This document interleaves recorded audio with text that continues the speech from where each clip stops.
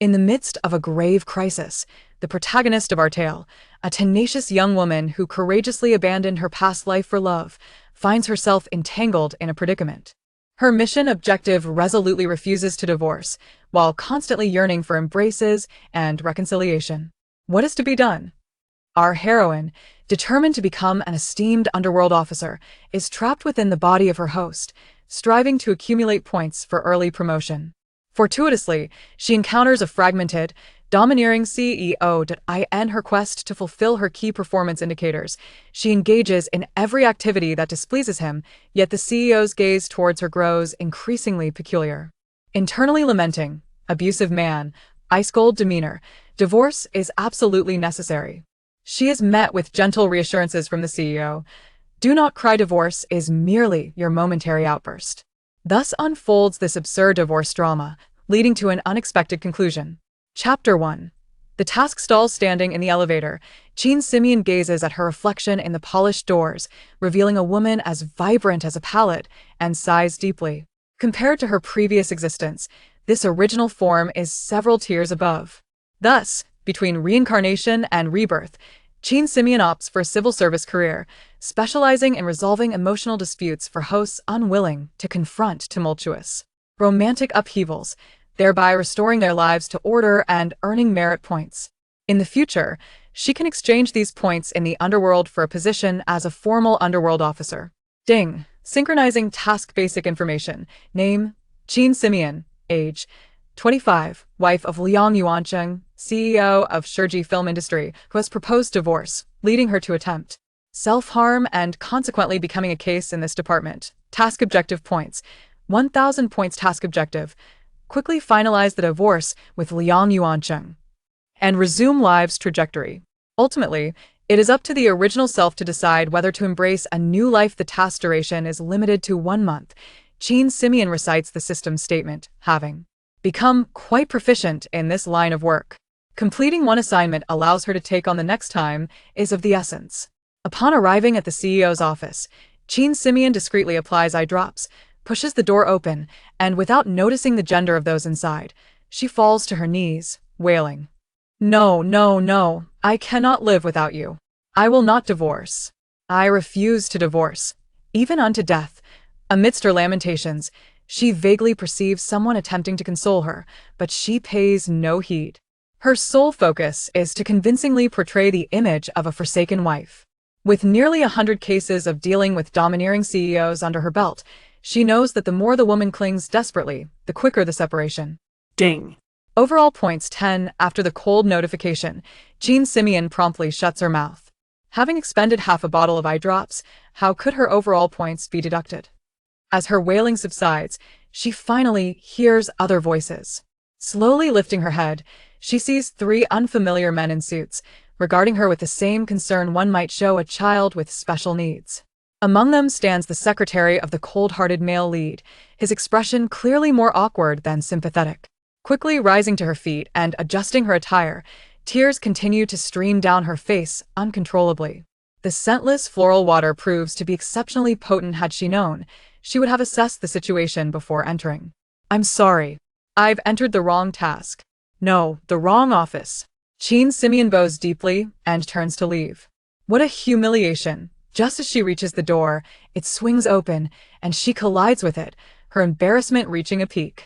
About to unleash a curse, she is met with a refreshing breeze as Liang Yuancheng strides in, clad in a dashing trench coat.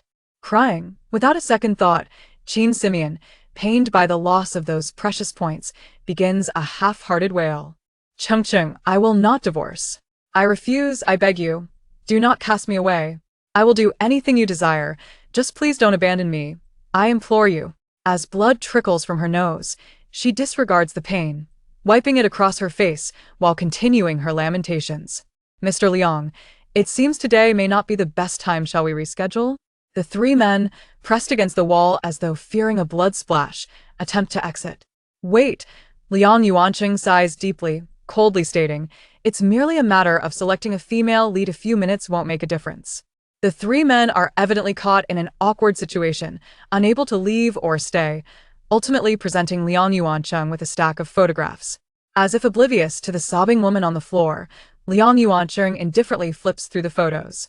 What a heartless individual. As long as he remains unperturbed, the awkwardness is theirs to bear.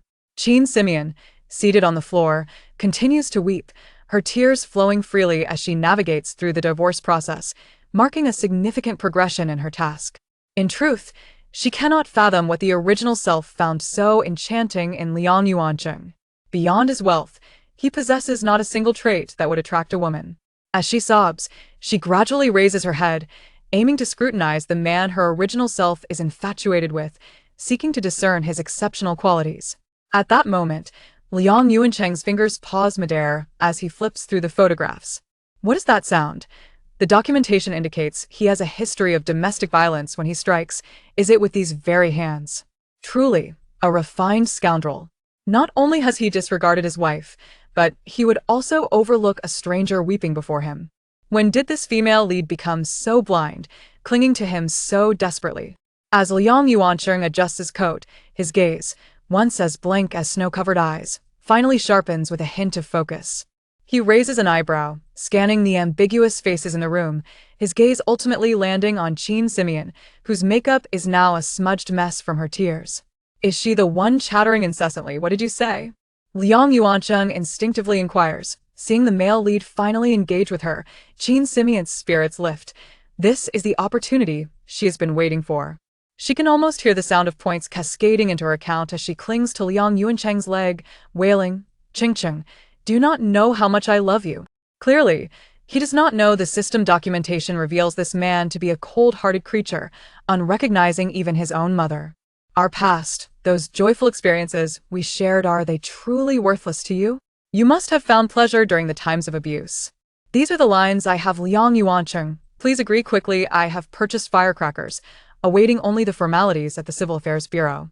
Narrowing his eyes, Liang Yuancheng scrutinizes the blurred face before him, gradually furrowing his brows as his lips twitch slightly.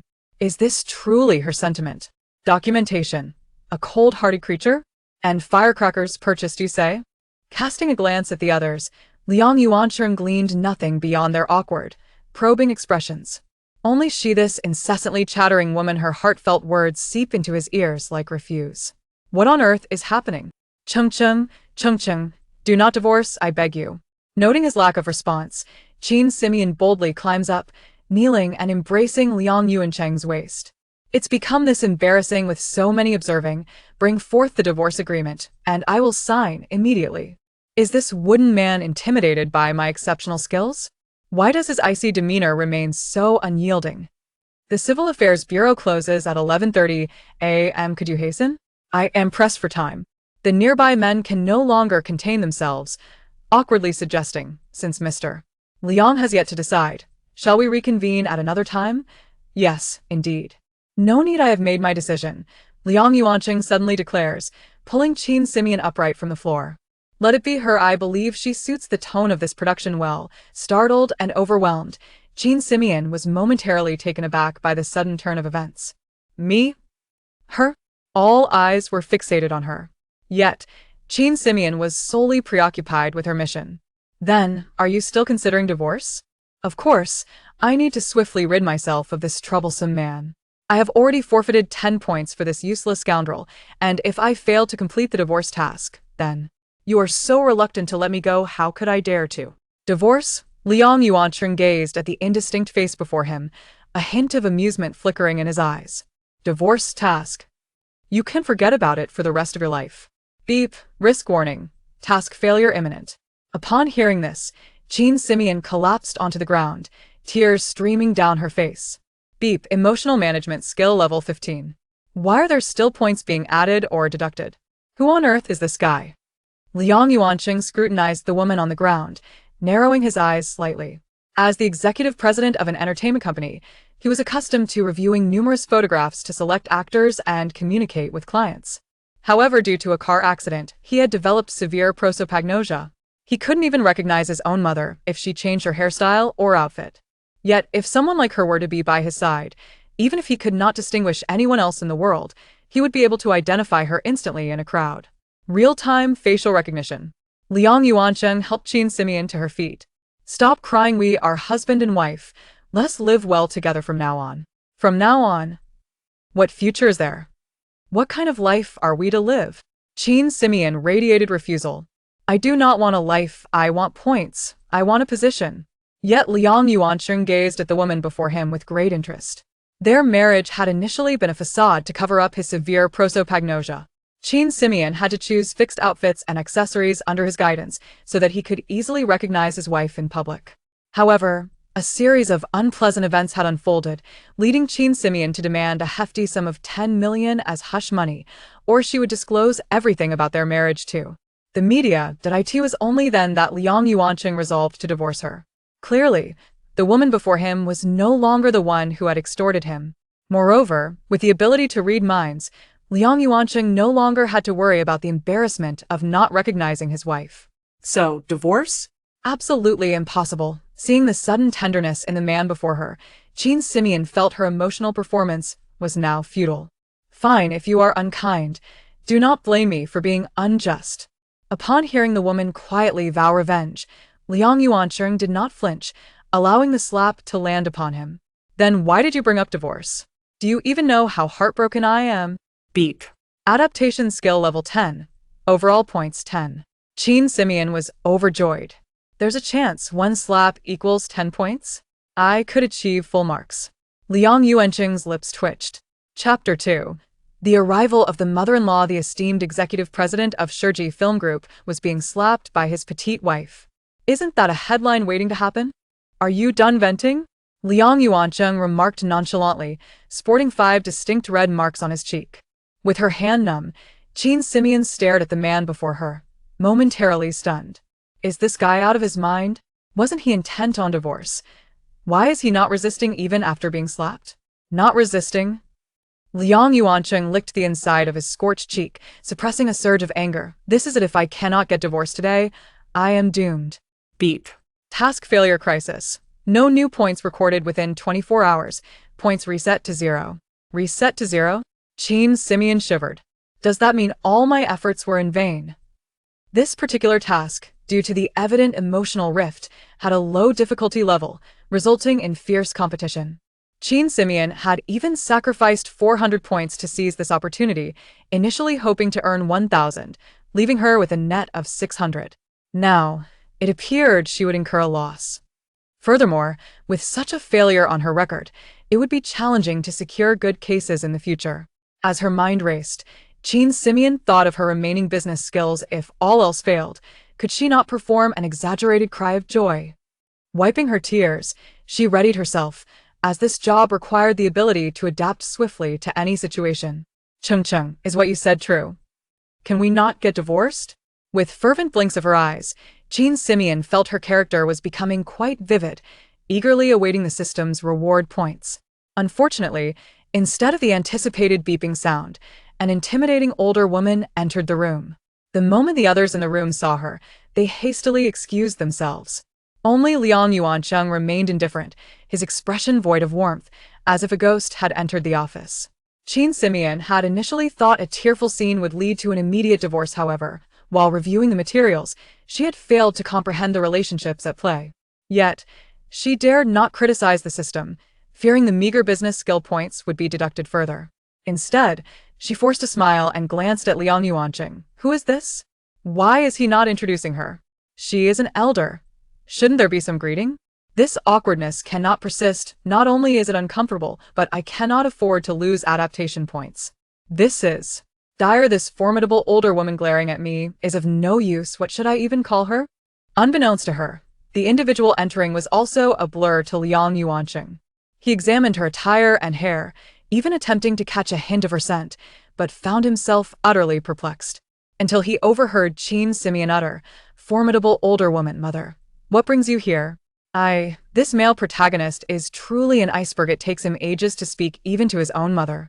The word aunt was on the tip of her tongue when Qin Simeon suddenly recalled her identity and quickly corrected herself. "Hello, mother." "Do not call me mother." Liang's mother shot a fierce glare at Qin Simeon. "Know your place." Though her attitude was harsh, it brought Qin Simeon some comfort. The opportunity to earn points had arrived. "Mother, have I done something wrong?" Qin Simeon bit her lip, continuing to feign tears. No more persona collapse points must be preserved. Mother, there may be some misunderstanding. I am not a greedy person. You cannot insult me like this. Before she could finish, Jean Simeon began to cover her face and weep, her eyes stinging to the point of numbness. The tears she had summoned could not be wasted. With snot and tears flowing, Jean Simeon finally heard the long-desired sound. Beep. Adaptation skill level 5. Emotional management skill level 5. You are not greedy. You threaten my son with money. Let me tell you, after all these years, I have seen all kinds of women. I can see through your little tricks. Enough talk. You must go to the Civil Affairs Bureau immediately and complete the paperwork today. Liang's mother declared indignantly. Mother, this matter cannot be blamed on Simeon. As Jean Simeon nodded repeatedly, wholeheartedly agreeing with the fierce mother-in-law, preparing to play the victim and gracefully retreat, Liang Yuancheng suddenly stepped forward and wrapped his arm around her shoulder. The moment his fingers brushed against her, Jean Simeon froze, as if she had turned into a mere stick. Have you lost your mind? Liang's mother looked incredulously at her indifferent son. She used fake injury photos to threaten you, remember? It was merely a small marital disagreement. We have already resolved it. Liang Yuancheng replied with a smile that did not reach his eyes. Resolved? Who exactly resolved it? Jean Simeon struggled. I have not forgiven that matter, yet if divorce is the only option. Beep. Warning. Crying for reconciliation. Persona collapse imminent. Persona collapse? This is critical. I will not divorce, not even in death. This sudden turn of events clearly bewildered Mother Liang, leaving Jean Simeon gasping for breath from her suppressed emotions. Liang Yuancheng gently stroked her hair, softly reassuring her, no divorce, no divorce. Please stop crying. If you continue like this, my heart will ache. Yet, Jean Simeon's tears flowed ceaselessly. How could they speak so resolutely about divorce, then suddenly backtrack? Truly, a scoundrel is utterly unreliable. To backtrack like this, he is no man. Struggling to mask her pale expression, Liang Yuancheng clenched a few strands of her hair, silently vowing vengeance. A scoundrel? Not a man. If there is no divorce, what about the 7 million that has already been spent? Mother Liang exclaimed in exasperation. Consider it pocket money for Mian Mian, he replied nonchalantly. 7 million as pocket money. What ulterior motive does this stingy, abusive man have? Images of past roles where she was murdered flashed through Jean Simeon's mind, making her shudder. Jean Mianyang, dear, why not go ahead and divorce? Liang Huaileng, how can you say that when I love you so deeply? Woe is me. China Lang, heaven has a path you refuse to take, yet you storm into hell without a door. Chapter 2. Mother-in-law arrives. The esteemed executive president of Shirji Film Industry Group was being slapped by his delicate wife. Isn't this a headline-worthy moment? Stuart Lin discreetly flipped through the script in his hands, thinking the scene could easily be added by the screenwriter. Have you vented enough? Liang Yuancheng said, his cheeks marked with 5 distinct red lines. Jean Simeon, her hands numb, stared at the man before her, momentarily stunned. Has he lost his mind? Wasn't he intent on divorce? Why does he not resist the blows? Not resisting. Liang Yuancheng licked the inflamed inner lining of his cheek, suppressing his fury. Once I uncover your origins, I will surely repay these slaps in kind. It's over if I cannot divorce today. Am I not doomed? Warning: task failure imminent. No new points accrued within 24 hours. Points reset to 0. Reset to 0. Jean Simeon trembled. Does that mean my efforts were in vain? This business transaction, marked by evident emotional distress, had a low difficulty level, leading to fierce competition. Jean Simeon had invested 400 points to secure this opportunity, initially hoping to earn 1,000, leaving her with a net of 600. Now, it seemed she would incur a total loss. Moreover, having a record of failure in her resume would make it challenging to secure good cases in the future. With a flicker of inspiration, Jean Simeon thought of leveraging her remaining business skills. Perhaps she could feign extreme sorrow. Wiping her tears away, Jean Simeon steeled herself. This job required one to quickly adapt to any situation. Faced with a formidable opponent, she must now embody the role of a housewife, successfully reclaiming her marriage, striving to make the male lead despise her. Cheng, is what you said true? Can we not divorce? She blinked vigorously, feeling this characterization was fleshed out enough, eagerly awaiting a point reward from the system. Unfortunately, Instead of the expected sound, she was met with the fierce gaze of an elderly lady. Upon seeing the newcomer, the others hastily took their leave. Only Liang Yuancheng remained impassive, his eyes enveloped in a silent winter, as if a transparent person had entered his office. Believing that a good cry would lead to an immediate divorce, Jean Simeon hadn't considered the relationships involved when reviewing her materials.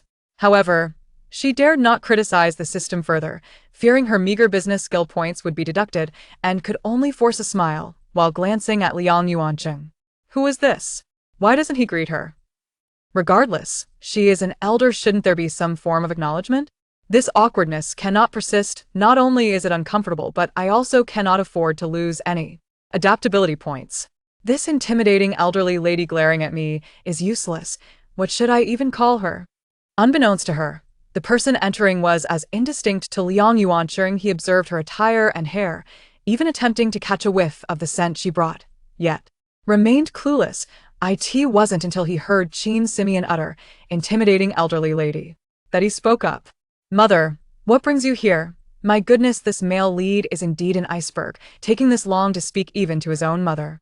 The word aunt was on her lips when Jean Simeon remembered her identity and quickly corrected herself. "Hello, mother." "Do not call me mother." Mother Liang glared at Jean Simeon. "Know your place." Though her tone was harsh, it provided Jean Simeon with a sense of security and opportunity had arisen to earn points. "Mother, have I done something wrong?" Jean Simeon pressed her lips together, continuing her performance of feigned sorrow. "I heard everything you said just now. What do you mean you won't divorce?" "Miss Jean, you promised me that as soon as 70% of the 10 million arrived, you would immediately sign the divorce agreement. One must at least maintain some semblance of dignity." Mother Liang's restraint was evident, her meticulously crafted makeup slightly distorted, her fingers gripping her bag, knuckles white. "What? You get paid to divorce? Isn't this just the trope of give you 10 million to leave my son immediately? How foolish of this original character to cling on with 10 million. What man could she not have? Why persist with this scoundrel?" Jean Simeon's eyes sparkled, only to dim again. She must maintain her character points were at stake. Stay calm, stay calm. "Mother, there seems to be a misunderstanding. I am not a materialistic person. You cannot insult me like this." Before she could finish, she began to cry. Her eyes stung to the point of numbness. She could not waste the tears that came unbidden. Jean Simeon sobbed, finally hearing the long-awaited notification. Adaptability Business Skill 5. Expression Management Business Skill 5. You are not materialistic? You threaten my son with money. Let me tell you, after so many years, I have seen all types of women. Your little tricks are transparent to me. Enough with the nonsense. Go to the Civil Affairs Bureau immediately. We must complete the paperwork today. Mother Liang declared angrily. "Mother, this matter cannot solely be blamed on Mian Mian."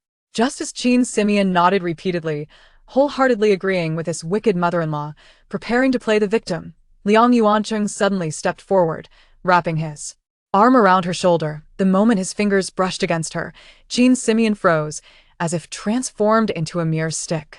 "Have you lost your mind?" Mother Liang stared incredulously at her indifferent son. "She threatened you with fake injury photos, intending to expose the domestic violence. Have you forgotten? It was merely a small quarrel between spouses. We have resolved it." Liang Yuancheng smiled, yet his eyes bore no warmth. "Resolved? Who agreed to this?" Jean Simeon struggled. "I have yet to forgive that incident. If divorce is the only option." Warning, crying for reconciliation. The little wife. Character collapse alert. Character collapse. This is dire. Then I will not divorce, not even in death. This sudden twist left Mother Liang dazed and made Jean Simeon's chest ache from the tension.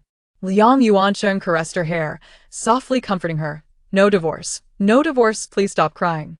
If you continue, my heart will ache." But Jean Simeon's tears continued to flow. They spoke so resolutely about divorce. How can they now go back on their word? Truly, a scoundrel is utterly unreliable. To be fickle is not the mark of a true man. Suppressing his ashen expression, Liang Yuancheng clutched a few strands of her hair, harboring a silent resentment. A scoundrel? Not a man. If we do not divorce, what shall we say about the 7 million expended? Liang's mother exclaimed in exasperation. Let it be regarded as pocket money for Mian Mian. 7 million as pocket money. What nefarious intentions does this miserly brute harbor? A flash of her past roles of being wronged surged through Qin Simeon's mind, causing her to tremble. Qin Mianyang. Dear, why not proceed with the divorce? Liang Huailang. How can you say such things when I love you so deeply? Woe is me, Qin Alang. Heaven has a path you refuse to tread, yet you barge into hell without invitation. Chapter 3. Death Before Divorce, An Abusive Man? Liang Yuancheng struggled to suppress the urge to grasp her throat, prioritizing the immediate situation. Although he had come to confront her, it was evident from the moment his son spoke that Liang's mother realized there was no room for negotiation at this juncture. With that, she stormed out, leaving only the two of them in the office. Liang Yuancheng fixed his gaze upon the girl before him, eager to observe her reaction. Fear had already taken root in Qin Simeon, who slowly raised her head and asked why. Did you suddenly change your mind? As if nothing had transpired. He treated her like air once more, returning to his documents. A chill coursed through Qin Simeon, who was previously unfazed by the air conditioning, now inexplicably shivering.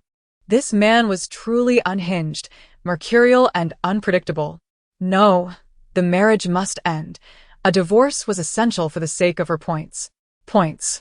Dear system, are you there? Is the only task divorce? Since the outcome necessitates separation, would it count as completing the task if the female lead becomes a widow? The pen that had been swiftly writing suddenly halted, and Liang Yuanqing cast a murderous glare from above his brow. Unfortunately, Qin Simeon was so engrossed in her dialogue with the system that she remained oblivious. Beep.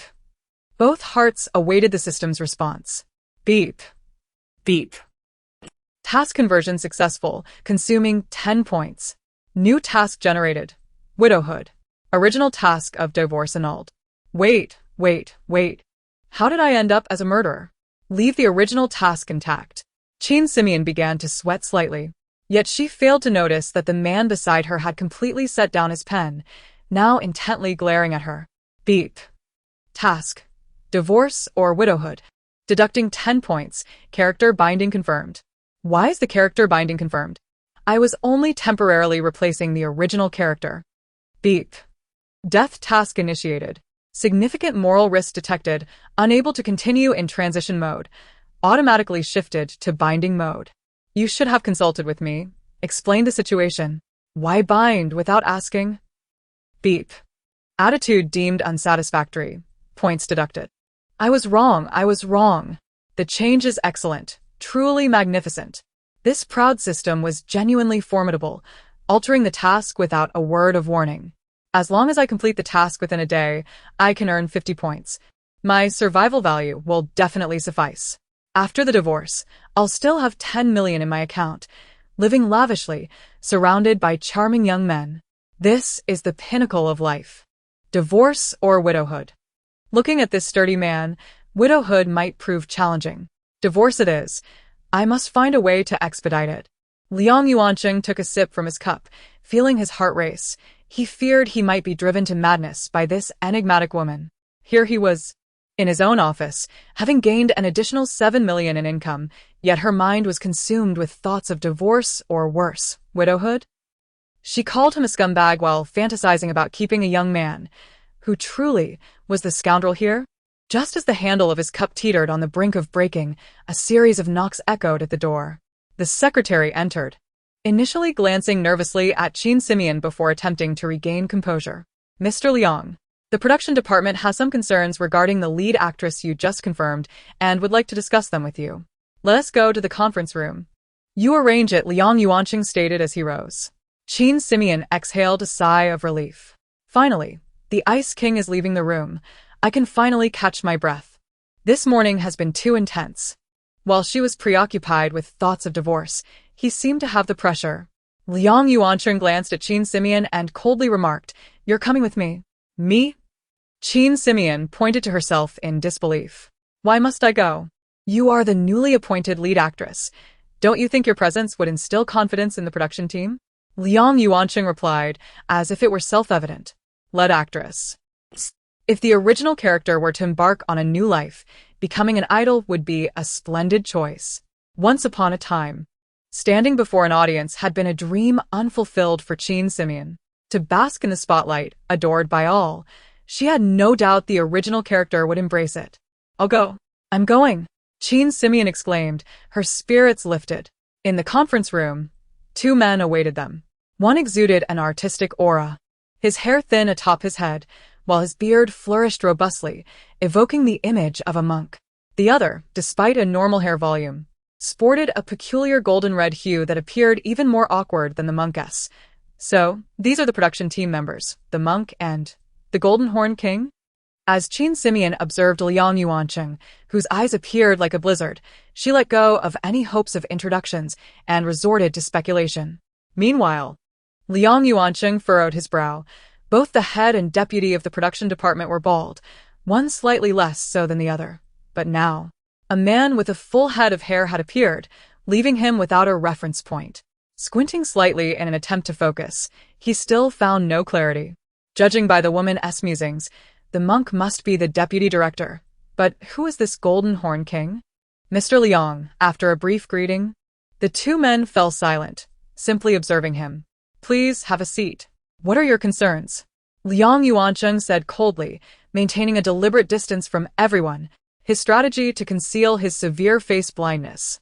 The director and deputy director, sensing the tension, hesitated, unsure of who should speak first. Director, perhaps you could introduce the matter? Since you oversee promotional activities, perhaps Deputy Director Li should take the lead, the director suggested, yielding to the higher authority. Mr. Liang. It's like this. The materials for the lead actress have been sent over by Director Lin, and we're preparing to create posters and arrange promotions, but... He pushed a photograph forward. Liang Yuancheng furrowed his brow. He couldn't discern who was in the photograph, merely closing the file with a gesture. I am right here. If you have any concerns, please address them directly. Upon hearing this, Qin Simeon straightened her posture, smiling at the two men, while internally she was bursting with sarcasm. The head and deputy should logically be rivals, yet they seem quite united under such a formidable superior. Perhaps there's an advantage to having a difficult leader, as it fosters solidarity among subordinates. These two are like conjoined twins. It's clear how much Mr. Liang must torment them. Having endured enough of her internal monologue, Liang Yuancheng scoffed. Isn't there a problem? Why has no one spoken up since arriving? The deputy director, trembling, finally mustered the courage to ask, Miss Qin, is it? Mrs. Liang. Liang Yuancheng corrected sharply. Mrs. Liang. Both men exclaimed in surprise, turning their attention to Qin Simeon. Accompanied by a smile, Qin Simeon's heart was in turmoil. This scumbag is truly deranged. What need is there to assert his claim at this moment? He doesn't even like me, yet he insists on occupying his territory without contributing anything. Qin Simeon. Liang Yuancheng slammed his hand on the table, unable to contain his frustration. Are we getting a divorce or not? Qin Simeon challenged. We are not divorcing. Liang Yuancheng retorted. Are we getting a divorce or not? We are not divorcing. Are we getting a divorce or not? We are not divorcing. Not divorcing is fine.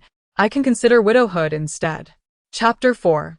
The crisis of survival. Sensing the unfriendly gaze directed her way, Qin Simeon questioned her own conduct, believing she had done nothing inappropriate.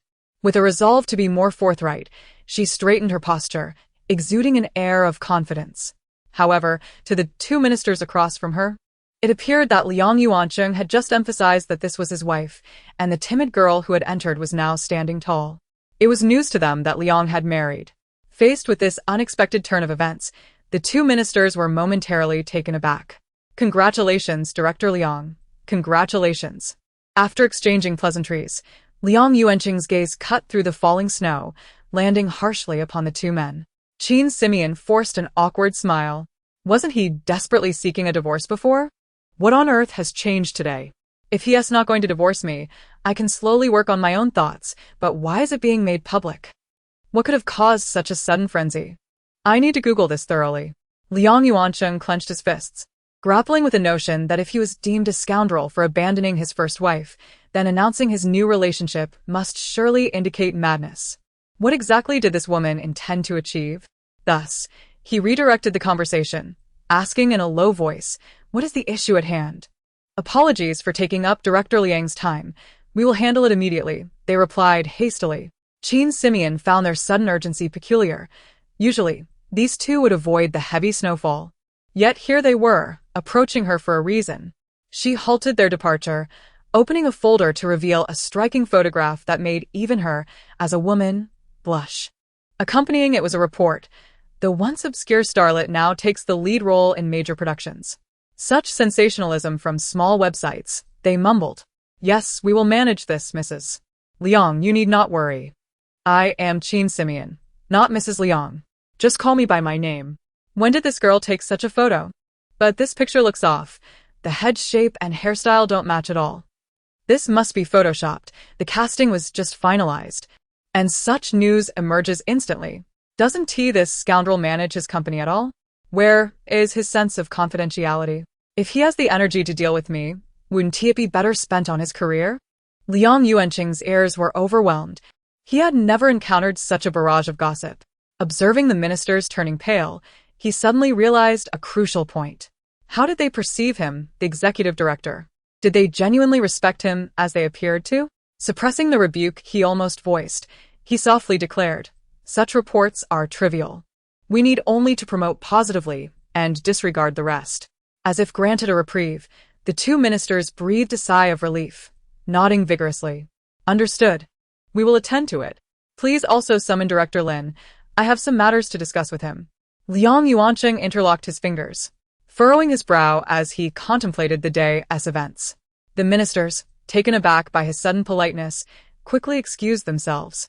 Left alone were Chin Simeon, who silently reflected, and Liang Yuanqing, who pondered. From the moment he had casually designated Chin Simeon in the office until now, barely an hour had passed.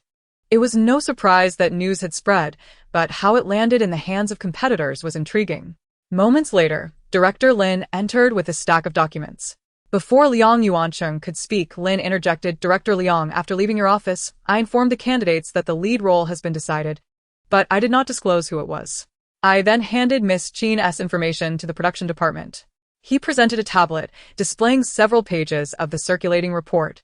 The earliest piece of misinformation appeared about half an hour after we confirmed the lead actress. At that time, I had just called the production department, and there was no way they could have written it up so quickly.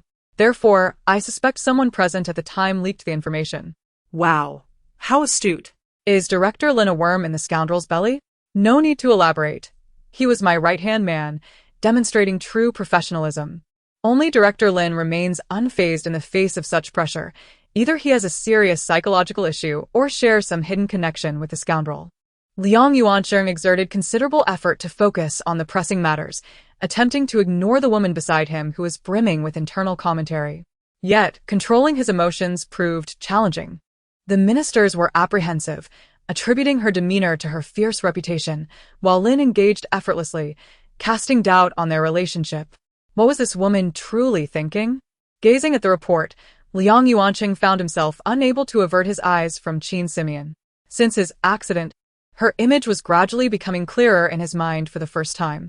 Yet, why was it that this loquacious girl, whose words could overshadow her face, was the one standing before him?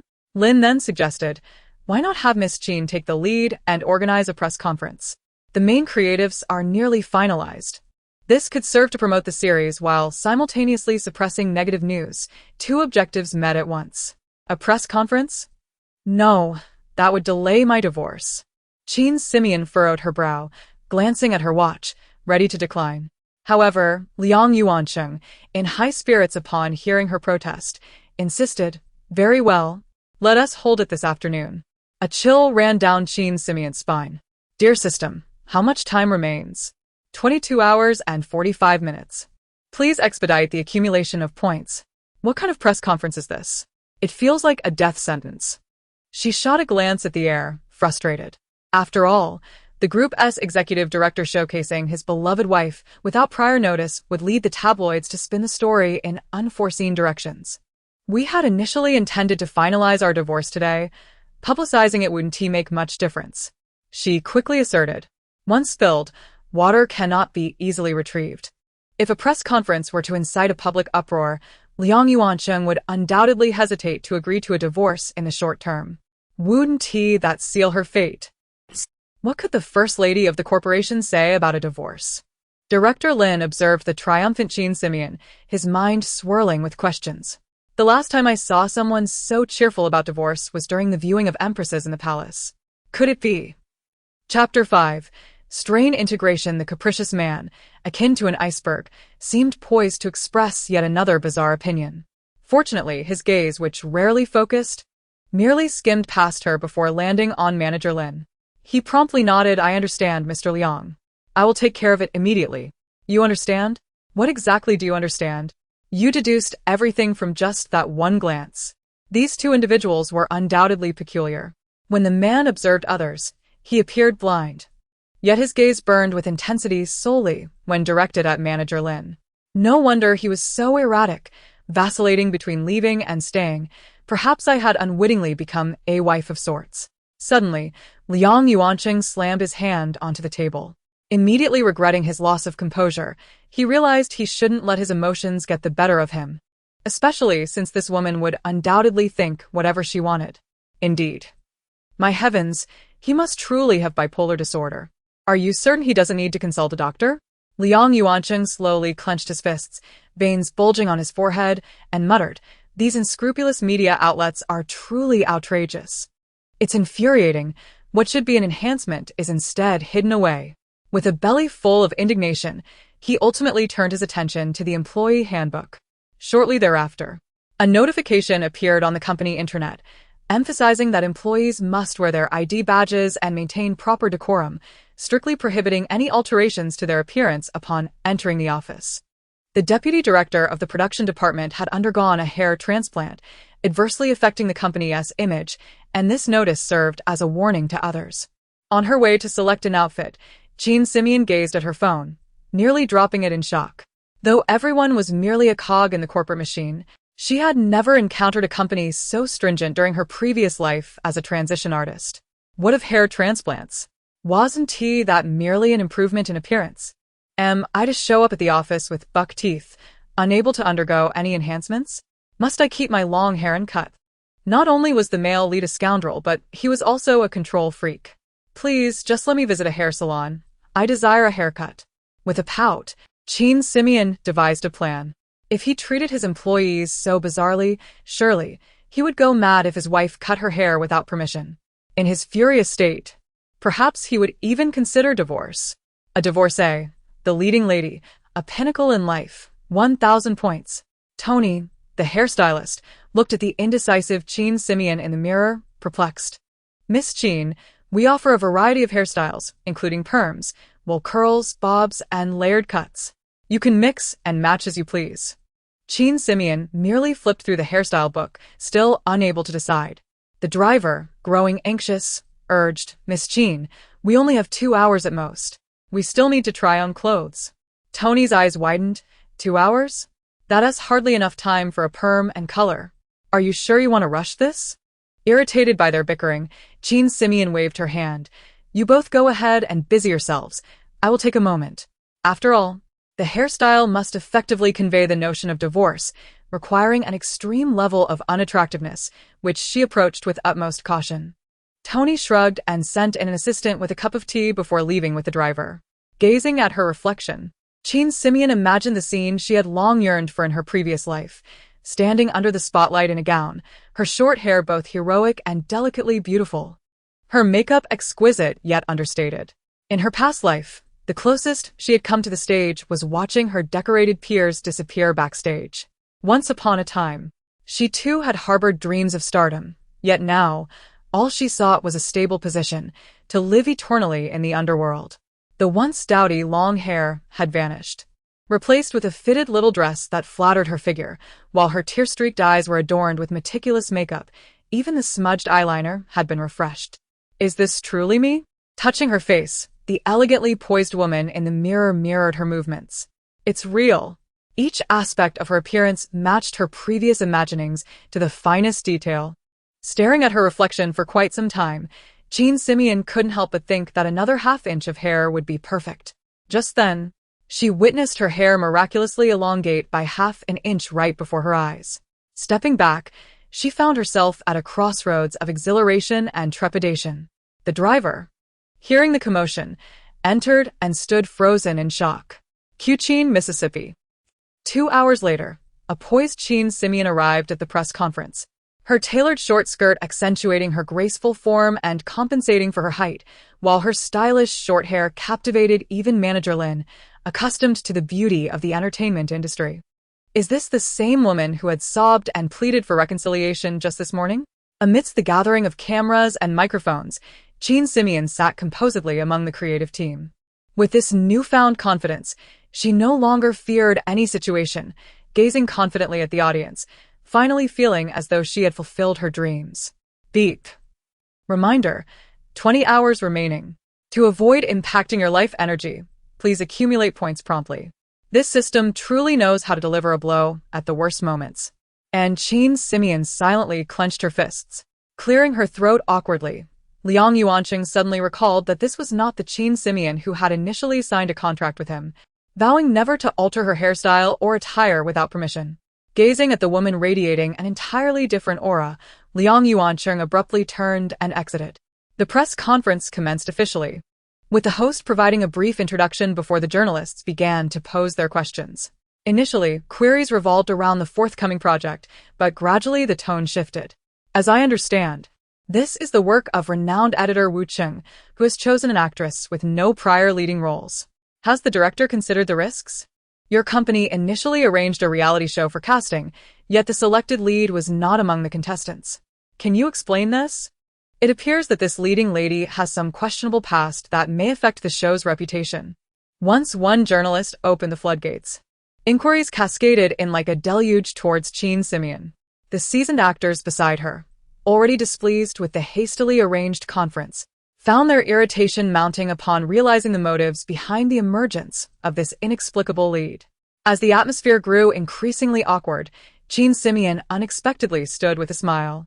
First, I would like to thank all the journalists for your interest and support for our production team of Walking in Autumn. Your concerns are valid, and I sincerely apologize for any misunderstandings. With a deep bow, silence enveloped the venue. Liang Yuanqing, just entering, froze in place, observing Qin Simeon's ease on stage, and for the first time, he found her remarkably radiant, though her freshly cut hair was undeniably unattractive. Bow deeply and sit down.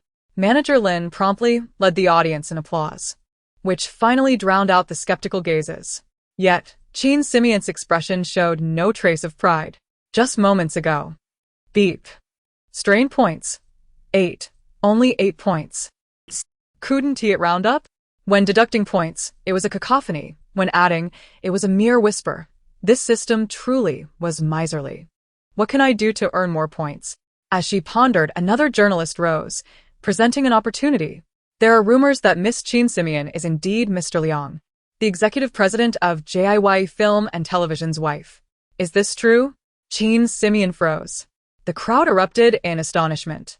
Chapter 6. The arrival of a rival. The company president unexpectedly cast his wife into the production, elevating her to the role of the female lead. While not entirely inappropriate, it certainly stirred up quite the conversation. The opportunity for divorce has finally arrived, announcing the divorce on site. Let us see if that scoundrel has the audacity to maintain the marriage. With just 20 hours left, I can easily finalize the paperwork tomorrow. Everyone. Qin Simeon seemed to have discovered a treasure, rising with uncontained joy. With trembling hands, she was about to share this momentous news when a deep, magnetic voice interrupted her. I'm sorry I'm late. You won't hold it against me, will you? Turning around, she found Liang Yuanqing's snow-filled eyes staring back at her. Isn't he supposed to be watching the live stream? How did he end up here? What does he mean by being late? He never said he would come. I have a very bad feeling about this. Despite the unfamiliar chaos surrounding her, Liang Yuanqing felt an inexplicable delight. Finally, there was a moment that left her flustered. Wanting a divorce? Not a chance. With a gentle demeanor, he draped his suit jacket over Qin Simeon's shoulders, saying, The venue's air conditioning is quite strong. Are you all right? At this, the flashbulbs went wild. Qin Simeon was equally beside herself. Does this guy have any sense of integrity left? He promised not to show up, not to reveal our relationship, and yet here he is. Today marked the press conference for Locking Autumn, a matter unrelated to my personal affairs. I hope our media friends will focus on the production itself. We have invited numerous artists, so feel free to ask any questions regarding the play. Other matters are not suitable for discussion today. I kindly ask for your understanding." After Liang Yuancheng spoke, he cast a tender glance at Qin Simeon. "Did I break my promise?" "Not at all. I didn't utter a single word about our relationship. This despicable man. He leaves everything ambiguous, and this crowd will speculate wildly, making it harder to clarify our status later. This icy scoundrel is infuriating. It's over. There are only 20 hours left, and divorce is out of the question. I only gained 8 points. What should I do?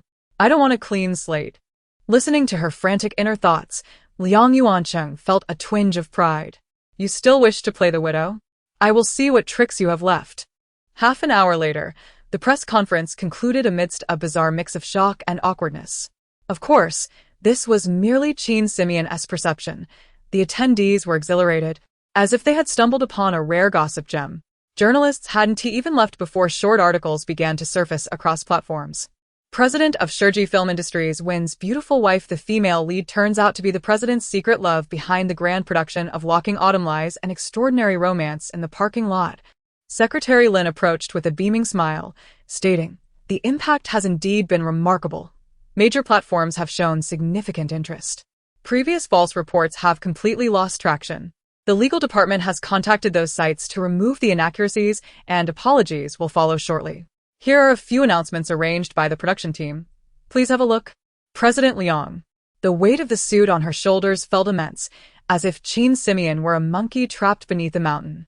"This scoundrel always knows how to seize my vulnerabilities at the most critical moments. It's infuriating and terrifying."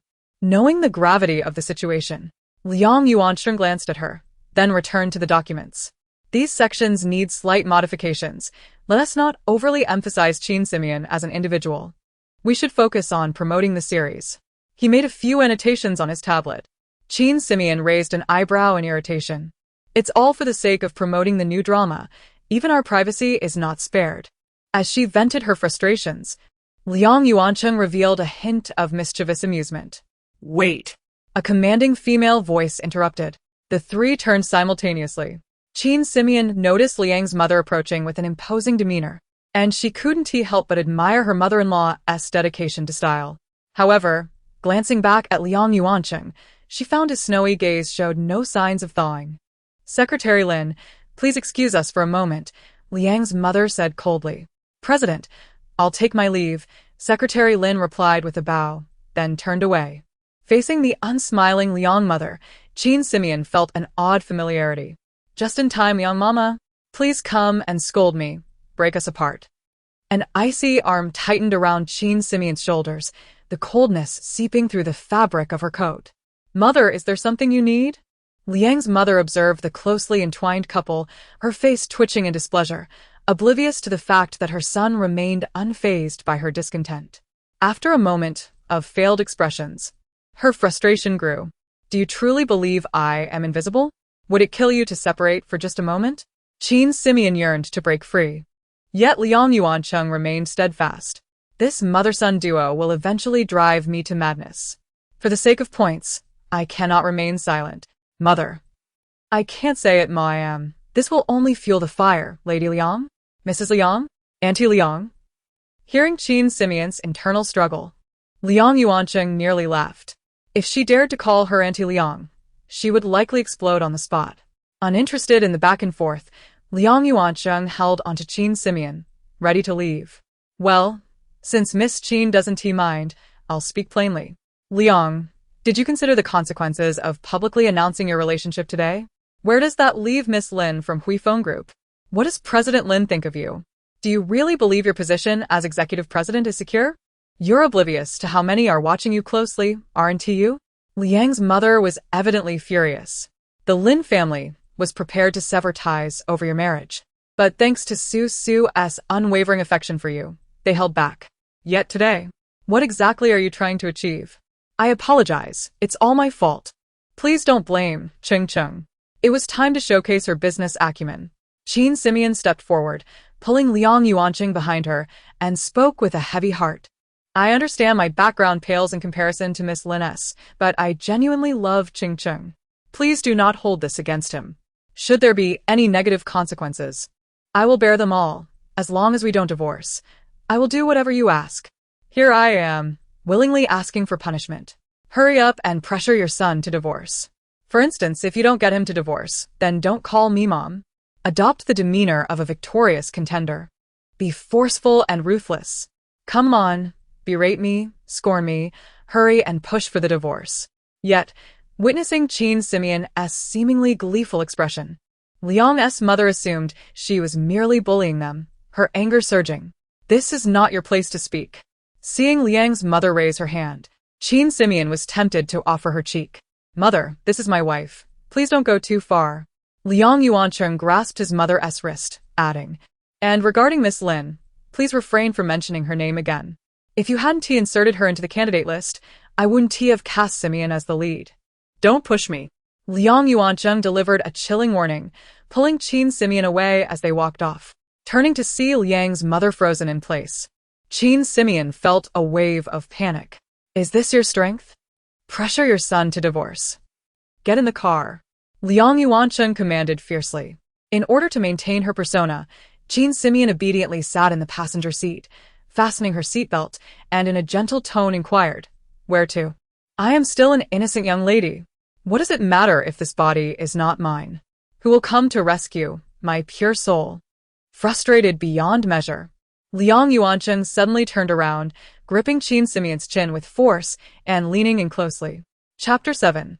He truly is a beast. Liang Yuancheng's breath grew heavier, sending waves of warmth towards Chin Simeon's nose, leaving her momentarily fixated on a single visage. She could not deny that it was an exceptionally handsome face. With a high-bridged nose and slightly upturned lips, it exuded a sense of confidence and pride. His eyes, though somewhat unfocused, held a hint of determination that was particularly alluring. The open collar revealed sun-kissed skin and a slightly rebellious Adam's apple, provoking a flurry of thoughts.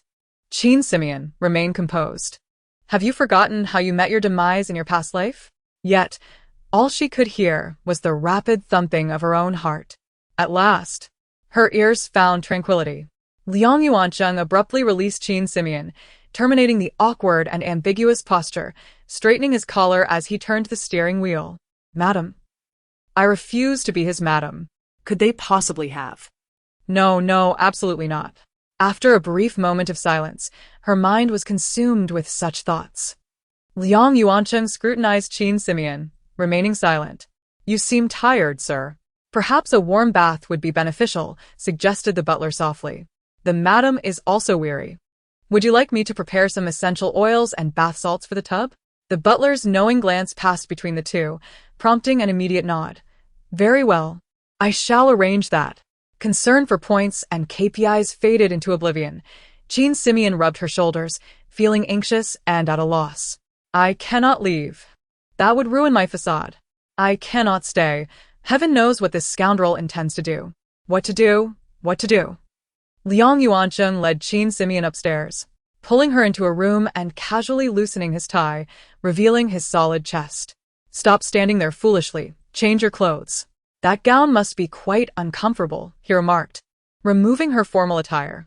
Comfortable. Exceedingly so. I do not wish to change. I want to feel beautiful a little longer, Chin Simeon weakly protested. In my eyes, you are the most beautiful. Shall I assist you with your change? Liang Yuancheng approached her, his gentleness rather intimidating. Ah? Scoundrel, keep your distance. Step away. Liang Yuancheng frowned, her shrill voice painfully echoing in his ears. That's unnecessary. Chengcheng is quite exhausted today. I can change myself. To avoid gazing at his half-bare chest, Chin Simeon lowered her head and rummaged through the wardrobe, blindly grasping at an item. So, my madam favors the style? Hearing something amiss in Liang Yuancheng's tone, Chin Simeon looked up, her cheeks instantly flushing. The original owner had some peculiar tastes. The wardrobe held a bikini nightgown among other risque items. There was barely any modesty in the garments, and the only cheongsam available had slits reaching her elbows. Furthermore, who wears a cheongsam at home? Noting Chin Simeon's bewilderment, Liang Yuancheng pointed to a nearby cabinet. I forgot to mention. A friend of mine who designs lingerie dropped off some samples, hoping to select a few models. I temporarily placed them here for you. Your regular clothes have been moved over there. Why didn't you mention this earlier? Beastly. Shameless. You are taking advantage of me. Chungcheng is indeed thoughtful. Even rearranging my wardrobe, how considerate. For my madam, there is no hardship too great, Liang Yuancheng said softly, moving closer to Qin Simeon. I shall bathe now. Waiting for you. All right. Qin Simeon bit her lip, desperately trying to steady her trembling hands. At the bathroom door, the butler was ready with towels for Liang Yuancheng. Sir, the water temperature is just right. Would you like to start your bath now? No. I have matters to attend to in the study. However, when the madam arrives, inform her I am in the bathroom waiting for her. She should enter immediately. The butler was momentarily taken aback, but nodded in acknowledgement. Observing the butler's puzzled expression, Liang Yuancheng could surmise the myriad questions swirling in his mind. Yet, the thought of the girl's flustered demeanor brought a smirk to his lips. After a considerable time, Qin Simeon finally emerged, barely managing to wrap herself in a bathrobe. The cabinet contained no regular clothing, only bath caps, towels, and such. After much effort, she found a winter bathrobe, disregarding its suitability for summer, and donned it to avert suspicion from Liang Yuancheng. After all, using her wardrobe transformation ability here was perilous. Any doubt regarding her identity could lead to disastrous consequences. The butler, holding a towel, froze at the sight of Qin Simeon in a cotton bathrobe, barefoot. Storage room? Qin Simeon glanced back at where she had just emerged, internally screaming, "It's nothing. I merely felt cold and sought something thicker." Qin Simeon forced a smile, attempting to explain herself. The nearby maid, upon hearing this, promptly replaced her slippers with a pair of cotton ones, placing them at Qin Simeon's feet. Even in the sweltering heat, Qin Simeon gritted her teeth and slipped her feet inside. "Madam, do you feel any better?" Qin Simeon nodded stiffly. "Truly, warm. The sir mentioned he is waiting for you in the bathroom. Please hurry and change your clothes." The butler gestured for her to proceed. Encased in a fluffy robe, Qin Simeon gazed at the door, feeling as though it bore the weight of 1,000 burdens. "After bathing, dinner will be served. Will you not be having dinner, madam?" the maid inquired. As the bedroom door opened, Qin Simeon realized the study was adjacent, with Liang Yuancheng seated and perusing documents, the connecting door ajar. Didn't he say he was waiting in the bathroom? Is he employing a clone technique? Is there no integrity left? I'm drenched in sweat and dare not bathe. What kind of person is this, and what are these people? Glancing at her damp hair, Qin Simeon gritted her teeth. If I am unwell, I shall not bathe. The maid quickly interjected, "Sir, the madam seems ill, shivering significantly, and does not wish to eat. Should we summon Dr. Li to take a look?" Liang Yuancheng approached, placing his hand on Qin Simeon's forehead. "You do not wish to eat?" Having reached this point, "I cannot suddenly recover." Qin Simeon nodded tearfully. "Indeed, I do not want to eat. Not feverish. She must simply be fatigued," Liang Yuancheng remarked, a picture of concern. "Do not prepare the madam's utensils. Let her rest properly." "Please, no. I'll starve. We prepared abalone and 4 treasures soup today. Shall I bring a bowl for the madam?" the maid suggested. Seeing her fatigued, "Let us not disturb her rest," Liang Yuancheng dismissed without a second thought.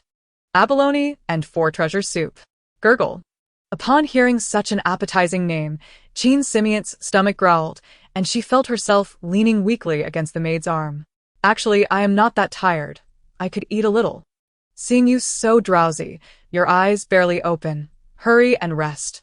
Liang Yuancheng pulled Qin Simeon, nearly drooling at the thought of food. "Right, I shall not go to the dining room alone. Please bring dinner to the study." Beast. As Qin Simeon lay down against her will, she seethed internally. What, unable to sleep alone?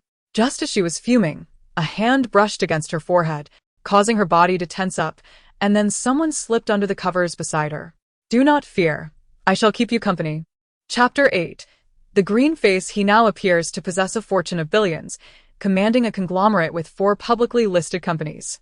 Yet only Liang Yuancheng understands the tempestuous storms that accompany his position. Before the accident, he had not harbored such trepidation. After the incident, everyone believed he had miraculously resurrected. Akin to Iron Man, little did they know, post-accident, Liang Yuanqing's inability to recognize anyone became his poignant vulnerability, lurking perilously within. Within the company, numerous senior directors openly opposed him. At home, a half-brother lurked with watchful eyes. Faced with internal and external challenges, he could not allow anyone to perceive this flaw, no one, under any circumstances. Feeling the grip behind him tighten, Jean Simeon could no longer contain herself. This is absurd. I clearly do not like him. Yet this erratic behavior is bewildering. What does he truly desire? I am nearly suffocating. Could he be having another manic episode? Instinctively loosening her hold, Liang Yuanqing realized he had been exerting too much pressure. He gazed at the girl before him, her face gradually reddening, though her features remained indistinct. He found Jean Simeon inexplicably charming. Having endured solitude for so long, the loneliness crafted by his growth, compounded by illness, rendered him akin to a solitary leaf adrift in the void. Until today, he had heard her. Mian Mian, there is something I wish to discuss with you. Liang Yuanqing attempted to gather his thoughts, intending to have a sincere conversation with this enigmatic yet exceedingly useful individual. However, as he began to speak, what now? Is he truly contemplating disclosing his relationship with Lin Jisher? Jean Simeon's mind raced, pondering why Liang Yuanqing suddenly seemed averse to divorce. After much deliberation, the only possibility she could conceive was, being a wife is unethical. Binding a girl for life merely for one's own indulgence. How shameless. Patience waned. The curiosity she had amassed was nearly extinguished.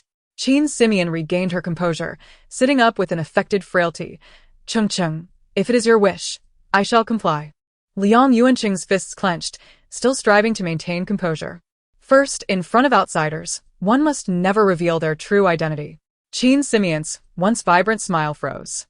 What kind of nonsensical agreement is this? Has he truly misspoken? I would find it embarrassing to voice my own thoughts. Secondly, Liang Yuanqing elevated his tone, perplexed as to why his initial intent for a candid discussion had devolved into a command. You must diligently fulfill this filming obligation. Do not presume that the Liang family's prestige will allow you to be perfunctory. After speaking, Liang Yuanqing deliberately paused, eager to ascertain her internal musings.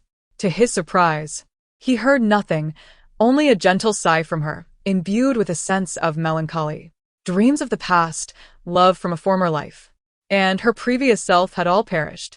As Jean Simeon strove for a stable position, the dreams of yesteryear felt tantalizingly close, evoking a bittersweet nostalgia. Yet, with emotions layered upon one another, she found herself at a loss for where to begin. Thirdly, from this day forth, you are to remain by my side at all times. Just as Liang Yuanqing commenced his statement, Jean Simeon's voice interjected. This protagonist seems rather fortunate.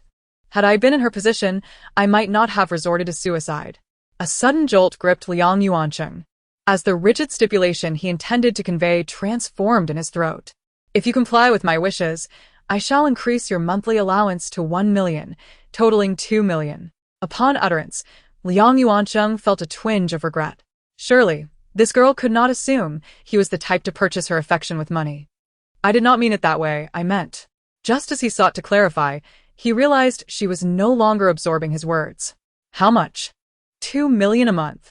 Jean Simeon's eyes sparkled with the shape of currency, the riches of the mortal realm and the points of the underworld.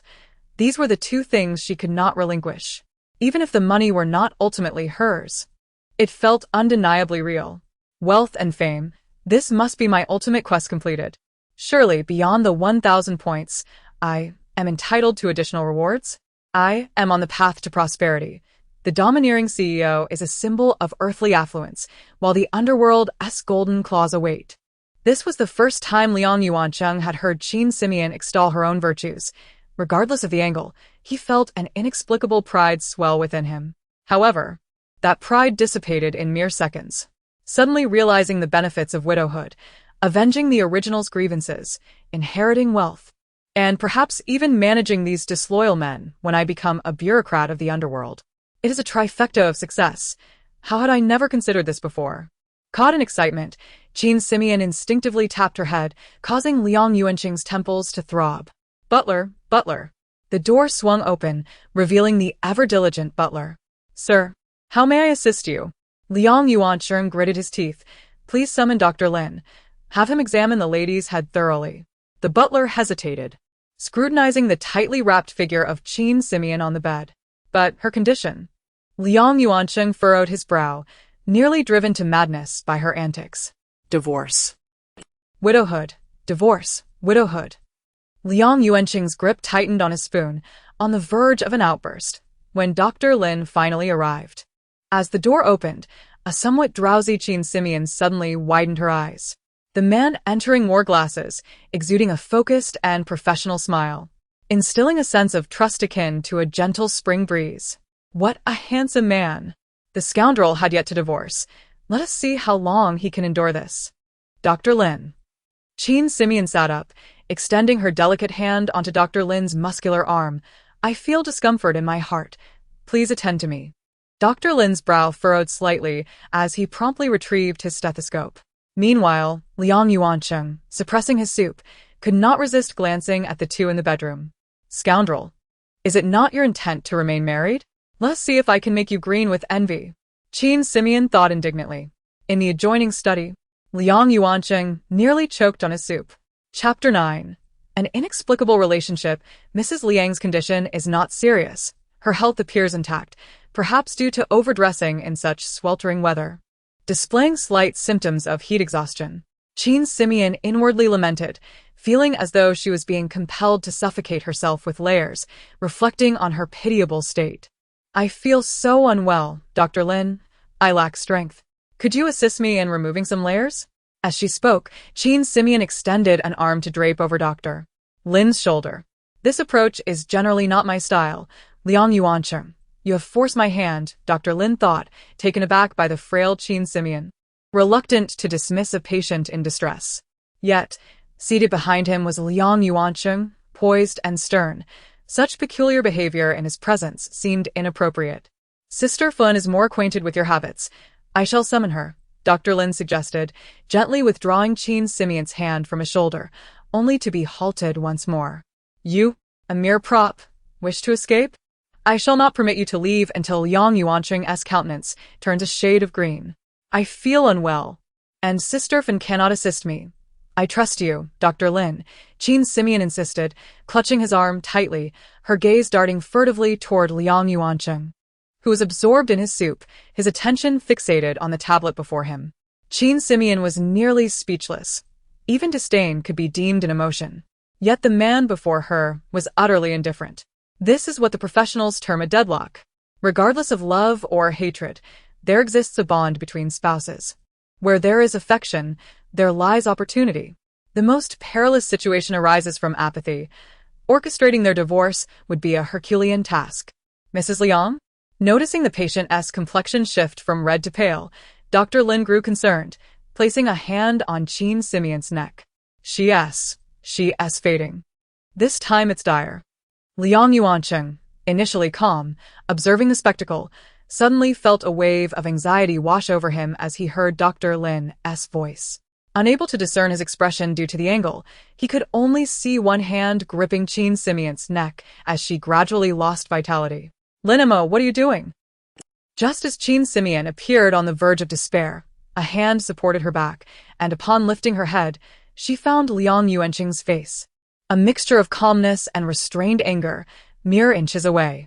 As Qin Simeon stood dazed, Liang's mother entered, her expression shifting from pale to purple upon witnessing the scene. The three entangled in a manner that invited unwelcome assumptions. You. Liang's mother pointed at them, momentarily at a loss for words. Opportunity. This is bad. In unison, Qin Simeon and Liang Yuancheng recognized the predicament, one filled with delight, the other sensing impending doom. Indeed. As Liang Yuancheng reached out to grasp Qin Simeon, she swiftly darted in front of Lin Mo, arms outstretched to shield him. Mother, it is not as you perceive. Dr. Lin merely came to examine my condition. Ah Chung has misunderstood us. You must not fall into the same error. Misunderstand? Unless one is blind. Quickly, compel your son to strike me, berate me, spit upon me. Let him proceed with the divorce tomorrow. Lin Mo stood bewildered, wishing to explain, yet before he could utter a word, Qin Simeon turned, adopting a pitiful demeanor. Lin Mo. It is all my fault. You should leave. This matter should not involve you. With that, she pushed Lin Mo towards the exit, her hand lingering on his arm in a manner that hinted at ambiguity. Qin Simeon. Liang's mother, trembling with fury, exclaimed, "Do you think I am blind? Young Master Lin, your status is unique. I have advised you to refrain from visiting my home. Now, kindly take your leave." Unique status. Could it be that this lad has long had some entanglement with the original? Liang Yuanqing thought, finding himself impressed by her deduction skills, even as he doubted her grasp of the hidden narrative. Lin Mo, brow furrowed, addressed Liang's mother with polite yet assertive resolve. "I am a doctor. Matters beyond my medical duties do not concern me, yet I cannot shirk responsibilities pertaining to health. Since Mrs. Liang is no longer in a critical state, I see no reason to remain. Farewell." Qin Simeon pouted, her visage a portrait of grievance as she waved. "Goodbye, Dr. Lin." Casting a glance at her, Lin Mo softly advised her to rest before exiting. The room fell into an abrupt silence, so profound that one could almost hear Liang's mother's teeth grinding. Qin Simeon said nothing, retreating to Liang Yuanqing's side, gently tugging at his sleeve. The performance had been executed flawlessly, awaiting the eruption of the previous champion of familial strife. "Remove your filthy hands. Do not touch my son." Qin Simeon shuddered, instantly clinging to Liang Yuanqing. He turned to her, and in his snow-like gaze, a glimmer of mischief flickered. "What is happening?" Before Qin Simeon could voice her confusion, Liang Yuanqing suddenly intercepted her, turning to his mother with a tone imbued with warmth. "Your actions have frightened her." Liang's mother, incensed beyond reason, gestured between herself, Qin Simeon, and the door through which Lin Mo had departed, struggling for coherence. She has done this. I was in the wrong. I frightened her." Liang's mother could not fathom how her son, who just the day prior had united with her in animosity, had transformed so drastically. "I did not intend that. I merely wished to remind you that Simeon is timid, and she has been nearly frightened to illness today. Please, do not treat her thus," Liang Yuanqing remarked, gently assisting Qin Simeon to recline. He reached out, tenderly brushing her forehead. His expression, though not directed at her, radiated deep affection. Liang Yuanqing, Liang's mother, witnessing her son's demeanor, was infuriated to the point of physical pain. Qin Simeon regarded Liang Yuanqing, equally perplexed. "What has gotten into you? What has this fool ingested?" Hearing both inquiries simultaneously, Liang Yuanqing could not help but smile, bending down to affectionately caress Qin Simeon's forehead. The two women beside him were at their wits' end. Fool. Beast. Chapter 10. Secrets in the courtyard. In a state of half-consciousness, Qin Simeon noticed Liang Yuanqing sitting on the edge of the bed, his shirt missing, as he engaged in a phone conversation. Instantly, all traces of sleep vanished from her mind, and she abruptly sat up, instinctively lifting the covers to check. Then, she feigned a yawn, cognizant that as his wife, such actions might seem peculiar. "I hope I haven't been discovered. I cannot afford to lose face." Perhaps it was her imagination, but it seemed Liang Yuanqing sensed her thoughts and glanced in her direction. Before Qin Simeon could devise a smooth facade, a piece of clothing suddenly landed on her head. "Quickly change, and come with me to the company," Liang Yuanqing instructed while putting on his shirt and heading toward the door. In the car, an inexplicable tension hung in the air. Qin Simeon felt an unusual pressure, yet she couldn't pinpoint its source. Lin, the driver, remained silent, while Liang Yuanqing stared out the window, a single hand pressed against his forehead, also silent. Though nothing seemed amiss, Qin Simeon felt as if a tight noose was constricting her throat, making it difficult to breathe. What is going on? The icy demeanor is rather intimidating. Is he finally reacting to what happened yesterday? That took far too long. It's all Lin Mo's fault. The calming medication worked too well. I fell asleep before I could act. Why did Liang's old lady have to leave yesterday? My points are at risk. If they don't come through soon, I could be in trouble. Finally, unable to bear the silence, Liang Yuanqing spoke. Through the rearview mirror, Lin glanced at him, nodded, and turned the car down a side alley away from the company. Liang Yuanqing then closed his eyes and leaned back in his seat, lapsing into silence once more. Qin Simeon surveyed the increasingly unfamiliar surroundings and looked at Lin and Liang Yuancheng, her mind swirling with questions. Do these two communicate solely through telepathy? If they claim there's no impropriety, I would never believe it. With his eyes closed, Liang Yuancheng furrowed his brow and cleared his throat. All right, Liang. I'll expedite the process. After another glance in the mirror and a nod, Lin accelerated, and Liang Yuancheng's expression visibly relaxed. Qin Simeon widened her eyes, solidifying her internal conclusion. It's definitely something more than friendship. As his brow furrowed tighter, Liang Yuancheng suddenly seemed to have an epiphany and opened his eyes wide. Something more. That was indeed a thought worth considering. Soon, the vehicle halted in a narrow alley where an antiquated sign hung, and numerous elderly patrons were coming and going. To Qin Simeon's surprise, they had arrived at a breakfast shop. Did the big boss truly dine in such a place? As she pondered this, a kindly grandmother emerged from within. Oh my, it's been ages since you last visited, she exclaimed, approaching Liang Yuancheng with open arms. This is my wife. I brought her to meet you and to enjoy a meal together. Liang Yuancheng introduced Qin Simeon unexpectedly.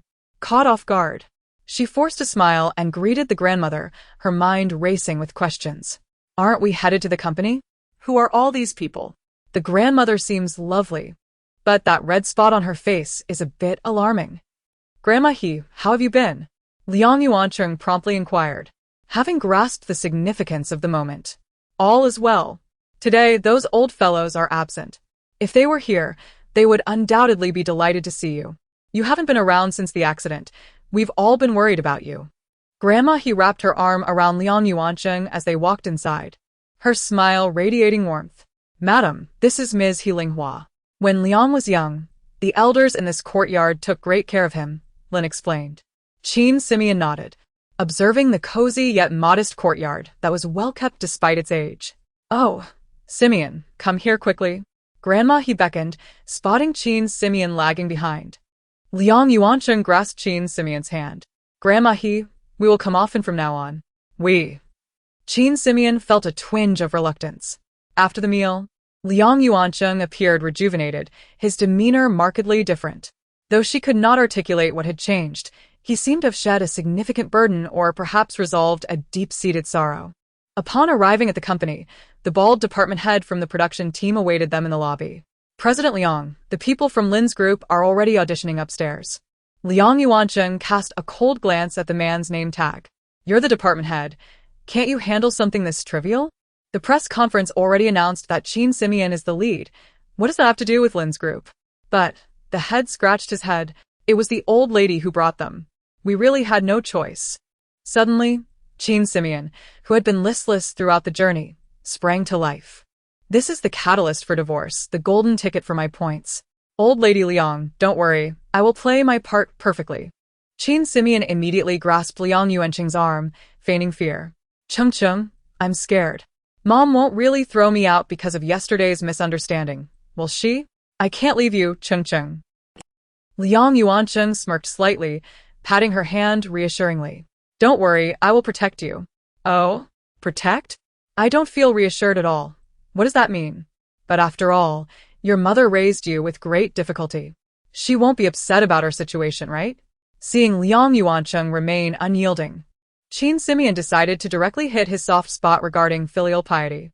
She couldn't believe this man would truly choose his wife over his mother. Unexpectedly, Liang Yuancheng let out a cold chuckle at her words, an icy aura radiating from him. The elevator soon arrived at the 10th floor, and as the doors opened, the bustling atmosphere inside surprised Qin Simeon. Liang Yuancheng's brow furrowed deeper as he surveyed the indistinct faces in the crowd. Suddenly, a familiar figure emerged, striding toward her. Dr. Lin. Qin Simeon exclaimed in surprise. Lin Mo approached with a smile, nodding.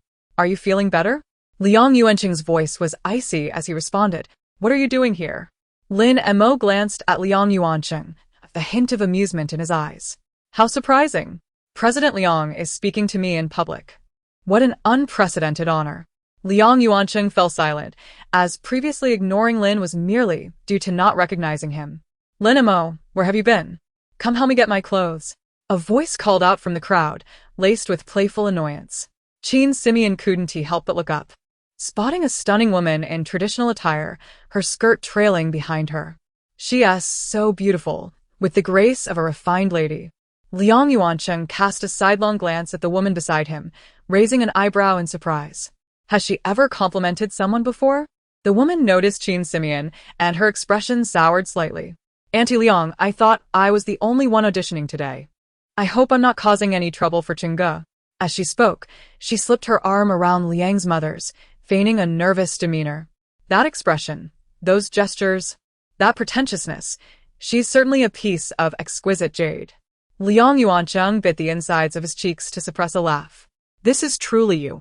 Chapter 11. The competition for the leading lady. Though it was their first encounter, she had already surmised the identity of this individual. The penetrating gaze of Liang's mother, akin to that directed at poison, and her grip on the woman's hand, reminiscent of a mother clutching her beloved daughter, made it abundantly clear that she was the chosen daughter-in-law of the Liang family. Lin Su, the heiress of the Lin family. Liang's mother, witnessing her bold approach and the audacity to invoke her son's name, felt the veins on her forehead throb with indignation. What significance does the press conference hold? Are you not aware of your own worth? As she spoke, she patted Lin Su's hand, which she had been gripping rather painfully. This production is of grand scale, and our company has devoted immense resources to its creation. The selection of roles is determined by merit, not by the frivolities of press releases. Are you angry? Good. I can make you even angrier. Qin Simeon thought to herself with a smirk, immediately drawing Liang Yuancheng into the fray. This man was unwavering. Qin Simeon accepted her fate, but this mother was the sharp blade that could sever their connection. Clinging to the leg of the powerful, one must embrace the leg of such a formidable matriarch. Let me down. Scold me. Scold your son. Hurry. I believe there may be a misunderstanding. I chose Qin Simeon not due to any gossip. Liang Yuancheng interjected suddenly, interrupting Qin Simeon's flow. Without any sign of distaste, he embraced Qin Simeon and earnestly declared, I believe her acting is nothing short of extraordinary. That is why I selected her. Acting? Qin Simeon felt momentarily frozen. What have I performed? How did he discern this? As their eyes locked, Qin Simeon's heart inexplicably skipped a beat. She quickly composed herself and resumed her performance.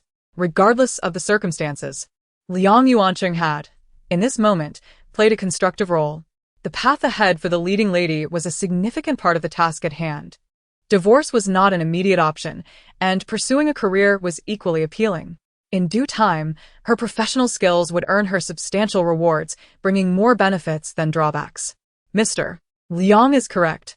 Since Miss Lin has also expressed interest in this role, let the most skilled prevail.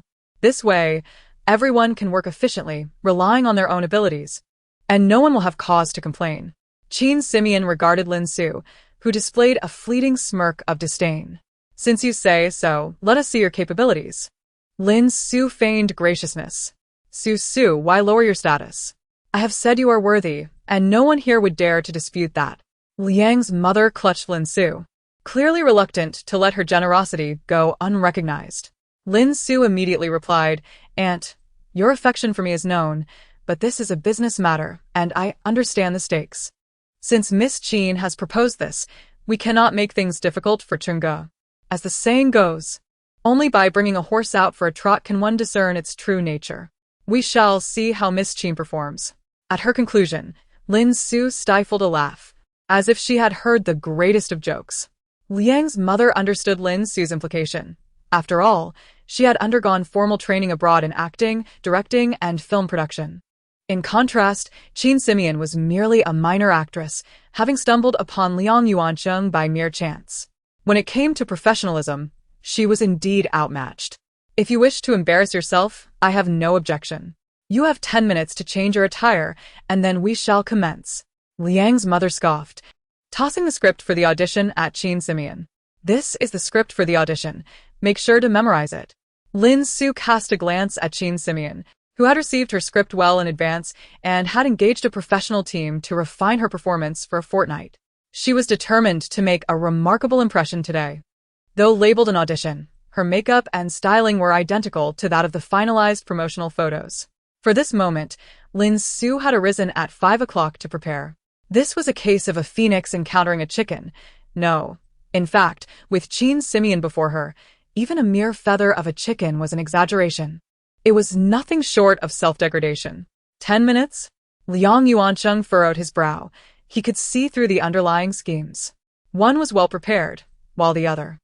He sought to glean Qin Simeon's thoughts, even turning to face her, fully aware that he could not discern her expression. To his surprise, the usually vocal Qin Simeon was now enveloped in silence, her murmurs resembling a chant. Yes, it was akin to chanting. What of the other? She was your designated leading lady. Surely, she had perused her script. Liang's mother, witnessing her son's unwavering support for this vixen, was infuriated, seizing the opportunity to launch a verbal assault. You see how many people are present. 10 minutes is hardly excessive. Shall we make the rest of us wait for her alone? Liang Yuancheng, feeling anxious, urged, Don't overexert yourself, A few words lodged in his throat, surprising even himself. Why was he saying such things? Regardless of who this woman was, they had only known each other for 2 days. Why should he assist her? Qin Simeon patted Liang Yuancheng's shoulder. She was deep in emotional preparation and could not afford any disruptions. She turned and entered the makeup room. Liang Yuancheng stood momentarily dazed, while behind him, Lin Su's fingers nearly dug into her palm in frustration. Let us begin. Liang's mother cast a glance at her son, suddenly declaring, Of course. We are commencing the audition. Are we to stand here waiting for her alone? Liang's mother retorted, turning to take her seat at the judging panel. Lin Su approached Liang Yuancheng, her voice soft and soothing. If Miss Qin were to witness my audition process, she too would feel nervous. This is merely Aunt's concern for her. Liang Yuancheng turned to face Lin Su, who smiled at him, and the features that had been a blur in his mind began to crystallize with clarity. Chapter 12. Competition since you insist. Let the production team take their seats as well. Director Lin handed the scoring sheets to everyone. Liang Yuancheng moved to the center of the table, accepting the golden pen from Director Lin. Casually tapping it against a table, he reflected on Chairman Zhang's words. This was the company's most significant television production of the year, and the selection of the lead roles must be fair and just. The surrounding production team members exchanged glances and, in mutual deference, chose to sit as far from Liang Yuancheng as possible. Hearing her son address him as Chairman Jiang, Liang's mother raised an eyebrow and sat beside Liang Yuancheng. Everyone had heard the president's opinion and was determined to execute it. Let us begin. The individuals around the table glanced at their scoring sheets, the difficulty evident on their faces. It was a fierce battleground, pitting the Empress Dowager's faction against the royalists.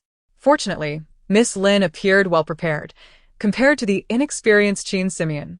Assigning scores to her would likely cause minimal upheaval. As long as the scoring was executed skillfully and did not embarrass Chairman Liang, it would suffice. I have harmed no one. I truly have harmed no one. Why do you treat me this way? In the midst of the awkward atmosphere, Lin Su had already commenced her performance, her expression pitiful and her movements well aligned with the narrative, immediately drawing the audience into the storyline. With tears welling in her eyes, Lin Su gazed at the non-existent scene partner, delivering a nearly flawless monologue. Your Highness, I have forsaken everything to support all your decisions, never once prioritizing my personal gains. Now, you seek my place as princess? Tears streamed down Lin Su's face, soaking her collar. A few female staff members with shallow eye sockets were now also teary-eyed alongside Lin Su. Observing this scene, Liang's mother felt a stirring within. Once, when that woman brought a filthy boy into her home, she had longed to understand the reasoning behind it. In an instant, all emotions were suppressed.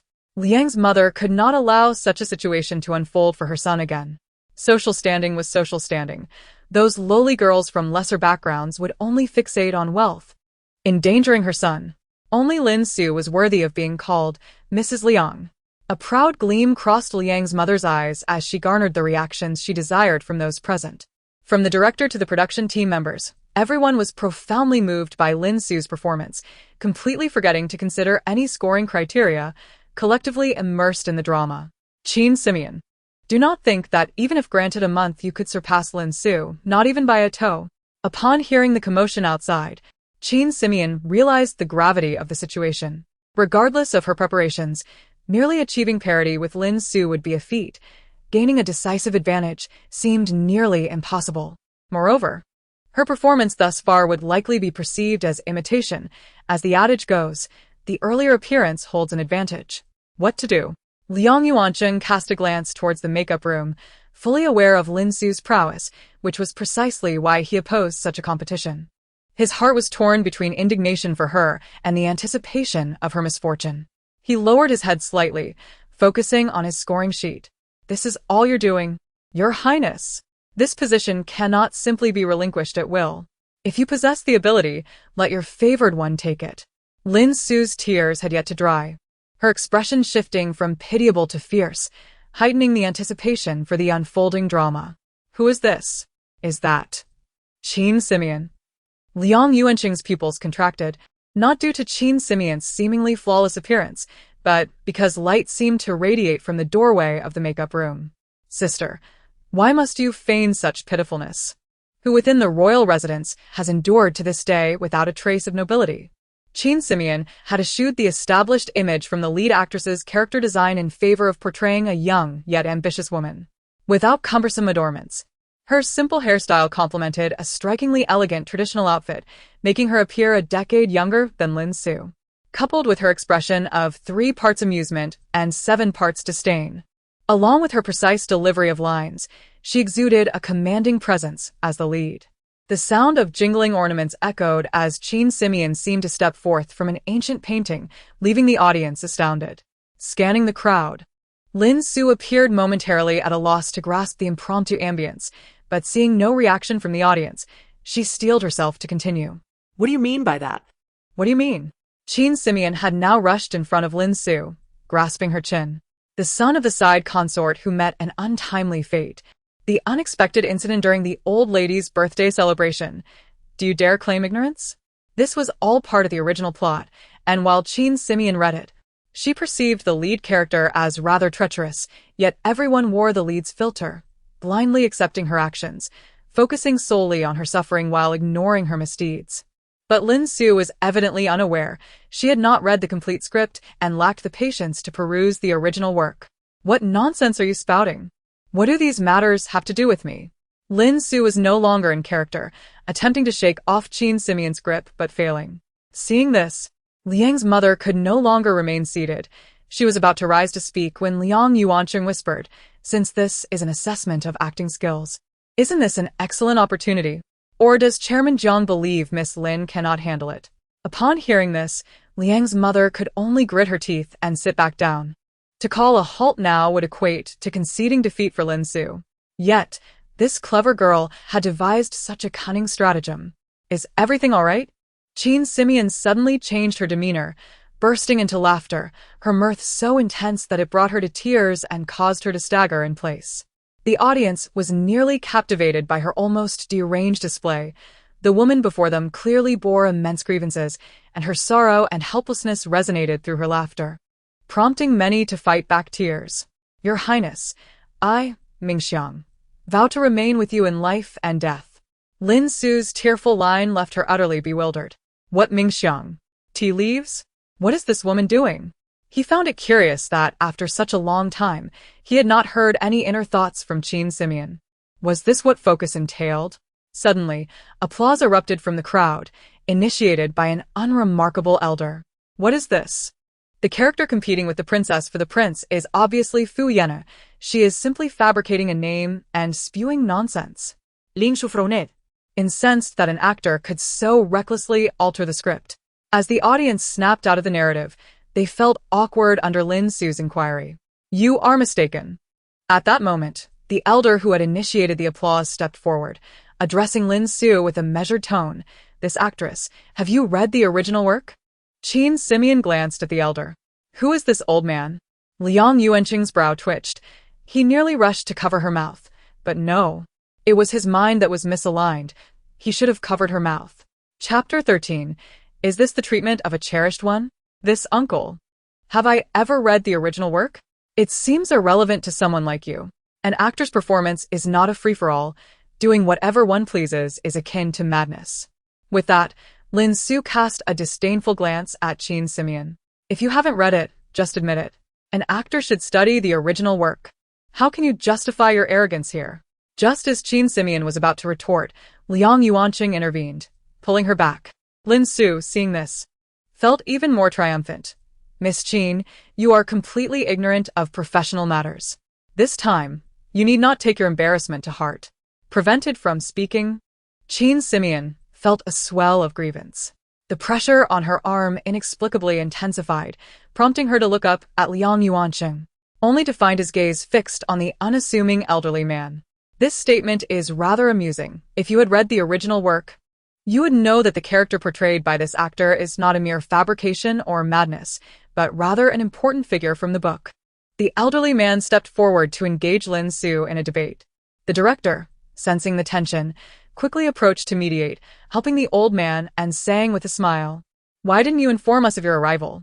Today is the audition day, and I sent you an email thinking you might not want to come again. I do not enjoy overshadowing others, as film adaptations are not my forte. However, I am curious about what faces my work will be paired with, and it seems my visit was not in vain. I witnessed quite a performance." With that, the old man made himself comfortable, joining the judges' panel and taking the seat that Liang Yuanqing had just vacated. Liang Yuanqing's pen had yet to be capped, and 2 score sheets had already been filled out, which the old man casually picked up to inspect. His work, the attendees reacted, gradually comprehending the true significance of his words. He was the original author of Locking the Clear Autumn, Wu Cheng. As a literary giant, akin to a cornerstone of modern literature, Wu Cheng preferred to live in seclusion. It was said that he possessed an eccentric temperament. The rights to adaptations were granted or withheld based on his mood.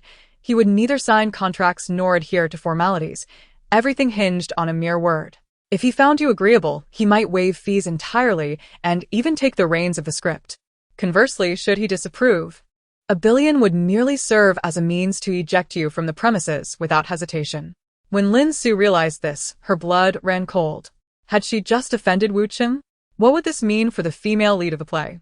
The scoring is quite fair. Well done, Liang. Wu Cheng picked up the scoring sheet, scrutinizing Liang Yuanqing's cursive, frowning slightly.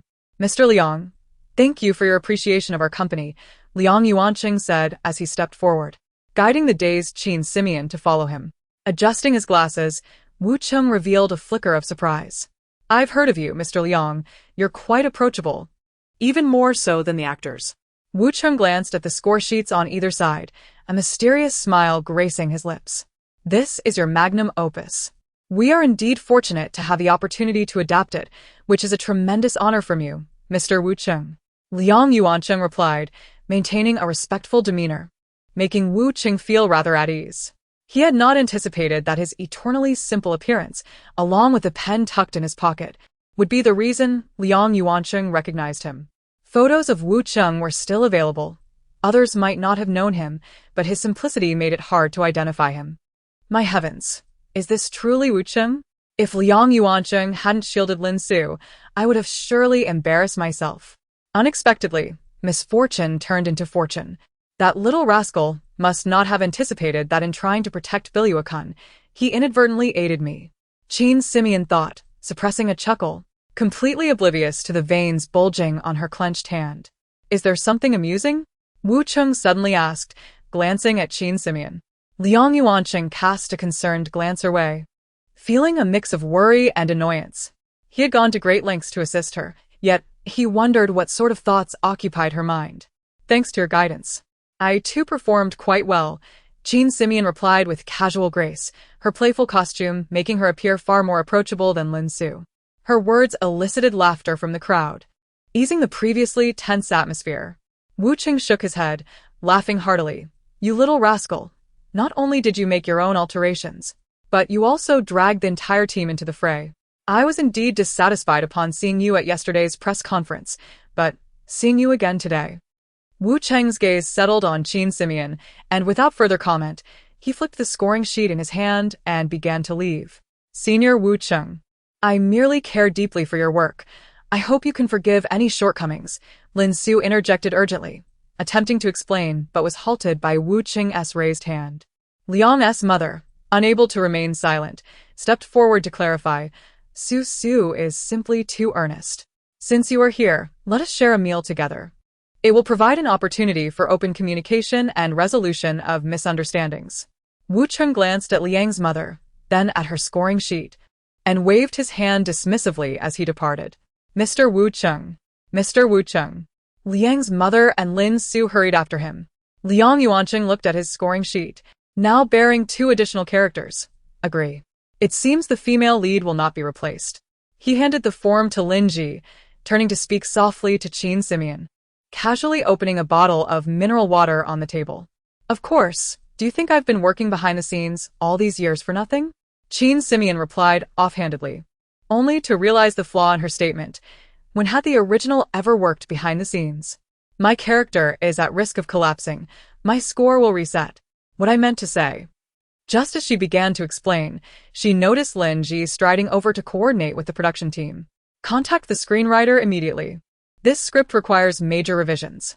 The role of Ming Xiang will be expanded, transforming it into a dual lead format. In no more than 5 days. I want to see the scripts for the first 10 episodes. What just happened?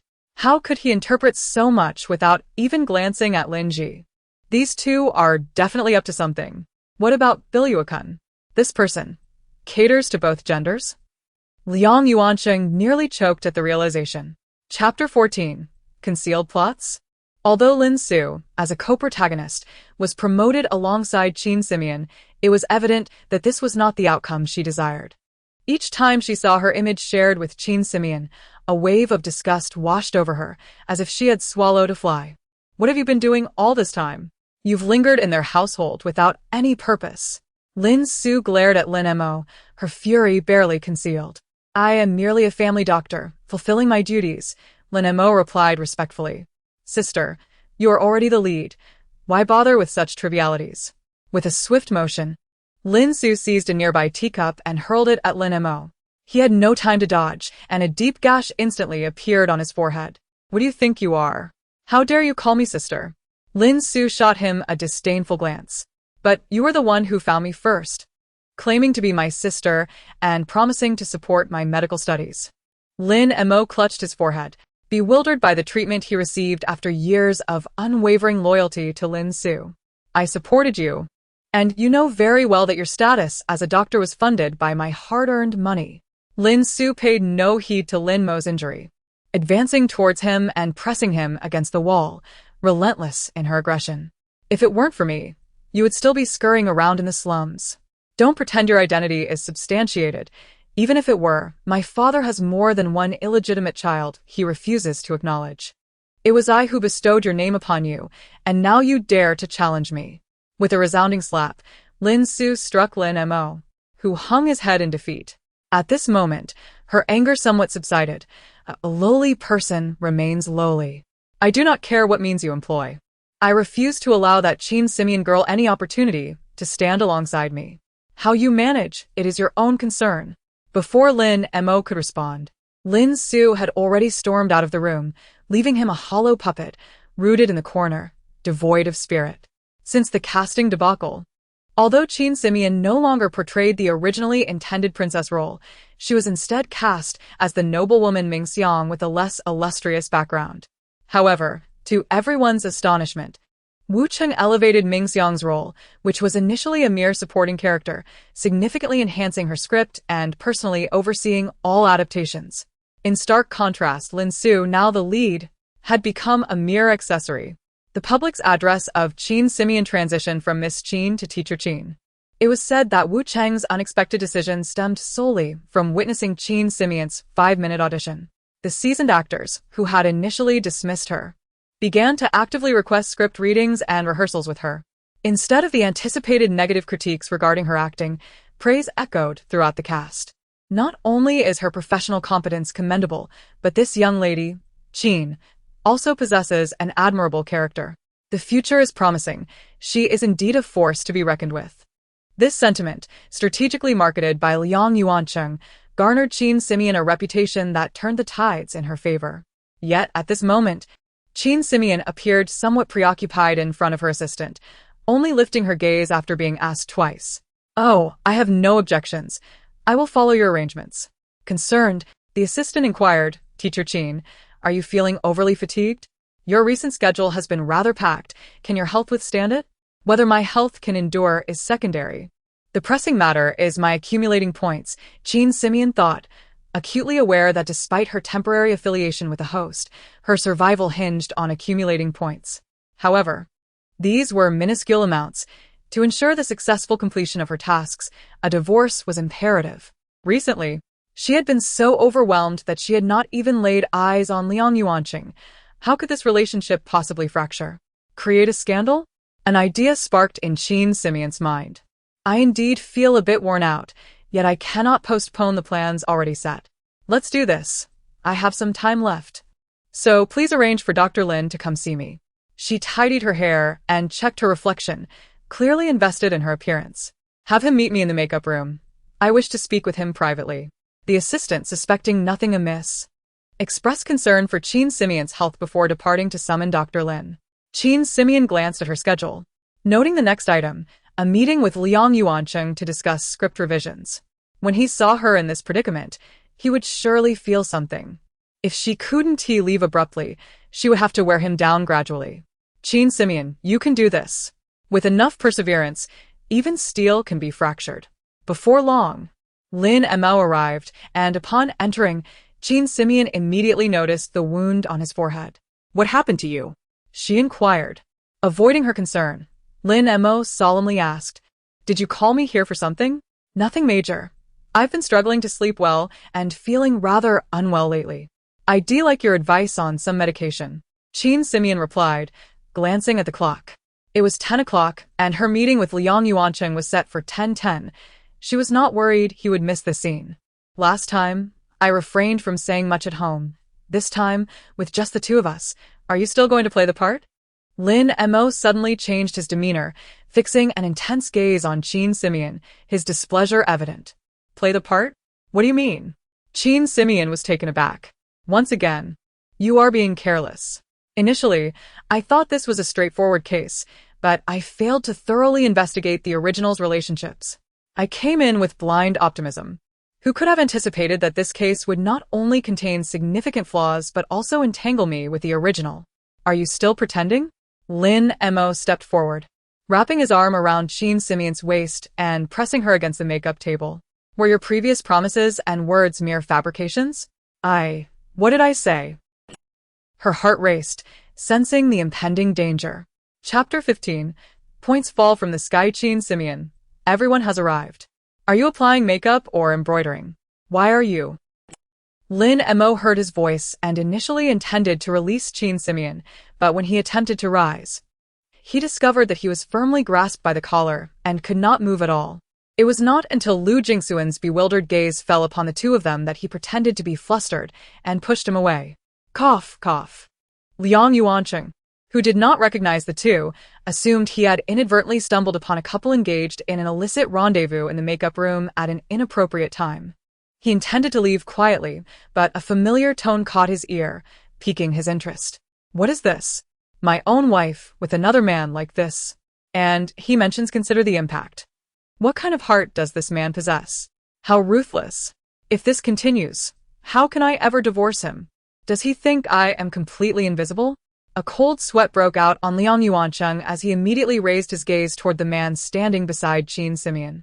Never before had he wished so fervently to clearly discern the other man's features, even for a fleeting moment. His actions were undoubtedly suspicious, making it nearly impossible to avoid raising doubts. Yet, Liang Yuanqing was at a loss for an appropriate response. Any inappropriate remark would only arouse further suspicion. What does this mean, leaving me hanging? Chin Simeon glanced at the frozen Liang Yuanqing at the door, then at the silent Lin Mo, silently biting her lip. Indeed. It is not easy to be the villain. My face is burning with embarrassment. And this Lin Mo is a scoundrel, barging in here to play the rogue. And now that the main party has arrived, he dares not speak. Lin Mo. The alarm bells rang in Liang Yuanqing's mind. He was acutely aware of Lin Mo's identity, but felt it inappropriate to dismiss him after his years of service to the Liang family following the accident. From the beginning, Lin Mo had been an informant planted by Lin Su beside Liang Yuanqing. Previously, it had not mattered, but now, if his face blindness were to be exposed. As a doctor, it was only natural for Lin Mo to notice Liang Yuanqing's abnormalities after being by his side for so long. Initially, he had entertained various theories, vision impairment, retinal degeneration, and so forth, but ultimately dismissed them all. It was only after becoming involved with Qin Simeon and hearing her mention her knowledge of Liang Yuanqing's great secret that, with Lin Mo's help in fabricating a domestic violence case, she could extort a large sum of money and smoothly divorce Liang Yuanqing to be with him. That Lin Mo gradually formed a bold hypothesis. Liang Yuanqing had no vision problems, but was unable to recognize anyone. Today's fortuitous encounter further solidified this notion. After all, no man would consider the impact to his wife, who was being intimate with another man right before him. Thus, he deliberately remained silent, waiting for Liang Yuanqing's next reaction to confirm his hypothesis. However, he never anticipated that Liang Yuanqing, whose eyes had been unfocused, would suddenly fix his gaze intently upon him and coldly speak. "Dr. Lin, there was someone in the corridor just now. I have shown you sufficient courtesy. Now. Do you not owe me an explanation? He recognizes me?" Lin Mo furrowed his brow, momentarily distracted, and by the time he refocused, Liang Yuanqing had already shut the door, transforming the makeup room into a confined space for 3 people. Chung. Seeing this, Qin Simeon proactively sought to appease him. "It's not what you think. I truly did nothing. You must believe me." With that, she put on a teary-eyed, woeful expression. The key to a dramatic performance is to reverse the roles, a little trick taught to her by a master performer in her previous life. Although she never realized her dream of stepping onto the stage, she later found this method effective in her tasks, achieving a perfect divorce rate. "I certainly believe you." Liang Yuanqing gazed at Qin Simeon, speaking with profound affection, leaving her momentarily speechless. What? "Believe you? Have you lost your mind to trust this?" No. "Lin Mo and I have been shamelessly flaunting ourselves before you. What faith do you possess? Are you a sage?" Lin Mo's brows knitted together. If this incident angered Liang Yuanqing and provided him with a reason to dismiss him, he would find himself entirely at a loss, having lost both his wife and his means of leverage. Without having clarified the condition, he could not ascertain why Liang Yuanqing would reconcile with Qin Simeon, losing all his value in the process. Recalling Lin Su's fierce demeanor sent a shiver down Lin Mo's spine. Madame Liang has already stated that it was a misunderstanding. She felt unwell and asked her assistant to call me over while I was conducting an examination, and then you walked in. Qin Simeon pursed her lips. This guy is also a skilled actor. He is already at such an awkward stage, yet he lies without batting an eye. I don't even recall what I promised this fellow initially. By the way, the original self's judgment of men is truly flawed. One is cold. As Qin Simeon's thoughts began to wander, darkness suddenly clouded her vision as Liang Yuanqing covered her eyes. "What?" Before she could break free, Lin Mo's wails filled the air. When the hand covering her eyes was lowered, Qin Simeon could only see him curled up on the ground, clutching his abdomen, his expression contorted in agony. "Ghost."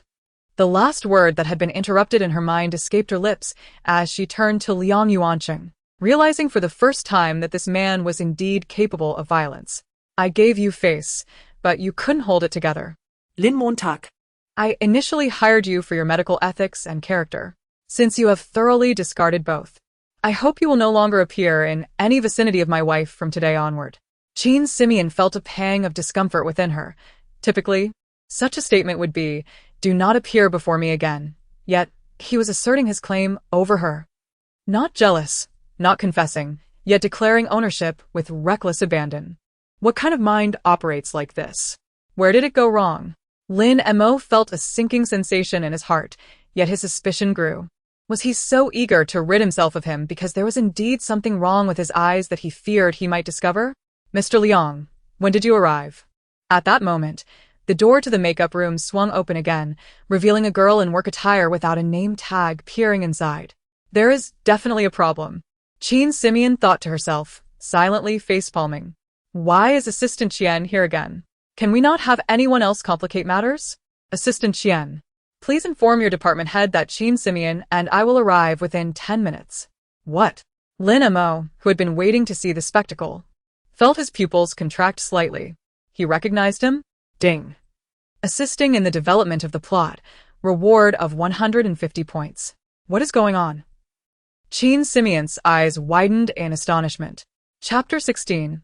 As you said, never to part, he intended to retain her, but, upon extending his hand, Lin Mo realized he had no ground to utter such words. Just like in the Lin family, regardless of the circumstances he faced, what position did he have to oppose anything? Nearly 10 years had passed, and the life Lin Mo once yearned for seemed to drift further away with each passing effort. Follow you? I am not your dog. Why should I follow you? Qin Simian mused internally, yet her face bore a sweet smile. Really? I thought you no longer liked me. Ching Chung, I am so happy. From now on, I will stick to you like glue, never depart even by a millimeter. Fine, follow me, and see if I can drive you insane. Qin Simian had already prepared herself for a prolonged struggle. Since you treat me with indifference, I shall pester you until you find it unbearable. Suddenly turning his head, Liang Yuancheng gazed at the indistinct face before him and leaned closer. Just around the corner was Liang Yuancheng's office, a place rarely visited by anyone but the unfortunate souls who had to meet him. The corridor's light dimmed considerably compared to other areas. After being caught off guard by the sudden intimacy, Qin Simian felt dizzy and realized she might have stirred a hornet's nest today. First Lin Mo, and now Liang Yuancheng. This is the office. What if someone sees us? She feigned a hesitant demeanor, intentionally reminding Liang Yuancheng. You clearly like men. Why do you keep flirting? Can you shoulder the responsibility? Responsibility? Liang Yuancheng grasped Qin Simian's chin. Though her face remained indistinct, as he got to know her better, a stubborn yet somewhat endearing image began to take shape in his mind. He just wondered if she resembled his imagination. Also, I detest untrustworthy individuals. You'd better keep your word. With that, Liang Yuancheng released Qin Simian. What's the matter? She inquired, hastening to catch up. What the heck, are you serious? If we truly never part, wouldn't we be conjoined twins? I certainly wish for that. But my mother doesn't quite like me, especially in the office. Our closeness might upset her. You're the one pushing me. If I don't bring up your mother, it seems I can't deal with you. Liang Yuancheng raised an eyebrow and, after a faint smile, continued. I'll give you half a day to think about it. Half a day? Half a day for what? You aren't actually considering a maternal coup, are you? What is this guy scheming? Grandma Yang is a rare ally. He can't possibly have her wrapped around his finger, can he? Understanding? Liang Yuancheng chuckled. Then I comprehend.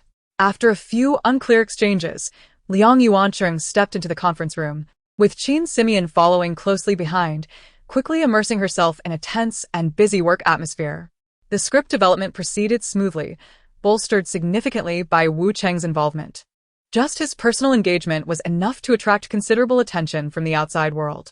Various investigations, interpretations, and speculations emerged, with numerous social media accounts gaining millions of followers by revealing the script of Locking the Clear Autumn and its adaptation process within days. This was both a boon and a bane.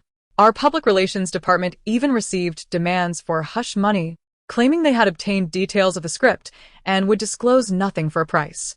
Liang Yuancheng remained silent, quietly observing those present. The production of a drama involves numerous personnel, and although all had signed confidentiality agreements, no one could guarantee that, under the lure of hefty sums, someone wouldn't take the risk. Today's meeting was specifically convened for core members. The leaker was most likely among them. Mr. Wu Cheng expressed his discontent with outside disturbances, stating that the script was not yet finalized. The head of the production department glanced at Liang Yuancheng, hesitating to speak. If we cannot ensure this basic task, he may reach out to other teams for the script. The adaptation rights were a prerequisite for this drama. If another company snatched the script away, it would mean Liang Yuancheng would have to spend a fortune to acquire the rights again. Moreover, given the current situation, the script would undoubtedly skyrocket in price. Such a scenario must never occur. Liang Yuancheng could not glean any useful reactions from the faces around him. This little old man has quite the peculiar temperament. I thought my recent attempts to get closer were successful, yet he issues such severe threats over such trivial matters. Qin Simian anticipated a discussion on the script, brimming with opinions, but the topic quickly veered in a direction where she had no room to interject. Looking around at those present, she pouted. It can't be the screenwriter. It must be someone higher up, someone who understands the overall layout. The production head, having just spoken, nervously fixed his gaze on Liang Yuancheng. Only when he saw no reaction did he cautiously take a seat. After he lowered himself, Qin Simeon noticed Assistant Qian, who had been sitting behind the head. She had no obligation to attend, but was there merely to keep abreast of Qin Simeon's work progress. Why does this little Qian look so sweaty and odd? Liang Yuancheng immediately glanced toward Assistant Qian. The faces huddled together became a blur, making it difficult to discern even who Assistant Qian was at that moment. I usually find this little girl quite honest. It couldn't he possibly be her causing trouble? Could it? Liang Yuancheng squinted at Assistant Qian, who was the only one without a name tag. All right, Liang, I will keep an eye on it. Standing nearby, Lin Zhisher nodded immediately, leaving Qin Simeon utterly astonished. These two are definitely not normal. Liang Yuancheng silently gritted his teeth. Very well, then as you wish. Chapter 17. I can no longer hear her heart's voice. Liang Yuancheng, who had been engrossed in paperwork, felt a twinge of surprise as he glanced at her several times. The sudden silence left him profoundly unsettled. His ears even began to ache, prompting him to finally turn on some music to fill the indescribable void. An hour had passed. Had this individual truly not entertained a single thought? It was inconceivable. Could it be that I shall never again hear Qin Simeon's inner voice? The realization of this possibility stirred a hint of displeasure within Liang Yuancheng. It was not merely the loss of an invaluable companion to navigate his emotions, but also an inexplicable sense of melancholy. Her thoughts were indeed quite intriguing. Liang Yuancheng rationalized his feelings while persistently urging Qin Simeon to ponder something, testing whether his abilities still remained intact. You were present during the meeting today. Do you suspect anyone among us? Qin Simeon felt utterly numb. She had never imagined that a day in the life of an executive president could be so intensely demanding. Although her involvement in various matters was limited, simply trailing him around had left her utterly exhausted, longing to lie down and indulge in a peaceful slumber. Now. Even the impulse to sleep had evaporated, and her mind felt like an emptied glass, transparent, hollow, with nothing left to conceal. I am thirsty. Please fetch me a glass of water, Liang Yuancheng remarked, increasingly anxious as he realized he could no longer hear any thoughts from Qin Simeon. Typically, when he asked her to perform such trivial tasks, she would feign a cheerful demeanor while internally lamenting endlessly. Am I without hands and feet? Truly a young master. You might think we're in feudal society. Even a maid deserves compensation, wouldn't you agree? However, today was different. Qin Simeon stood up, retrieved a cup from in front of Liang Yuancheng, and turned to fetch water, while he remained engulfed in a profound silence, hearing nothing at all. It was a pity that he had only just begun to appreciate the benefits of this ability, only to find it slipping away. A voice echoed in his mind. Then Qin Simeon is of no use. It is time to divorce. Liang Yuancheng straightened his posture, as if he had just received shocking news. Yet, he had initially intended to divorce immediately. Mr. Liang, Mr. Liang? A series of knocks resounded at the door. Lin. The steward stood at the entrance, wearing an expression of rare confusion. Is there a significant matter at hand? Liang Yuancheng had only seen this look on Lin's face once before, just prior to his decision to divorce Qin Simeon. Nothing to worry about. Liang Yuancheng quickly adjusted his demeanor, accepting the documents handed to him by Lin, yet the feeling of incompleteness within him remained unchanged. We have uncovered some leads. We deliberately made a grand show of it. Those who leaked information will likely be more cautious, Lin reassured him, noticing that Liang Yuancheng still seemed troubled. Yet he misjudged the source of his concern. Good day, madam. Lin greeted Qin Simeon, who stood frozen for a moment. Immediately, the silence around Liang Yuancheng shattered like a dam releasing water, causing him to instinctively cover his ears. My heavens, is that Lin, the eloquent steward? He has finally come. Since the conclusion of the meeting, this perverse Liang Yuancheng has not allowed me a moment's respite. Lin, you are a true hero. Your daily endeavors are beyond comprehension. Now that you are here, I can finally be liberated. I am utterly exhausted. This day has drained me to the core. The last 4 words were tinged with a hint of tears, leaving Liang Yuancheng astonished. Could it be that Qin Simeon had been overwhelmed by her own exertions? In that moment, Liang Yuanqing suddenly grasped the ambiguity of the situation. Although no one could hear his thoughts, his expression betrayed his unease. Lin observed Liang Yuanqing's demeanor with curiosity, only to be jolted when he turned to see Qin Simeon's face light up like that of a long-lost relative. You have finally arrived. Mr. Liang is exceedingly busy. He requires your assistance. You cannot simply vanish for half the day. He cannot manage without you. Not for a single moment. Spare me the pleasantries. Assist Mr. Liang in alleviating his burdens. I can no longer endure. I must sleep. With that, Qin Simeon bounced into the bedroom, smiling as she closed the sliding door behind her. Before leaping onto the bed, Madam is truly youthful at heart, Lin mused, searching for a positive interpretation amidst her erratic behavior. Liang Yuanqing suppressed a smile, the earlier gloom dissipating as he swiftly coordinated with Lin. Thus, Assistant Qian indeed has some suspicious elements, Liang Yuanqing remarked, putting away the documents as he focused on uncovering the mastermind behind the scenes. Lin agreed, sensing that something was indeed peculiar about Liang Yuanqing today, perhaps related to his wife. Madam is also rather strange. Her comments about Mr. Liang being unable to function without her were utterly perplexing. I shall take my leave to attend to matters, Mr. Liang. Do rest early. Despite the awkwardness, Lin dismissed the thought and was about to exit when the old butler entered. Sir, have you completed your work? The old madam has arrived. I informed her you were occupied with official business, but she has been waiting for a while. Lin silently shook his head, understanding the difficulty of being caught between Director Wu and Mr. Liang. Yes, Lin replied with sympathy, watching the butler leave, seemingly at a loss.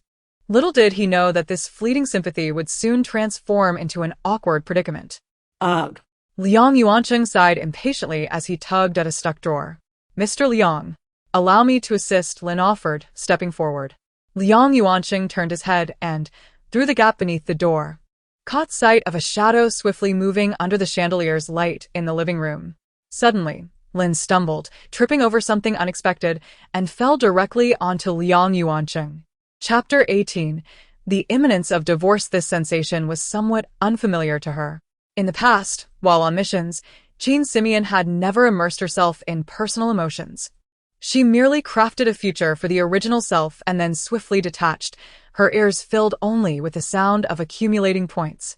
However, this time, she was not only compelled to bind herself to the original self, resulting in an indefinite duration of the task, but personal emotions were intricately woven into every decision she made. Like a fleeting dream, she momentarily forgot her own identity. In the realm of the dead, she had encountered an old specialist who had not been granted a position for over a century. He often drank himself into a stupor by the river of forgetfulness, repeatedly reciting a couplet of poetry. Qin Simeon, you are not her. You still have a position beckoning you. You cannot lose yourself here. Having changed her clothes, Qin Simeon opened the door, only to be startled by the sudden appearance of the elderly butler. What brings you here? She inquired. Before the master departed, he instructed us that you were exhausted and that we should not disturb your rest, regardless of what transpired, he replied. Qin Simeon glanced at the trembling legs of the old butler, her heart softened. So, something has happened? The old lady wishes to see you. At those words, Qin Simeon's brow twitched. Indeed, the teachings from her professional course about sincerity and tranquility yielding wisdom rang true. Merely reflecting on her situation had summoned an opportunity. Mama Liang, the catalyst for my mission, the golden hand of points, I am coming. The elderly butler, under the impression that Qin Simeon would instinctively refuse the summons, was taken aback when she boldly strode forward, oblivious to the whereabouts of the old lady, and descended the stairs. Are you fleeing or going to meet her? The butler halted in his tracks, observing Qin Simeon already in the living room. Of course, I'm going to see my mother, Qin Simeon declared, excitement coursing through her. This way, please. The butler gestured, guiding her to the reception room on the first floor. Mama Liang had been waiting for quite some time, and her mood must surely be dismal. Qin Simeon silently resolved to act pretentious, annoying, and disrespectful, striving to diminish her standing in the eyes of her mother-in-law by another 100 points. In due time, this champion of familial rivalry would undoubtedly find myriad ways to eject her from the household.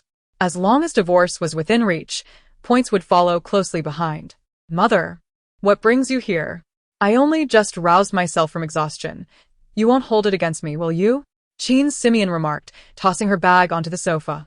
Leaning casually to one side, idly playing with her nails, and without once lifting her gaze to meet Mama Liang's. The old butler was left astounded by her demeanor. Madam, the mistress drank too much yesterday. She did not mean it. She is not usually like this. Despite the earlier uproar of divorce threats and police involvement, the old butler had discerned that the master still cared for the mistress. Regardless of the reasons, he could not allow the recently calmed domestic atmosphere to be disrupted once more. You need not speak on my behalf. This is simply who I am. Unfortunately, Cheng Cheng appreciates me this way. The more genuine I am, the more he loves me. The old chairman had passed away, and although Mama Liang was not young, she remained a widow. In this moment, to showcase her only son's love for her, she intended to strike at her mother-in-law's heart. You? The butler was bewildered. How could such a typically polite person be acting so uncharacteristically today? You are tired? How did you become so exhausted? Mama Liang inquired, surprisingly posing this question. Qin Simeon seized the opportunity. Naturally, Cheng Cheng's love exhausts me. Would you like to hear more details? The butler could no longer endure her antics. He nodded and exited, promptly dialing Liang Yuanqing's number. Normally, he would refrain from interrupting Liang Yuanqing during work hours, but today was an exception. He had been tasked with mediating between the old lady and the mistress, yet with Qin Simeon's current behavior, it seemed a physical confrontation was imminent. What's going on? Liang Yuanqing's voice came through the receiver. Is it that grave? He raised his hand, signaling his secretary to wait, as he stood and moved to the window, a smile playing on his lips. Do elaborate on her actions. Meanwhile, in the reception room, the atmosphere had reached an unbearable awkwardness. Qin Simeon continued to fiddle with her nails, showing no intent to engage with Mama Liang. At last, Mama Liang could no longer contain herself. I deliberately avoided having a Qingxiu today. In truth, it is to have you leave him. You are not worthy of being a daughter-in-law of the Liang family. Pack your belongings and leave at once. Yet, beneath that stern facade lay a hope that they could mend their relationship. Well, the words she had prepared were now out, ill-timed as they were. Qin Simeon's eyes widened in disbelief as she took in Mama Liang's appearance. The once commanding and spirited woman now appeared somewhat aged and weary. Her eyes darkened, as though she had not slept a wink. A sense of unfamiliar powerlessness emanated from her, as if she had aged a decade overnight. Reflecting on the situation, it did seem peculiar. Knowing Mama Liang's temperament, if she were truly at her breaking point, she wouldn't have patiently awaited Qin Simeon's natural awakening. She wouldn't have refrained from storming upstairs to rouse her. What had transpired in merely one night? Before Qin Simeon could ponder further, Mama Liang stepped forward, grasping her hand, startling her. I was unaware of the struggles within your heart. Now I comprehend. Child, you have endured much. And I thank you for loving A Chung so deeply, for being able to bear such burdens for him. Mama Liang lowered her gaze, and amidst Qin Simeon's shock, she stifled a sob, wiping her eyes before continuing, from now on, you shall be the only daughter-in-law of the Liang family. Aside from you, I will acknowledge no one else. Rest assured, whatever happens in the future, I will not mistreat you. Qin Simeon stared, utterly unable to grasp the reality before her. Her greatest ally had suddenly turned into an unexpected foe. Mama Liang, what is happening? Sir, this is roughly the situation. I had to excuse myself as it became too uncomfortable, the old butler reported over the phone, anxiously glancing towards the reception room. Fearing that Qin Simeon might be thrown out at any moment. Fear not. They will surely have a fruitful conversation, Liang Yuanqing assured, a smirk tugging at his lips as he hung up the phone. You impudent girl, let us see what you will do this time. Chapter 19. Clinging to the green tea's leg only when her gaze gradually descended and she noticed the black gold card clutched in her hand did she shudder. Tossing the card away. Mian Mian, this is my supplementary card. There are no limits on the amount or frequency. Buy whatever you desire. You are the leading lady now. And appearances matter in everything you consume or use. Please take it. This was indeed excessive. I have done nothing wrong. Ms. Wu Minxia, what has transpired? Who could elucidate what was happening? Qin Simeon cradled her head, engulfed in profound self-doubt. In the car, the driver, Xiaohu, glanced at the haggard Liang Mama through the rear-view mirror. After a prolonged silence, he finally spoke. Chairman Wu, if you truly disapprove of your wife, I could devise a method to have her removed. Don't be ridiculous. Liang Mama, massaging her temples, straightened her posture and firmly slapped Xiaohu's shoulder. Mian Mian is my daughter-in-law. From now on, no one is permitted to utter a single disparaging word about her. Yes, yes. Xiaohu hastily apologized, his mind swirling with confusion. Why had her sentiments shifted so dramatically when she had previously loathed her? Realizing her reaction was somewhat exaggerated, Liang Mama offered a brief explanation of her fatigue before resuming her sighing. Liang Yuancheng tightly embraced Lin Ji, observing the panic that initially marked his expression morph into one of reckless abandon, revealing everything. This child had always been distant, and Liang Mama had attempted to compensate. But no matter her efforts, Liang Yuancheng maintained an estranged distance. Especially after the car accident, despite her vigilant presence at the hospital, losing weight from the sleepless nights.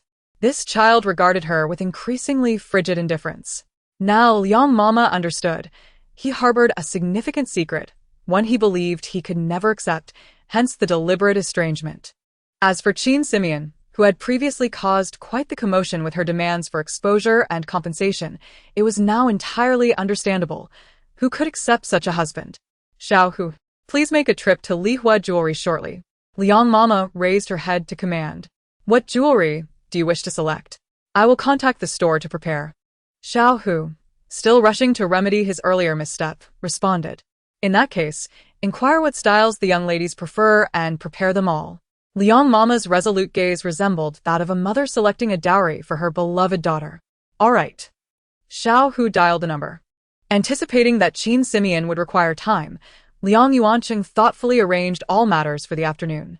Watching her appear as wilted as a frost-bitten eggplant, he felt both pleased and vindicated. What's wrong?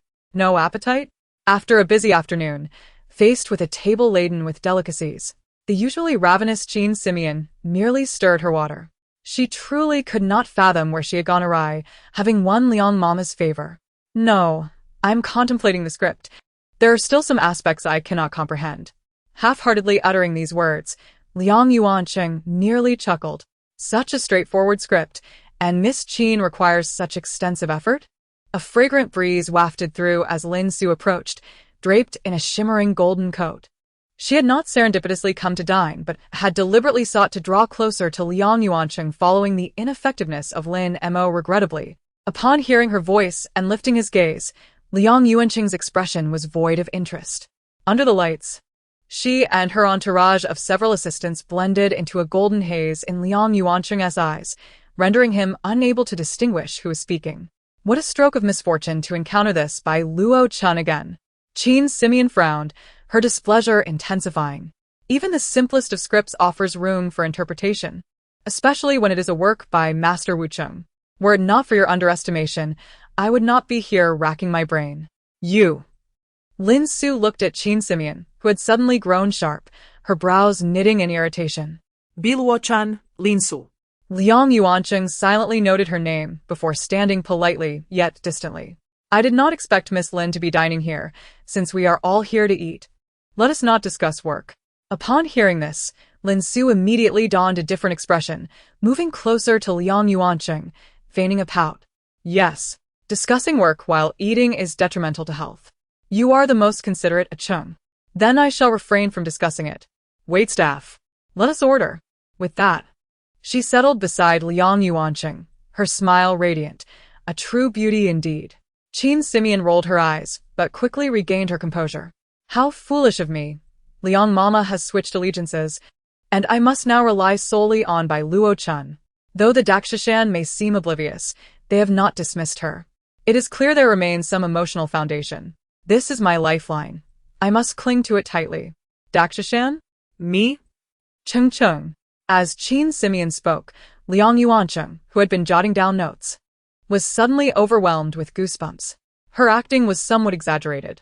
How could she sit here when it was meant to be just the two of them dining? Upon hearing this, Lin Su, like a gamecock responding to a signal, instantly fluffed her feathers. What do you mean? When a Chung and I met, you were still somewhere in the corner eating dirt. We are childhood friends, understand? Qin Simeon flung her fork down, completely disregarding Liang Yuancheng's dignity. Childhood friends? I see you merely wish to climb into Ching Cheng's bed. What do you think my Ching Ching is? Utterly ridiculous. With a single remark, she scolded both of them, fully confident that Liang Yuancheng would not remain unperturbed by her antics. Come now, protect your white lotus. Scold me, confront me. If worse comes to worst, I shall endure a slap. White Lotus, Biluo-chan, Linsu. Liang Yuancheng took note silently, patting Lin Su's shoulder with a gentle reassurance. Your sister-in-law has this temperament. Do not take offense. Are you not hungry? Let us order. Upon hearing this, the two women left at the table were left dumbfounded, with Lin Su, amidst her tears, struggling to find her composure. What is happening? Sister-in-law. What are you talking about? This scoundrel hasn't he heard what I said?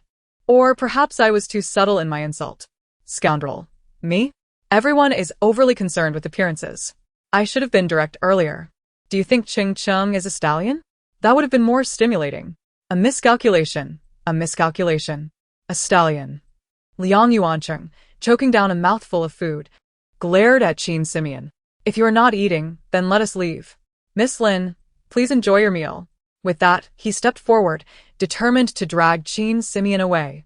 If he allowed her to continue her performance, he genuinely could not fathom what she might turn him into in her eyes. Brother Chung, do you not fear your godmother's displeasure by behaving so intimately in public? Lin Su rose, watching Liang Yuancheng grasping Qin Simeon's hand, her eyes green with envy. How could you treat her this way, when your godmother is aging? This by Luo Chun is clever enough to adopt the role of a daughter-in-law.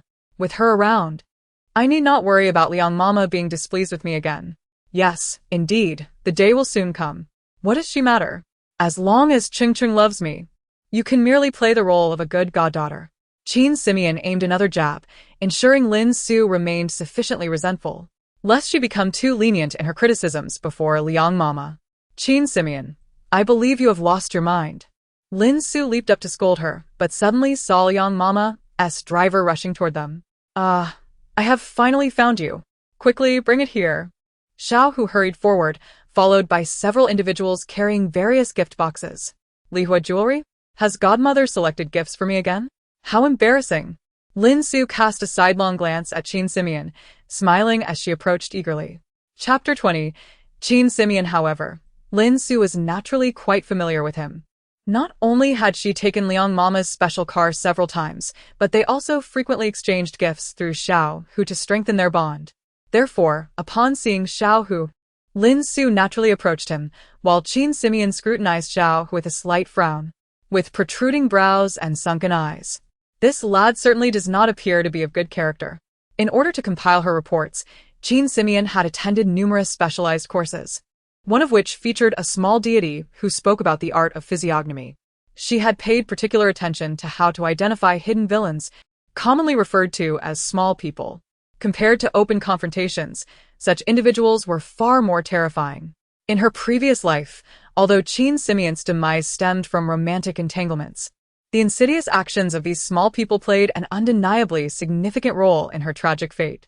Liang Yuancheng observed Xiao Hu, having never heard anyone comment on him in such a manner before. This was partly because Xiao Hu was genuinely unremarkable and partly due to his unique social standing that deterred anyone from offending him. Even based on his attire, Liang Yuancheng could vividly imagine Xiao Hu's appearance. Unlike the memory of Lin Su, which was static, this was a dynamically updated image. Although he knew it was not entirely accurate, it was the first time he could clearly perceive a person since his injury. The impact and exhilaration of this revelation were emotions he could share with no one, compelling him to silently grasp Qin Simeon's hand. Goodness! What on earth does this fellow intend? I am not his pet dog. Is it truly appropriate for him to tug at me so incessantly? The sudden surge of internal complaints caused Liang Yuancheng's fervor to wane. He looked down to find that he had unconsciously gripped the ribbon dangling from Qin Simeon's collar. Coughing awkwardly, he inquired, Xiao Hu, is there something my mother needs? Hastily releasing his hold, Liang Yuancheng shifted the subject with a hint of embarrassment. Xiao, who regarded Liang Yuancheng, momentarily taken aback before responding, the old lady instructed me to bring something over. Would you like to have a look first, President Liang? He took the largest brocade box from his assistant's hands, his excitement almost overwhelming his trembling hands. Previously, Liang Yuancheng had hardly acknowledged Xiao Hu and had not exchanged a single word with him since the accident, let alone called him by name. It seemed that the dynamics between mother-in-law and daughter-in-law had improved, subtly elevating his status within the Liang family. Therefore, Xiao Hu vowed to defend the new mistress's position at all costs. At that moment, Lin Su approached with a bright smile, saying, "Yes, let us take a look together. Brother Ocheng, you should also mention to Auntie not to keep sending me gifts. After all, I am not a member of the Liang family, and it makes me feel quite embarrassed." Upon finishing her sentence, Lin Su opened the box, eager to reveal its contents. "Isn't this for me?" Lin Su both, glancing at Liang Yuancheng before stepping forward again to open the box, asserting, "I should be allowed to see what you're giving Brother Ocheng, especially since the birthday gifts were chosen with Auntie's advice." No. Xiao Hu knew that it did not matter who looked at the gift first. But Lin Su absolutely could not touch it. "Madam, you and President Liang can look together. After all, this is the old lady's heartfelt intention." Xiao Hu stepped in front of Qin Simeon, presenting the brocade box. Having already been drawn into the scene, Qin Simeon felt detached, as if observing a play from behind the camera. The old lady personally selected each piece from the jewelry store. "Please have a look." Xiao Hu opened the brocade box, simultaneously signaling others nearby to bring forth the items. In an instant, the brilliance of jewels enveloped Qin Simeon, dazzling her to the point where she could barely keep her eyes open. "Is this from Liang Mama? What on earth is happening? These diamonds, gold, and jewels are all worth millions. Has this old lady gone mad?" Liang Yuancheng, fully aware of the situation, approached with a smile, lifting the most expensive necklace as if to drape it around Qin Simeon's neck. "This is your mother's acknowledgement of you. Wear it, and you will be recognized as a daughter-in-law of the Liang family." "No, no, no. I cannot wear this. It is not a necklace but rather a shackle, a noose, a death warrant. Wear S by Luo Chun. Why are you silent? Are you a qualified green tea if you do not cry or protest?" Qin Simeon swiftly sidestepped Liang Yuancheng, then boldly turned to the expressionless Lin Su, stating, "I've heard you often receive gifts from my mother-in-law. Could you help me assess how beautiful this necklace is?" Lin Su lifted her gaze, her eyes reflecting a venomous combination of wrath and haughty arrogance that transformed her demeanor entirely. "This girl's gaze is quite menacing. If I were not well-versed in reading people, I might have been intimidated." Qin Simeon continued to exude an air of provocation, though her heart quivered with trepidation. Liang Yuancheng stepped closer, seemingly blocking Qin Simeon's path, and with a hint of reproach said, "Why are you running away? Even if you wish to seek others' opinions, you should wear it first to ask. I've assessed that this necklace is worth over 5 million. You wouldn't be intentionally avoiding it out of dissatisfaction, would you?" Dissatisfaction. Qin Simeon felt like she might erupt, desperately maintaining her persona as a delicate wife. 5 million? Are you trying to buy me? No. I am not worth 5 million. I do not deserve this. Please take back this death token. Listening to the quiver in Qin Simeon's voice, Liang Yuancheng raised an eyebrow and quickly adorned her with a necklace, then led her away from Lin Su. "So, what do you think? Your sister-in-law looks quite lovely wearing it, doesn't she? Lovely." Lin Su gritted her teeth, her icy glare towards Liang Yuancheng revealing her disdain. Unfortunately, the subject of her ire remained blissfully unaware. As Liang Yuancheng moved further away, Lin Su turned to her assistant and uttered a single word, almost squeezing it through her teeth. "Go, now." The assistant bowed his head and exited the crowd, several shadowy figures quickly following him before vanishing into the night. In the parking lot, Qin Simeon stood beside the car, watching Liang Yuancheng place one expensive box after another into the vehicle. She felt as though her neck bore the weight of 1,000 pounds, immobilized and unable to turn. "Ching Cheng, are these gifts perhaps a bit too extravagant? I feel somewhat overwhelmed. Is the old lady trying to bury me in gold? Even that would be a death sentence. I do not want these things. I want a divorce, a divorce. What is this? Help. Save me." Liang Yuancheng, As Liang Yuanqing leaned into the car, he heard Qin Simeon's inner thoughts and immediately looked up. In the parking lot, he found himself alone, with only a door slightly ajar swaying. Qin Simeon. Chapter 21. The soul transfer technique. Initially, the head nurse was somewhat bewildered. Upon being roused, she was astounded by the spectacle before her. Such a gathering of esteemed scholars was rarely witnessed, even during consultations at the hospital. Several nurses adjusted their uniforms as they approached the entrance, where a luxury vehicle screeched to a halt, its presence commanding attention. "Quick, save her!" Liang Yuanqing cried, cradling Qin Simeon as he rushed towards the entrance. Lin, the steward, hastily exited the vehicle but struggled to keep pace with him. "Bring the stretcher, hurry!" The nurses rushed forward, while the emergency doctors found themselves unable to approach. For several experts had already surrounded Qin Simeon, creating an impenetrable barrier. The head nurse turned to see Liang Yuanqing, his body marked with injuries, and quickly approached him. "Mr. Liang, you should attend to your wounds as well." "Don't mind me," he exclaimed, waving her off. "Just save her first. I can't hear her anymore. I can't hear her." "What did you say, Mr. Liang?" the head nurse inquired, observing his dazed expression, suspecting he might have sustained a head injury.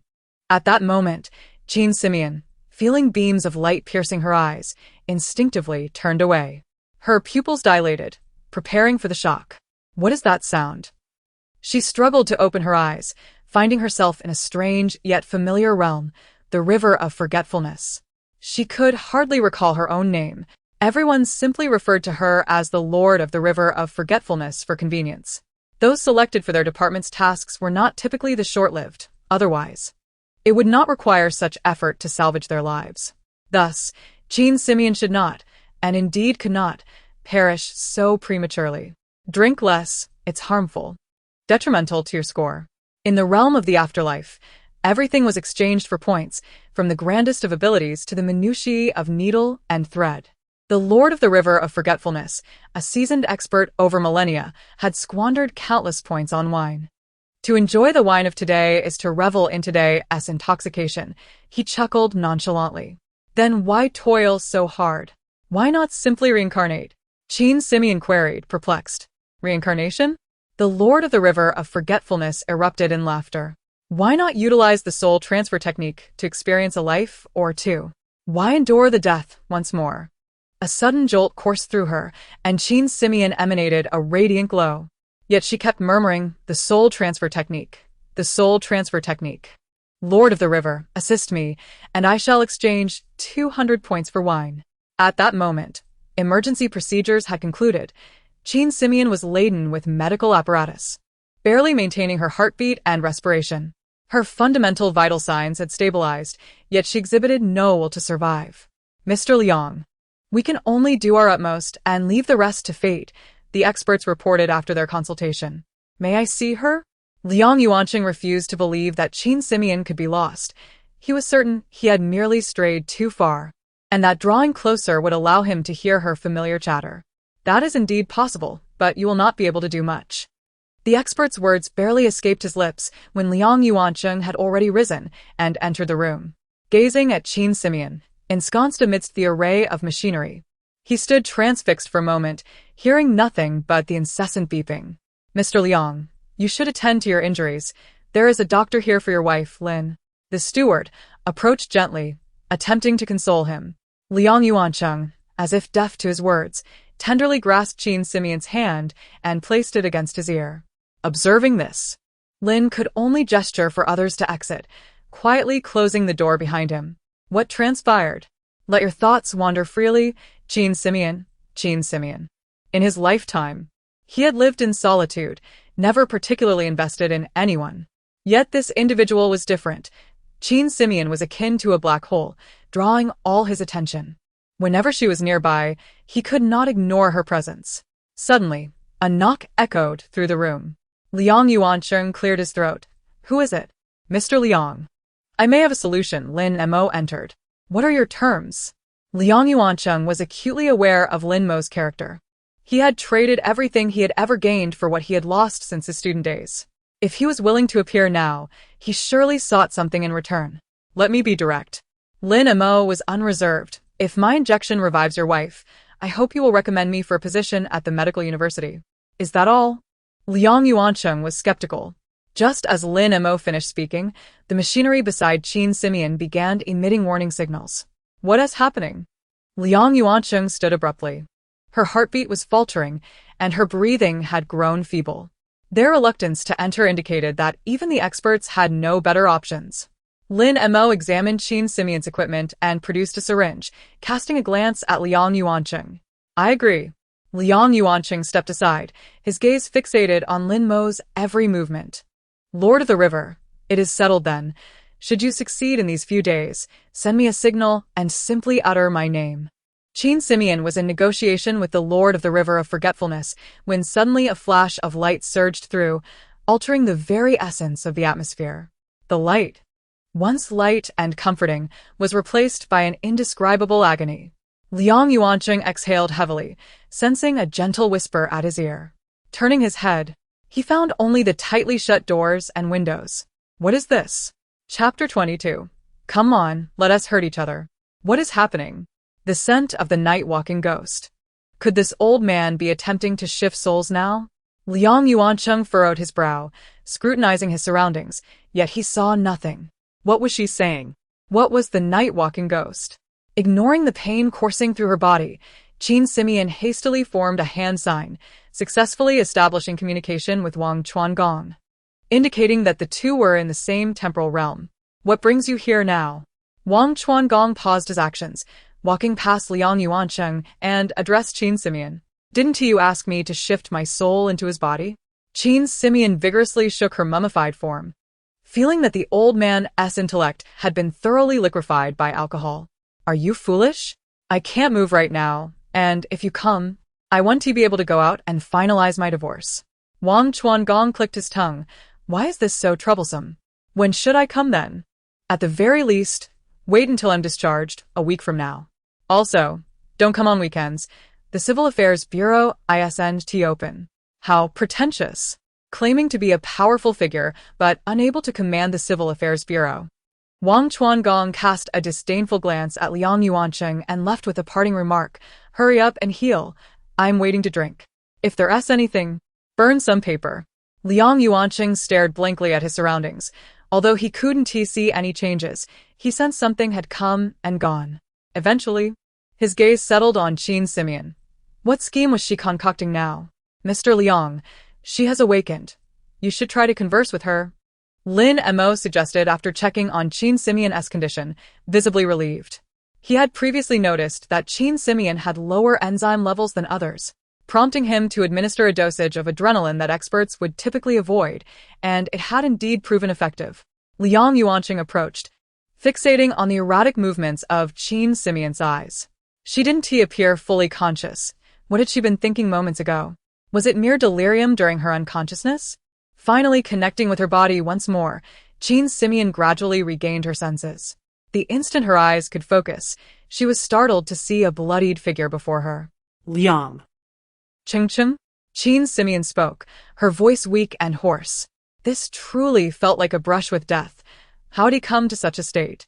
Her heart ached for him. Experts flooded into the room, and Lin Jishir quickly organized the staff to tend to Liang Yuancheng's wounds. Madam, you've finally awakened. Mr.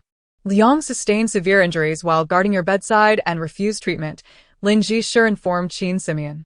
After more than a decade, he had witnessed such irrational behavior from Liang Yuancheng for the first time. He saved me? All I remember is being suffocated for a few seconds before being shoved into a car. Everything else is a blur. How could he have saved me? At that speed, a normal person wouldn't have been able to react. This kidnapping, it couldn't have been him. Ching, are you alright? I'm so worried. Qin Simeon struggled to rise. I must see Ching. I need to ascertain whether his injuries are real. Could it be an act to deceive me? Liang Yuancheng stood up angrily, causing the timid nurse nearby to tremble, a trickle of blood flowing down his forehead. He approached Qin Simeon, his voice stern. Now that you can speak, let us have the police officer come in to take a statement. While your memory is still intact, we should not delay, lest you forget and wrongfully accuse the innocent. Qin Simeon frowned, the pain overwhelming her as she inhaled deeply, gritting her teeth. Mr. Liang, Although the madam has awakened, she remains very weak. Perhaps we should wait until tomorrow. The experts expressed concern. Qin Simeon's awakening had already surpassed their expectations, and they felt uneasy about her being disturbed so soon. Let them in. Liang Yuancheng disregarded their apprehension, calling out to the outside. Beast, cold-blooded, scum. Seizing the opportunity while she still had some strength, he insisted on pressing her for details. Be thorough? The experts advised waiting. Is this even human? I'm in agony. So thirsty. Miss Qin, we are from the district police station. Here are our badges. Could you recount the events of your assault? Well. Qin Simeon gritted her teeth.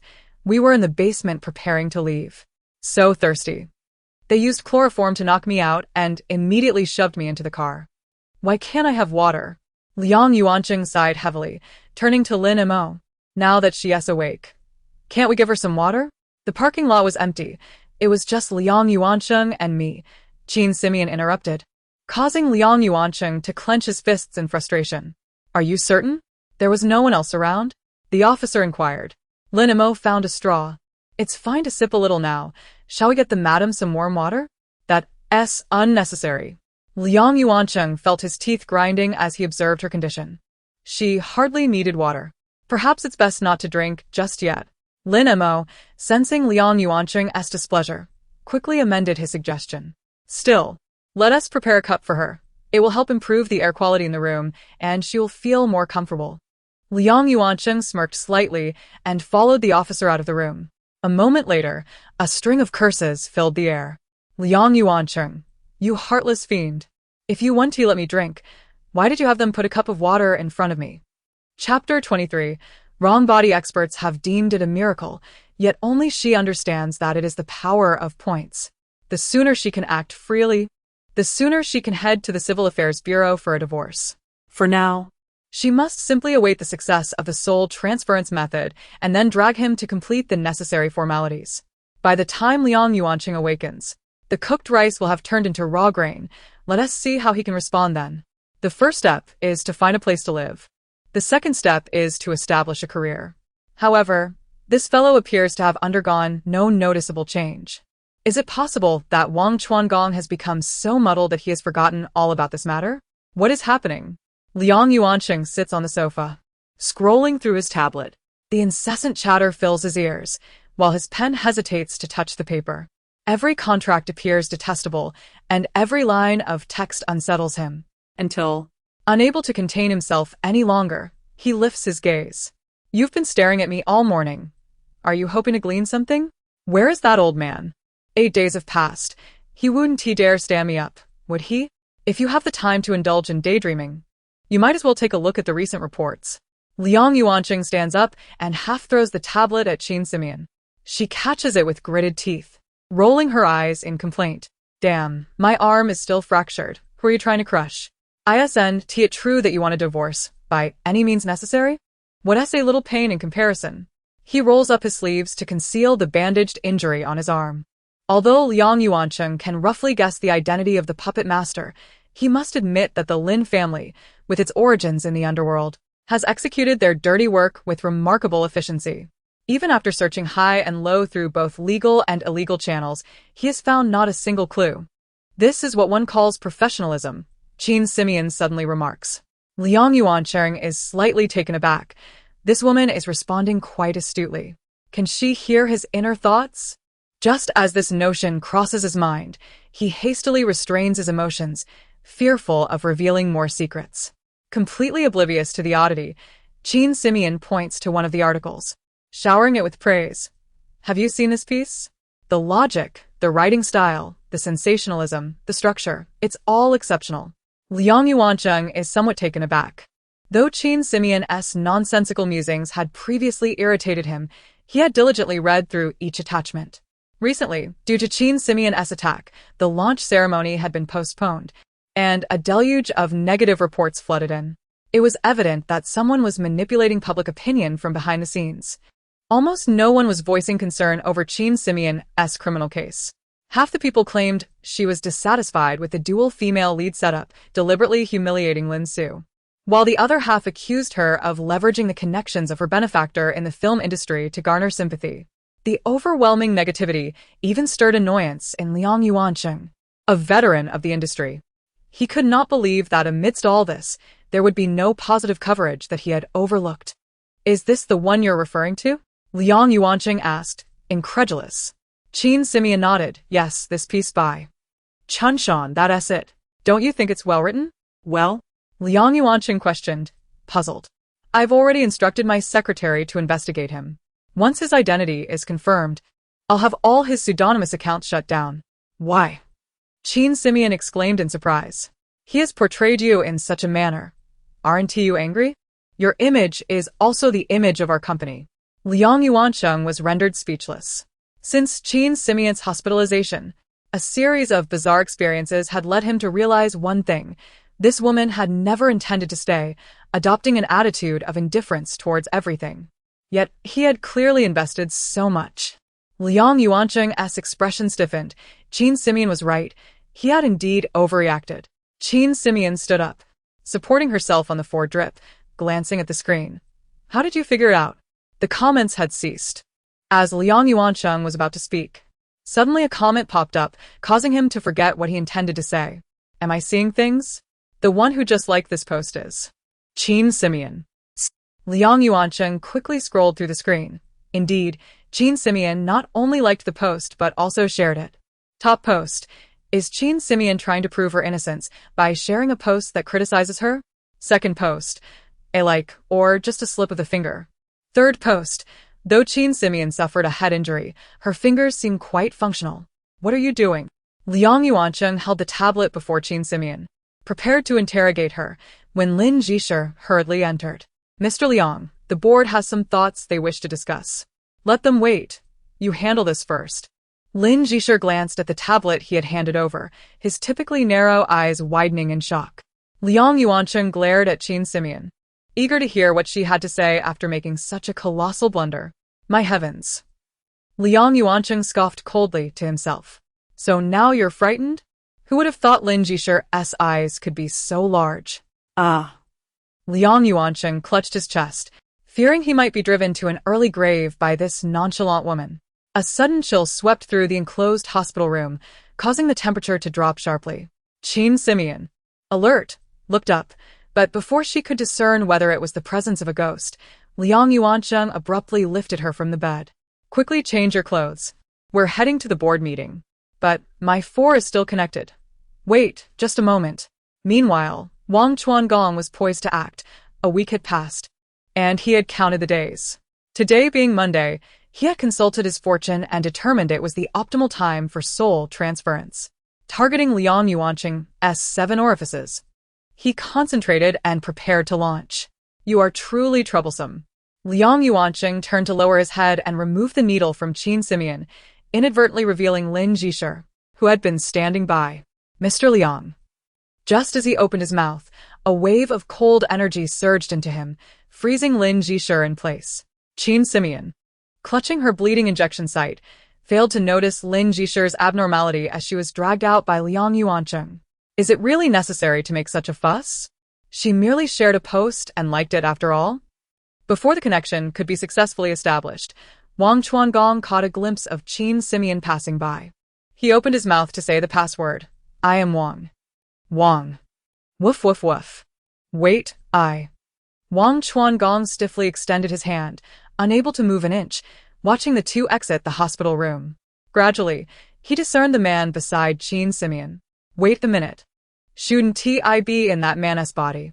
Wang Chuangong looked down at himself, then back up in confusion at the retreating figures of Qin Simeon and Liang Yuancheng. Oh no, I messed up, I wore the wrong body. Listen, don't speak. Just follow my lead, Liang Yuancheng whispered to Qin Simeon as he brought her to the conference room door and pushed it open. What on earth? Is this a press conference? Qin Simeon gazed in astonishment at the throng of cameras and reporters inside. Chapter 24, Another Embrace. My legs are hardly functioning. I've fallen. I've truly embarrassed myself this time. Liang Yuancheng, are you out of your mind, pulling me like this? Upon hearing Qin Simeon's inner exclamation, Liang Yuancheng swiftly supported her waist. Just as she had finished her sarcastic remark, Qin Simeon lifted her gaze to meet Liang Yuancheng's slightly furrowed brow. It felt as though he was observing her, yet simultaneously not. From their very first encounter, Qin Simeon had greatly admired the way he looked at her, a blend of intimacy and distance that perpetually conveyed a sense of polite aloofness. But why did his proximity increasingly set her heart racing? It must be an illusion, surely. Humph, you're frowning. You're the one taking advantage here, aren't you? Click, click, click. The reporters surged forward, eager as if they could attach a machine gun to their camera shutters. Why is this rascal holding me? It would be better if I just fell. Be careful. You're still injured. Liang Yuanqing feigned reproach. The reporters grew even more animated. Qin Simeon wore a cheerful smile, though internally she was fuming. Where is the face you had when you pulled my For the sake of the company's performance, you truly can be shameless. Poor me, a delicate flower, reduced to a mere prop. Liang Yuanqing glanced at Qin Simeon's hand, which bore a noticeable bruise. Now was not the time to be distracted. He composed himself and smiled, signaling everyone to take their seats. I apologize for the wait, everyone. Simeon can't stand for too long. Let us sit down and converse. His words elicited laughter from the journalists, easing the atmosphere and their apprehension. Currently, allegations surrounding Qin Simeon regarding feigned injuries, filing false reports, and flaunting her status were rampant. Even her pet dog had to endure glimpses of such news at home. Rumor circulated that Wu City was already in talks with the Lin family. The press conference held by Shirji Film Industry was evidently a response to an urgent situation, leaving the journalists somewhat anxious about aligning with the wrong side and potentially losing their chance to report on the new drama. Upon hearing a question, Liang Yuanqing nodded, recognizing the speaker as one of their own. He searched for the figure of Steward Lin, only to find him conspicuously absent. He had never faltered before. Where could that rascal have disappeared to at such a critical moment? Thank you for the question, my fellow journalist. As you all know, if Miss Qin had truly filed a false report, she wouldn't be here today. After leaving the hospital, she would have been taken to the detention center. The room erupted in laughter. This notion had crossed many minds but had remained unspoken. Furthermore, please do not pressure the police. During my stay in the hospital, the officers have visited for statements at least 7 or 8 times. They are doing everything possible to solve the case. And investigations are inherently discreet. I wouldn't want my personal circumstances to complicate their efforts. Qin Simeon stood, bowing slightly to the audience. Although she endeavored to mask her pain with a smile, it was evident that every movement was laced with discomfort, particularly her face, still bearing slight bruises that had yet to heal. Who would truly go to such lengths for the sake of publicity? A few began to applaud, visibly moved by Qin Simeon's sincerity. Earlier, some had remarked that her silence amidst the escalating situation was indicative of guilt. Now, however, observing her condition, it was clear that she had been incapacitated in the hospital for quite some time. However, according to my knowledge, after extensive investigation, no evidence of a crime has been found. I wonder if Teacher Qin could provide any clues? After all, as the victim and a first-hand witness, you must have seen some trace of the perpetrators. A journalist in the back raised his hand, not even standing, yet posed a pointed question. Liang Yuanqing silently gritted his teeth. He, more than anyone, yearned to capture those responsible, yet had exhausted all avenues without success. He turned to look at Qin Simeon, recognizing that she bore the brunt of the injury. Even if she was not the embodiment of that fragile shell, she had endured significant suffering. Hearing such inquiries could not leave her unscathed. Though accustomed to malicious attacks, Liang Yuanqing felt a profound empathy this time. Qin Simeon remained silent, simply facing the direction of the inquiry. Although her face and expression were obscured, at that moment, her heart must have been in turmoil. That fellow. Could it be Chunshan? What? Liang Yuanqing was taken aback. He hadn't expected Qin Simeon's initial thought to be this. Instinctively, he followed her gaze. But upon seeing a jumble of faces, he silently surrendered. I was attacked from behind, Qin Simeon murmured, lowering her head, her voice timid. Just a few words escaped her lips before tears began to fall, her entire body trembling. Just you wait. I'll make you regret it. Liang Yuanqing gazed at Qin Simeon, compelled to agree on one point. He had indeed discovered a remarkable actress in her. It's all right, Liang. Simeon lifted her head, her eyes revealing fear, Yet she still forced a smile. The previously bustling atmosphere fell into a hushed silence, cameras trained on the tears in her eyes. Everyone is concerned for me. I am safe now, and there is no need to fear, Jean Simeon affirmed, nodding, whether to reassure herself or to comfort others. On that day, I was attacked from behind in the parking lot. Believing myself to be safe, I never imagined such an incident could happen to me. As she spoke, her voice caught in her throat, and she bit her lip, inhaling deeply. The formerly carefree Chun Shan now sat upright, silently attentive. A freelance writer, he had always penned only what he believed in. Initially aspiring to be a detective, he had channeled that passion into the world of gossip after realizing that dream was unattainable. Though the Lin family had approached him, he had hesitated to write, convinced that Jean Simeon's staged attack was too contrived. Yet now, witnessing the present circumstances, he began to waver. I only recall the scent. They acted swiftly, and I had no time to react before being shoved into a car. When I awoke in the hospital, the doctor informed me that I had narrowly escaped death. And in my days, I thought it couldn't be that serious. Jean Simeon recounted, lowering her head to touch the injured areas on her body. A hush fell over the crowd.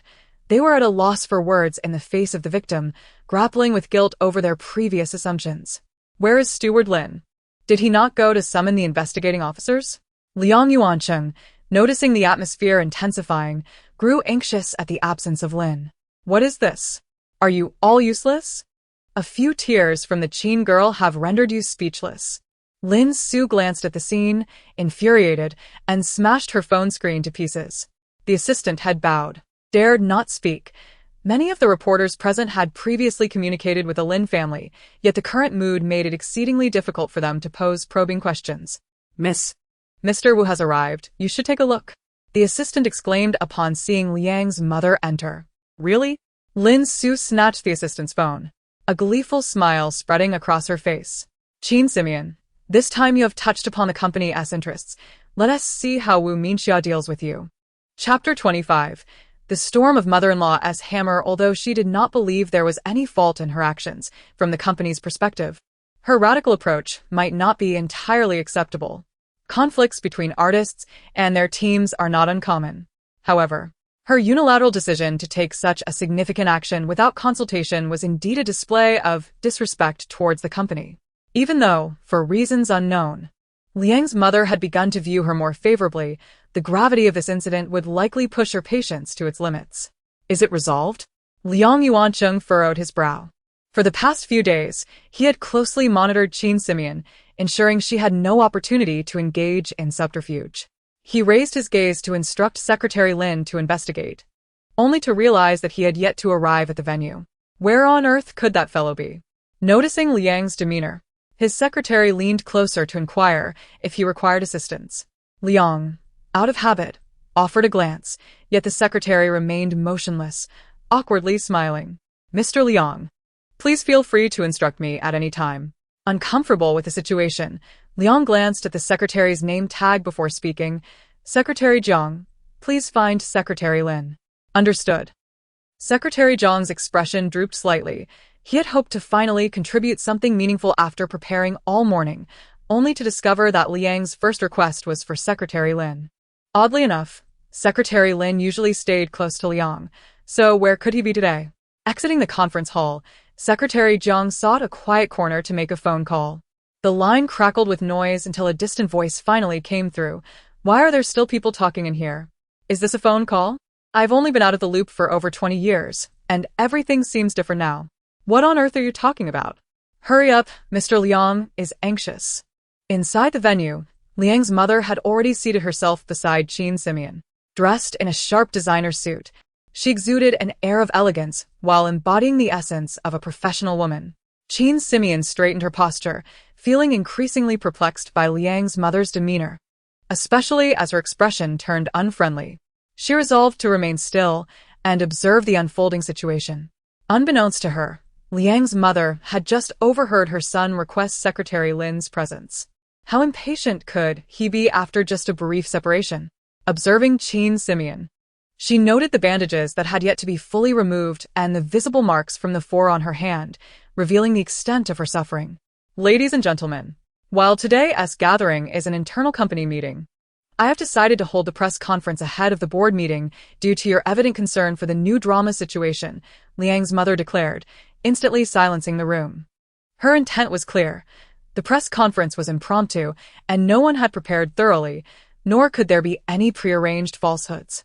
Qin Simeon maintained her composed demeanor, surmising that Liang's mother was eager to distance herself from any prior agreements with the board, likely laying the groundwork for an opinion that would contradict Liang Yuancheng's earlier stance. Qin Simeon, after being so publicly vilified, you ought to lie low. Yet here you are, sharing posts and appearing at the press conference. If you wish for your downfall so desperately, I shall oblige. The atmosphere in the hall shifted as several individuals began to raise their hands and pose questions. Mr. Wu, what are your views on Qin Simeon's injury? How does your company plan to handle artists in similar situations? The rapid change in sentiment caught Qin Simeon off guard as she contemplated how to salvage her reputation, only for Liang's mother to interject first. Your observations are quite valid. I am indeed very dissatisfied with this handling of the situation, Liang's mother stated emphatically, causing Qin Simeon to feel a chill run through her. The divorce was already a foregone conclusion, awaiting only the moment when she would be cast aside, leaving her vulnerable as a professional, unable to withstand Liang's mother's dismantling of her status. It was entirely her fault for being overly ruthless in her pursuit of divorce, thereby incurring the wrath of this formidable woman, who would willingly accept a life stained by scandal and disdain. Such a fate could lead one to despair, transforming personal tragedy into a matter of public disgrace. This simply could not be allowed to happen. Mr. Wu. Qin Simeon turned her head, her mind racing, even casting a glance at Liang Yuancheng, silently pleading for his assistance. The snow mountains are indeed formidable. Your mother-in-law is about to ruin you, and you remain silent. Liang Yuancheng remained unperturbed, steadfast as, the snow mountains. Now you remember that you are my wife? Weren't we supposed to be getting a divorce? At that moment, Liang's mother unexpectedly grasped Qin Simeon's hand, causing her to startle and aggravate her injury. Nian, are you alright? Liang's mother inquired with immediate concern. Tears welled in Qin Simeon's eyes as she gritted her teeth, unable to utter a word. In truth, if you could refrain from speaking so much, I might not be in such distress. Liang Yuancheng stifled a chuckle, turning away to mask his expression as he asked Secretary Jiang, who had just entered, has Secretary Lin been found yet? Upon hearing those words, the veins in Liang's mother's hand visibly strained as she barked vehemently, I am utterly appalled. How could such a thing occur? It's a disaster. A disaster. I've truly shot myself in the foot. Just when one wave subsides, another rises. Qin Simeon closed her eyes slightly, preparing to feign a sorrowful display to maintain her facade. Acceptance. Since taking on this task, Qin Simeon had resigned herself to her fate. I genuinely did not anticipate that Mr. Liang would make such an outrageous decision, allowing the company as artists to appear before the press in such a state. Liang's mother slammed her hand on the table, causing nearby journalists poised for a shot to tremble. Observing the sudden upheaval, Lin Su furrowed her brow, sensing something amiss. Qin Simeon, bewildered, watched Liang's mother, eager to inquire where her loyalties lay. While she vocally condemned Liang Yuancheng and his associates, each word was a pointed critique aimed at the unscrupulous editors who thrived on scandal. Before the live audience, Lin Su smashed her second phone. Qin Simeon, what sort of potion have you fed this old lady? What elixir has she consumed? I cannot possibly be in as dire a state as she claims. Should I pretend? My wounds are healing well. Where is the blood? Gazing at her blood-soaked clothing, Qin Simeon was about to scream when Liang Yuancheng suddenly covered her eyes and pulled her close. Quickly summon a doctor. Secretary Jiang, stop dawdling. Chapter 26. On the withering of the language of flowers, the elevator was crowded, and Chunshan lingered at the rear of the throng, lost in thought. He had always prided himself on his discernment, believing himself impervious to the allure of wealth or any form of influence, committed solely to the truth. Yet this time, was it possible he had erred? How's it going, little steel cannon? What do you plan to write about now?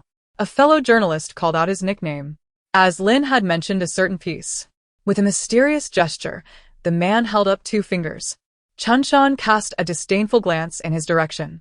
The elevator's here. You go ahead. I need to use the restroom. Watching Chuanshan's retreating figure, the man muttered under his breath, what's he so smug about? It's not like Qin Simeon just published his article. Everyone's chasing after money. What is the point of being so high-minded? Before long, Chuanshan found himself alone in the stairwell, silently pressing the button to descend in the elevator. Just as the doors were about to close, Qin Simeon rushed in. Perfect timing. Ignoring Chuanshan's surprised expression, she forced her way into the elevator. Noticing her arm concealed beneath her clothing, Chuanshan awkwardly averted his gaze. I'm busy. I don't have time for whatever you want to say. I understand, Qin Simeon replied with a gracious smile, deliberately positioning herself so Chuanshan could not see her freshly stitched arm. I just wanted to chat with you on the way down. It won't take up much of your time. Clearing his throat, Chuanshan realized he could not escape her presence and had to endure the conversation. As the elevator reached the ground floor, she pressed the button for the 25th floor, cheerfully stating, I simply admire your writing and wanted to have a word. Take care. Is that all? Chuanshan was taken aback, staring blankly at the elevator doors before slowly departing. You just had your wound restitched. Are you out of your mind?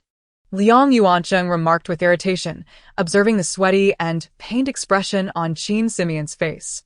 The reporters have long since left. You want to catch Chuanshan now. You all worry too much. I'm fine, Qin Simeon retorted, casting a glance at Liang Yuancheng. You're mistaken. I've already seen Chuanshan and said what I wanted to say. Do you really think you understand him? That type of person would never follow the crowd into an elevator. He'd surely be the last to leave. You've only met him once, yet you seem quite knowledgeable. Liang Yuancheng's tone was indifferent, and even he was surprised by the sarcasm in his own words. Liang's mother approached, slapping her son on the back of the head. Why can't you speak properly? Her sudden and forceful demeanor startled Qin Simeon, causing her to retract her neck. You scared me. I thought you were going to hit me. This mother-in-law is great. Can I just have her without the husband? How dare you?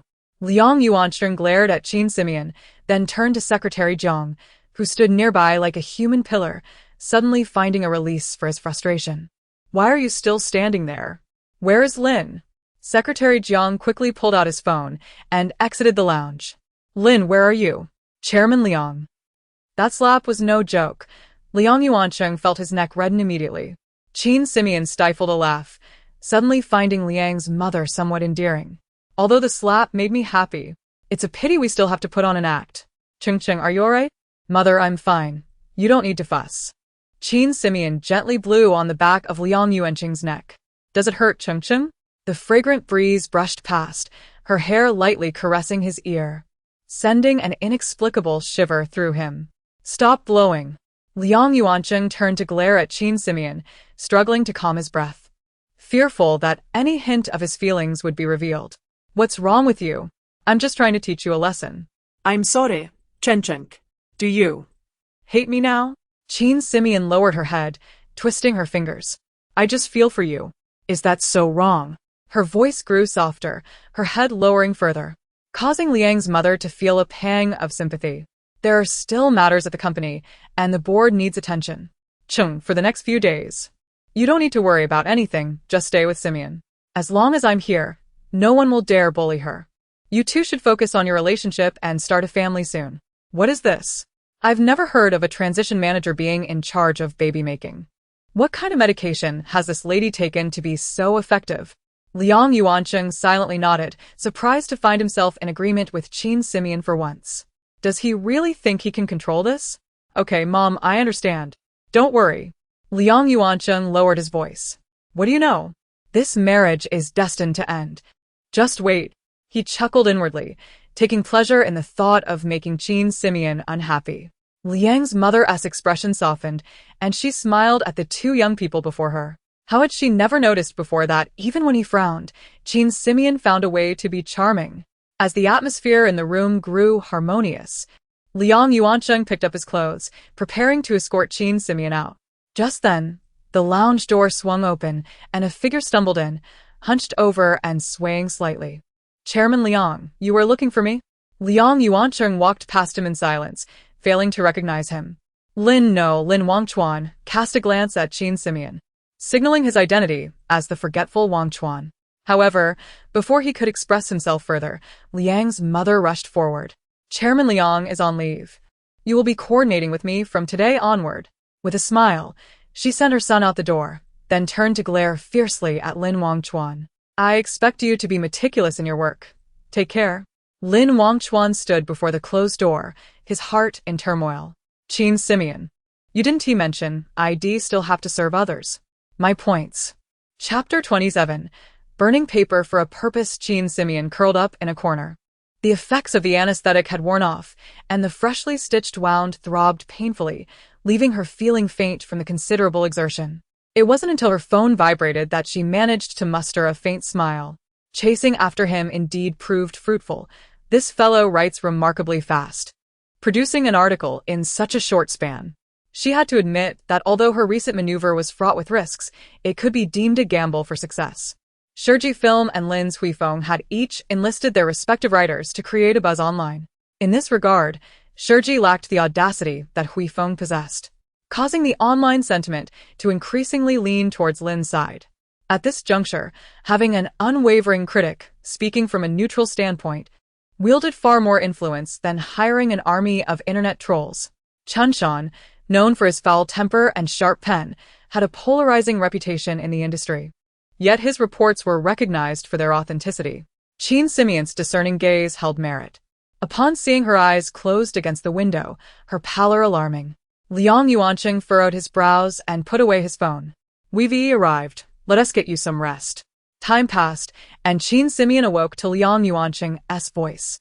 Realizing she was at the villa's entrance, Liang Yuanqing calmly unbuckled his seatbelt. There have been many incidents lately. Confidentiality at the hospital is lacking. Qin Simeon nodded. You've truly considered everything, Chung. Rarely does this icy facade of yours collide with a lifeline. For once, my wish has been granted. How splendid. Nothing beats the comfort of home. As they entered, Lin Mo was already waiting at the door, and Qin Simeon was taken aback. What audacity does he have to show up here after everything? The previous incident remains unresolved. Is Lin Mo impervious to pain? Liang Yuanqing then glanced at the group by the door, noticing only one unfamiliar face. Lin Mo had deliberately donned attire he never usually wore, positioning himself inconspicuously. What was his intention? Madam is fine, Lin Daifu, and I will take it from here. The rest of you may continue with your duties. Lin Mo raised an eyebrow, realizing that in the past, Liang Yuanqing would scrutinize him for a long time before recognizing him, yet today, without even a glance, he seemed to know him instantly. What was the matter with this man's eyes? After a brief examination, Lin Mo straightened up. Regularly change the dressing, avoid water, maintain a balanced diet, and adhere to dietary restrictions. Everything else is inconsequential. Qin Simeon lowered her sleeves. Her plans for divorce were well in hand, and her demeanor towards Lin Mo had grown noticeably frosty. Thank you, Dr. Lin. Staring intently at Qin Simeon, Lin Mo could discern no change in her expression, forcing him to suppress his myriad emotions as he gathered his belongings to leave. I have fulfilled your request. It is all taken care of. Liang Yuanqing produced a stack of documents and tossed them in front of Lin Mo.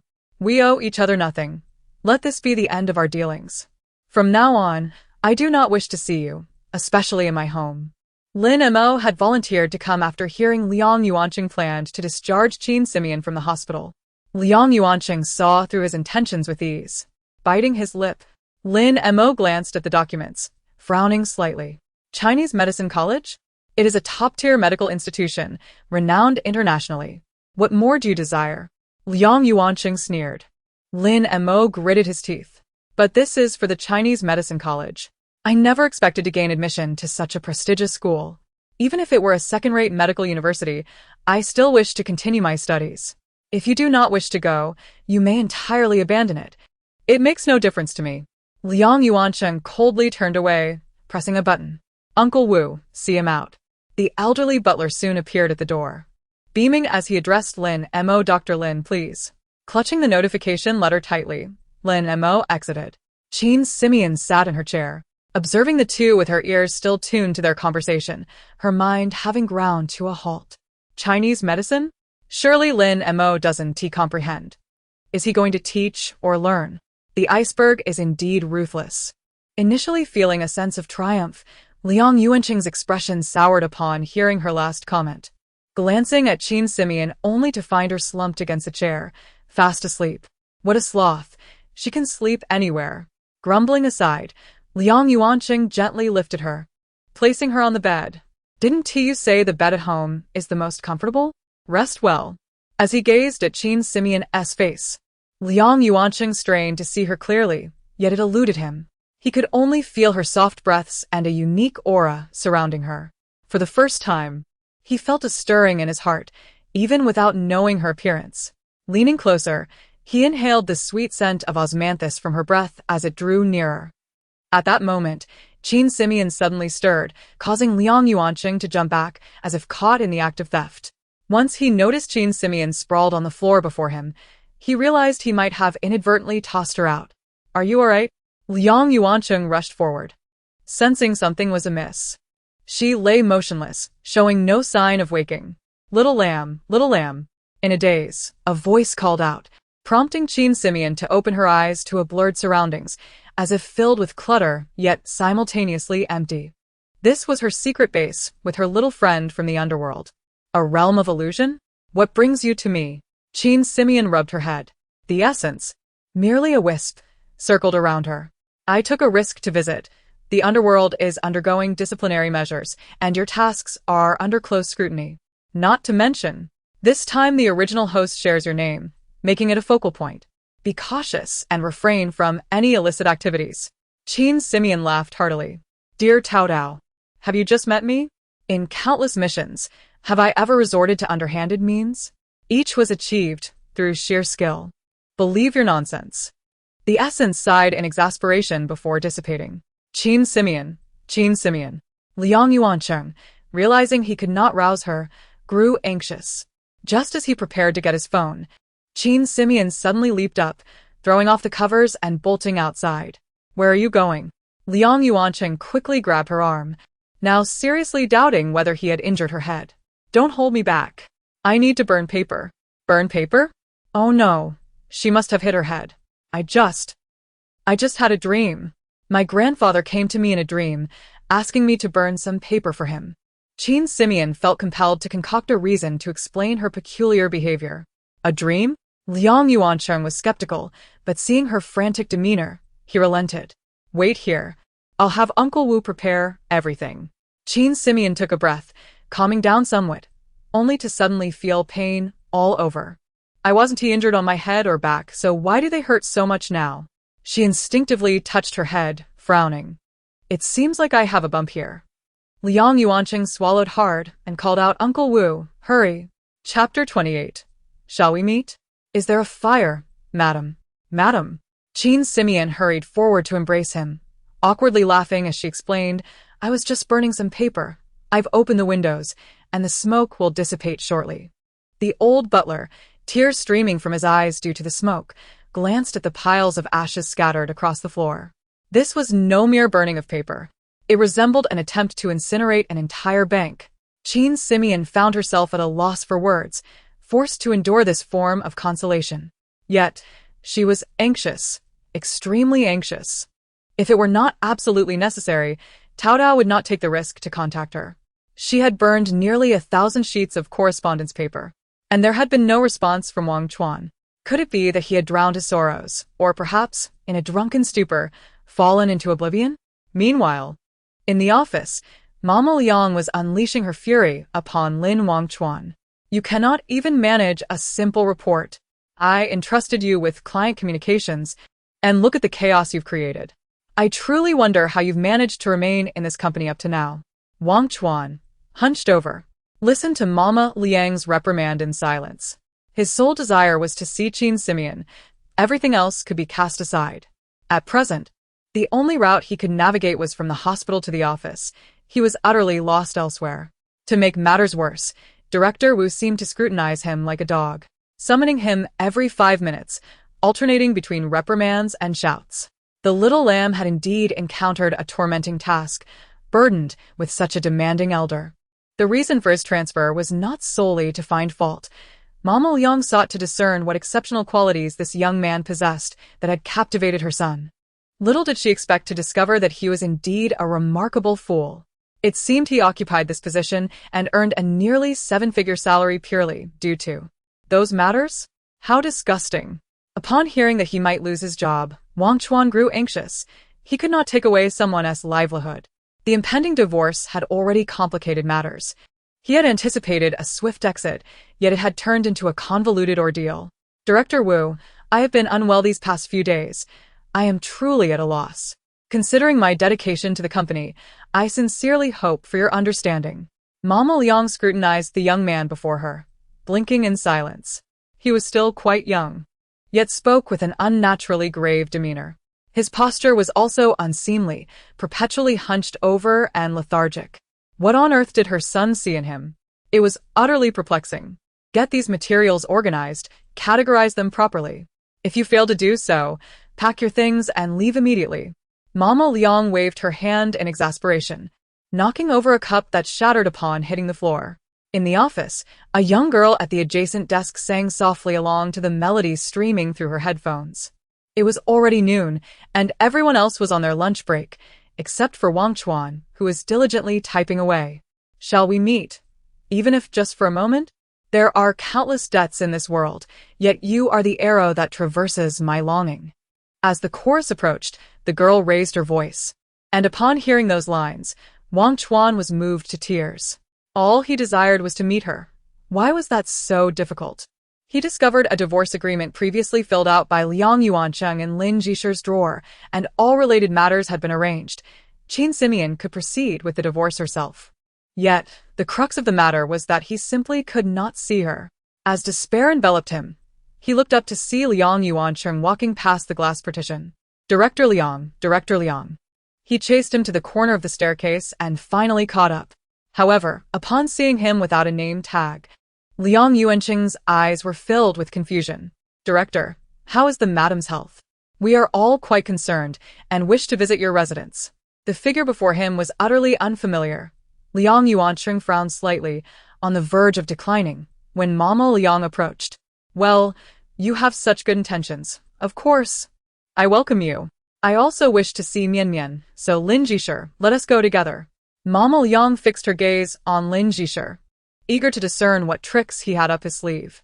Upon hearing his mother's words, Liang Yuancheng raised an eyebrow, scrutinizing Lin Jisher closely. The points were about to be secured. Half a year's worth of alcohol was within reach. The car rolled forward, and Mama Liang eyed Lin Wangchuan, who clutched the file with an almost protective reverence, arousing her suspicions. As they passed a CAF, she deliberately halted, instructing Lin Wangchuan to fetch coffee. Watching him enter, Mama Liang swiftly opened the file, her hands trembling with rage upon seeing its contents. This young man was indeed harboring ill intentions, attempting to seize the opportunity to provoke Mian Mian. Very well, I'll let you play your games. I'll allow you to dig your own grave. Xiao Hu, go to the nearby print shop and print something for me quickly. My apologies, Director Wu, but there are simply too many people. Lin Wangchuan quickly glanced at his file, unable to examine it openly, and could only feel its contents through the bag. The thickness was right, and the position unchanged. Director Wu would likely not deign to touch his belongings. The car continued on its way, swiftly arriving at the villa. The moment Mama Liang laid eyes on Qin Simeon, she was taken aback. She reeked of smoke, looking as though she had emerged from a furnace. Mian Mian, what happened to you? Mama Liang patet Qin Simeon's clothes, Causing ashes to rise. I'll go change clothes, Qin Simeon replied, surprised by Mama Liang's arrival and seeking a secluded spot to alter her appearance. Wang Chuan, upon seeing her, was overwhelmed with excitement, nearly speechless. As Qin Simeon turned to leave, he hurried forward. This is for you. Wishing you a speedy recovery. Qin Simeon, puzzled, looked at Lin Jisher, who gestured for her to inspect the contents of the bag, heightening her curiosity. Lin Jisher, usually composed, was acting strangely today. Excuse me, I need to use the restroom. Believing he had completed his task, Lin Wangchuan was elated, following the butler into the restroom. Finally, he could leave. After all, being too burdened was exhausting, and he longed for the carefree days of drinking in oblivion. In her room, Jean Simeon quickly changed into loose, comfortable attire. Casually picking up the file beside the mirror, its cover boldly inscribed with Lin Yongjing. What was Lin Jisher up to? As she extracted the contents, her eyes widened in disbelief, and upon completion, she stood frozen in shock. What on earth was this? Why had he given her this? Chapter 29. Understanding the divorce cooling-off period. This poem possesses a commendable prose style, yet its expressions are somewhat overt, to an extent that it could easily be censored online, rendering many words indecipherable. The original character even had a fling with Deacon Lin. First, there was Lin Mo, and now another Lin Yong. Does she have a penchant for local suitors? If she appears excessively aloof when she steps out, she fears shattering her carefully crafted persona. Yet, she cannot be overly intimate with Deacon Lin. Given her current situation, she has no reason to rely on this path to divorce, and there remains a risk of diminishing Liang Mama's goodwill. What a dilemma. Jean Simeon was agitatedly waving the paper in her hand when a commotion arose from downstairs. Peering into the living room, she saw Deacon Lin unconscious for reasons unknown, while the butler hurriedly contacted an ambulance. Perhaps it would be best if he didn't awaken. Finally, her anxious heart found temporary solace, and Jean Simeon let out a sigh of relief, only to feel a gentle pat on her shoulder. What's wrong? You look rather pale. Jean Simeon jolted slightly and quickly forced a smile. Mom, me fine. Seeing the object hidden behind Jean Simeon, Liang Mama couldn't help but smile with satisfaction. Our Achin grew up mostly alone, so he might seem a bit cold, but he's a warm-hearted child. Don't mistake his silence for a lack of affection. He simply struggles to express it. Oh, Liang Mama, you are far too modest. With that mouth of his, one could easily provoke a corpse to life. Though Jean Simeon thought this in her mind, she merely nodded in agreement. Once the River Styx's envoy arrived, she would be ready to divorce, and the thought of it made her feel slightly guilty towards Liang Mama. Our matters have remained unpublicized due to various reasons. That is my fault. Liang Mama took Jean Simeon's hand and smiled. Did you enjoy the jewelry I sent you last time? It was meant for the wedding. Once I prepare properly, I will definitely give you and Achin a grand wedding celebration. You shall be the most beautiful bride. Jean Simeon felt overwhelmed, unable to process the thought of a wedding again. Liang Mama, could you perhaps stabilize your expectations? One moment you assign me a task of assistance, and the next, a task of insurmountable difficulty. Mom, please let me speak.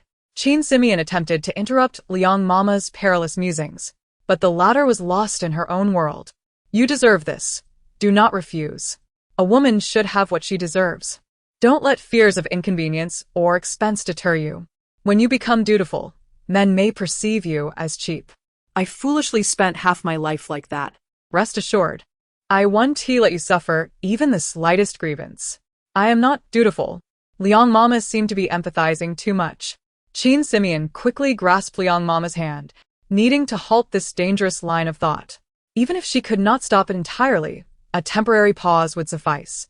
Mom, I actually have my own intentions. Jean Simeon began to act, her hesitant demeanor instantly stirring Liang Mama's sympathy. From the moment I entered the Liang family, I have been dissatisfied, not just with you, but with myself. Liang Mama wanted to say something, but upon seeing Jean Simeon's earnest words, she held her tongue. What she spoke was the truth. She too had once harbored similar thoughts. Alas, I cannot let you suffer, but this wedding. Liang Mama was not inclined to relent. Jean Simeon, well aware of Ms. Wu Minxia's temperament, knew that once she set her mind on something, she would go to great lengths to achieve it. Thus, she interjected, Of course, we must have a wedding. I long to marry in splendor, but not at this moment. She grasped Liang Mama's hand with a hopeful expression. Allow me to prove myself first. I will perform this role well, not only for the benefit of the company, but also for my own sake. When I stand at the pinnacle of my career, and then walk down the aisle with Achin, receiving countless blessings and accolades, how blissful that would be. Liang Mama's eyes brightened. Initially, she favored Lin Su, admiring her status and resonating with her ambition. After discovering Deacon Lin's affairs, she thought that as long as Jean Simeon loved Achin enough, it would suffice. She was surprised to find that this child possessed such ambition. Very well. You are indeed a member of the Liang family. Liang Mama patted Qin Simeon on the shoulder. Then I will agree to your wishes, promising you a wedding that surpasses even that of dignitaries and royalty. As soon as she closed the door, she leapt onto the bed and rummaged through her phone. Hello, Civil Affairs Bureau consultation. Regardless of when the River Styx's envoy would arrive, Qin Simeon intended to prepare thoroughly, ready to secure a divorce certificate the moment he possessed her. Are you inquiring about divorce procedures? The young lady on the other end spoke gently. It is rare to meet someone who has shared a bond for a century. Should you consider? No need to deliberate. I must divorce. Qin Simeon swiftly interrupted, pulling out a notebook to record necessary preparations. You will need your marriage certificate, personal identification, and if you are foreign national, you must also provide. Local resident, no need for details. What else? Qin Simeon wrote quickly. The young lady paused. There is also the issue of child custody. Have you discussed this in advance? No children. Qin Simeon pressed on. Anything else? Property division should also be arranged. I will leave with nothing. Qin Simeon asked once more, is there anything else? The young lady, now speechless, replied. Then prepare a simple divorce agreement. Just bring it signed.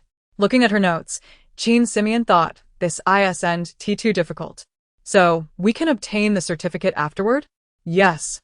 After 1 month, if both parties remain resolute in their decision, you may collect the certificate. A month?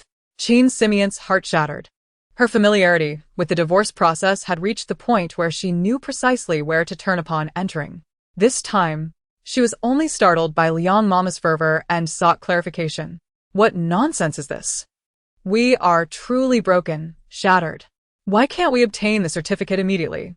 The young lady explained, new regulations were established this year. A 30-day cooling-off period is required for divorce. Were you unaware? With that, Qin Simeon's phone fell onto the bed, and she became petrified. A cooling-off period? How can I remain calm? Just tell me how I can remain calm. The information from the Underworld was shockingly outdated. It was already a month-long limit for initial tasks. A month, just enough time for a cooling-off period. Ma'am, are you alright? The young lady noticed the unusual silence and grew concerned. Of course, if there are severe circumstances, such as domestic violence, the cooling-off period may be waived. Domestic violence. Qin Simeon recalled the task guide's mention of Liang Yuancheng having a history of abuse and suddenly began to piece things together. Liang Mama had also mentioned that the original character had feigned injury to extort money from Liang Yuancheng. Was it possible that the girl had been lying from the start, creating a fade of domestic violence to expedite the divorce and secure financial gain? How could she have even contemplated suicide? Gazing at the wound on her wrist, Qin Simeon fell deep into contemplation. Just as she sought to stretch her thoughts, a flash of silver-purple light surged from the direction of the Hall of Reincarnation, crackling with energy and striking the top of the River Styx envoy's head with a sharp roar. Come swiftly as per the decree, Qin Simeon. Come swiftly as per the decree, Qin. Come swiftly as per the decree. Come swiftly as per the decree. Hurry. Hurry. Hurry. Chapter 30. The target of the rectification movement allowing the spirit of Wang Chuan to possess her once was already a perilous endeavor. Moreover, for the entire month ahead, Qin Simeon must maintain an impeccable facade, ensuring that Liang Yuancheng detects not a hint of anomaly. When the time arrives, she must request Wang Chuan to manifest once more. This situation is akin to placing a target upon oneself, fearful that the Underworld's disciplinary inspectors might uncover her transgressions. Not long after burning paper to inform Wang Chuan of the task's cancellation, Qin Simeon received a lengthy reprimand, detailing numerous transgressions committed by Underworld officials under the guise of duty in the mortal realm. It could be considered a stroke of fortune that Wang Chuan had yet to employ the soul transference technique. If the task were to fail and implicate him, it would be utterly unwarranted. To avoid leaving any traces, Qin Simeon decisively sealed off her communication with the Underworld. Qin Simeon has now confirmed that the challenges of this mission are not without reason. The original owner of her body might not have taken her life due to romantic despair, so why, then, did she resort to such drastic measures? In the dimly lit room, she sat motionless beneath the moonlight, guarding a bowl of ashes. Despite the pretense of embodying Qin Simeon, Liang Yuancheng had, on several occasions, sensed genuine emotion emanating from her. This was particularly evident in their professional interactions, and now, in this moment of vulnerability. Are you alright? Should I ask Uncle Wu to prepare some paper offerings or something? Liang Yuancheng, unaccustomed to offering comfort, felt a pang of sorrow at Qin Simeon's evident distress. As he nervously gnawed at his nails, her unexpected response caught him off guard. He turned to gaze at her, eyes wide with surprise. Do I look that upset? How did he notice? Unable to decipher her expression, Liang Yuancheng misinterpreted her demeanor. In his mind's eye, Qin Simeon appeared on the verge of tears, valiantly stifling her grievances. You needn't put on a brave face in front of me. Where is your grandfather's grave? Tomorrow, I shall accompany you to pay our respects. With a gentle embrace, Liang Yuancheng drew Qin Simeon close. Unable to bear her solitary and fragile appearance. Why must this foolish girl deceive herself so deeply? You may cry if it brings you solace, Mian Mian. I shall be here for you. He tenderly stroked her hair, offering soft reassurances. Tears inexplicably began to flow. Initially, Qin Simeon attempted to wipe them away, but soon the floodgates opened, and she wept uncontrollably in Liang Yuancheng's arms. In her past life, she had not shed tears at her grandfather's passing, nor when she lay bedridden and ill, or when she awaited someone who never came. Yet today, for reasons she could not fathom, she desired nothing more than to cry her heart out. What is happening? Why do I feel so miserable? What exactly am I mourning? Liang Yuancheng, cradling her like a child, gently patted her shoulder until her trembling ceased, exhausted from her tears. Get some rest. Tomorrow, I will accompany you to visit your grandfather. He carefully laid her down, placing a tender kiss on her forehead. Meanwhile, a corner of the paper offerings, left unattended in the fire pit, emitted a faint purple glow. In the Underworld's punishment department, please, listen to my explanation. I did not intrude into the mortal realm. Yes, I went there, but it was solely to assist the transference specialist, Qin Simeon, in completing her task. Although nothing was accomplished, I did lend her a helping hand. Ask her if you must. What? She said it was cancelled? The spirit of Wang Chuan, parched from his explanations, suddenly received a new message. Looking up at the assembly of grim officials, he felt a surge of despair. No, a desire to perish once more. She is toying with me. I truly aided her. Qin Simeon, you must clarify this. The officials regarded Wang Chuan with impatience. What is going on? What did she say? Wang Chuan, with a weary expression, replied, She has activated a barrier. News from the Underworld cannot be transmitted. Take him away. An official, already skeptical, waved a hand, and Wang Chuan was swiftly confined. This is unjust. I am innocent. All I did was assist Qin Simeon. He lamented. Oh heavens, I am wronged. Qin Simeon. Awakening abruptly, Qin Simeon felt her heart race. Sitting up in bed, she attempted to regain her composure, but could not recall how she had fallen asleep the previous night. It had merely been a bout of crying. How did it feel as if she had lost consciousness? At the bedroom door, the butler knocked. Madam, are you awake? Quickly shifting into a suitable demeanor, Qin Simeon donned a light makeup to conceal her swollen eyes. I'm up. The butler entered, dressed in somber black, exuding an air of solemnity. Just as she contemplated teasing him about his attire, he spoke first. Everything is prepared. The sir had intended to accompany you personally, but he was called away to address urgent matters at the company. Before leaving, he instructed us to ensure you complete this task. Qin Simeon, bewildered, inquired, What task? The sir mentioned that we are to relocate Mr. Qin's remains to Yongla Cemetery for eternal rest. Rest assured, we have arranged a prime location that will surely satisfy you. Stunned, Qin Simeon realized she had merely made a passing remark. There was no dream visitation from her grandfather. Perhaps we should refrain from such elaborate arrangements. My grandfather preferred modest places. He abhorred grandeur. She faltered, recognizing the absurdity of her statement. Having experienced death herself, who would not desire a grand farewell? Ensuring a lasting legacy in the afterlife? Sensing her discomfort, the butler smiled reassuringly. You need not worry, the old madam fully supports this. All arrangements await you downstairs. Just waiting for your approval. Downstairs. Peering out the window, Jean Simeon was taken aback. An array of paper offerings stretched from mobile phones and computers to Cadillacs, supercars, and grand villas, everything imaginable. Floral wreaths lined up in 2 rows, extending beyond her line of sight. This is excessively extravagant. A thought struck her. While she could not grant Wang Chuan any points, perhaps these offerings could be bestowed upon him. He had not been honored in years, and surely this old gentleman would be delighted to receive such tributes. Very well, let us proceed. Did you truly do nothing? The judge scrutinized various reports and found no evidence of Wang Chuan exceeding his duties.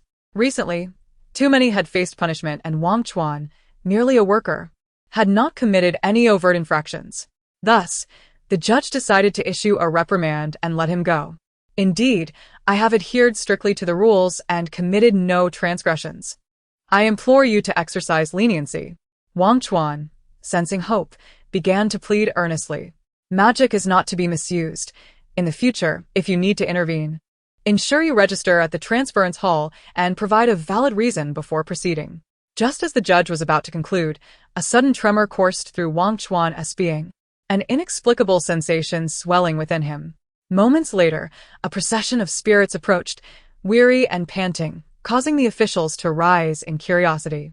Is this a tribute from the descendants? One official inquired. The leader of the procession shook his head. No, we are not descendants. We were instructed by someone to deliver these to the transference hall specifically for you, Wang Chuan. Here is the list. Please sign for receipt. Gazing upon the extensive line of offerings, Wang Chuan's eyes welled with emotion. After years of wandering as a forgotten soul, someone had finally remembered him. The officials observed the assortment of antiques and the latest mobile phones, finally comprehending a significant realization. You claim not to have disrupted the mortal realm. Yet it seems your true intention was to seek out someone to incinerate these offerings for you. With a swift stroke of his pen, the judge inscribed a prominent seal upon the list and bellowed, "Summon forth a guard to escort Liao Haixing away. Confiscate all items and investigate this matter thoroughly. I have been wronged." Wan Chuan Gong lamented, collapsing onto the ground in tears. Everything was fine until you, Jean Simeon, chose to torment me so. After a day of bustling activity, the following morning greeted Jean Simeon with a buoyant spirit. Unable to suppress a smirk at the thought of Wan Chuan Gong's reaction upon receiving the items. Over the years, her only significant connection had been with Tao Tao and this old gentleman, with whom she shared a remarkable affinity. Liang Yuancheng had a peculiar habit. The living room television was permanently tuned to the news channel. As he switched it on, the resolute voice of the news anchor filled the room. Today, a mass incident occurred in our city, as the headquarters of Shiji Film Group was besieged by performers demanding unpaid wages. Chapter 31. Lin Su had an egg thrown at her. Lin Jishir, with a bandage wrapped around his head, handed a stack of contracts to Liang Yuancheng. Lin Jishir touched his injured head, feeling rather speechless. After a thorough examination, his health appeared to be fine.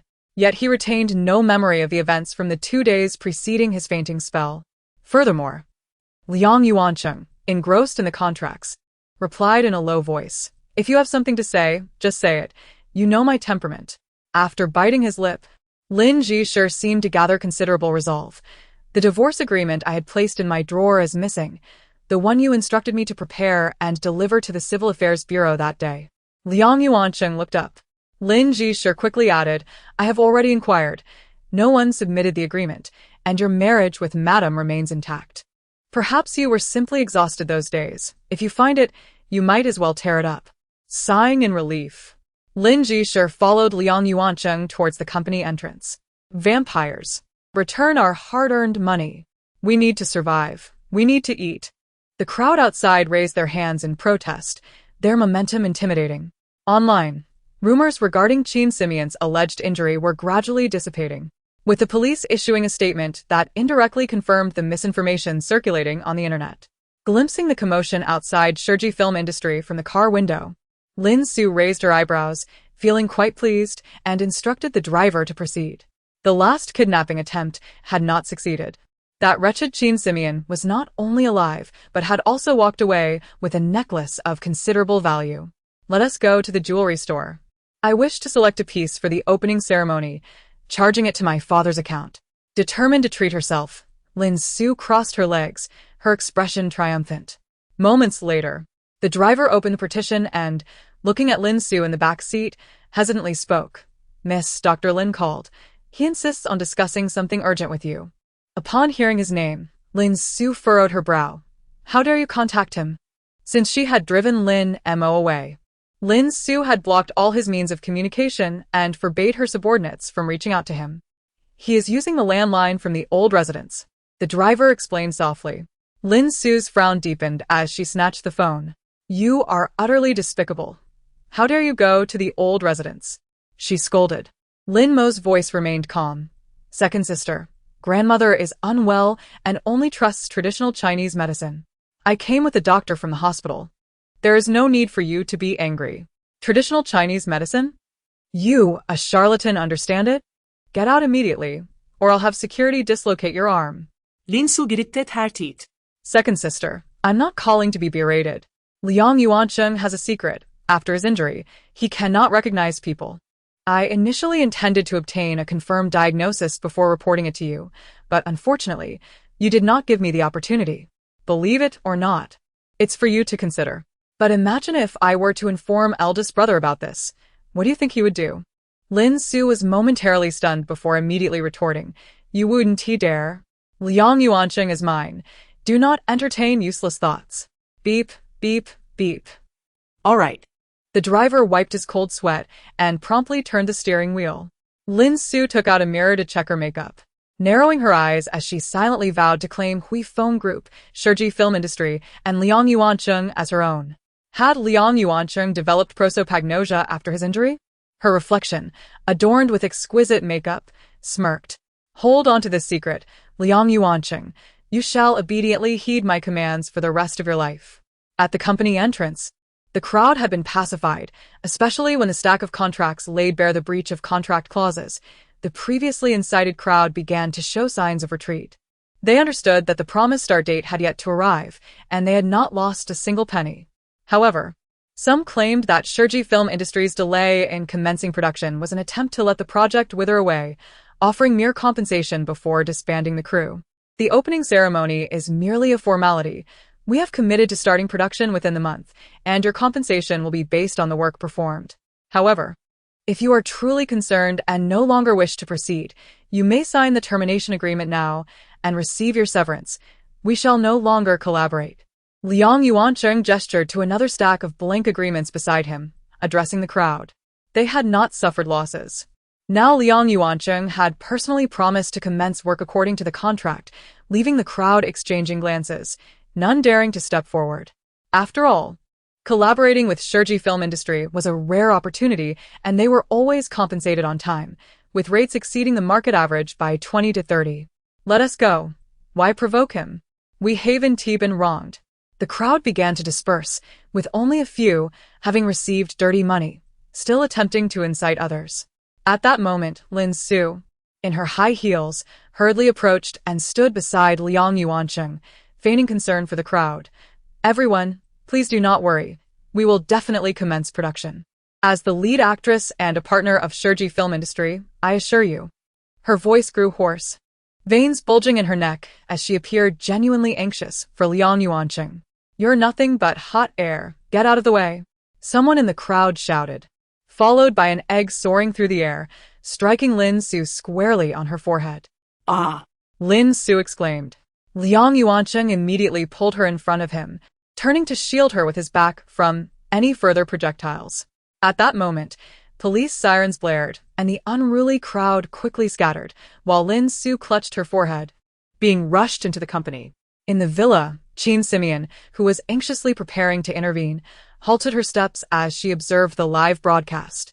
The butler had rushed out to open the car door, and seeing her hesitating, he could not help but call out, Madam, let us head to the scene. It's nothing serious, just a minor scratch from the eggshell. After a couple of days, it will be unnoticeable. After the examination, the doctor had applied a small bandage to Lin Su's forehead to alleviate inflammation. Lin Su looked in the mirror and immediately wanted to remove it. This is too ugly. Liang Yuancheng held her back. Don't fidget. Listen to the doctor. Do you want scars? Lin Su took the opportunity to cling to Liang Yuanqing's arm. Brother Aching, I was truly frightened just now. Thankfully, you are unharmed. To repay me, you must take me out for a delicious meal at noon. Sure, Liang Yuanqing readily agreed, pulling out his phone. Your sister-in-law is home and has nothing to do. Let us invite her along. With that, he dialed the number in front of Lin Su. Beep, beep, beep. Liang Yuanqing began to worry, instinctively releasing Lin Su's hand to dial the villa's phone number, completely oblivious to the icy, piercing gaze of the woman behind him. Chapter 32. Arrival of the doting fathers. How could he have recovered so swiftly? Hadn't he just fainted a mere 2 days ago? Madam, Mr. Liang has arranged for me to escort you to dinner. Qin Simeon glanced at Steward Lin, who remained as aloof as ever, devoid of the playful expressions he had displayed the other day. I do not wish to go. Qin Simeon furrowed her brow, recalling the scene on television that stirred an inexplicable irritation within her. What is your reason for not wanting to go? I need to report to Mr. Liang. Steward Lin continued, unperturbed. Qin Simeon inwardly scoffed, truly a father in every sense. My injury is not yet healed, unlike Steward Lin, who seems impervious. Hence my reluctance to attend. This excuse was universally accepted. Even Liang Mama would yield to it. Mr. Liang has taken that into consideration. Steward Lin nodded, gesturing for her to enter the vehicle. Qin Simeon stamped her foot in frustration. I have already stated my injury is not healed. Why must you insist I get in the car? Steward Lin replied calmly, we are not heading to dinner. Mr. Liang mentioned that if you are still injured, you should visit the hospital. I must ensure your safe arrival at the ward, and he will come to visit shortly. Goodness, it cannot be so serious. A hospital visit is unnecessary. Steward Lin maintained his invitation gesture. Then you are fit to attend the banquet. Please get in the car. Qin Simeon widened her eyes, feeling as though both exits were sealed, leaving her trapped. Madam, please take care. The butler, having observed the entire exchange, ushered her out. Qin Simeon clenched her teeth. The vehicle soon arrived at a hotel, and as Qin Simeon exited in a huff, she pushed open the door to find Liang Yuanqing and Lin Su seated prominently. Instantly, her desire to enter evaporated. Why must these two lovebirds invite me here? Can't they enjoy their meal in peace? Turning to see Steward Lin parking the car, she prepared to turn back and leave when Liang Yuanqing's voice called out. Simeon, over here. What is this? Does he have radar for spotting me? How could he see me in a second? Reluctantly, Qin Simeon approached. Liang Yuanqing chuckled at her forlorn expression. Who instructed you to think so loudly? Now that we are all gathered, let us have the meal served. Lin Su, guarding a glass of lemonade, had waited nearly an hour for Qin Simeon and was now seething at Liang Yuanqing's attentiveness to her. You are so fortunate. Sheltered at home while the storm has passed, unlike me, with a visible bruise. Lin Su pointed to the small band-aid on her forehead, casting a sidelong glance at Qin Simeon before turning to Liang Yuanqing with a pout. Ah, Chung, if I am left with a scar, you must take care of me for life. Understand your predicament, but it is your own affair.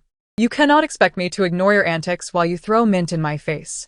Suppressing laughter, Liang Yuanqing lifted his glass to hide his amusement, his attention solely on Qin Simeon. Ah, Chung, are you listening? I am in pain. Lin Su, frustrated, moved beside Liang Yuanqing, tugging on his arm. With a sharp motion, Qin Simeon slammed her glass onto the table, glaring at Lin Su. When the Jai film industry was besieged, they required personnel and police. It cannot be resolved by just one human shield. If you choose to expose yourself to danger, do not blame us. Lin Su's face turned pale with anger. Me? Expose myself to danger?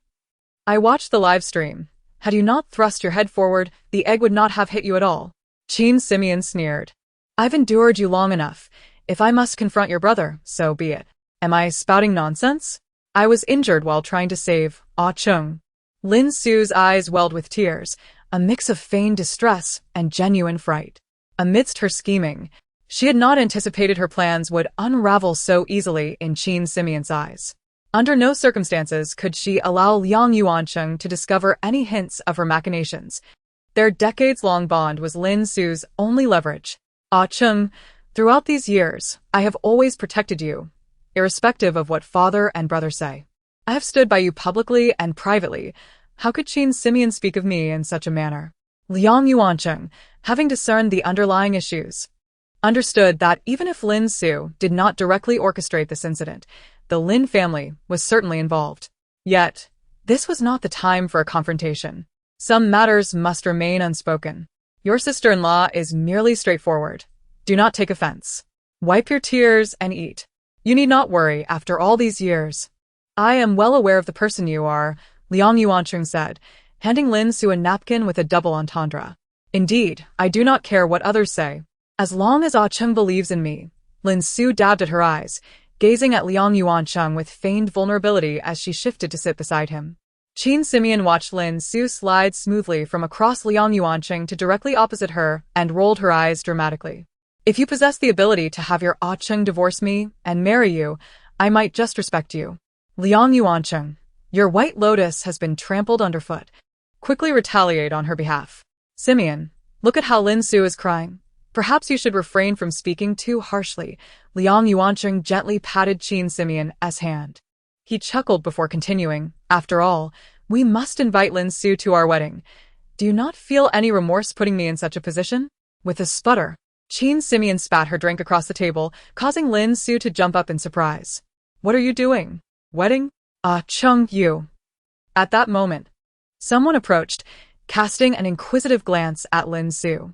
Sister Su, what a coincidence. It has been so long since we last met. Lin Su's expression darkened as she shot a glare at the newcomer before feigning surprise. What a coincidence.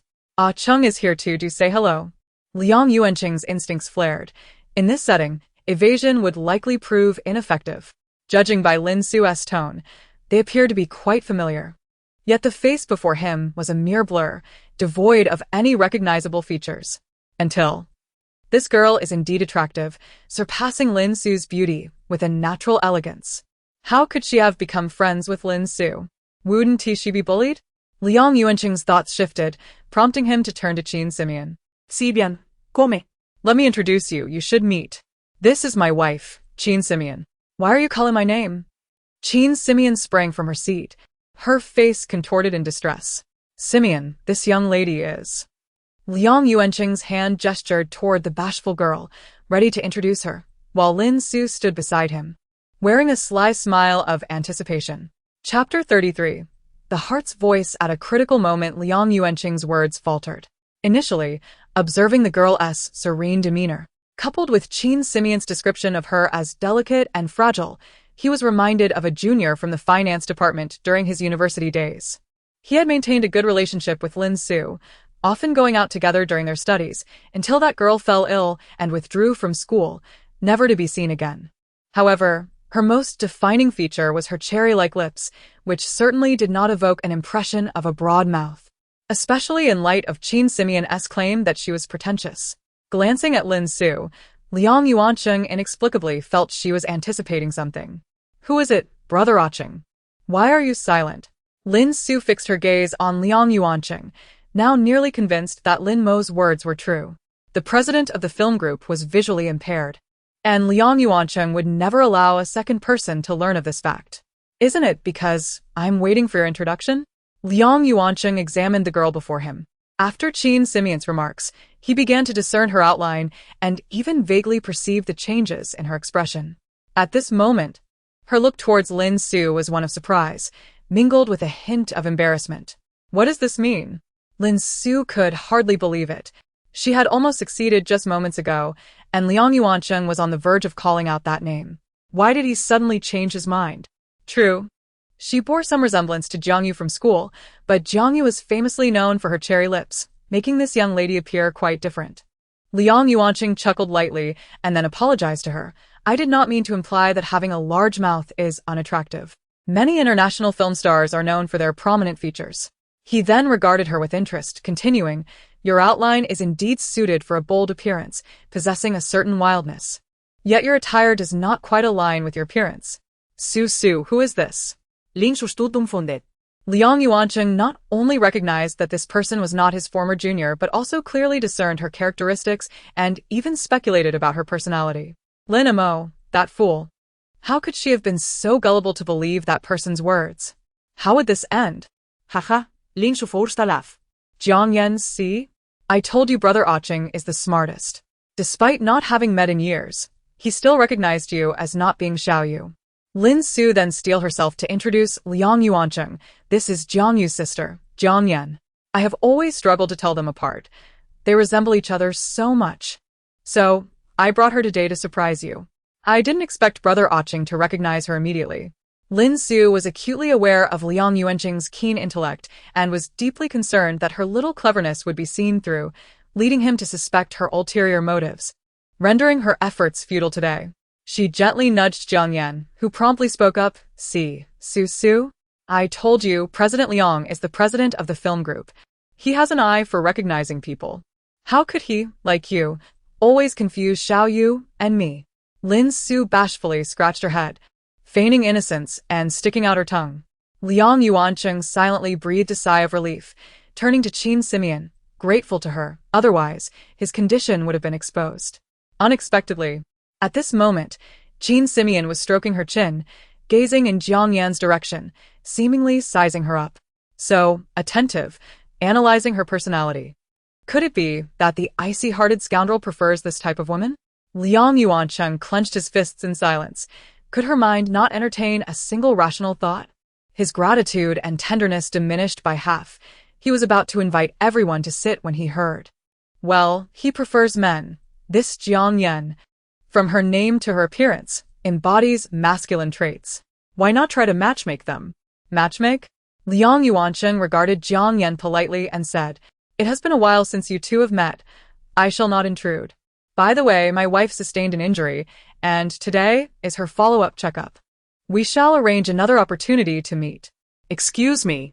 Upon hearing this, Lin Su instantly grew anxious. "Brother Aching, the dishes will be served soon. Please eat before leaving. You all enjoy your meal. It is already time for the follow-up." "That professor is notoriously difficult to book," he replied, stepping forward to pull Qin Simeon up. Looking at the empty table, Qin Simeon's heart exploded with frustration. "I should have insisted on being picked up by Lin Jisher. If not, I would have been sent to the hospital." "Fine, I'm coming. I drank 2 cups of green tea, ate nothing, and now have to go to the hospital. Does this iceberg scoundrel think I am playing a game with him? Shall we go?" Liang Yuancheng looked at the motionless Qin Simeon, his tone somewhat chilling. I am a bit hungry. I didn't eat this morning." Qin Simeon attempted to hold her ground. Liang Yuancheng chuckled lightly. "Today's checkup required fasting. I almost forgot. You didn't eat breakfast, which is perfect. The sooner we check, the sooner we can eat." How ruthless. Qin Simeon could only begrudgingly praise Liang Yuancheng then, under Lin Su's venomous gaze, left the hotel. "Buckle your seatbelt," Liang Yuancheng asked. "What would you like to eat?" Qin Simeon hesitated. "Aren't we going for a fasting examination?" Liang Yuancheng replied coldly, "There is no examination. You have external injuries. What need is there for fasting? Do you believe the lies you told them?" "What lies?" Qin Simeon wondered what he meant. Before she could ponder further, her stomach growled loudly. Indeed, she had hardly eaten that morning. And after witnessing Liang Yuancheng's protective demeanor towards Lin Su, she had lost all appetite. "I want to eat roast duck." Qin Simeon tentatively voiced her true desire. Without uttering another word, Liang Yuancheng started the car and activated the navigation. Qin Simeon looked at the restaurant, 15 kilometers away, feeling a bit guilty. "Are we going this far for lunch?" "The roast duck there is authentic." Liang Yuancheng offered no further explanation. "But the dishes have already been ordered. Isn't it a waste?" Qin Simeon queried. Seeing that they could not eat, he dismissed the notion of waste. For some reason, Qin Simeon felt warmth in her heart, and the unaccountable anger that had begun that morning suddenly dissipated. "I must be starving. Why does everything the iceberg scoundrels say sound pleasant now?" Liang Yuancheng smiled faintly, continuing to drive forward. In the restaurant, Lin Su sat alone, eating, while Jiang Yan stood beside her, too afraid to breathe. "Do not forget, your sister is still in my hands. Last time, when I asked you to deal with Qin Simeon, you let her live and become my stumbling block." "Jiang Yan. Oh, Jiang Yan, you seem not to know who I am." Lin Su spoke gently, a smile gracing her face, yet only Jiang Yan understood the terror behind it. "Please, spare my sister. She has never had feelings for President Liang and has never tried to steal him away. You have already made her life miserable at school. Just let her go. Jiang Yan was nearly on her knees, glancing at the surrounding diners, yet still dared not move. Who are you to demand her release? That is easy enough, Lin Su said, lifting her glass and shaking it, smiling. It all depends on whether you will fail once more. Jiang Yan's hands trembled, her eyes filled with fear. She never wished to recall that incident from her life. She did not recognize you. Which means that Qin Simeon has completely forgotten about the last time you harmed yourself. It seems you are not entirely hopeless. Just this time, do not fail. Lin Su dabbed her mouth with a napkin, rising gracefully. As she passed Jiang Yan, she gently patted her shoulder, whispering sternly, when you take action, think of your sister. Chapter 34, I Want to Appeal. With no scandals to uncover, the journalists have shifted their focus, robustly reporting on the filming conditions of the production team. Faced with increased difficulty in her divorce proceedings, Qin Simeon resolved to file an appeal to earn additional points. The 30-day cooling-off period had significantly slowed her workload, and the points allocated remained unjustly low compared to her previous earnings. During her leisure time, she contemplated how to compose her appeal effectively, aiming to capture the attention of the bureaucrats above her, ensuring the issue would be escalated through the proper channels. Having nearly finalized her draft, one day in the lounge, Qin Simeon, still in makeup, took up her pen to begin writing. When Liang Yuanqing entered, she was deeply engrossed in her thoughts, oblivious to his presence. Are you lost in creating a character profile? Liang Yuanqing inquired, unable to resist the urge to speak.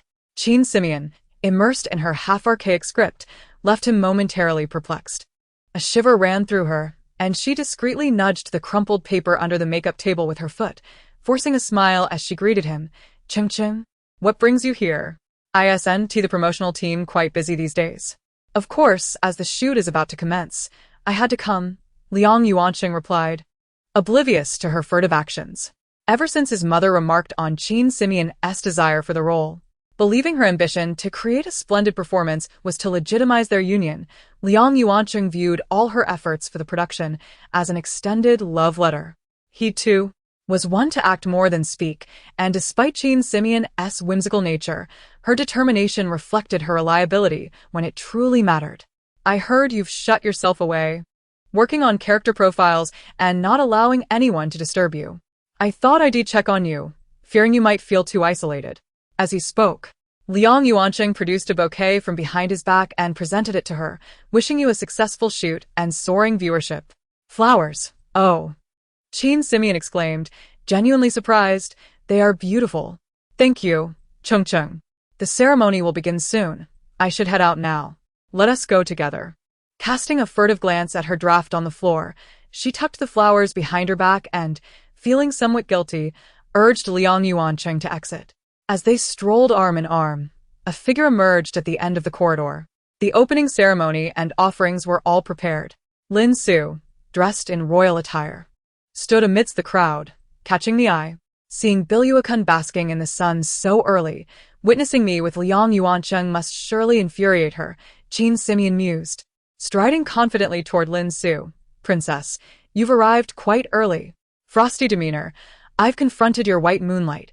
You ought to defend her. Liang Yuanqing frowned slightly, perplexed by what misstep he might have taken to be continuously misunderstood by Qin Simeon. Observing her relentless efforts to marry him, he resolved to uphold the virtues of manhood even more diligently. Lin Su gritted her teeth inwardly but maintained her smile. It's my habit to arrive early. Ah Cheng knows this well, and came to urge you.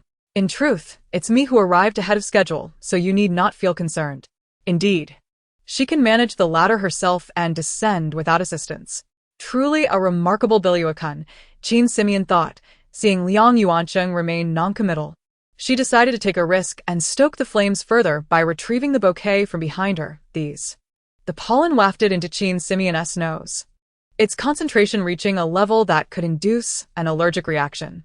While she harbored no aversion to flowers, she simply could not afford the luxury of discomfort. Sneezing was absolutely out of the question. It would utterly ruin her composure. Stifling the irritation that surged within her nasal passages, she fixed her gaze on Lin Su and remarked, Are these flowers lovely? Cheng didn't he come to urge me? He just gifted them to me moments ago. As her nose failed to function properly, tears welled up in her eyes, and she instinctively touched the corner of her eye. Liang Yuancheng, noticing her gesture, thought she was remarkably easy to move. From now on, he resolved to adorn their home with flowers. Indeed, it was a truth that women required coaxing. Lin Su glared at the bouquet, her teeth nearly grinding to dust. Having been classmates with Liang Yuancheng, she was acutely aware of his character. He had never displayed affection through gifts, not even ordinary ones. The gifts from the Liang family were either orchestrated by his mother or merely a directive from Liang Yuancheng to the housekeeper. They were lavish yet devoid of warmth or personal significance, coldly professional. They are rather appealing, yet merely commonplace varieties. The last time, Cheng gifted me flowers. They were from a top floral boutique, Lin Su declared, feigning sweetness as she embraced Liang Yuancheng, fully aware that he treated her as a mere business affair. She could not allow him to bestow affection upon another. Cheng, I adore the lilies within. Be sure to include them in the next bouquet you send me. Why so silent, Frosty? I've pressured Biluakun to prompt you for a response, yet you remain mute. Lin Su tugged at Liang Yuancheng's sleeve, her face tinged with embarrassment.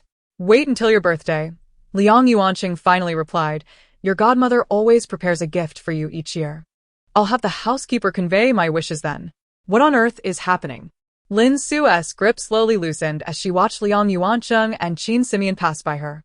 She felt neither despondent nor upset, after all. Nothing in this world was inherently meant to be a certain way. If one desired something, they must seize it themselves.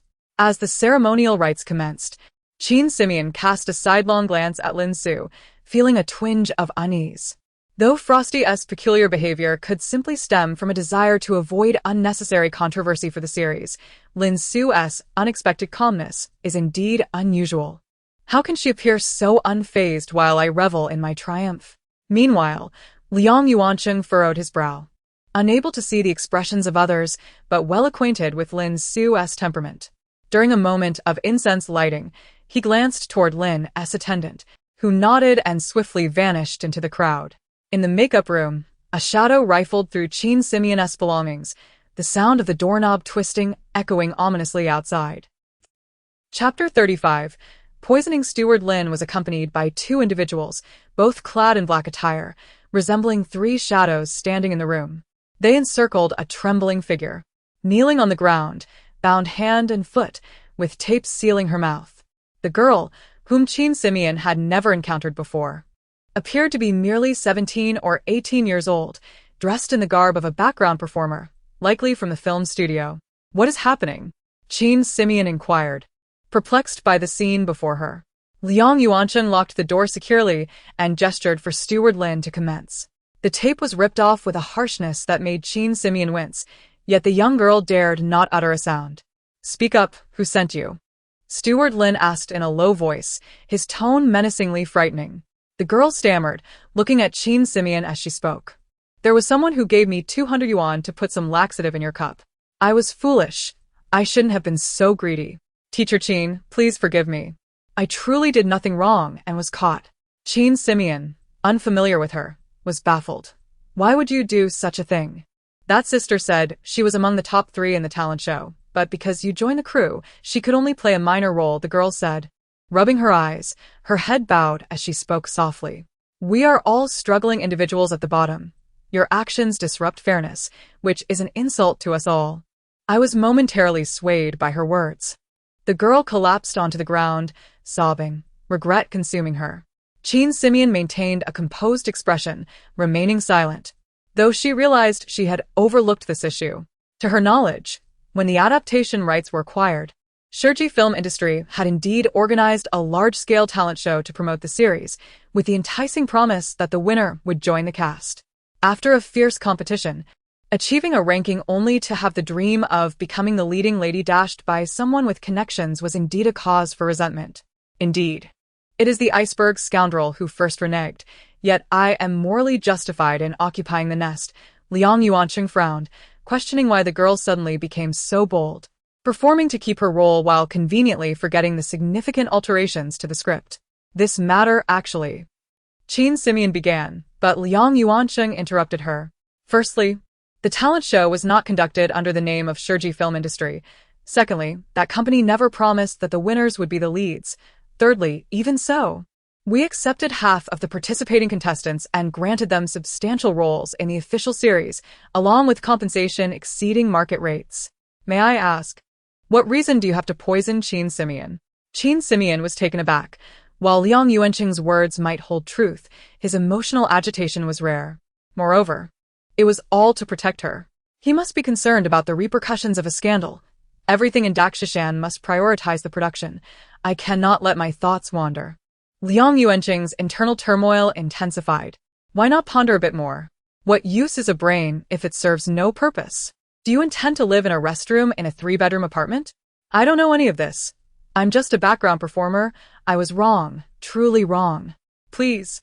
Since I haven't caused any consequences, spare me, I beg you. The girl trembled, her last remnants of courage crumbling. What does the person who instructed you look like? Qin Simeon asked. Is she among the top 3 of the talent show? Liang Yuanqing rummaged through old news articles and handed them to the girl. No. I can recognize them. It's none of these 3. Steward Lin could no longer contain himself. You cannot even distinguish who the top 3 are, yet you act out of righteous indignation for them. Furthermore, what she provided you was not a laxative, but poison. If you had succeeded, you would be a murderer facing execution. The girl's face drained of color, her tears ceased as she sank into despair. She said it was just about running to the bathroom. She never mentioned it was poison. What should I do? What should I do? Seeing the girl nearly terrified to death, Qin Simeon could not help but speak.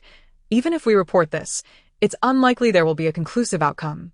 I believe it would be better for you to accompany me.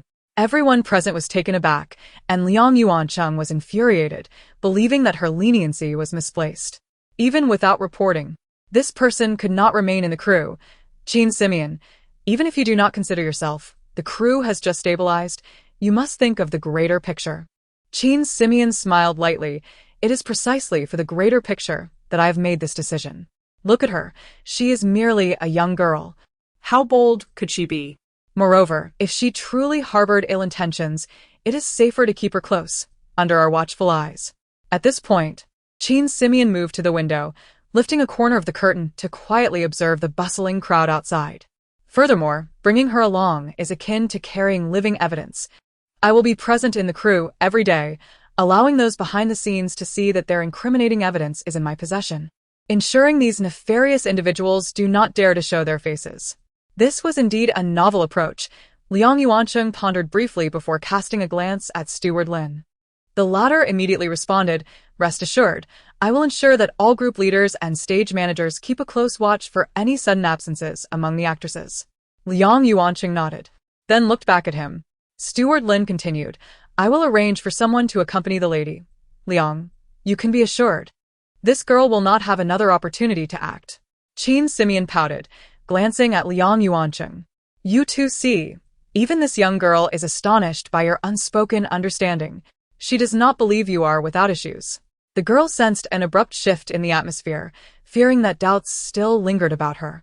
Suddenly recalling something, she hurriedly retrieved a pile of crumpled papers from the sleeve of her costume. "She also asked me to collect the teacher's rubbish to see if I could uncover any dirt. I have brought it all. I present it." Qin Simeon focused, realizing these were her own drafts of complaints from earlier, and she felt an urgent panic. Let me see that. Liang Yuanqing swiftly reached out to take it. The others also unfolded the papers, scrutinizing them, while Qin Simeon stood frozen in place, feeling as if her legs were sealed in cement. This is truly mortifying. Could these people not respect my privacy for once? I am the victim here. Chapter 36. A show of false bravado. Elder Lin promptly handed the note to Liang Yuanqing, concocting a flimsy excuse to hastily depart, taking along the young girl who had been on the floor. Liang Yuanqing meticulously flipped through the pages, a surge of inexplicable emotions stirring within him. He had initially presumed that Qin Simeon, in her secluded contemplation, was crafting character sketches. However, these torn drafts appeared to suggest otherwise. Standing at a distance, Qin Simeon grew increasingly uneasy as she observed him, ultimately unable to restrain herself from approaching and seizing the notes from Liang Yuanqing's grasp. "You ought to respect my privacy," she exclaimed. clutching the crumpled papers and dashing out of the room, oblivious to the half-sheet that remained in Liang Yuanqing's possession. Swiftly passing days, yet countless words remain unvoiced. Their origin unknown. The note began, but the initial salutation had been torn away. Liang Yuanqing gazed at the words, a subtle smile gracing his lips. Was this girl attempting to confess her feelings to him? In truth, he was already aware of everything, regardless of who you are or where you hail from. I wish to accompany you through this life. Once outside, Qin Simeon frantically searched through the refuse, while Lin Su ambled nearby, startled by the sight of her, instantly adopting a concerned demeanor. Why are you sweating profusely? Are you unwell? Qin Simeon's cheeks flushed crimson. The thought of her unfinished work being scrutinized left her feeling utterly exposed. I'm fine, just looking for a place to dispose of some things. Игрто dismiss Lin Su. She sensed the probing gaze of her companion lingering on her, seemingly incredulous of her claimed well-being. A sudden realization struck Qin Simeon. The production team had strategically distanced her and Lin Su's resting areas to evade unnecessary complications, particularly to prevent reporters from capturing any fictitious scenes. In this sweltering heat, why would Lin Su venture out in full makeup and attire to stroll near her resting spot? Was she not feeling well? Had she just narrowly escaped poisoning? Was this woman orchestrating events from behind the scenes? A sharp pain flared at her wrist, prompting Qin Simeon to gently grasp the spot where her original self had once inflicted harm. A wave of exhilaration washed over her. The original self had not committed suicide, nor had it been a romantic sacrifice. The target of this task had been fundamentally misassigned from the start. There was hope. If she successfully appealed, she could reclaim her initial points and take on new tasks. Lin Su, initially anxious as she observed Qin Simeon, suddenly appeared as if she had won a fortune, gazing at her with a hint of guilt. Why are you staring at me like that? Qin Simeon seized Lin Su's hand earnestly, expressing, thank you, truly thank you. I adore you. With that, she planted a hearty kiss on Lin Su's cheek and joyfully departed. How revolting. This woman is deranged, Lin Su muttered, wiping the remnants of Qin Simeon's affection from her face, narrowing her eyes at the retreating figure. What is she plotting? That fool Jiang Yan claimed everything would be fine. It seems she is determined to make Jiang Yu's life miserable. Days later, news of the promotion of the small supporting actress spread rapidly through the crew. The production team's explanation was that Qin Simeon's character's maid was meant to be a naive girl. The prior actress was deemed overly mature, and there were no ulterior motives. They urged the public not to speculate. However, the more they explained, the wilder the rumors became, with whispers suggesting that the girl had bribed her way into the role. What nonsense is this? If I had heavy funds, would I endure this suffering in the crew? Su Roro remarked as she read the report. Yet, Qin Simeon remained unfazed. Having been mercilessly vilified in a matter of days, she patiently patted Su Roro's shoulder, softly saying, You'll get used to it. The editors need to earn a living too. Consider yourself their benefactor. Doesn't that make you feel better? Su Roro pouted. What is there to be happy about? You're treating me like a child. At last. After a day of sulking, Su Roro burst into laughter. Over these past few days spent with this girl, Qin Simeon had come to realize something. She was merely an ignorant, reckless child, entirely being manipulated in this situation. Lin Su's ruthlessness was astonishing. A pristine girl nearly transformed into a murderer. Can those with power and influence truly treat others' lives as mere puppets, to be controlled at will? Noticing Qin Simeon's sudden silence, Su Roro feared she had offended her and quickly apologized. I owe my current situation to your generosity, Teacher Qin. I should not harbor complaints. I'm sorry for causing you worry. Qin Simeon shook her head. It's not your fault. But in the future, be vigilant in your actions. Otherwise, you risk harming both yourself and others. I can protect you once, but not for a lifetime. For reasons unknown, as she prepared to leave, she felt an unusual reluctance towards everyone and everything. Even after submitting her appeal, she refrained from lifting the barrier between the underworld and herself. What was she truly afraid of, failure or success? Qin Simeon found herself unable to articulate her feelings. Miss Qin, you are truly fortunate. President Liang has sent another bouquet. Lost in thought, The door swung open, revealing Assistant Qian and several staff members who brought in a multitude of flower arrangements, causing Qin Simeon's eyes to glisten with tears. Whether this body was allergic, she could not say, but she remembered being allergic in the past. Uncle Yang treats you so well, Roro commented, hastily lifting the largest basket. Qin Simeon turned her gaze towards the wilting arrangements nearby, silently reconsidering her decision. Perhaps it was time to push through. Let me go, let me go. Meanwhile, in Lin Su's home, she lounged comfortably on the sofa in her pajamas, while a nail technician worked on her artificial nails. Classical symphonies poured from the expensive sound system, yet could not drown out the discordant slapping sound. Jiang Yan knelt beside her, repeatedly striking her own face, tears mingling with blood rendering her visage unrecognizable. I am foolish. I am incompetent. I have failed to consider everything. Miss Lin, please spare my sister. Her hand did not cease its motion, as Jiang Yan pleaded desperately. Spare her? Who will spare me? Lin Su shot a glance at Jiang Yan, her voice icy. Do you know why I am lying here at home? Jiang Yan lowered her head, mumbling, it's because there have been no arrangements for your scenes these past few days. Get out. Lin Su kicked Jiang Yan to the floor, gripping her throat coldly. I feigned illness deliberately. If the person you arranged had called in sick, her identity would have been exposed immediately. I had no choice but to take leave myself, forcing all actors and scenes with me to rest. With that, Lin Su hurled a stack of magazines at Jiang Yan's face. Look at how much coverage Qin Simeon has received due to my absence. You wretched creature. Dare you ask me to spare Jiang Yu? You sisters are equally worthless, equally despicable. Keep hitting. Lin Su bellowed, her fury palpable. Yes. Jiang Yan quickly knelt down, disregarding the blood trickling from her nose, continuing to slap her own face. Chapter 37. The frantic house sparrow Qin Simeon understood well that after the incident, Lin Su promptly took leave, which spoke volumes. Yet Liang Yuancheng, that fool, was completely blinded by the allure of a white lotus, oblivious to everything. Over the course of a week, Lin Su replaced several background actors, appearing noticeably slimmer on set. Qin Simeon had to concede that this woman was indeed ruthless. She had shed several pounds, now weighing just over 90.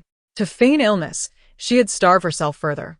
Having said this, Lin Su cast a glance at Qin Simeon from a distance. Su Roro, observing Lin Su amidst the crowd, couldn't help but lament. It must be wonderful to be a wealthy young lady, enjoying the finest of everything, even a personal fan at her beck and call. Just as Qin Simeon was about to caution her about the formidable Lin Su, Roro suddenly linked arms with her and cheerfully remarked, what a pity though. She can't compare to our Simeon in beauty and grace. A good background is merely luck. True worth comes from one's own efforts. Ah. You're quite the charmer now, Qin Simeon teased, tapping Su Roro's forehead. Ever since this child had been by her side, she seemed possessed by a spirit of flattery, unable to go a day without extolling Qin Simeon's virtues. If only I could perform as splendidly as you do. Roro sighed, her admiration evident. You're still young. There's no need to rush.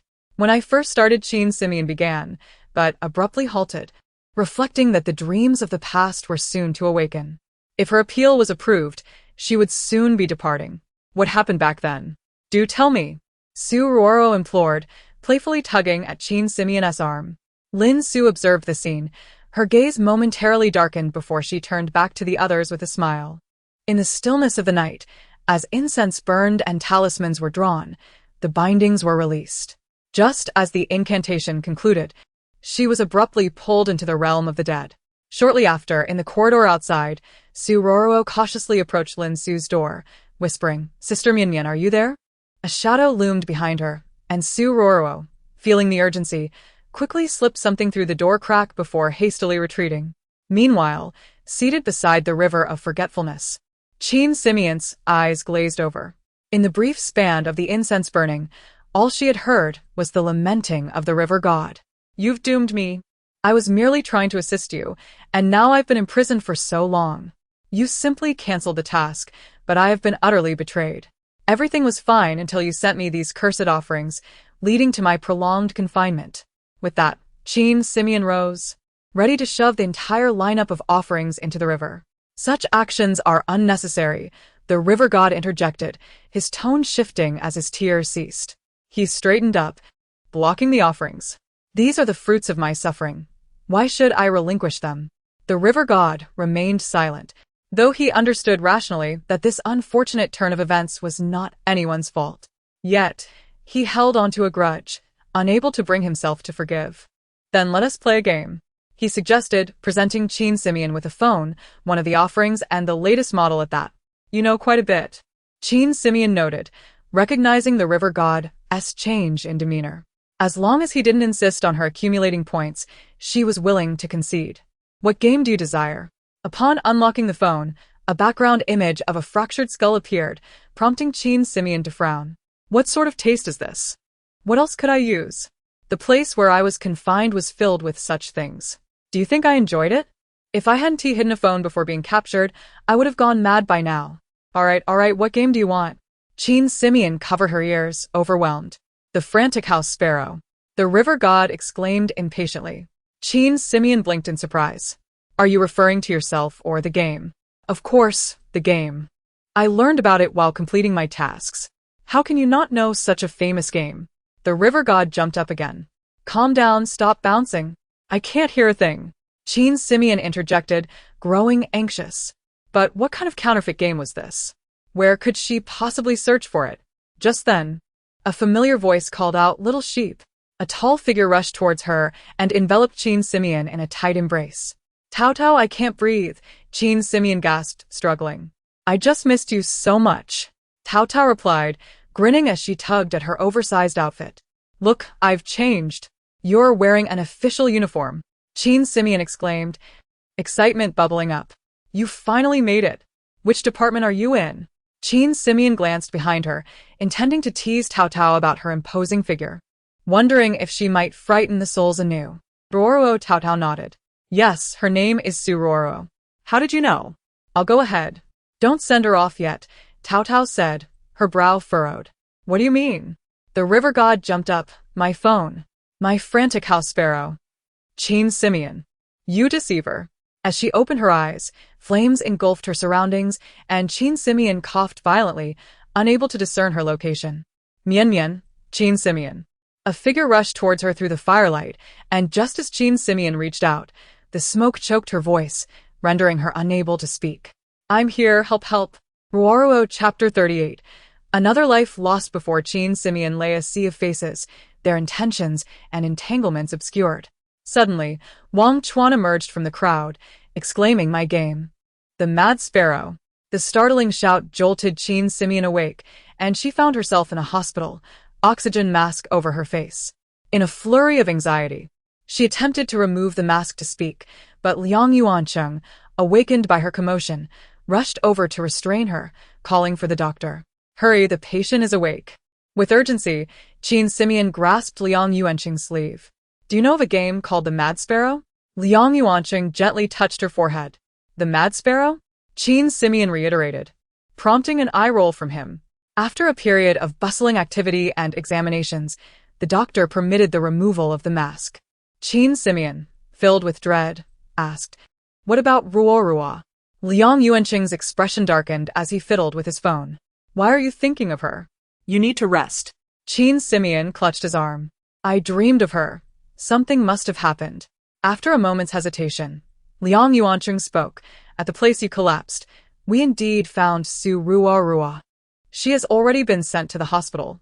And then, Qin Simeon's heart sank.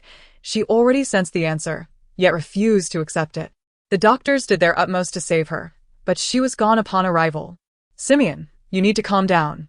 You've just regained consciousness.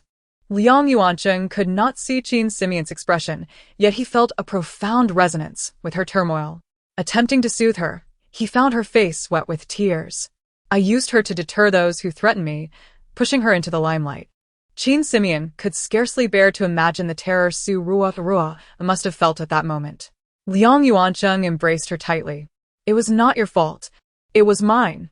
If I hadn't driven her out of the crew, she would have been safe. Simeon, this is not your fault.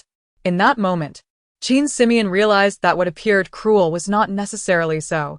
Only thoughtless compassion could wield a deadly, unseen blade.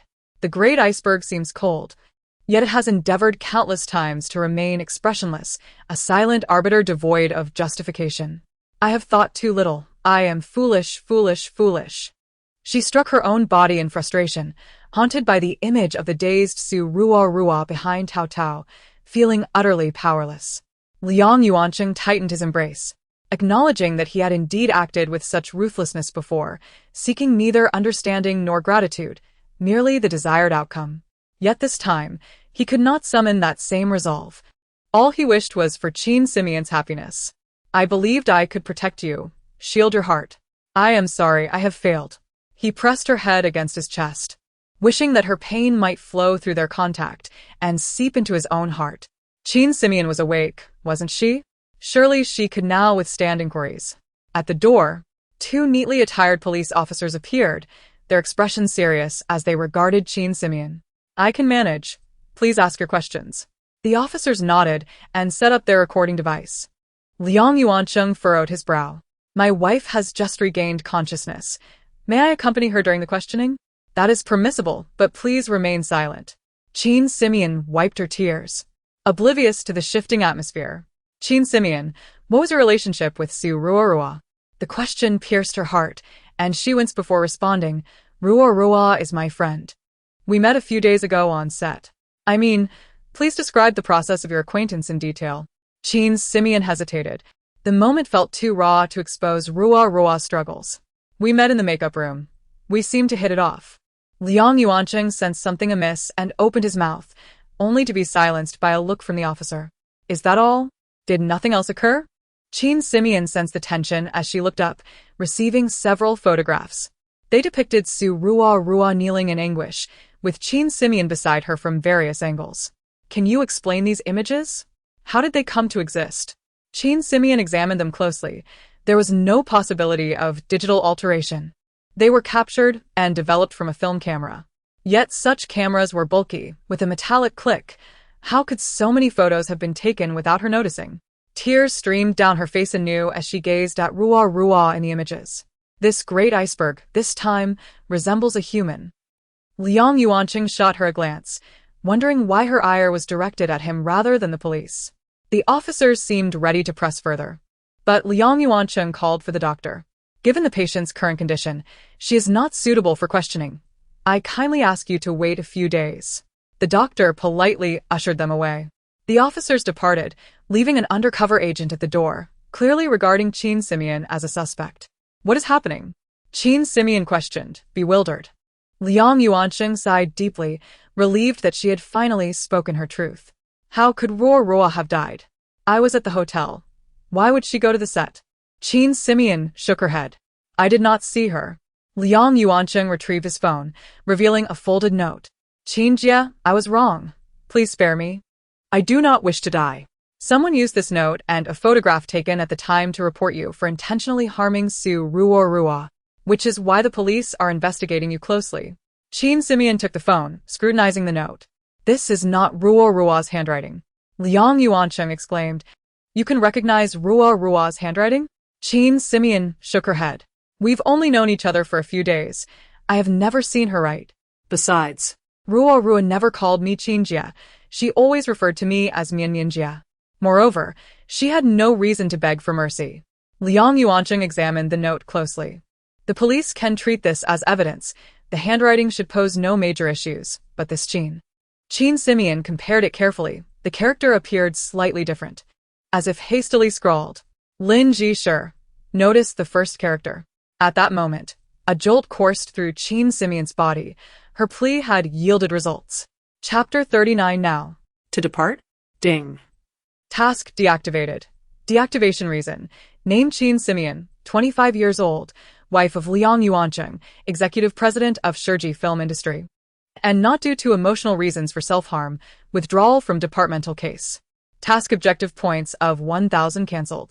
Task transferred to the cleanup operations department. Handover to be completed promptly. At that moment, time in the mortal realm seemed to freeze. Dust suspended in the air, and an indescribable silence enveloped the surroundings. Qin Simeon slowly turned her head, finding Liang Yuancheng beside her, his expression a blend of anger and heartache, frozen in that instant. Gently extending her hand, Qin Simeon felt an inexplicable urge to smooth away the worry etched on Liang Yuanqing's brow. A beam of purple light illuminated the wall. Colleagues from the cleanup operations department had already arrived. Employee number 9671, cleanup operator Liu Daoqi. May I inquire if there are significant matters to discuss that deviate from the original course of fate? The rapid-fire speech of 9671 mirrored the urgency that Qin Simeon had displayed upon receiving her own task. Raising her head, 9671's expression subtly indicated her dissatisfaction with the task at hand. What are the details? 9671 produced paper and pen. Qin Simeon, uncertain of the precise reasons, recounted the general sequence of events. With each detail, 9671's frown deepened, ultimately unable to restrain herself from interjecting, "I've reviewed the records. You've only been here for about 10 days, yet the upheaval is astonishing. Initially, it was unclear that the original body might have faced foul play. The assumption was that the other party was heartbroken, which naturally complicated matters," Qin Simeon explained softly. Nodding, 9671 replied, "I will report back." "How long do you estimate for the handover here?" Qin Simeon glanced at Liang Yuanqing, a stirring in her heart. "Just give me 1 day." 1 day? 9671 appeared surprised. Typically, in such situations, transition agents were eager to leave immediately, reluctant to linger even for a report. "I merely wish to avoid causing you too much trouble," Qin Simeon replied politely. 9671's expression eased somewhat. "If only everyone were as understanding as you, who enjoys cleaning up messes. It's just that the cleanup department is desperate for personnel. I advise you, when the time comes to apply for the position of Underworld officer, do not choose us. It's even more challenging than being a transition agent."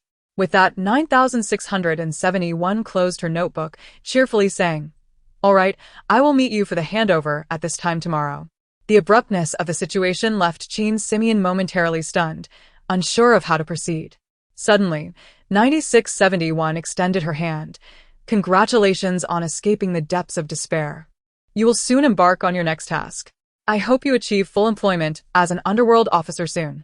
Qin Simeon shook her hand stiffly, a testament to her years of experience in human affairs, adeptly handling the nuances of human interaction. "Thank you." As the spatial realm restored itself, time resumed its flow, and Qin Simeon was suddenly overwhelmed by the sensation of an impending examination, with countless tasks to address, yet unsure of where to commence. "Are you unwell?" Not sensing any changes, Liang Yuanqing, observing Qin Simeon's troubled expression, spoke up. "Rest assured regarding the police. I will not allow them to wrongfully accuse you." "Yes, actually quite decent." Upon hearing this, Liang Yuanqing momentarily faltered, feeling a warmth rise to his cheeks and his heart quicken. This girl has become increasingly endearing over these past few days. As evening descended, Liang Yuanqing entered the hospital room with sushi from a local restaurant, only to find the room enveloped in darkness, the bed unoccupied. Just as he began to doubt whether she had escaped, the movement of the curtains caught his attention. Approaching, he discovered Qin Simeon perched on the windowsill, gazing vacantly at the moon. He reached out to grasp her hand, exhaling a sigh of relief. "What on earth are you doing here?" "It's perilous. Simeon, you need not worry. I will resolve this matter without fail. I will confront their superiors and offer any bail required to secure your release." Believing Qin Simeon to be in a state of distress, Liang Yuanqing feared she might be contemplating despair. The death of Su Ruoruo had already burdened Qin Simeon with enough guilt, and now being wrongfully accused of murder would be unbearable for anyone. How can she still be so naive? What will become of her in the future? Do I appear so unhappy? "Simeon, do not leave. Look at the moon tonight." Qin Simeon grasped Liang Yuanqing's arm, pointing skyward. Having spent the entire day tending to Qin Simeon's affairs, Liang Yuanqing sensed an unseen force opposing him, the meticulous and decisive nature of which did not seem entirely characteristic of the Lin family. "What mood do I have to admire the moon?" Liang Yuanqing retorted, glancing upward only to be struck dumb by the breathtaking sight before him. The moon hung like a golden plate, the clouds a deep violet, and meteors streaked across the sky like silver threads stitching the night together. Observing Liang Yuanqing's reaction, Qin Simeon smiled. "Isn't it beautiful?" Tears inexplicably slipped down her cheeks, and she turned her head to evade Liang Yuanqing's gaze, wishing to conceal her sorrow, yet for a fleeting moment, she longed for him to understand. What difference does it make? Qin Simeon, what are you truly thinking? Liang Yuanqing turned to see Qin Simeon's expression, but all that met him was a blur. It's rare you find the time to appreciate such beauty, he mused, believing that at this moment, Qin Simeon ought to be smiling and at ease. Thus, he intentionally made a jest, but to Qin Simeon, it bore an entirely different connotation. Countless words lodged in her mind, and Qin Simeon found herself at a loss for suitable expressions to convey her overwhelming disappointment. Qin Simeon's arm trembled slightly, a wound emanating a silvery purple glow, subtly manifesting. Regardless, I have acted with a clear conscience. I hope you remember this night. Liang Yuanqing wrapped his arm around Qin Simeon's shoulders, gazing up at this unseen spectacle. One heart laden with sorrow, the other radiant with hope. Both remained oblivious to the bustling activity below, where two giant air cushions were being readied alongside numerous emergency responders gearing up for action. Mr. Liang is not that kind of person. Lin Jishir observed the precarious figures on the windowsill, still unable to trust the rescue team's judgment. Having sat for nearly half an hour, any further delay could lead to dire consequences. The team leader expressed his urgency. Lin Jishir fixed his gaze on Liang Yuanqing above. What is he looking at? Chapter 40. Farewell, Liang Yuanqing for a moment. Liang Yuanqing stared at the two individuals, and it was only after a while that Qin Simeon realized she had detached from her original self. What happened? Is this task truly that tormenting? After just a few days. Why do you seem so dazed? Initially intending to confront them, Wang Chuangong looked at Qin Simeon with concern. You haven't forgotten to download the game for me, have you? Oh. Qin Simeon, her mind a whirlwind, lowered her head to retrieve her phone, forcing herself to focus on the present and not dwell on other matters. I apologize. So much has occurred these past few days that I momentarily forgot. Without allowing her to protest, Wang Chuangong snatched the phone, swiped the screen, and shot her a glance. You little girl, you are becoming quite adept at the art of feigned vulnerability. Trying to scare an old man like me. Haven, do you put it on? Qin Simeon was taken aback. How could this be? She hadn't installed anything on her phone. Leaning in to see, she was immediately stunned. Wang Chuangong had opened an old game that had once been all the rage a few years prior. What kind of madness is this? The game is called Angry Birds. Qin Simeon felt an inexplicable sting in her eyes as Liang Yuanqing's expression of helpless seriousness appeared before her. A casual remark she made had evidently been taken to heart. Why did it feel as though a part of her had been excised, leaving her in such discomfort after handing over a significant trouble? Tao Tao scrutinized Qin Simeon from head to toe, her brow furrowed as she rubbed her chin. Little sheep, why do you seem so different? Qin Simeon cleared her throat to change the subject. As for the new Underworld clerk I tasked you with, how is that progressing? That little ghost. Tao Tao patted her chest. Of course, it's all on this Yin Chaya's shoulders. Coincidentally, the reception department opened a literacy class, so I sent her there. I hear she is performing admirably and has even become a group leader. Literacy class. Qin Simeon was bewildered, feeling that her current mission was astonishing, and the changes in the underworld seemed even more remarkable. In the hospital room, 9671 stared at Liang Yuanqing, an inexplicable sense of guilt washing over her. It was only through sheer determination that she had entered the system. Typically, concluding tasks would wrap up within 2 days, with all relations settled, but today, 9671 had to admit she had encountered a formidable opponent. It was as if he had uncovered something. But how could that be possible? As the scene widened, Qin Simeon lay on the intensive care bed, wrapped like a zongzi, with only her eyes visible. This was her hastily devised operational procedure.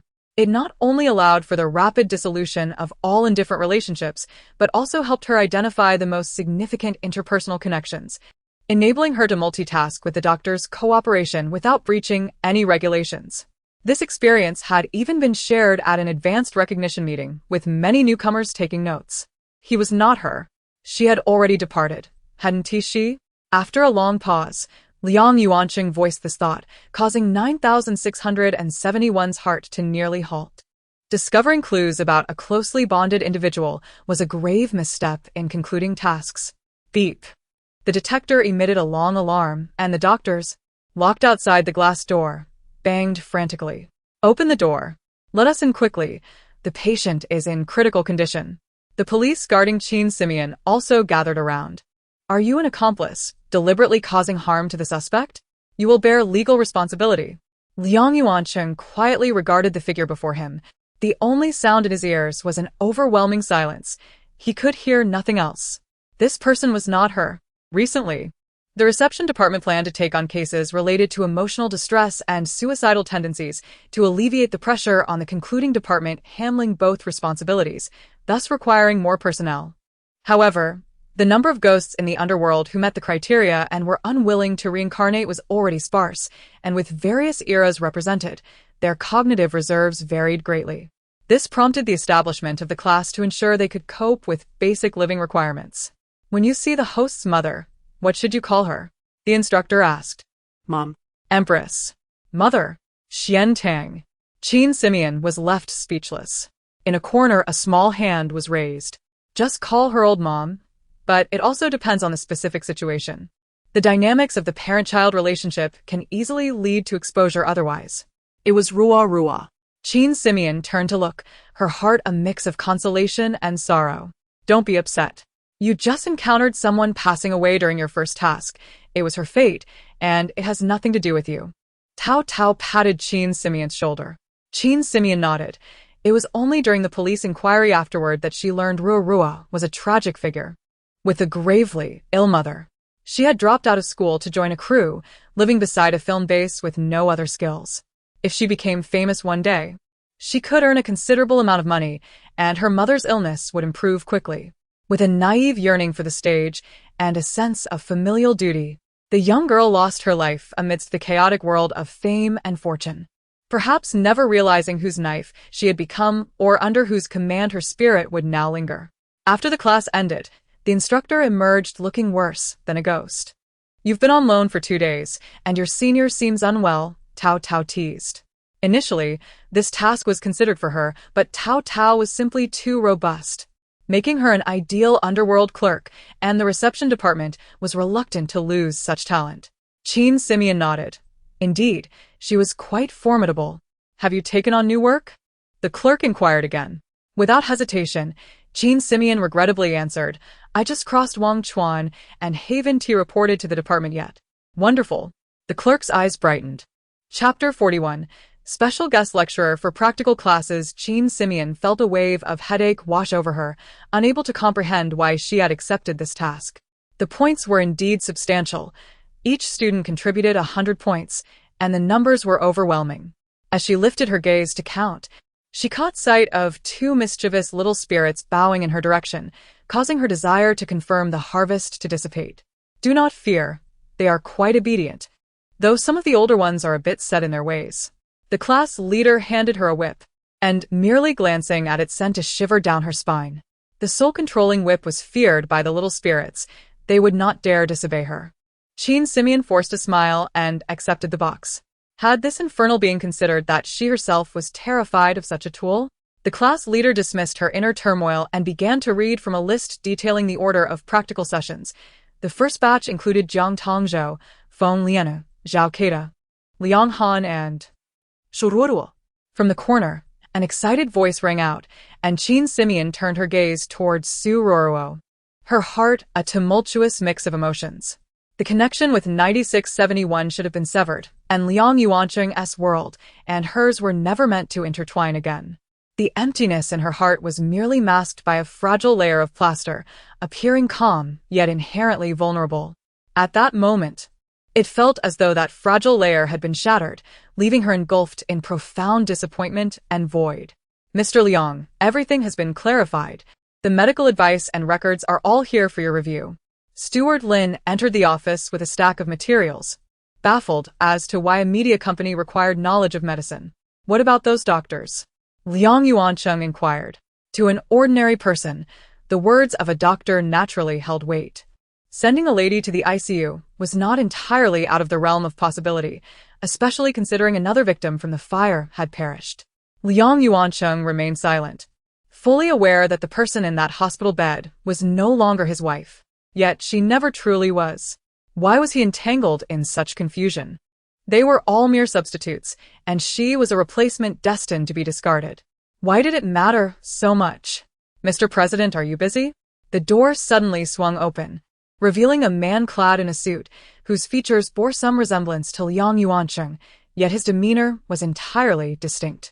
Steward Lin was momentarily taken aback before glancing behind him. The man perceived his hesitation and smiled, saying, "What is this? Are you contemplating summoning security? Do not forget, this is the Liang family's enterprise, and I share the same surname. You are merely a dog we keep. Do you wish to call upon your canine companions to bite their master? Liang Yuancheng, do not revel in your triumph. Do you think that by sending me abroad with that old witch, you have confined me? This position belongs to either you, Liang Yuancheng, or me, Liang Jincheng. It remains uncertain. Vice President Liang, this is the President's office. I suggest you mind your language." Steward Lin clenched his fists, seething with anger. Liang Jincheng disregarded him entirely, fixing a cold gaze on Liang Yuancheng. "Since your accident, you have been engaging in some dubious activities. I may not be in the country, but I have heard plenty. Recently, you've landed in a criminal case. Do you wish for the entire group to be buried alongside your ignorance and folly? What nonsense are you spouting? That case." Steward Lin began to clarify, but Liang Jincheng slammed a newspaper onto the desk, his eyes gleaming with malice and satisfaction. "Brother, take a good look. The board meeting starts in half an hour. I, being merciful, grant you a reprieve. Use these 30 minutes to contemplate how to gracefully step down from this position." Liang Jincheng picked up the clock on the desk and set a countdown for 30 minutes before striding out. "Oh, and Steward Lin," he paused at the door, wiping his hands, "you need not worry. Although you are the former executive president's dog, I will not dismiss you. This afternoon, report to the cleaning department. The entire building's restrooms will be your responsibility." The door slammed shut, and Liang Yuancheng picked up the newspaper, only to find the headline shockingly featuring his own name. "Shirji Film Industry, suspected of criminal activity. President collaborates to fabricate illness to protect his wife." Steward Lin, uncharacteristically flustered, exclaimed, "This is utter nonsense. Such a significant matter, and the PR department has provided no information. I will contact their director." As he reached for his phone, Liang Yuancheng restrained his hand. "There is no use in your efforts. Liang Jincheng has likely prepared for this moment for a long time.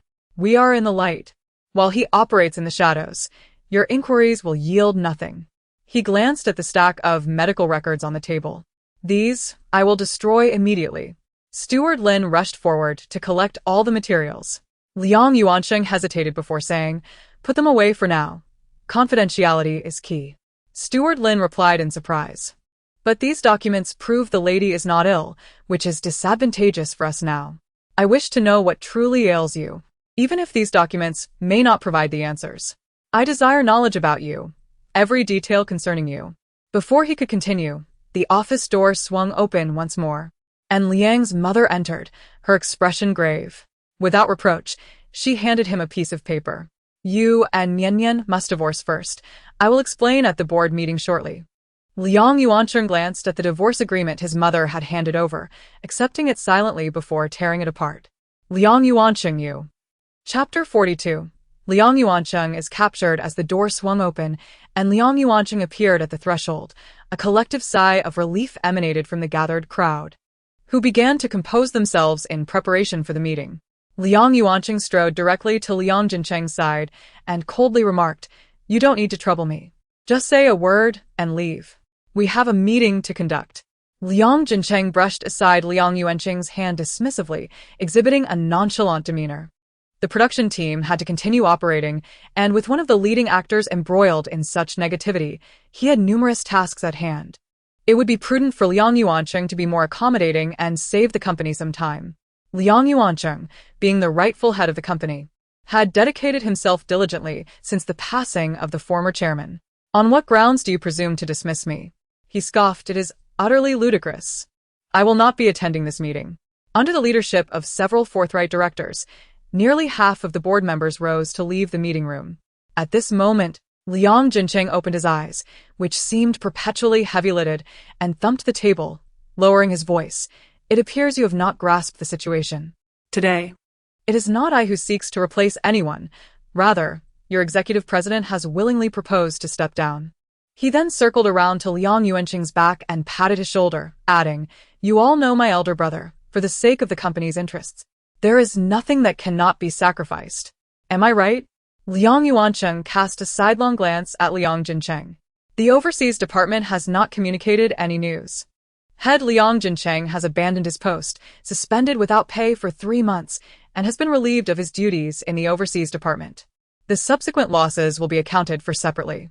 This decision takes immediate effect, as you have all been informed. With that, he kicked aside the chair where Liang Jincheng had been seated, retrieving another from the side, straightening his attire before taking a seat. Today's meeting primarily addressed external publicity and public opinion issues. Who among you can clarify how such reports were released? Liang Yuanqing slammed the newspaper onto the table. Liang Jincheng, infuriated, retorted, "Liang Yuanqing, do you still possess any semblance of shame? You commit such egregious acts and yet have the audacity to confront the board. Qin Simeon is in the intensive care unit. This is a fact. Which of your eyes saw me colluding with her to fabricate evidence?" He continued, "Your current rank hardly qualifies you to stand here. If you do not leave, I will call security. Mr. Liang, that is not how we should approach this. Your actions have indeed caused considerable disruption to the company." Some directors who supported Liang Jincheng began to fidget, realizing they had offended him. If they could not unseat Liang Yuanqing today, they would become the laughingstock of their own folly. The truth and the facts are of little concern to the media. Mr. Liang, for the sake of the company, you must consider stepping back, one director urged. Liang Yuanqing, without raising his head, picked up his phone but suddenly found it impossible to distinguish between the two directors before him. He could surmise who was backing Liang Jincheng, but could not pinpoint the identity of those brazenly challenging him today. Liang Jincheng scrutinized Liang Yuanqing's every movement. This action did not escape his notice. Let us not make this any more severe. It is perfectly normal to have differing opinions in the workplace. But as I remain seated here, I ask that everyone adhere to the rules. Those who wish to discontinue collaboration with Shiji Film and Television may leave now. Liang Yuanqing tossed his phone onto the table, which was still on the interface for executive decisions, and silently observed the individuals present. As expected, a few dissenting shareholders, upon realizing the gravity of the situation, were compelled to temporarily withdraw their opposition. They were well aware of Liang Yuanqing's temperament, which could be summarized in one phrase: he was ruthless and spoke little. Having reached this critical juncture, further provoking him might jeopardize their own positions on the board, as he would not hesitate to drag them down with him. "Can we commence the meeting?" Liang Yuanqing scanned the room, and finally, silence fell. Only Liang Jincheng wore a sinister smile, thinking to himself, "Liang Yuanqing, this is a death wish you have invited upon yourself." In the hospital, despite the doctors' and nurses' attempts to prevent entry, Liang's mother burst into the ICU. She gazed upon Qin Simeon, who resembled a mummy, and could not resist grasping her hand. The lethargic patient, code 9671, was jolted awake. "Mian Mian, I know you are in a precarious situation, but Yuanqing is truly at a critical juncture. If you can endure, just nod your head and help him." Confused, code 9671 reviewed the information and recognized the identity of the woman before her. She longed to escape this place. Since Liang Yuanqing's last visit, she had not had the opportunity to leave her bed. Observing the figure of her daughter-in-law struggling to nod in agreement to assist Liang Yuanqing, Liang's mother's eyes reddened. "Rest assured, my child, I promise to ensure your safety. You shall not suffer any further harm." Just then, Xiaohu hurried over. Whispering urgently in Liang's mother's ear, "Mr. Liang has been taken away by the police from the board meeting. What should we do?" Liang's mother was initially taken aback, but quickly regained her composure. Looking at Qin Simeon on the hospital bed, she instructed the doctor, "I need an ambulance immediately to take her to the police station." "This is absurd. It is impossible." Two doctors protested vehemently. Code 9671 subtly gestured, and the two physicians froze momentarily, then changed their tone. It is not entirely unfeasible, but a family member must sign a consent form.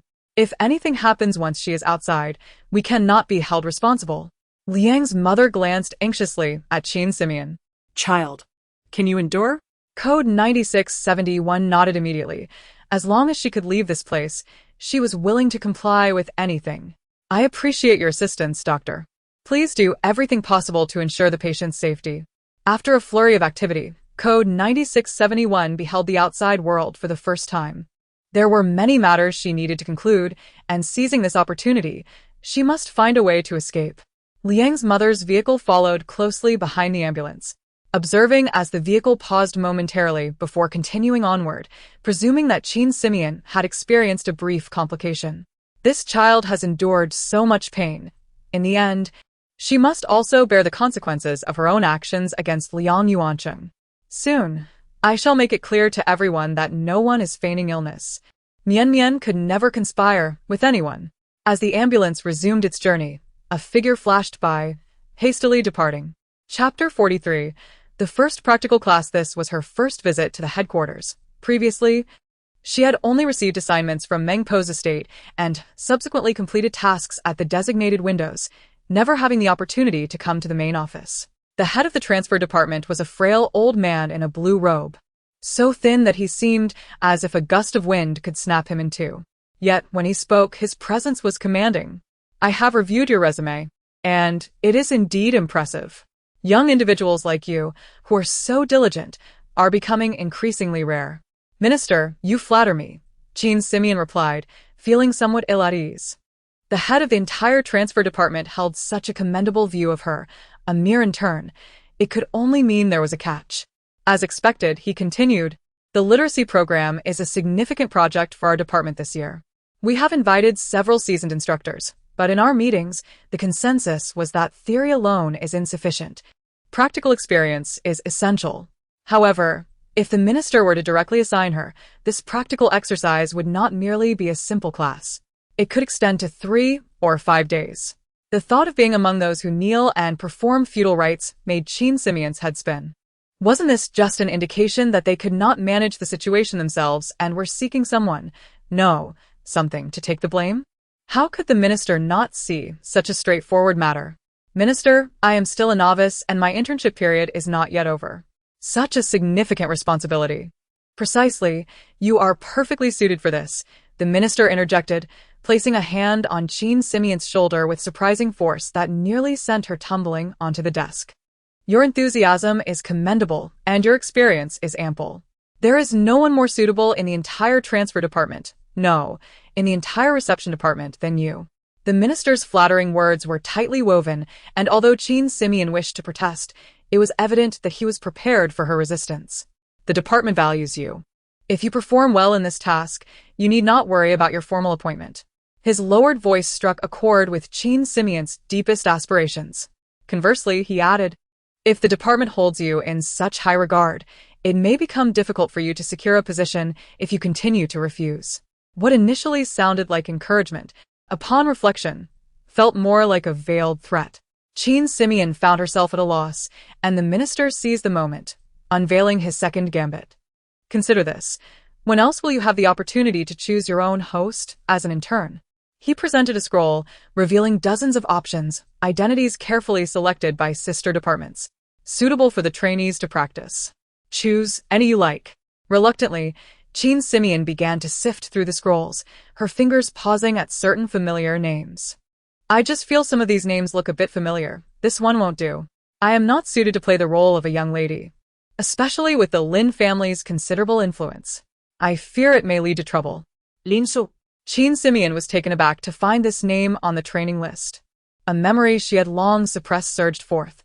Judging by the passage of time, it seemed appropriate to confront her past. Thank you for your understanding, Minister. She dared not mention her apprehensions. She was merely a small cog in the machine, still not a full-fledged member, just an intern. She had no desire to be embroiled in the departmental rivalries. Then I shall choose this one.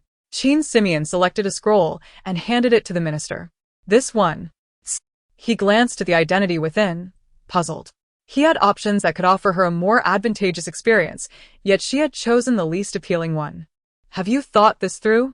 Being a hotel cleaner is quite arduous, and the clientele at small lodges often lacks refinement. You may encounter considerable hardship. The minister lowered his voice.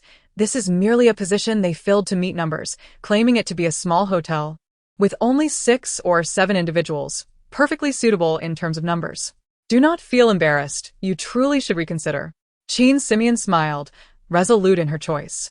She desired an identity that placed her furthest from that individual's life, ensuring they would never cross paths.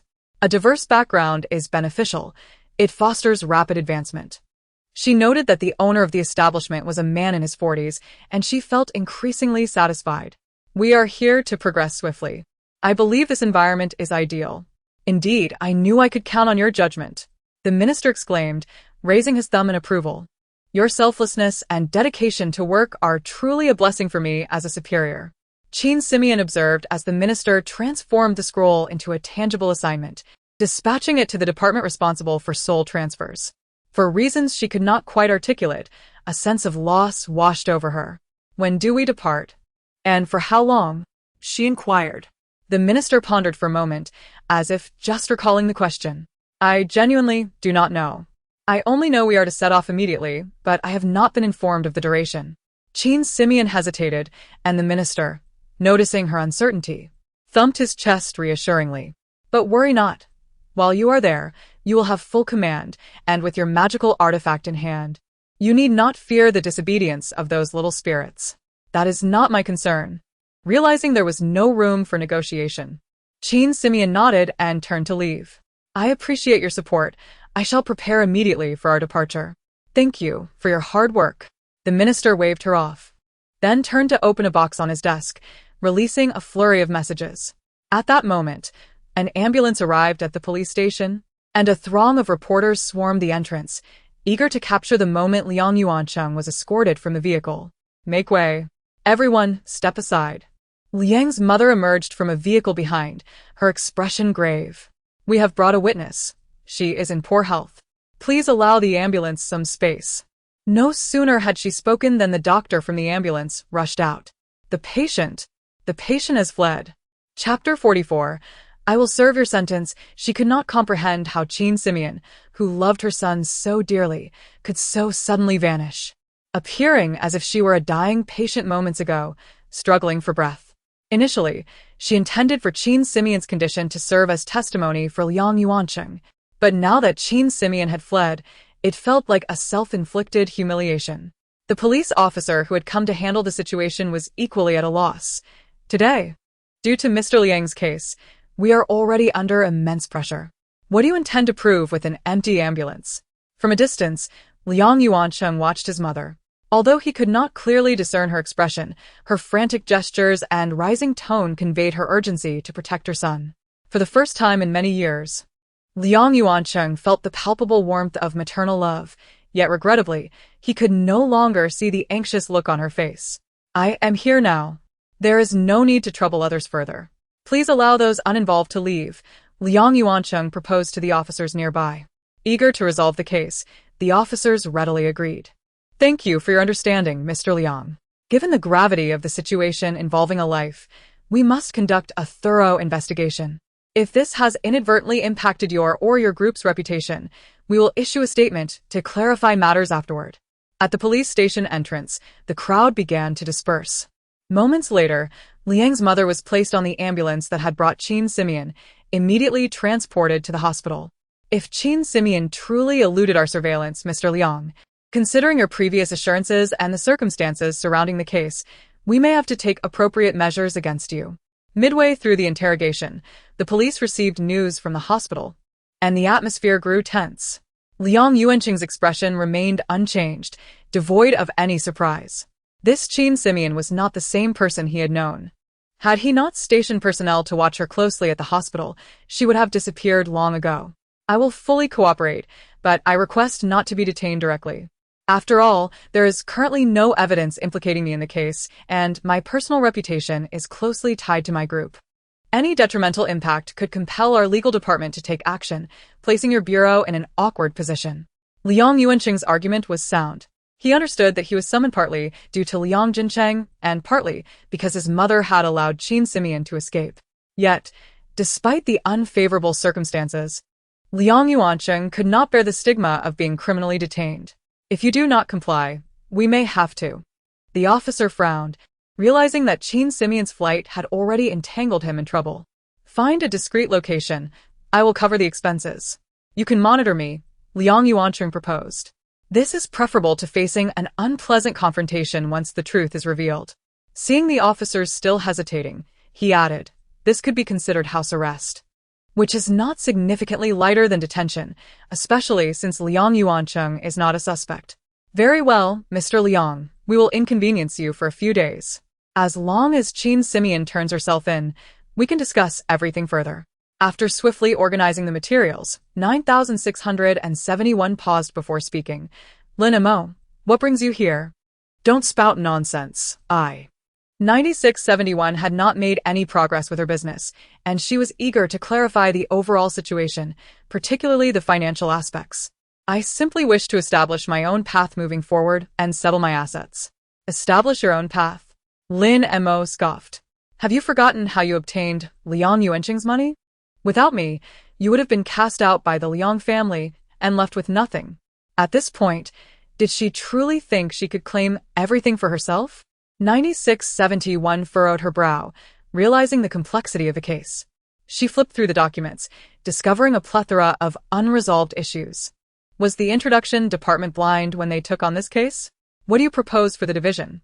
9671 quickly adjusted her mindset, recognizing that this was indeed a business project that needed to be settled promptly. I can forego any payment. Lin Mo suddenly leaned closer, gripping Qin Simeon's chin. You just need to do one thing for me. Forgo payment? That would certainly be agreeable, 9671 replied, striving to maintain a compliant expression. Lin Montag smirked. I initially thought you had changed, but it appears it was all an act. Your performance is commendable. I want you to remain close to Liang Yuancheng and investigate the matter thoroughly to gather evidence. Lin Mo had no doubts. The Qin Simeon before him was the familiar persona he recognized.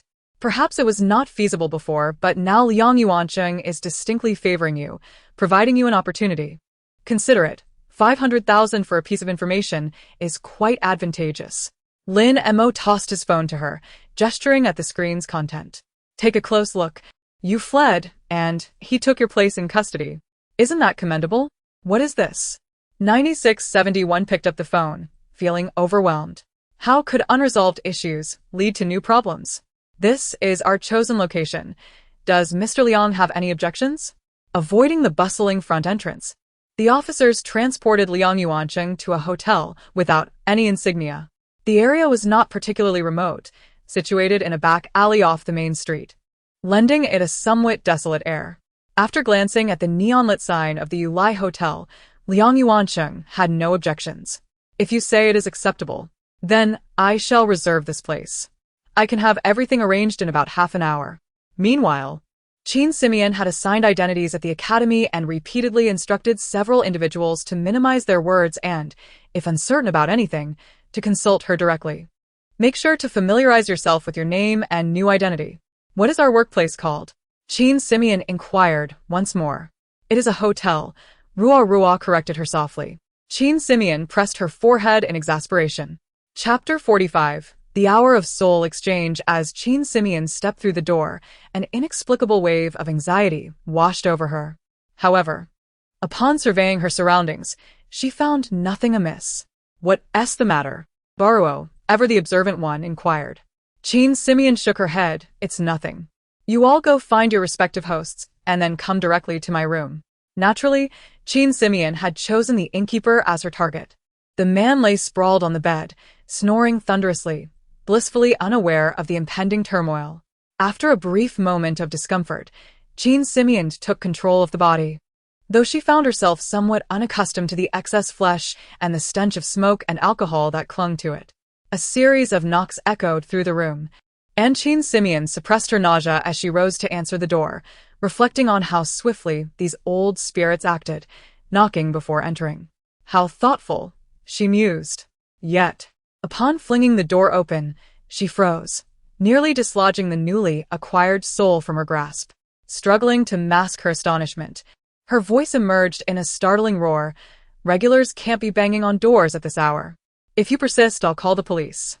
Lin Mo, startled by the deep bellow, felt the effects of intoxication begin to wear off. Growing up in this very alley, this inn felt like a second home to him. Yet today, he was abruptly denied entry, told it was booked for half a month. Coupled with a bitter experience at 9671, he now felt unwelcome anywhere, leaving his spirits at an all-time low. "We're buddies. Is this how you treat a friend?" "Liu Jijun, I'll remember this. You'd better help me succeed. Otherwise, I'll tear down your shabby little establishment."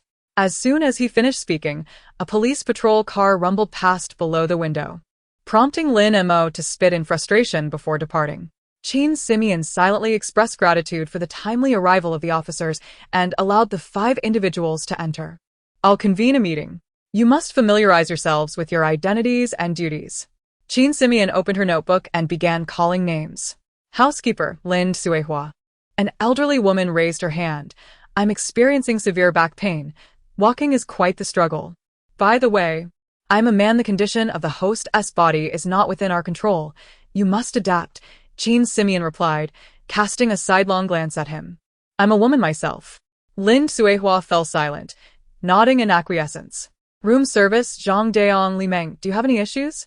A tall, thin man and a shorter, stockier one stepped forward, ready to bow but halted. "No problems, teacher," they stammered. Qin Simeon frowned. "Call me boss. I'm old Liu, not your teacher." They nodded vigorously, acknowledging her correction. "Liao Chunsheng, you are the chef. Breakfast is to be served in a couple of hours. Do not forget." She directed her attention to a man as thin as a toothpick. While he was indeed a cook, he had a pressing concern. "I can hardly breathe. This host is as skinny as a shrimp." The old ghost was a hefty fellow. "And now I'm crammed into this frail frame. It feels as if I might suffocate at any moment. This is merely psychological. You haven't exerted yourself in years." "You'll adapt," Qin Simeon reassured him before her gaze settled on Ruoruo, her tone softening considerably. "Jiang Ming, front desk clerk, you should have no issues, right?" Ruoruo immediately nodded. "Rest assured, boss. I will excel in this role." At last, a reliable individual. Qin Simeon felt a wave of relief. Your identities, names, and work arrangements are thus established. If there are any questions, come to me first. Understood? Now go and adjust. She waved them off, intent on taking a shower to rid herself of the unpleasant odors that clung to her. Death extinguishes the light. All past is erased. Ruoruo glanced at the name. Liang Yuancheng, recorded on the reception list, resolving silently. In the morning, a frantic knocking erupted at the door. Qin Simeon struggled to open her eyes, momentarily disoriented, before recalling that she was now Liu Jijun, the owner of the Yulian. Ruoruo's voice drifted in from outside, as she attempted to reason with the persistent knocker. "Our boss truly had no idea. I'll ensure he pays more attention next time. Could you all please refrain from calling him right now? He stayed up late last night frowning."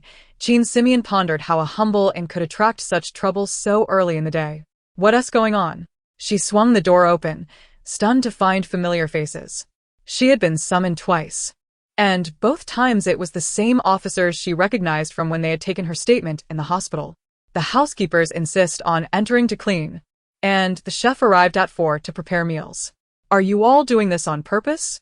Qin Simeon furrowed her brow, realizing none of these individuals were particularly easygoing. "Apologies. I may not have communicated clearly yesterday," she began, but before she could finish, a fourth troublesome figure appeared. "And what about that elderly lady?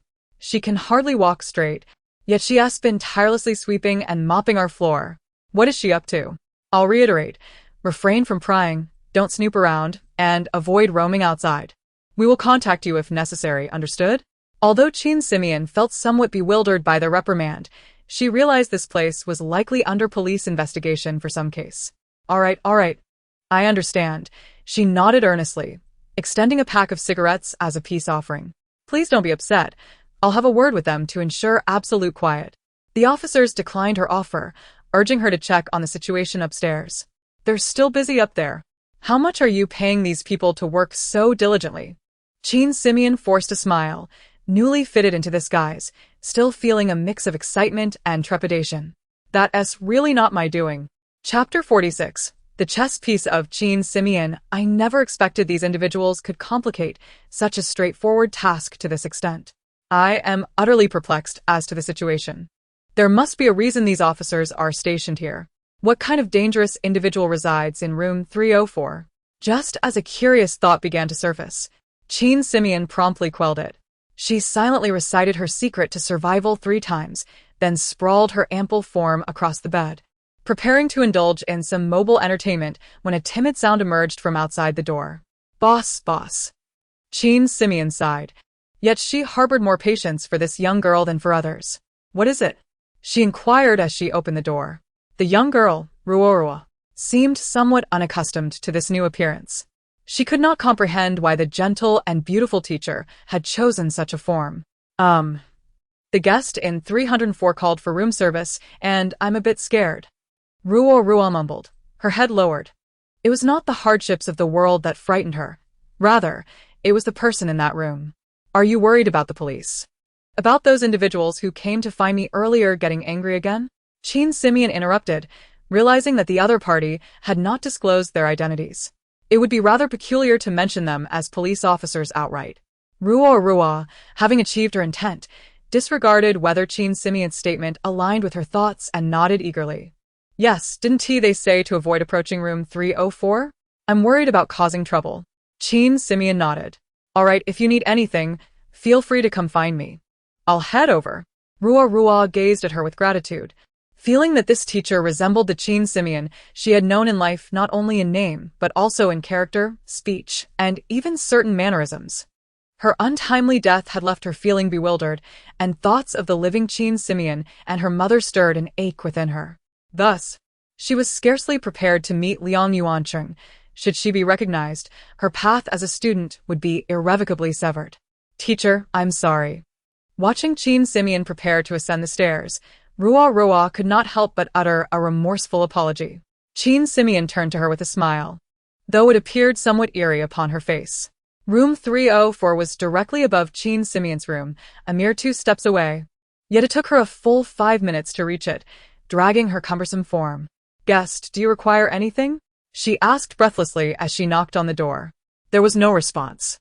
Glancing around, she noticed the officers were absent, instantly heightening her vigilance. Guest, are you there? She called, preparing to evade or retaliate if necessary. The door swung open, revealing Liang Yuancheng, looking haggard, his collar open as he appeared before Qin Simeon. In that fleeting moment, time seemed to stand still. Meanwhile, Lin Mo lay sprawled across the bed in a drunken stupor, surrounded by scattered belongings, the scene a chaotic mess. Lin Su stormed into the room with several individuals, and upon witnessing the sight, her fury erupted. Wake him up, she commanded, gesturing for her assistants to approach. Lin Mo, sputtering, sat up, half-drenched, yet smiled at Lin Su. Second sister, you're here. Lin Su stepped forward and delivered a sharp slap. How dare you? Causing a ruckus in the middle of the night. Checking into a hotel under my name. Lin Mo, do you wish to die? Recalling Lin Mo's audacity in calling her from the old residence, Lin Su's hands trembled with anger. And don't you dare bring that up. What nonsense you shared. I've tried, and it's utterly useless. Lin Mo shook off the water from his body. Really no signs at all? Hearing this, Lin Su furrowed her brow. Since Liang Yuancheng's accident, he had indeed changed in ways she could not pinpoint. Consider the new regulations from Shiji Film and Entertainment and his lofty demeanor. Truly, is there no sign whatsoever? Lin Mo understood Lin Su well. Matters of profit and Liang Yuancheng always managed to sway her easily.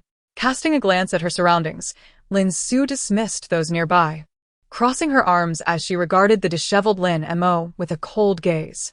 This time, you had better present a feasible plan. If this fails again, I can ensure your disappearance without a trace. Lin Mo rose, fastening the soaked buttons of his shirt, and replied, I know where Qin Simeon is hiding. She received a 10 million breakup fee from Liang Yuancheng. Although I lack concrete evidence of Liang Yuancheng's prosopagnosia, Do you think Qin Simeon possesses any? Lin Su's eyes lit up. Currently, Qin Simeon was a target of police pursuit. If she could locate her first and save Liang Yuancheng, everything thereafter would fall into place seamlessly. Even Wu Minxia, who had inexplicably sided with Qin Simeon, would once again become her ally. Where? Lin Su inquired. Lin Mo raised an eyebrow. Is the second sister speaking to me? Lin Su kulanchet her tid silently. If you truly find her, you may enter the Lin family door at will. Lin Mo remained unfazed. And what of that? No one relishes being treated like a dog indefinitely. What more do you desire? Lin Su ritorted. It's impossible for father to acknowledge you. Abandon that hope. What about grandmother? Lin Mo turned to Lin Su, whose face was gradually paling. Hey, sir. Liang Yuancheng, seeing the man before him remain motionless, could not help but pat his shoulder. Can you hear me? I have a terrible headache. Please fetch me some medicine. With her eyes wide open, Qin Simeon felt her mind go blank, merely nodding mechanically. I also have a stomachache. Bring me something for diarrhea as well. Liang Yuancheng, fearing this man was still intoxicated and not yet sober, added, Hurry, I want my medicine in 5 minutes. This fellow hasn't he changed a bit. His tone remains as irritating as ever. This time, it was Liang Yuancheng who felt struck by lightning. Just as he intended to scrutinize the man before him, several figures approached along the corridor, rustling softly. Who on earth are you? Liang Yuancheng stared at the blurred faces before him, his heart beginning to race. Chapter 47. Do not queue. Under surveillance, Liang Yuancheng gazed at the sudden influx of people, momentarily unable to discern their identities. A profound silence enveloped him, and none of the silhouettes before him resembled Qin Simeon.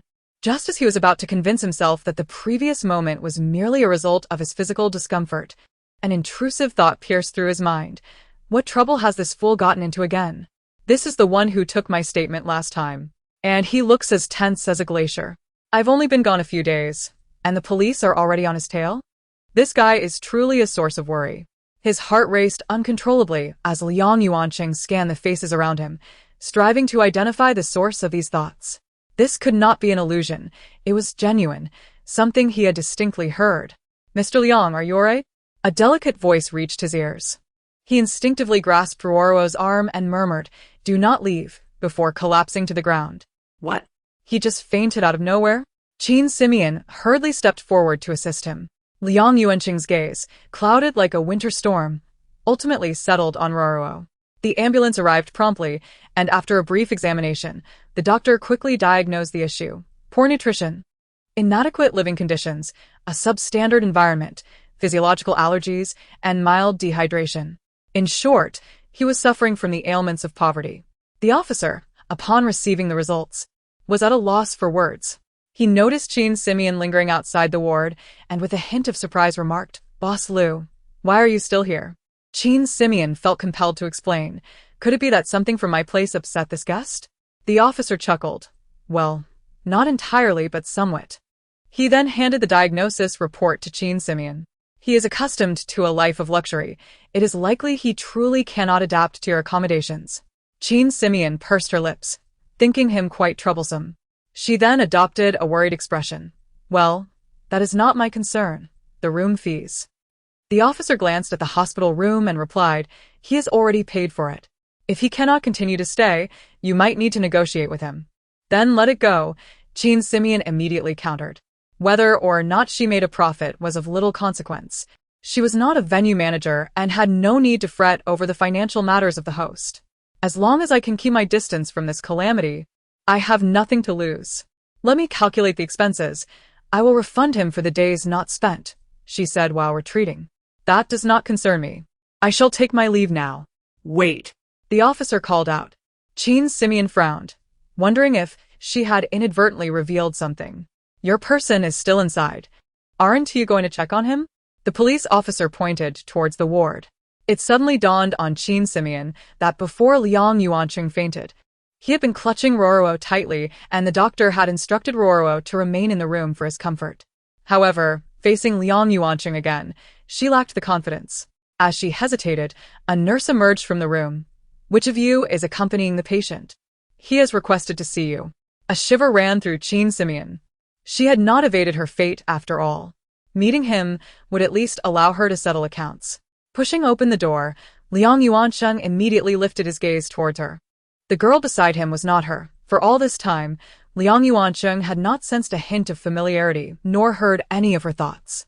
Qin Simeon took a glance at Liang Yuansheng and could not help but exclaim, "I've only been gone a few days, and he has lost so much weight. Was the hotel that bad?" Liang Yuansheng raised his eyes, unable to discern the expression on his face. Yet he was certain of one thing. The three individuals before him were undeniably men, and Qin Simeon could it be? Ruoro quickly rose. "The boss is right. We should take our leave." Eager to escape, both she and Liang Yuansheng were like startled birds, unsure why he had clung to her so desperately moments before. For several fleeting moments, she nearly revealed her identity, hoping for a lenient confession. His gaze was simply too intimidating. "Wait!" Liang Yuansheng suddenly called out, stopping the stout boss Liu and the front desk attendant. "I will continue to book your hotel. Do not rush off." The officer, who had been perplexed about where to keep an eye on Liang Yuansheng, felt relieved at his willingness to stay at the hotel. "Our General Liang is a man of his word.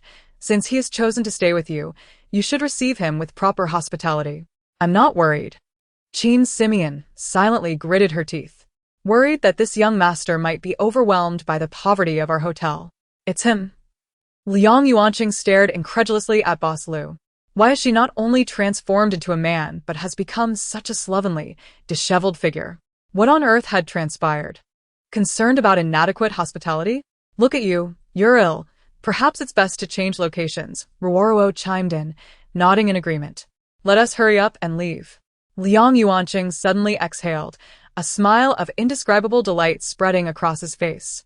"You have hosted me splendidly, especially you, Boss Liu. I feel a connection with you. Henceforth, I shall remain at your establishment, and we shall collaborate long-term." Qin Simeon stood in stunned silence, glancing at Ruoro. "What benefits did you offer him to make him so determined to stay at our hotel?" Ruoro shrugged, shaking her head.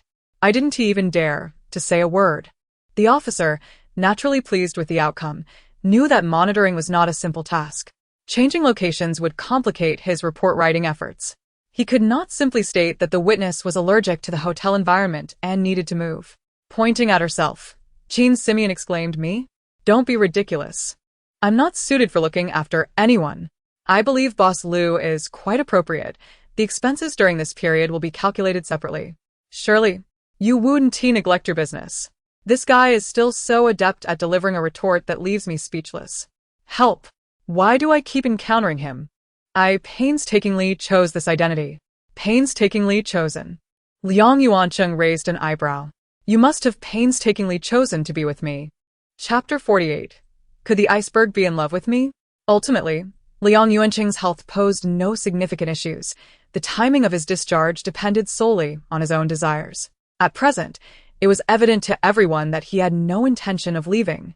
The police naturally assumed his reluctance stemmed from fear of the hotel environment, especially after being afflicted by a serious illness. Only he understood that the location mattered little. What truly mattered was the man standing before him. "I would like some water," Liang Yuancheng said, gazing at the flustered Qin Simeon, who stood awkwardly in the corner, a faint smile gracing his lips. "I'm not a nurse. You think I'm accustomed to serving you? Fine." Qin Simeon relented, moving to the water jug, pouring a glass while commenting, "The young lady responsible for reception is quite capable. It's more suitable for her to handle these tasks. I'm just a clumsy oaf and truly lack the knack for caring for others."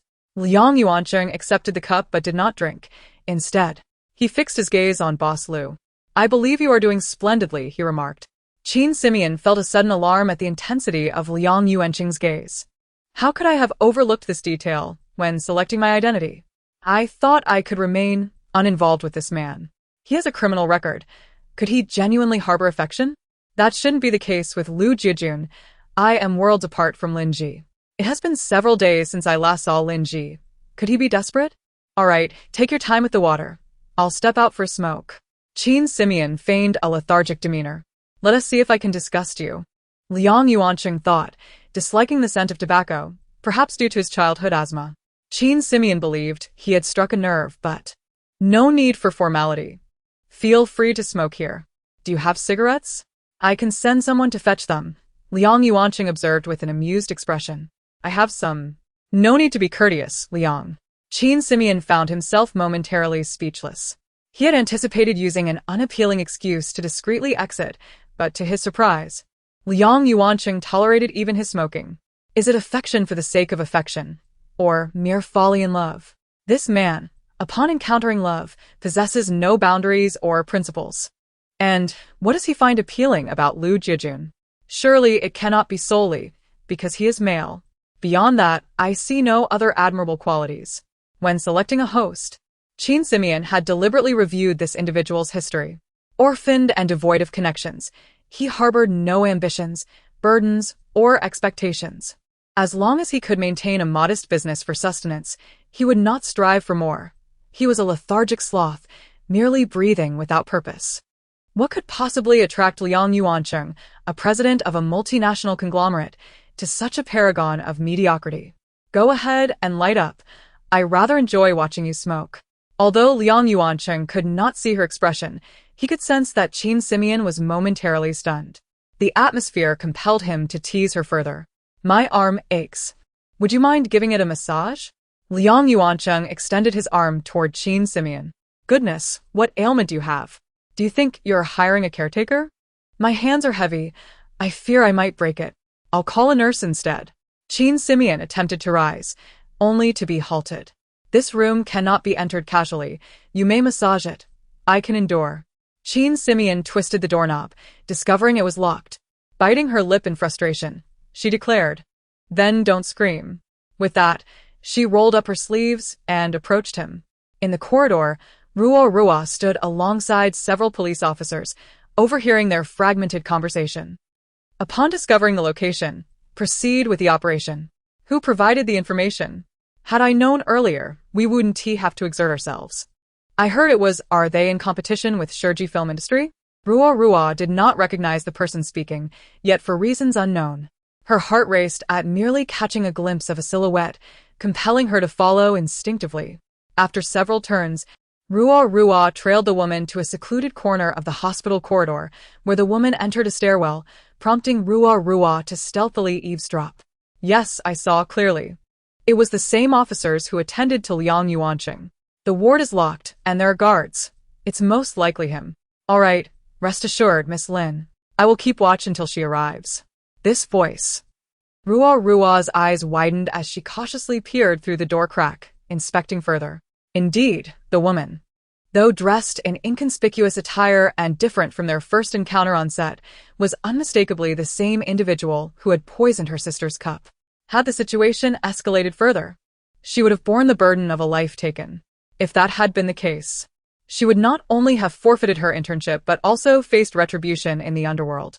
You see, Qin Simeon, I have already informed the police. They should be preparing for an arrest, the woman remarked, chuckling lightly, her laughter forced to align with the person on the other end of the line. Miss Lin is quite well informed. The Huana apartment, I recall it distinctly. There's no mistake. Has no one arrived yet? Perhaps the police are exceptionally discreet. Just wait. They will act soon. Rua furrowed her brow, pondering the intentions of these individuals towards her sister. She recognized the Huana apartment. Oblivious to any disquiet, the woman continued her obsequious conversation. Let us not discuss that for now. Where are you making the call from? Is it safe? Rest assured. There isn't a soul around. It's perfectly secure, the woman replied with a smile. But I thought I heard footsteps on your end just now. The voice on the phone grew serious. Is that so? The woman turned, noticing the door behind her slightly ajar, and hurriedly dashed outside. The corridor lay silent. Rua had vanished without a trace. In the ward, Qin Simeon seized the opportunity while Liang Yuanqing rested with his eyes closed, calculating the positions of the 5 trainees. Fortunately, 4 of them were at the hotel, leaving only Rua with her in the hospital. No one was lost, thank goodness. Qin Simeon exhaled a sigh of relief. Her gaze fixed on Liang Yuanqing. When on earth does he intend to release me? Surely, he doesn't genuinely wish to keep Boss Lu here as his bride? Eat an apple. It requires peeling, Liang Yuanqing instructed without opening his eyes. May you choke on it. Qin Simeon muttered through gritted teeth. Chapter 49. Qin Simeon found herself enveloped in an unsettling silence, one that grew increasingly oppressive in the absence of others. As she peeled an apple, the sound of the knife slicing through the skin resonated sharply in the stillness. Liang Yuanqing's gaze remained fixed upon her, compelling Qin Simeon to divert her thoughts, lest she succumb to the eerie atmosphere that threatened to engulf her. I cannot remain trapped here. I must devise an escape. Startled, Qin Simeon's hand trembled, and she inadvertently drew blood. What's wrong? She pondered, questioning this maniac, wondering why he was howling for no reason, but before she could voice her thoughts, she found herself immobilized. Liang Yuanqing had seized her plump hand, unceremoniously placing one of her fingers into his mouth. I am not this man. Qin Simeon felt paralyzed. Her identity, her name, her connections, everything felt fabricated, yet the sensations coursing through her were all too real.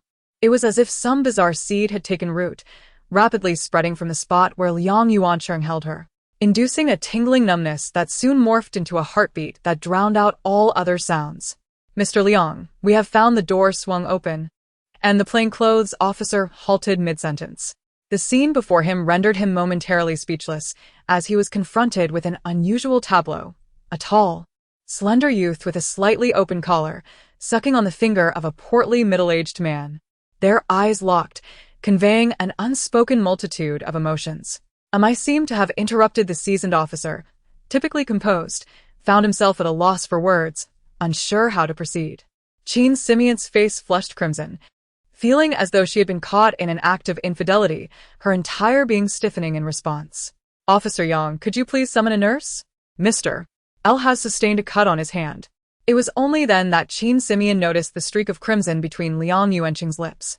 Her earlier cut had indeed been quite severe. Why does it not hurt? A sense of bewilderment washed over her. When the nurse arrived, assessing the wound and deeming it necessary to suture it with a couple of shallow stitches, the connection between her heart and mind seemed to awaken, unleashing a torrent of pain. Ouch, ouch, ouch. How can such a minor injury cause such agony? This defies logic. The officer wanted to address Qin Simeon's situation, but with so many people present, it seemed inappropriate to speak up. Instead, he focused his gaze on L Jiejun, hoping the man would expedite the stitching process so he could converse with Liang Yuanqing. The sight of the burly man, typically confident, now appeared fraught with tension. Eyes glued to the nurse's hands, his complexion pale as though he might faint at any moment. A man of considerable weight, yet does he truly need to be so distressed? As he silently criticized, an astonishing scene unfolded before Officer Yang. Qin Simeon, previously tense and focused, suddenly felt darkness envelop her, and she found herself ensconced in a firm yet gentle embrace. What on earth? Do not move. It will be over soon, Liang Yuanqing murmured soothingly. Just as she attempted to struggle, the first stitch was already in place, rendering her motionless. The atmosphere in the room froze. Liang Yuanqing, pulling open his shirt, cradled L Jiejun's head against his chest while softly patting his shoulder in a gesture of comfort. The nurse, under Liang Yuanqing's watchful gaze, seemed to falter in her stitching. What transpired? They had only been at the hotel for a few days, and L Jiejun had hardly made an appearance. How could he appear so well? Officer Yang endeavored to keep his focus on relevant matters, but the unfolding scene captured his undivided attention. He was not a journalist, yet he could envision crafting an entire series of reports based on these few minutes. All right, all done. As the wound was treated, Liang Yuanqing gradually released Qin Simeon, who glanced at her finger, drenched in cold sweat. The nurse wiped her brow, advising, "Be careful not to get it wet and change the dressing on time." Officer Yang cleared his throat, finally broaching the subject at hand. "Mr. Liang, I have a matter to discuss with you. If you could." The medical staff, sensing the shift in tone, discreetly exited, leaving only Qin Simeon and Liang Yuanqing in the room. Officer Yang's gaze fell upon her, and she instantly understood. "Thank you, Officer Yang, for your timely assistance. Truly, you are a commendable protector of the people. You two converse. I will step outside for a smoke." How swiftly I adapt. The transition of topics is remarkably seamless.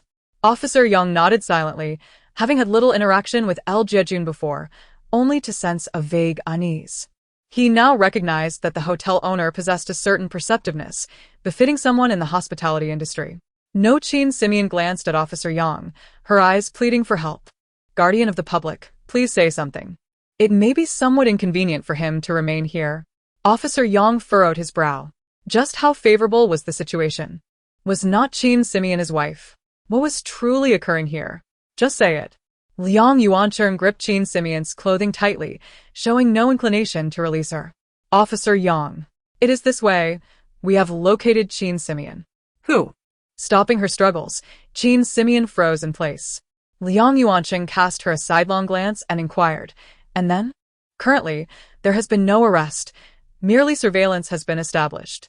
However, you cannot leave for the time being. We have reason to believe that Chin Simeon may seek you out.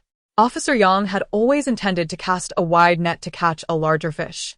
Now that the bait was finally taking the hook, he could not allow it to escape. I understand your relationship, but in order to uncover the truth behind the Su Roro case, I hope for your cooperation. Officer Yang was acutely aware that maneuvering Liang Yuancheng would not be an easy feat despite his consistent transparency. He had evidently done everything in his power to protect Chin Simeon since the incident occurred. Only upon discovering her whereabouts did Officer Yang begin to believe that Liang Yuancheng had not assisted her in fleeing. Arrange whatever you need. I will comply. Liang Yuancheng's expression revealed neither surprise nor hesitation. I hope you can present yourself in public as you normally would, but it would be best to do so in a crowded area. Officer Yang's intentions were clear, to use Liang Yuancheng to draw out Chin Simeon. Rest assured, we will exercise discretion in our actions and will not harm Chin Simeon. This is the safest course of action. Helping the police to capture me, this man is truly a cold-blooded creature. Chin Simeon shot Liang Yuancheng a glare, preparing to break free, only to be restrained yet again. However, I require Mr. L to accompany me. Liang Yuancheng stated, if he leaks any information, our collaboration will be in vain. I refuse to go. Remove your grip. I have business to attend to. I do not know this Mian and see no necessity for my involvement. Chin Simeon chuckled dryly. Officer Yang assumed Liang Yuancheng was having second thoughts, yet was taken aback by the triviality of the matter. He quickly offered his full cooperation. Mr. L, this is for the police operation. Please understand. Understand what? Who understands my plight? Liang Yuancheng, you are a harbinger of misfortune. Why is it that every time I am assigned a task with you, I encounter nothing but calamity? Chapter 50. Lost Ruo after some calculations. Chin Simeon felt a slight sense of relief. The four individuals remained peacefully ensconced in the ULI hotel. Even if minor mishaps occurred, they would not escalate into significant troubles, especially since the hotel was currently devoid of business. As dawn broke, Chin Simeon opened her eyes to find herself draped in Liang Yuancheng's clothing. He had risen at some point, standing at the window with a grave expression. This was the first time Chin Simeon had seen him away from the company for such an extended period. Even in cooperation with the police, this sacrifice seemed excessive. She couldn't shake the feeling that he had ulterior motives. After all, a businessman would never engage in a loss-making venture. The Ice Mountain must have a different scheme in mind. But all I want is to keep an eye on those four in the hotel. If they cause any trouble, it would only complicate matters further. A shiver ran through Chin Simeon. She was convinced she had made no unnecessary movements apart from opening her eyes. How, then, did he know she was awake? Is he a bat, capable of hearing ultrasonic waves? Now that you're awake, let's prepare to leave, Liang Yuancheng remarked, a slight smirk playing on his lips. Do you think you can escape my grasp? He calmly adjusted his cuffs, stating, your establishment has no other business, correct? When I signed the contract, I made it clear that for any guests received, I would require tenfold compensation, calculated based on my expenses. I paid a total of 100,000. Your modest hotel is unlikely to be valued at even 1 million, right, Boss Liu? Liang Yuancheng leaned closer to Chin Simeon, his face blindness proving advantageous as he could not discern her expression, but he imagined her flustered demeanor. 1 million? Why not just rob a bank? I truly miscalculated. I should not have discussed business with a capitalist like him. I need to adopt a different strategy. On set, Chin Simeon exclaimed, quickly calculating in her mind, realizing the four had indeed made their way to the filming location. Are you serious? Sending them there is nothing short of chaos. Her brow furrowed in anxiety. They were utterly unaccustomed to modern life. Releasing them would be like unleashing a time bomb. "Shall we depart?" she suggested, rubbing her hands together. This gesture caught Liang Yuanqing off guard. She had always had this little habit, yet he had never paid attention before. Seeing it now, he felt an unexpected sense of familiarity. Qin Simeon, oblivious to his thoughts, noticed his focused gaze resting on her hands. Observing her own thick, sturdy hands, she felt as if she had stumbled upon a new discovery. Surely the ice mountain does not favor this boss Lu merely because of these hands. Liang Yuanqing suppressed a smile, continuing to watch her as she turned her hands over, scrutinizing them. What is appealing about these hands? They primarily exude strength. I see little else. Let us go. The car awaits downstairs. Liang Yuanqing picked up his clothing and took hold of Qin Simeon's hand, his expression radiating joy as if he possessed the entire world. Upon reaching the ground floor, they found Lin Ji, impeccably dressed in a suit, already seated in the car. Qin Simeon subtly indicated her desire to withdraw her hand from Liang Yuanqing's grasp, feeling as though she were a clandestine third party in some unseen affair. "Mr. Liang, Mr. Lu," Lin Ji greeted, stepping out to open the door for them, his expression as impassive as ever, causing Qin Simeon to harbor doubts. Does this man possess no emotions? Is he a robot? Even if he is not jealous, Liang Yuanqing's overt affection for this older gentleman should elicit some response. What have I done to find myself between two men? Hello, I am Mr. Liang's assistant. Should you need anything in the coming days, please feel free to communicate with me, Lin Ji introduced himself politely. He momentarily hesitated upon shaking hands with Qin Simeon as he had not disclosed his surname. Instantly, his gaze shifted to Liang Yuanqing, a small gesture that alerted Qin Simeon to her inadvertent blunder. Fortunately, the topic did not linger as the trio entered the vehicle. Heading towards the filming site, Qin Simeon could only hope for an information gap between the two men, each believing the other had mentioned Lin Ji's surname, thus averting suspicion. "Mr. Liang, my associates are utterly inexperienced. If they cause any disturbances on set, I cannot bear the costs." Qin Simeon sought to dissuade Liang Yuanqing from taking her along. She was not there to accompany this young master. Her sole aim was to locate all the trainees and return to the ULI hotel to wait for the end of the practical period. Boss Lu is far too gracious. Your staff possesses immense talent. The four of them have been incredibly helpful on set, Lin Ji remarked, glancing at them through the rearview mirror with a smile. Helpful? Qin Simeon found it hard to believe. They are more likely causing trouble than providing assistance. Wait for? She had distinctly calculated that Ruo was also at the filming location, mistakenly assuming all five were together. And what about the receptionist? She must be at the set as well. Qin Simeon inquired hastily. Lin Ji appeared puzzled. Is that so? I only arranged for 4 individuals.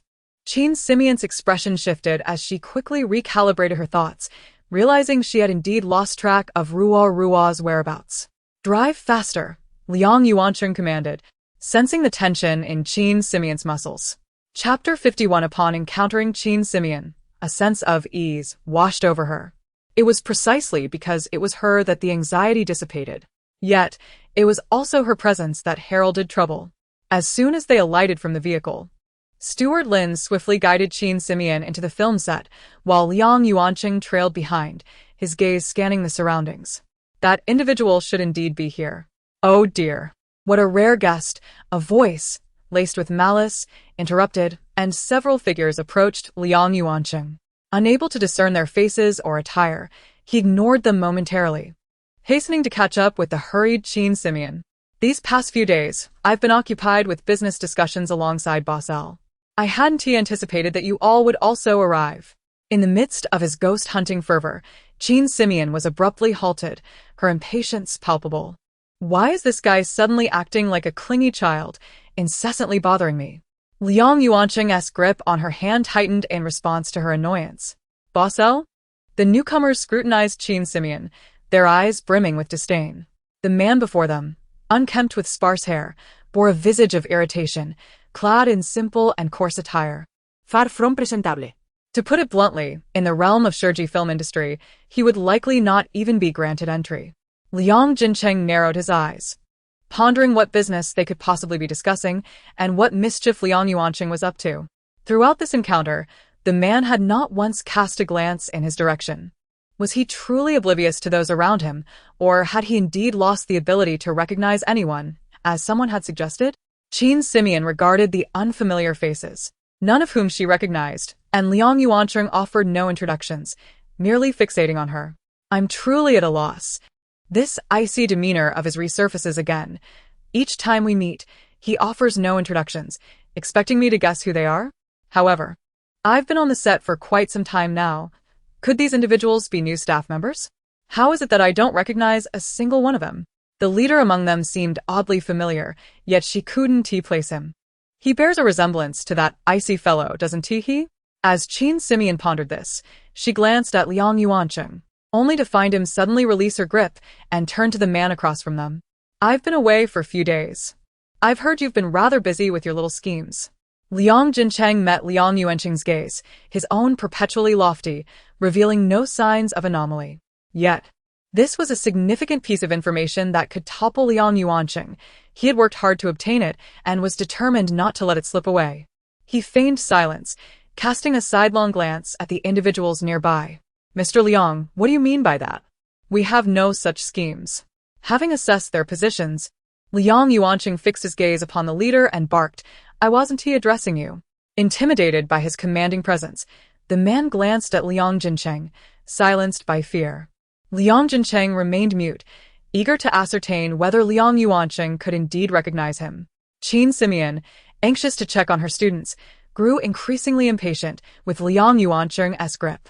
If you have matters to discuss, do so without me. I need to see how my young charges are faring.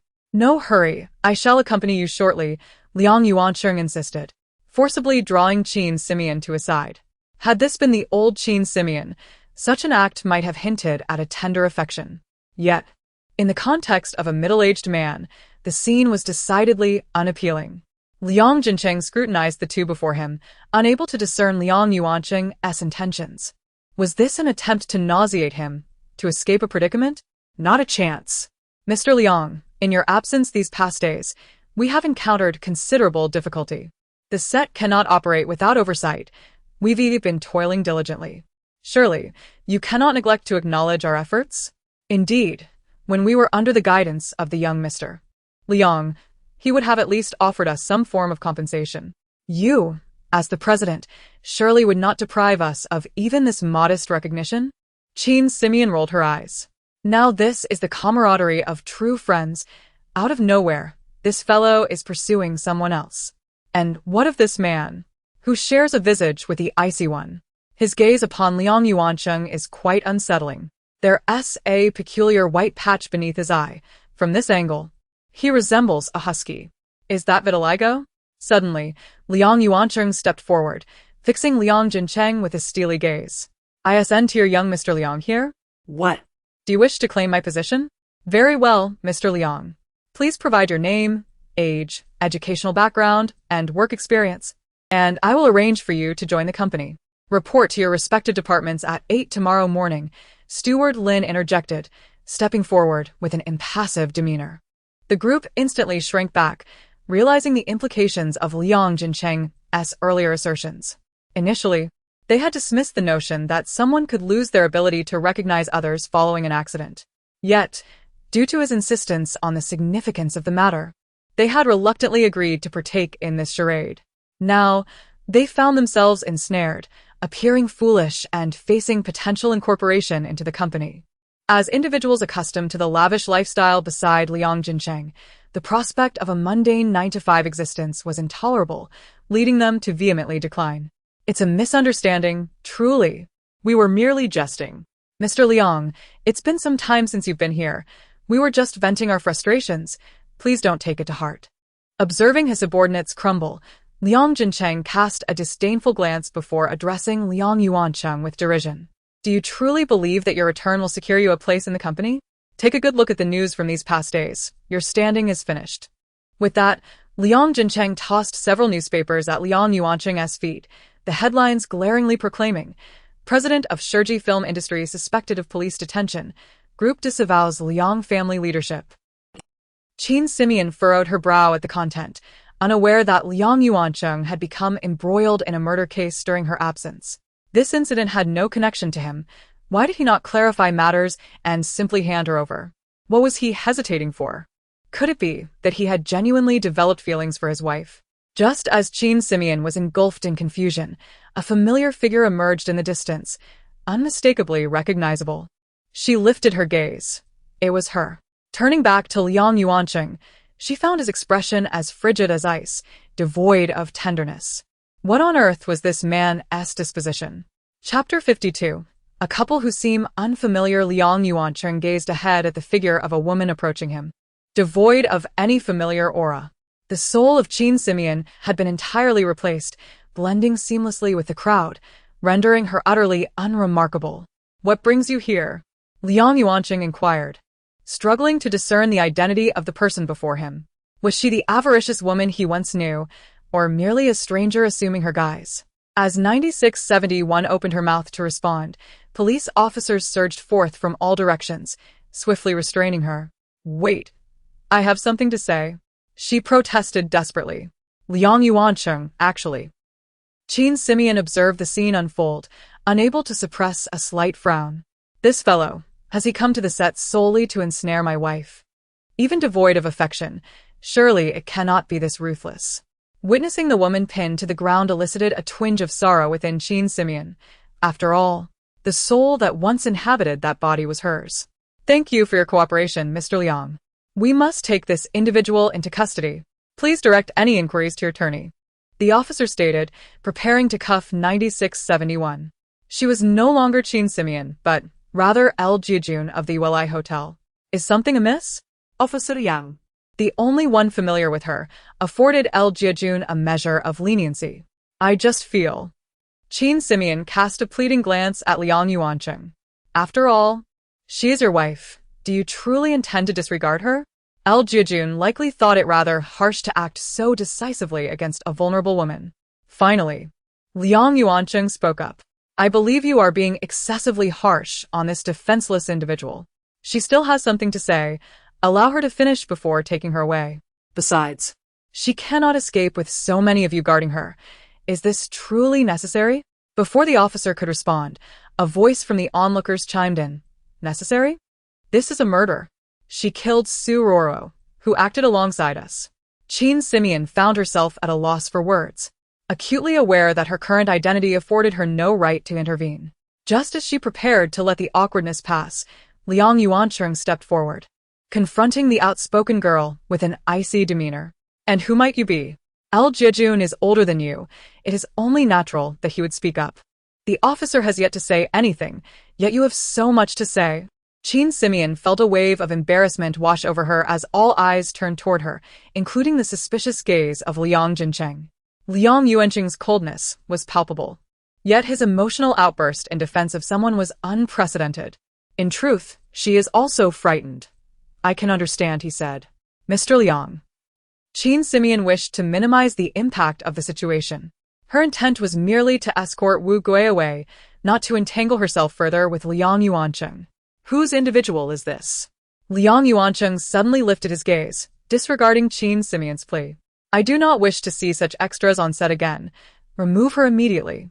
The actress turned pale, nervously grasping Liang Yuancheng's arm. I assure you, I meant no offense. With the murder case causing heightened tension, I could not restrain myself and spoke a few words in defense of the suspect. I apologize. I will be more cautious in the future. No. I will not speak again. I beg you. Are you willing to resign too?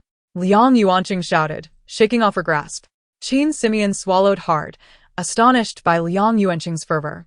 Just as she contemplated how to address the situation, the girl rushed over, pleading for forgiveness. It was my fault, all my fault. Please, you are magnanimous. Do not hold this against me. This is El Jiajun, not some brother. Liang Yuancheng shot her a glare, his voice sharp. Notify this group leader. They need not return tomorrow. Seeing the girl turn pale, Qin Simeon felt a pang of compassion. After all, she had spoken up for Roro, making her akin to an ally.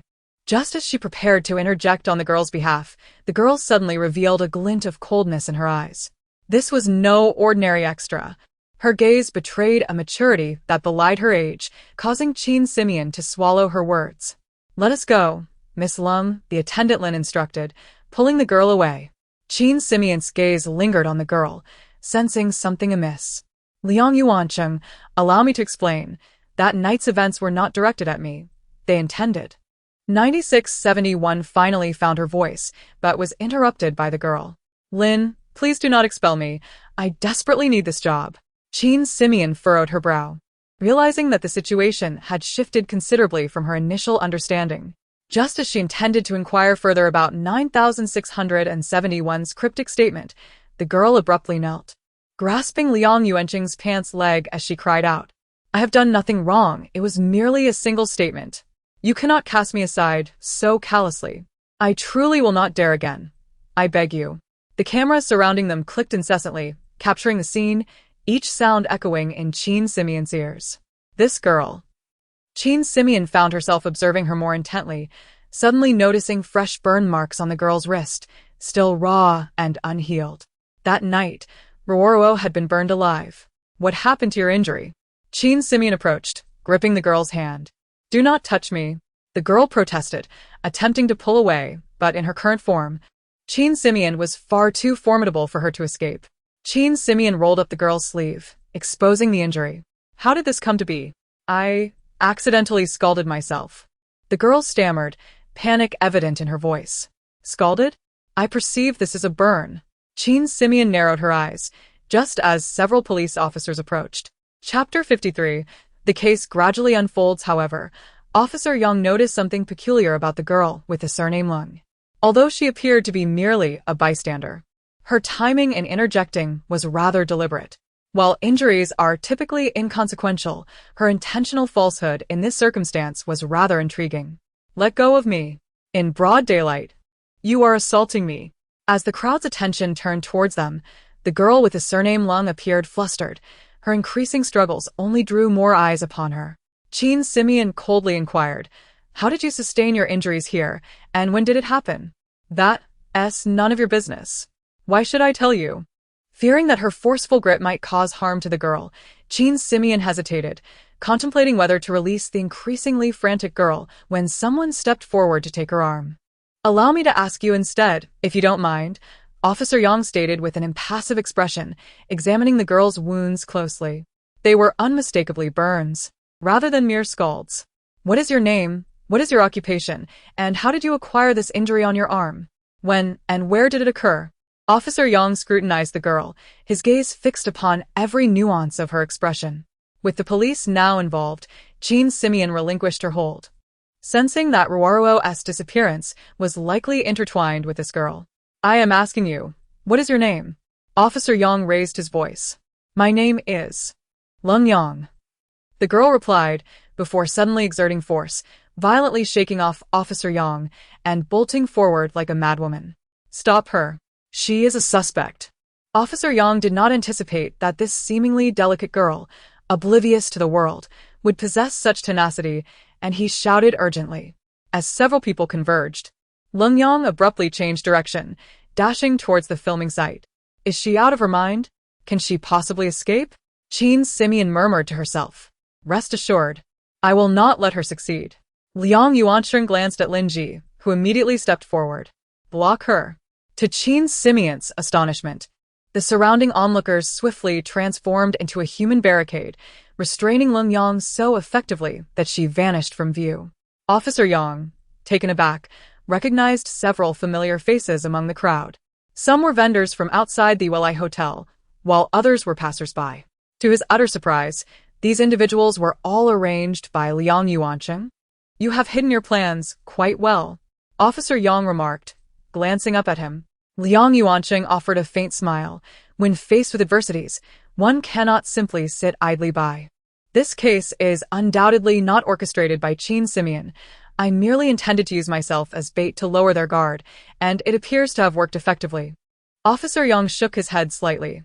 "I thought I was drawing out the snake from its hole, but it seems I have merely been weaving a garment for you. Clarifying this case benefits us both, Officer Yang. I have indeed helped you apprehend a genuine suspect, so I trust you will convey the truth in front of the reporters." Liang Yuanqing stated firmly, yet courteously. Qin Simeon's suspicion has not been dispelled. Are you certain you want me to speak the truth publicly? Officer Yang held back his frustration.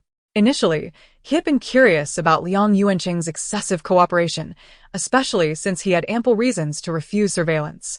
This is merely a crude method of cutting off the source. It is a necessary procedure that Qin Simeon must undergo. However, she is no longer the sole suspect. I have endured considerable grievances in the pursuit of this case. You only need to clarify these matters. Liang Yuanqing chuckled lightly. I am not greedy. This is sufficient. Moments later, a throng of reporters surged in, and Officer Yang was compelled to provide a brief update on the case's progress. Subsequently, he publicly acknowledged Liang Yuanqing's cooperation, deeming him a model citizen. After his statements, Liang Jincheng, who stood in the corner, seethed with anger. Despite his strenuous efforts to entrap Liang Yuanqing, he never anticipated that the latter would turn the tide and defuse the situation effortlessly. Liang Yuanqing, listen to me. The girl you sent to notify me has been abducted. You must find a way to rescue her. Before being escorted to the police car, 9671 finally seized an opportunity to speak to Liang Yuanqing. Notify you? Yes. To make my exit swiftly, claiming that the police were coming for me. 9671 hastily explained. Not long after she was taken, I received another message to come to the filming site. Wasn't that all your arrangement? Liang Yuanqing appeared puzzled. He was unconcerned about whether Qin Simeon would be apprehended and had not orchestrated any girl-less involvement. Noticing his bewilderment, 9671 grew more anxious. She had come to assist in clarifying the aftermath, but now someone's life hung in the balance, which was a grave misstep. It was just a petite girl in uniform, so slender.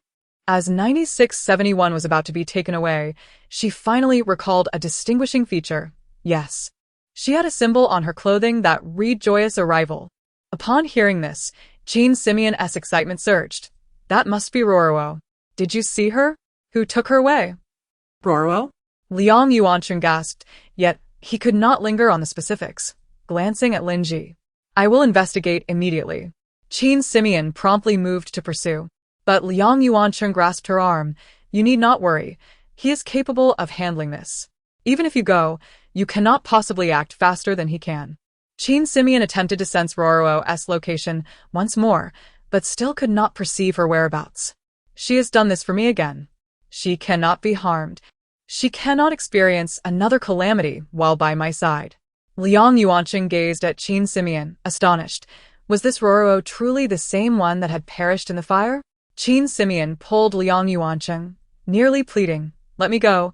I assure you I will not hinder your efforts. Liang Yuanqing gently patted her shoulder. Do not fret. I will take you there. Shortly thereafter, Liang Yuanqing drove past a flurry of cameras, with one hand on the steering wheel and the other tightly clasping Qin Simeon's. Their tableau naturally drew the attention of the present reporters, leading to a slew of sensational headlines across various media outlets. The accompanying images consistently featured Liang Yuanqing grasping the arm of a middle-aged man from various angles. Upon receiving orders to pull over, Xiaohu, delayed by the elderly woman's next instruction, turned to see the unfolding scene on her phone and was momentarily stunned. However, he soon regained his composure. This is merely a misunderstanding caused by the angles and timing of the shots. How could Liang ever harbor such inclinations? Those little reporters are simply being reckless. Besides, who would even believe such nonsense?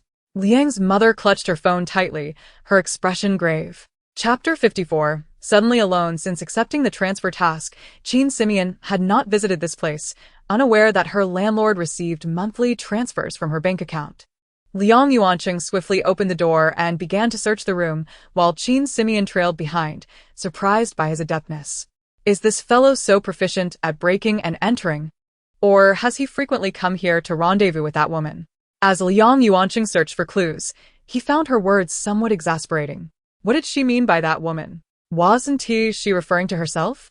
Turning to see the imposing figure at the door, he raised an eyebrow. Indeed, she was no longer even a woman in his eyes. Qin Simeon had many hideaways, and this was merely one of them, a place she seldom frequented. Why would that girl at your shop have any connection with her? If we don't understand why she sought out Qin Simeon, we cannot find her. Liang Yuanqing appeared to be soliciting information, yet he was merely justifying his actions. Upon hearing her name, Qin Simeon jolted and immediately adjusted her demeanor, feigning impatience as she glanced around.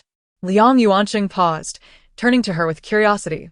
How did you know? My marital status has always been a secret. Has anyone mentioned it to you? Noticing her rigid posture, he suppressed a chuckle and continued to inquire. Don't scare me like that. Of course, I know. I used to be your wife. Many promotional accounts had written similarly, and your show mentioned it during its publicity. I read a lot of news every day, so don't think you can deceive me. Qin Simeon seized the opportunity to distance herself from Liang Yuanqing. She stepped closer and patted him on the shoulder. Men, once they settle down, should focus on their responsibilities. Brother, I understand your situation. You can't shake off the swarm of admirers, but you must also be accountable to your wife. Liang Yuanqing chuckled lightly, straightening up with an open notebook in hand. Those admirers never had a chance to approach me, and I have no interest in them. I prefer the elusive ones, those who hide from me, but can't seem to escape. As Liang Yuanqing advanced step by step, Qin Simeon, despite her physical advantage, found herself retreating until she sat in the corner of the sofa. I have no feelings for my wife. We are on the verge of divorce. This situation should satisfy Boss Liu, right? Liang Yuanqing leaned closer, his gaze unfocused, yet his tone and demeanor sent shivers down Qin Simeon's spine. Surely it can't be that nothing transpired while I was his wife, only to lose my composure upon encountering another man. Get away. You need to leave. What does this pervert want? No, I cannot even think about that now. Qin Simeon dashed to the door. The apartment was quite small, yet Liang Yuanqing's demeanor made her instinctively uneasy. Previously, he had tried every possible means to keep her by his side, and now, with such a clumsy excuse, he displayed no reaction whatsoever. At 1 o'clock in the morning, someone was on guard downstairs. At 4, someone pretending to be a delivery person came to test the waters. By 7, the guard had changed shifts. A woman in a peculiar skirt appeared. At 10 in the morning, a young girl knocked on the door, looking anxious. She said. Upon hearing this, Qin Simeon felt a surge of excitement. This was likely the work log habitually recorded by 9671. The girl mentioned at the end was probably Roar. Let me see. Qin Simeon rushed forward, her large frame pushing Liang Yuanqing aside. There might be police who will find this place. I must think of a way to leave quickly. Qin Simeon held up the diary. This is her. It's Roar. The moment the name slipped from her lips, she suddenly realized her receptionist was named Li Meng, not Ruoru. Fortunately, Liang Yuanqing seemed indifferent, immediately picking up his phone to dial Lin Jisher. Yes, the girl at Boss Liu's reception. She did come looking for Qin Simeon. Find out what Cold Yang instructed after entering today. Also, check if she visited this apartment. Help me review the surveillance footage. At this point, Qin Simeon suddenly recalled that even though Cold Yang hadn't fully dressed for the shoot, she had indeed worn a peculiar skirt. Had he not mentioned it, she would have almost forgotten. This fellow is so concerned with women as attire, yet is infatuated with men. Truly an oddity. But thanks to him, Ruoru. Don't rush. Running out aimlessly will yield no results and will instead alert the snake. Liang Yuanqing suppressed his frustration, patiently reassuring her. I have already grasped Ruoru's whereabouts after leaving the hospital. As long as we follow the trail of those surveilling Qin Simeon, we will certainly find her. Qin Simeon shook her head. She could not sit idly by. Such torment would only remind her of the time she was trapped in the fire, her eyes opening to see Ruoru sprawled before her. I need to go out and look for her. Regardless of where, I must take action. Qin Simeon rushed to pull the door open. Liang Yuanqing quickly intervened. Wait for news. The moment there's a lead, I'll take you to find her. You handle your affairs. I can manage on my own. Qin Simeon persisted in pulling the door. Liang Yuanqing, somewhat irked, retorted. What have I not been busy with? Haven't I been helping you search for her all along? Then I thank you, but I must go find her. Qin Simeon pulled with all her might. Clearly, she had not acclimated to the strength of her current physique. In her urgency, the doorknob slipped from her grasp. Staring at the broken lock in her hand, Qin Simeon looked up at the still-closed door, momentarily frozen in place. Chapter 55, A Night of Terror. It had been an eternity since she had last enjoyed a moment of rest. Ever since she had succumbed to illness and entered the realm of the dead, bearing the weight of numerous scars, she had immersed herself in the pursuit of public service. She compelled herself to focus solely on her scores, tackling case after case. Now, since there was no escape, it was time to rest properly. Lin, the steward, would surely come here to look for me upon realizing my absence. Liang Yuanqing gently relaxed his hold on the person in his arms. Qin Simeon clutched a charging cable, struggling to recall how she had found herself seated on the sofa. All she remembered was a recent frenzy, pulling Liang Yuanqing and pleading for him to call for help, only to discover that his phone was dead. Her own phone lay abandoned in the car downstairs. I have searched for an Apple charger and found none. Please refrain from harming yourself. I will release you, Liang Yuanqing softly explained as he noticed Qin Simeon staring blankly at the charging cable. At that moment, she became aware of the peculiarity of their position. The rented room was already cramped, and the solitary sofa they occupied seemed even more absurd with the two large men squeezed together, Liang Yuanqing physically restraining himself, making their closeness beyond mere intimacy. It was downright scandalous. I haven't harmed myself. You must let me go first, Qin Simeon protested, struggling against him as she caught sight of several dents on the entrance door, suddenly realizing the pain in her hands. Don't move. As the medicinal ointment touched her wounds, she instinctively recoiled. Liang Yuanqing held her firmly, his expression one of impatience, yet he exhaled gently to alleviate her pain.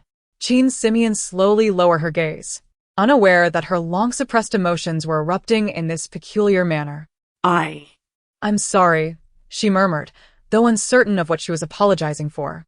I don't know what's wrong with me lately. It seems everything I do goes awry. The more I attempt to remedy it, the messier it becomes. Liang Yuanqing lifted his gaze, for the first time disliking his inability to discern her expression. Overwhelmed by a profound sense of frustration at his lack of understanding of her emotions. You are doing wonderfully, truly, he said, reaching out to gently caress Qin Simeon's cheek. Despite the unfamiliarity of the touch, it was undeniably her. No matter how she appeared, she was the person Liang Yuanqing both cherished and resented, even in anger. He could not bear to let go. Ruo. Qin Simeon trembled, tears streaming down her face. Liang Yuanqing embraced her tenderly, allowing her tears to soak into his heart. At that moment, both of them were lost in their own emotions, oblivious to the surveillance camera in the rented room, which seemed to harbor many questions.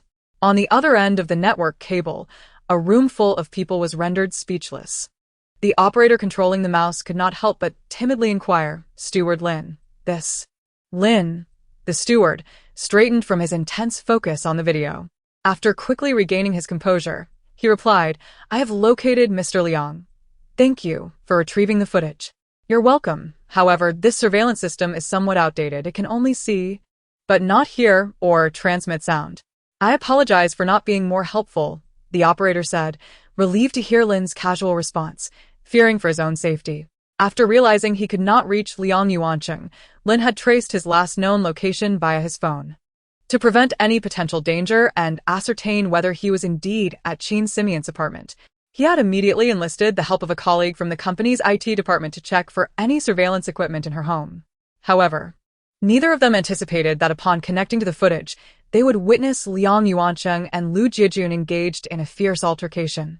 Initially, Lin believed the two were fighting, perplexed by the situation, and was about to call the police. But the next scene left everyone astounded. Liang Yuanqing suddenly embraced Boss Lu and kissed him fiercely. Yes, he kissed him. The frenzied Lu Jiejun was instantly subdued, resembling a kitten as Liang Yuanqing pulled him onto the sofa, where they remained entwined, motionless. From that moment on, everyone forgot their duties, including Lin. You must not mention today's events to anyone, nor should you retain any of this footage. Do you understand? Lin warned, his tone carrying an undertone of caution. The staff nodded vigorously, assuring him, of course, I was merely watching live and have not saved anything. None, absolutely none. Lin appeared composed, nodding slightly, before watching the staff leave and closing the computer. Have you located the boss? What shall we do next? An anxious voice inquired over the phone, coordinating with the police. The interrogation had commenced, and although Lung Yang had divulged substantial information, its authenticity remained questionable. Lin cleared his throat. Mr. Liang is exhausted from the past few days and has already taken a rest. Continue monitoring the situation over there and inform me of any developments promptly. Understood. After hanging up, a smile, not merely of relief, but of contentment, graced Lin's lips as he exited the upper floor office. In the enveloping darkness, the computer used to monitor the surveillance flickered to life, and data began to transfer frantically. As it became evident that she would have to spend the night in this cramped space, Jean Simeon gradually accepted her fate, drifting off to a drowsy slumber. Her dreams were chaotic, even leading her to witness a scene from her past life that she had long wished to avoid, seeing that man embrace another woman while she, frail and ailing, silently observed the two. Scoundrel. Jean Simeon jolted awake, drenched in cold sweat. The moonlight illuminated the room, casting a tranquil glow. Spotting Liang Yuancheng curled up on the small sofa, she steadied her nerves and approached him. I've had enough rest. You should lie down on the bed. After calling his name twice with no response, she prepared to nudge him awake when her hand inadvertently brushed against his cheek. So hot. Jean Simeon reached to touch his forehead, only to discover he was burning with fever. Mr. Liang, are you alright? Liang Yuancheng. Liang Yuancheng. Don't scare me. Chapter 56. Assassination. As she gazed upon the confining room, a profound sense of helplessness enveloped her for the first time. You must be well. I no longer wish to witness death within our missions, Jean Simeon murmured softly beside Liang Yuancheng. To her astonishment, Liang Yuancheng actually opened his eyes. Reaching out to caress her cheek, do not worry, for your sake, I shall not succumb. Yet, moments later, his arm grew heavy, and he lapsed back into a semi-conscious state. Although aware that his words may have been muddled by fever, potentially meant for someone else, they provided Jean Simeon with a modicum of comfort. With renewed determination, she tended to him, cooling his fevered brow until the heat dissipated, allowing her taut nerves to relax slightly. This man had only recently emerged from the hospital, and for the first time, she perceived Liang Yuancheng as a flesh-and-blood individual, capable of injury, illness, and, perhaps, even sorrow. Had she been too harsh in labeling him an ice-cold rogue?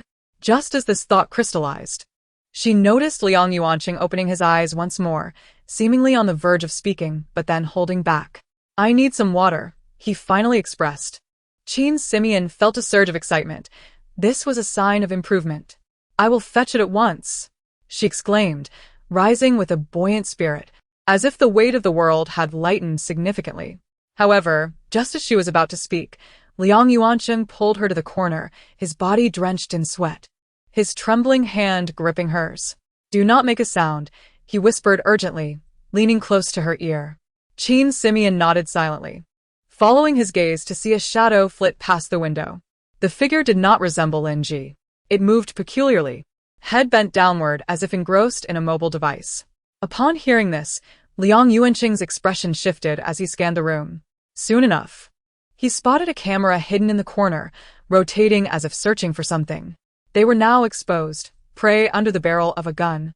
And if the lights were turned on, there would be nowhere to hide in such a confined space.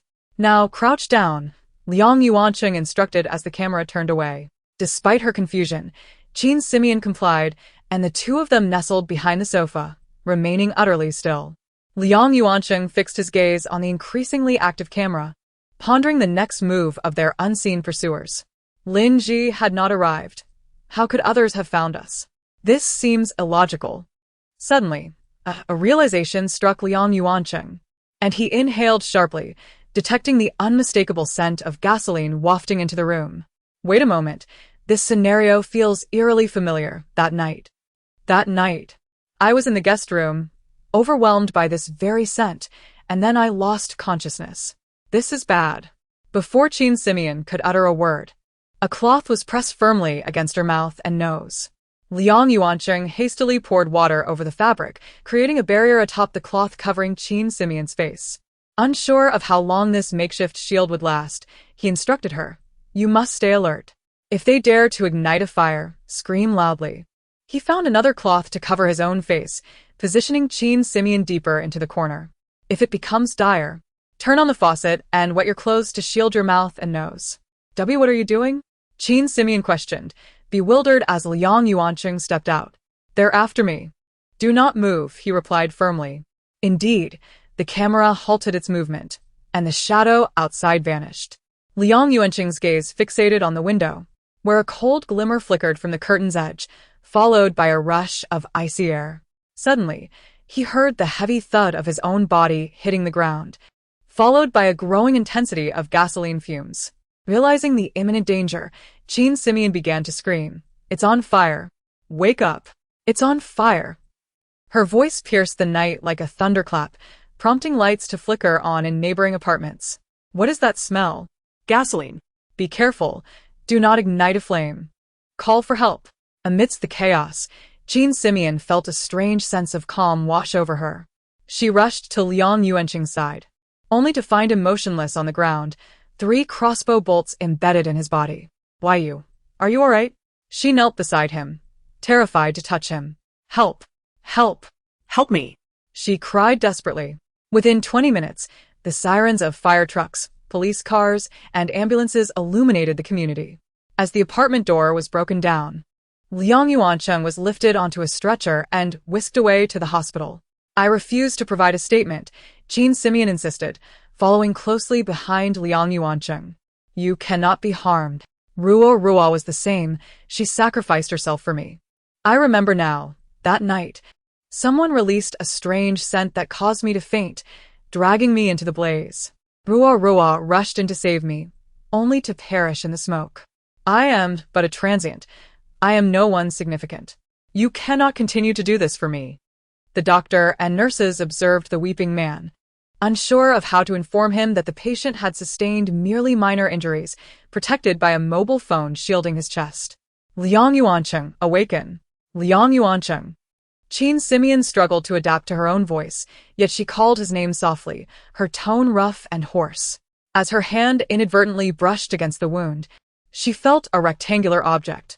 Curious, she unfastened the button and retrieved it, only to discover it was Liang Yuanqing's mobile phone. Examining his chest, she noted his skin was unblemished, and upon glancing back at the phone, it dawned on her that her tears now felt mocking, transforming from warmth to cold in an instant. Didn't he say his phone was dead? It still has plenty of battery left. Liang Yuanqing's brow furrowed, realizing he had inadvertently pressed the power button. "Liang Yuanqing!" Qin Simeon exclaimed, raising her hand, only to have the paramedics swiftly intervene to restrain him. Chapter 57. The mother-in-law comes to catch cheating. However, this fellow brought it upon himself. Why deceive me by claiming his phone was dead? If he had contacted Steward Lin early in the morning, none of these events would have transpired. As I slowly opened my eyes, Liang Yuanqing's ears were inundated with Qin Simeon's grievances. "The person you mentioned, Ruo, is actually named Li Meng, right? I have already found her." As he spoke, Liang Yuanqing's head tilted, and he fainted. "What did you say? Where is Ruo?" Qin Simeon exclaimed in urgency. "Excuse me, sir, please step aside. We need to begin emergency treatment," the nurse interjected, shielding her view with a curtain. Qin Simeon was filled with anxiety, but at that moment, all her leads rested solely on Liang Yuanqing's words. No matter how she calculated, there was no news of Su Ruo. Boss L hurriedly arrived at the hospital. Upon seeing L Jijun, Steward Lin immediately recalled the exaggerated scene from the previous night and was momentarily at a loss for how to greet him. "Thank you for taking care of our general manager Liang," he awkwardly remarked. As he spoke, Lin's steward observed Boss L suddenly lunge towards him, grasping him tightly and asking, Ruo, no, Li Meng, the receptionist from our hotel, have you found her? You scoundrel." The thought of how this man had deceived her about his phone's battery and concealed Ruo's whereabouts ignited a blaze of anger within Qin Simeon. She turned her gaze towards the curtain, hoping the nurses and doctors would administer some strong medication to this imbecile. However, that single glance left her stunned. The number of nurses and doctors had noticeably increased, and various instruments were being wheeled in. A young doctor emerged, holding a clamp and calling out loudly, "Is there a family member of Liang Yuanqing here?" "Family of Liang Yuanqing. I am." Qin Simeon instinctively raised her hand, but upon hearing her own coarse voice, she quickly corrected herself. "I came with him. It's just us here, no family." Steward Lin felt a slight comfort at the sight of the unusually proactive Boss L, realizing that he could indeed be relied upon in critical moments. if General Manager Liang truly harbored affections for this man. Remembering the events of the previous night, Lin Stewart swallowed hard, still grappling with his inability to accept the situation. Just you, please sign this. I'm sorry for the trouble, the doctor said, pulling out one of the forms and handing it to Qin Simeon. Once the family arrives, please have them sign each page. Without a second thought, Qin Simeon clutched the doctor's sleeve and urgently inquired, what exactly is wrong with him? He was fine just moments ago, laughing and chatting with me. How could he suddenly be like this? Fine and laughing? Steward Lin's brow furrowed. Qin Simeon stepped forward, determined. This man still harbored knowledge of Rua's whereabouts. And he must not die before revealing it. Boss L, I know you are anxious, but we cannot impede the doctors. Please try to remain calm. As L Jiejun prepared to charge ahead, Lin Stewart swiftly intercepted him, dragging him to a chair in the corridor. Observing Boss L's demeanor, Lin Stewart found it inexplicably more agreeable. True sincerity is indeed rare. At least they possessed genuine feelings. Watching General Manager Liang willingly place himself under police control to save her, Lin Stewart felt this was the most humane act he had witnessed from Liang in a long time. Yet, the trap set yesterday shattered all his illusions. Reflecting on it now, everything seemed to have a traceable pattern. It appeared General Manager Liang had genuinely developed feelings for this Boss L. I just want to ask him one question, just a moment of clarity. That's all, Qin Simeon said urgently. Steward Lin, feeling melancholic, replied, rest assured. I know the answer that General Manager Liang would give. You merely wish to ascertain whether he is seeking a thrill or has truly fallen in love, right? I know. I understand it all. Qin Simeon frowned, perplexed by his avoidance of the truth. Why didn't you say that earlier? Earlier? Steward Lin was bewildered. While the two were engaged in their back and forth, an urgent yet stern voice pierced through. Without needing to lift her head, Qin Simeon recognized the arrival of her formidable mother-in-law. How could these two be so harmonious? Director Wu, the specifics are still unclear. We are awaiting feedback from the doctors. Steward Lin approached her. Qin Simeon, holding the signature form, stepped forward as well. This is for the family to sign. Please ensure it doesn't delay treatment. Liang's mother glanced at the emergency room door, striving to steady her nerves before picking up a pen. The first page was a payment detail, and upon signing, it was evident that Qin Simeon's name was inscribed on it. The elegant script clearly indicated it was penned by a young woman. Although she had not seen her daughter-in-law's handwriting often, Liang's mother could confirm one thing. How dare you mimic my daughter-in-law's handwriting? Who are you? What are your intentions? And why are you approaching my son? Liang's mother brandished the signed document before L Jiejun, harboring no fondness for this greasy middle-aged man. Qin Simeon, upon closer inspection, realized in her moment of panic she had inadvertently written her own name. At that moment, you weren't present, and the doctor asked for a family member's name. I had no choice but to write down Mrs. Liang. Please don't be angry. You called me what? Wu Minxia's brow furrowed. How do you know who I am? Heavens. Qin Simeon silently lamented. She would have to reevaluate all the relationships involved. Speak. What are your intentions? Chapter 58. Li Meng found initially, the two individuals were not fond of each other, but at this moment, Liang's mother was on the verge of another outburst when the doctor emerged from the room.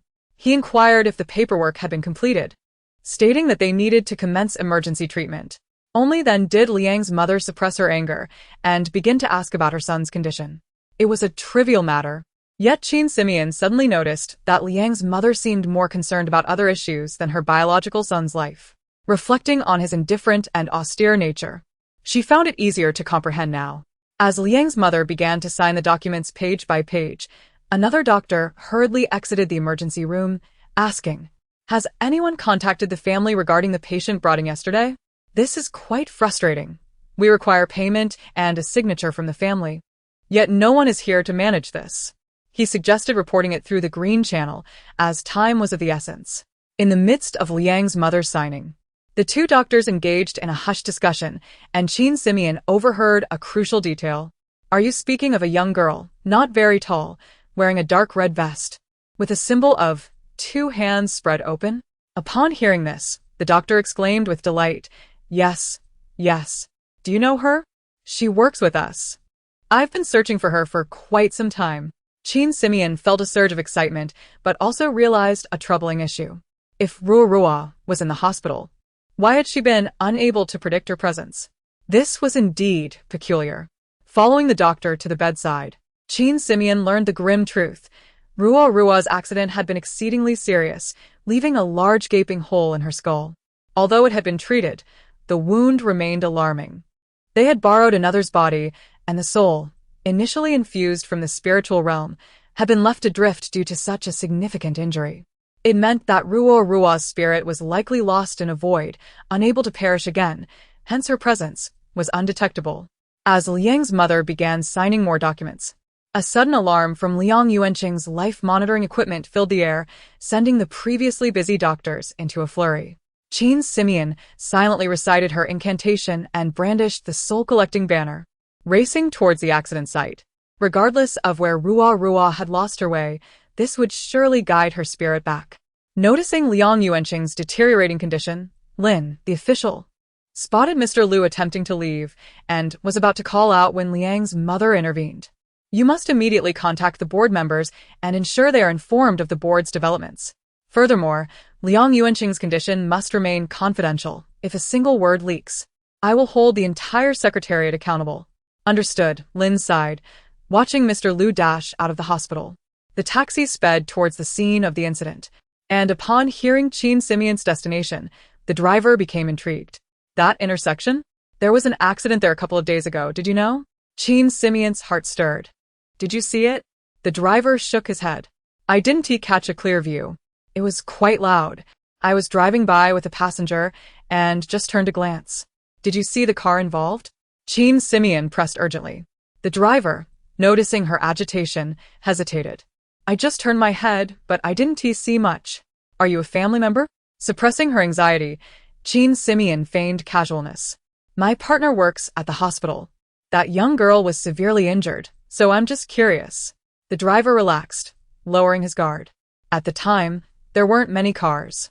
I saw a black vehicle pass by, heading east. That's all I noticed. East. Chin Simeon mentally noted this as a potential lead. She lingered at the accident site for a while, then continued eastward until she reached a five-way intersection, where she had to pause her search. The soul-collecting banner had already captured several wandering spirits, yet she refrained from confirming their identities until all leads were exhausted. If Ruarua was not among them, she would be at a loss for what to do. As she opened the banner, several spirits emerged, old and weary, cursing her before fleeing. Only a white soul remained, dazed and confused. Ruarua? Chin Simeon reached out, her heart racing. Where am I? The voice from the soul was male. Chin Simeon sighed heavily. It was indeed not her friend. She retracted the soul-collecting banner, gazing at the five-way intersection, feeling that this matter might have to be left to the traffic police. Ruarua, being a wandering spirit, was inherently weak, left in the mortal realm for too long posed significant dangers. Just as Chin Simeon prepared to hail a taxi to depart, a small, impolite voice called out from behind. Where do you think you're going? Turning around, she found the soul still lingering behind her, assuming that the capture of the soul-collecting banner would have sent it away. I don't know where I came from. You must take responsibility. You pulled me out. While there was merit to this claim, Chin Simeon was too preoccupied with Ruarua's situation to attend to this forlorn spirit. How is my son? Liang's mother demanded anxiously at the surgery room's entrance. The doctor removed his surgical cap, fatigue etched across his face. It's a post-accident complication. We've addressed the bleeding points, but whether the patient regains consciousness remains to be seen. Please do not panic. With that, an unconscious Liang Yuanqing was wheeled out, oxygen mask in place, and transported to the ICU. Chapter 59. A flaw reporting the incident is merely a fraction of her concerns. She is now more anxious to ascertain the direction in which the car that collided with Roro had departed yesterday. In truth, even if you review the surveillance footage, it would be futile. Pursuing the vehicle involved in the case is our responsibility. Are you expressing a lack of confidence in us? Chin Simeon hastily waved her hand. Strength lies in numbers. I merely wish to assist the police in swiftly uncovering clues. The traffic officer, evidently still harboring some reservations, scrutinized Chin Simeon and patted her shoulder. Before we clarify the situation, simply contact us. Do not rush into someone's home to instigate a brawl. Rest assured, I am a law-abiding citizen and would never engage in unlawful activities. Chin Simeon endeavored to maintain an amiable expression, yet to the traffic officer, she appeared somewhat slick. Very well, you may observe that intersection, but I cannot show you anything more. Should complications arise, we would be held accountable. Grateful, Chin Simeon entered the monitoring room. The surveillance conditions in the dim light were poor. She could only discern the tail lights heading west before they vanished from view. All right, we shall leave it at that. The next few days will require our efforts. The traffic officer, anxious that Chin Simeon might discern the license plate, promptly issued an eviction order. Thank you. Chin Simeon clasped her hands in a gesture of gratitude and exited the traffic division with a certain swagger. A voice emerged, prompting Chin Simeon to glance around. Yet she found no one. Still watching? Where are you looking? I cannot endure your intellect. You showed no hesitation when leading me out. It was then that Chin Simeon realized it was the wandering spirit following her. Where did you join me? Of course. You cannot recall. Nor can I. How do you propose to assist? Chin Simeon lamented. The spirit began to fume, and Chin Simeon furrowed her brow, sensing the oddity in its words. After a brief hesitation, the spirit remarked, "What assistance?" Do not lead me astray. Fear not. I merely intend to utilize your instincts. There is nothing to worry about. An idea struck Chin Simeon, and she promptly guided the spirit to the road where the black car had vanished. Let us commence. Wiping the sweat from her brow, Chin Simeon declared. Commence what? The spirit, lurking in the shadows, felt something amiss. Commençons, Chin Simeon instructed. There should be another spirit akin to you that has passed through this vicinity, one you can detect. Preposterous. Do you take me for a dog? The spirit retorted, shaking off its discontent. Chin Simeon had to concede that this analogy was somewhat apartment. The spirit whirled a few times before reluctantly drifting forward, with Chin Simeon closely trailing behind. What did you say? Meanwhile, within the Lin family mansion, upon hearing the news, Lin Su rose with a thud, exclaiming, "Why was I not informed of such a significant matter sooner?" Several assistants exchanged glances, none daring to speak. You were entrusted with such a trivial task, yet you managed to leave evidence at the scene. Lin Su's hands grew numb from striking, yet she remained unfazed by the assistant's shrinking demeanor. One assistant, nursing a sore cheek, and standing beside her, Jiang Yan, was compelled to speak. We have been searching diligently but have yet to locate anything. However, there is a new development. Lin Su tugged at the hair of the woman before her, her gaze piercing Jiang Yan's face. What new development? Must I inquire one question at a time? Jiang Yan's hands trembled as she struggled to maintain composure. The traffic police have relayed information cautioning us to be vigilant. Currently, they are conducting a search along that road. Have they discovered our movements? Lin Su tilted her head back in utter exasperation, forcefully shoving the woman in front of her, who dared not even whimper, merely collapsing silently into a ball, clutching her head. Jiang Yan wiped the cold sweat from her brow. It is said someone reported the incident. Eyewitnesses have seen the vehicle we dispatched. Upon finishing, Jiang Yan glanced sideways, acknowledging her lack of involvement until the aftermath. The nearby assistant could no longer bear the pressure and knelt, beginning to slap herself. It is all my fault for being careless. Listening to the sound of flesh meeting flesh, Lin Su's expression softened slightly as she fixed her gaze on Jiang Yan. Do you know who made the report? The surname. Liu. Lin Su furrowed her brows, suddenly struck by a thought. She opened her phone and displayed two images. Precisely the photographs captured by reporters on set yesterday, featuring Liang Yuancheng and Liu Jijun together. Inquire whether it is this person. Lin Su extended her phone, while the assistant on the ground continued to punish themselves, oblivious to her murmurs. Could it be such a coincidence? Where did this man emerge from? Just as we dealt with Chin Simeon, another stumbling block appears. Liang Yuancheng, what is your true nature? Jiang Yan whispered several inquiries over the phone, then cautiously approached to return the device to Lin Su. I asked, "It is indeed him. Moreover." Lin Su lifted her gaze. Fixing her cold stare on Jiang Yan, do not make me repeat myself. Unable to bear the sight of the assistant's plight any longer, she silently closed her eyes. Indeed. After a muffled sound, the slapping ceased, and Lin Su's icy voice echoed, "Discover precisely what he knows. If there is any risk, eliminate it entirely. This time, be thorough, otherwise, you shall all accompany him to the grave. Do you comprehend?" The latter statement, whispered softly into Jiang Yan's ear, sounded like a death knell in the ears of those present. "Yes, I shall attend to it immediately. I will not cause any distress to the young lady."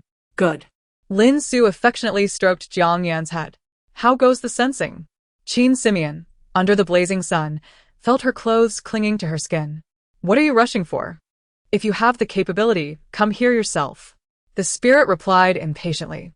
No rush, no rush. Qin Simeon promptly relented. "This seems to be." The spirit halted at a location, meandering while emitting sounds of contemplation. Chapter 60. Entering the dragon's lair. What is happening? Just now, I sensed something. And now it has all dissipated. It was too late for Qin Simeon to collect the flag. She felt a whirlwind of sand and stones. And the once plump wandering spirit now appeared as if it had been stripped of several layers, leaving only a pitiful yet furious spiritual core. "What do you intend to do? You have already ensnared me once. Do you seek to rob me of my wealth and life? Do you wish to take my very soul?" Qin Simeon repeatedly apologized, yet the other party was evidently too enraged to respond, ultimately burying itself in the earth, refusing to emerge again. "What are you doing? We can discuss this amicably." Qin Simeon began to dig through the soil. Unbeknownst to her, a few pairs of eyes nearby were intently watching her. The man, with seemingly empty hands, waved them in the air, conjuring a sudden gust of wind. Could he possess some sort of mystical ability? Jiang Yan scoffed at the notion, dismissing it as an antiquated superstition. However, the second young lady believed. She had even hired someone to seal the wandering spirits. If it were of no consequence, then why was that woman still in a state of limbo since the accident? Neither dead nor alive? Jiang Yan frowned, reluctant to associate with such ignorant individuals. Yet, in her current life, was there anything that she could choose not to do? Assessing the situation, "Are you certain you dropped Li Meng's watch on this road?" Ever since Jiang Yan learned of this incident, she had scoured this street repeatedly, finding nothing. From the scene of the incident to here, there was no trace to be found. At that time, she had deliberately removed it from Li Meng to leave a personal item for the master. How could there be a mistake?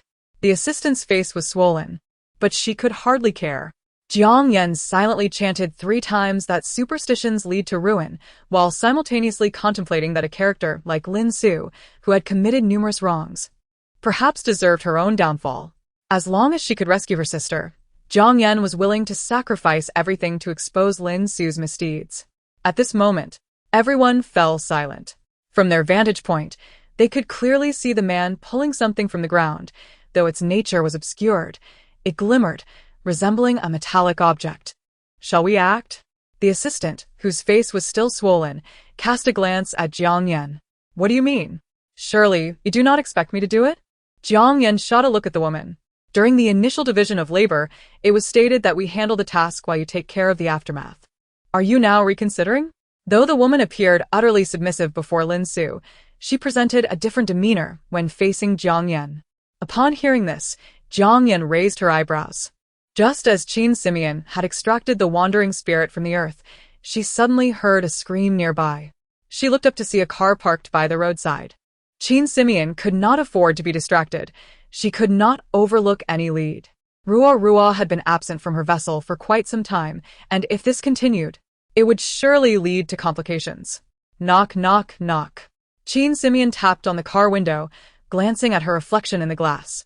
She endeavored to adopt a friendly expression, lest the occupants mistake her for a robber. "What is it?" The window rolled down to reveal Jiang Yan's impassive face.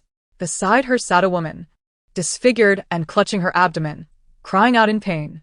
Were it not for the fact that the car was filled with women, Qin Simeon would have almost suspected domestic violence. "What is going on?" Jiang Yan leaned out, blocking Qin Simeon's view. Her gaze fell upon the girl, and Qin Simeon furrowed her brow. This face seemed vaguely familiar. "No, my sister is unwell. We stopped to rest for a moment." "We have never been here before," Jiang Yan replied, attempting to close the window. "Qin Simeon, with no other choice, propped her arm against the window. "This lady, I feel as though I have seen you before. Have we met?" Upon entering the host's body, memories might have become muddled. After undertaking numerous transition tasks, Qin Simeon now found it challenging to recall Jiang Yan immediately. "Although I am uncertain if she is the person you seek, there are indeed traces of lingering souls on them," the wandering spirit spoke up. Qin Simeon smiled, fixing her gaze on the woman who had approached her. "You possess a certain charm. I am fond of your type. Come on in." The woman chuckled, teasingly asking if she dared not join. Qin Simeon laughed heartily.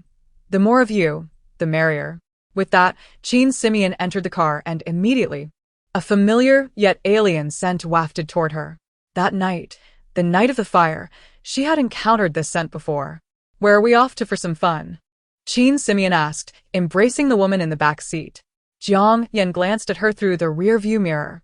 That fleeting gaze reminded Qin Simeon of the day she and Liang Yuancheng were at the restaurant when Lin Su brought along a so-called junior and insisted Liang Yuancheng name her.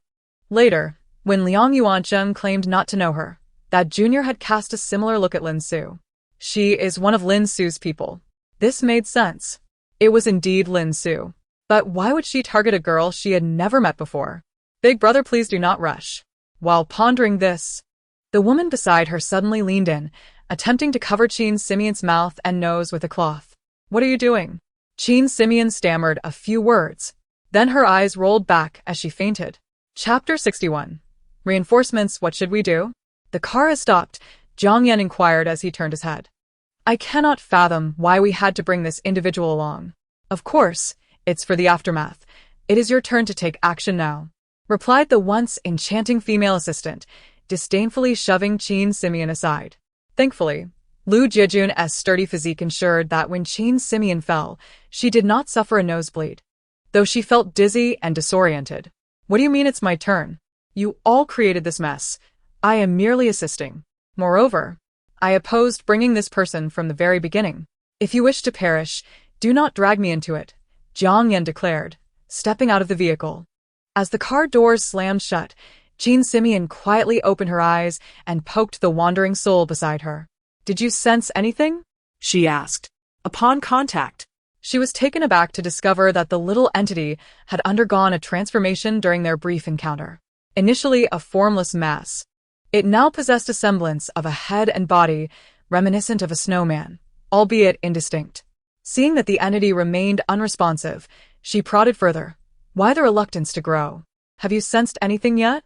The wandering soul suddenly quivered, as if attempting to perform some action, but to Qin Simeon, it merely twisted slightly. "I do not care how you proceed. This time, it must be you." The car door was yanked open abruptly, prompting Qin Simeon to feign unconsciousness, only to be dragged out by several women. Although she could not discern her surroundings, the scent of candles and joss paper filled the air. "Stop playing dead. If you continue, you might truly perish," the wandering soul interjected, its voice now considerably clearer and heavier. Qin Simeon squinted open a narrow slit, realizing she was sprawled in the center of a massive talisman array, surrounded by various sacrificial offerings, the warehouse exuding an exceedingly eerie atmosphere. "Just use this knife to draw some blood. It's a simple task, one you wouldn't dare shy away from, would you? Think of your sister. I advise you, once you are under the mistress's command, there is no escaping unscathed. If you do not act soon, you will share his fate." Under the pressure of the threatening voice, Jiang Yan reluctantly accepted a uniquely shaped dagger and approached Qin Simeon step by step. Tentatively, she reached out to touch the talisman array on the ground, and a shiver ran through her. It was as if a chorus of wails surged forth, accompanied by a bone-chilling cold. What was this? Was Ruoro also trapped within this array? As Qin Simeon pondered, a tickling sensation at her ear alerted her to the wandering soul's presence. "When she makes her move, you must run quickly. I sense that the exit is to the southwest. Once the array is activated, the soul will be bound, leading to an unending cycle of death and suffering." Several individuals chanted this phrase repeatedly, and Qin Simeon felt Jiang Yan standing beside her. What does it mean to bind a soul? Before she could delve deeper into her thoughts, the wandering soul suddenly shouted, "Now! Run!" Without a moment's hesitation, Qin Simeon sprang to her feet and dashed in the direction indicated by the wandering soul. Jiang Yan, startled, froze in place, while the others continued their incantations as if entranced. In an extraordinary turn of events, although Qin Simeon reached the edge of the talisman array, an invisible barrier obstructed her escape. Run. The wandering soul urged again, and Qin Simeon felt as though an unseen force had propelled her back, causing her to tumble to the ground. It was then she realized she had extricated herself from her physical form. Run quickly. The wandering soul continued to warn her. Qin Simeon then comprehended that her ability to escape was due to the wandering soul sacrificing itself for her safety. Run. As an indescribable force threatened to engulf her, Qin Simeon, despite her reservations, raced toward the exit. Just then, a withered hand emerged from the talisman array, grasping her ankle. In a moment of desperation, she brandished the soul-collecting whip and struck fiercely, finally breaking free from the array's grasp. What to do? She had to devise a plan to rescue others immediately. The procedure to summon reinforcements from the Underworld was too slow. By the time the emissary arrived, the talisman array would likely dissipate. It was her own fault. If only she were a formal Underworld officer, such trivial matters could be resolved in an instant. A formal Underworld officer. As thoughts raced through her mind, Qin Simeon recalled a certain individual. 9671. Help. While idly occupied in the detention room, 9671 suddenly felt a tightening at her brow, and moments later, Qin Simeon materialized before her. Where is your skin? Not the time for that, Qin Simeon replied, pulling 9671 toward the exit. You need to assist me in rescuing someone. 9671 waved her hand dismissively. What are you thinking? I am a living person. How can I possibly leave? I'll take your place.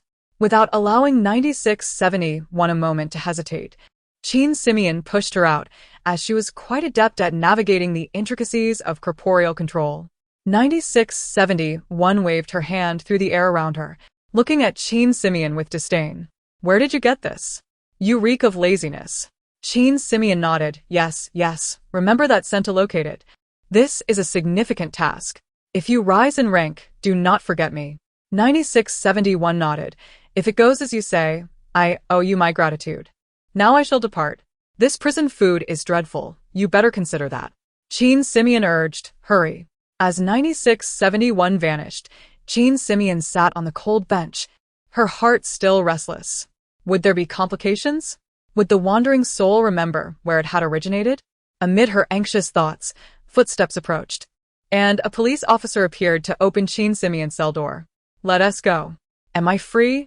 Qin Simeon asked, incredulous. Do not ask, just leave, the officer instructed. Qin Simeon hurried outside, only to find Liang Mama waiting at the police station.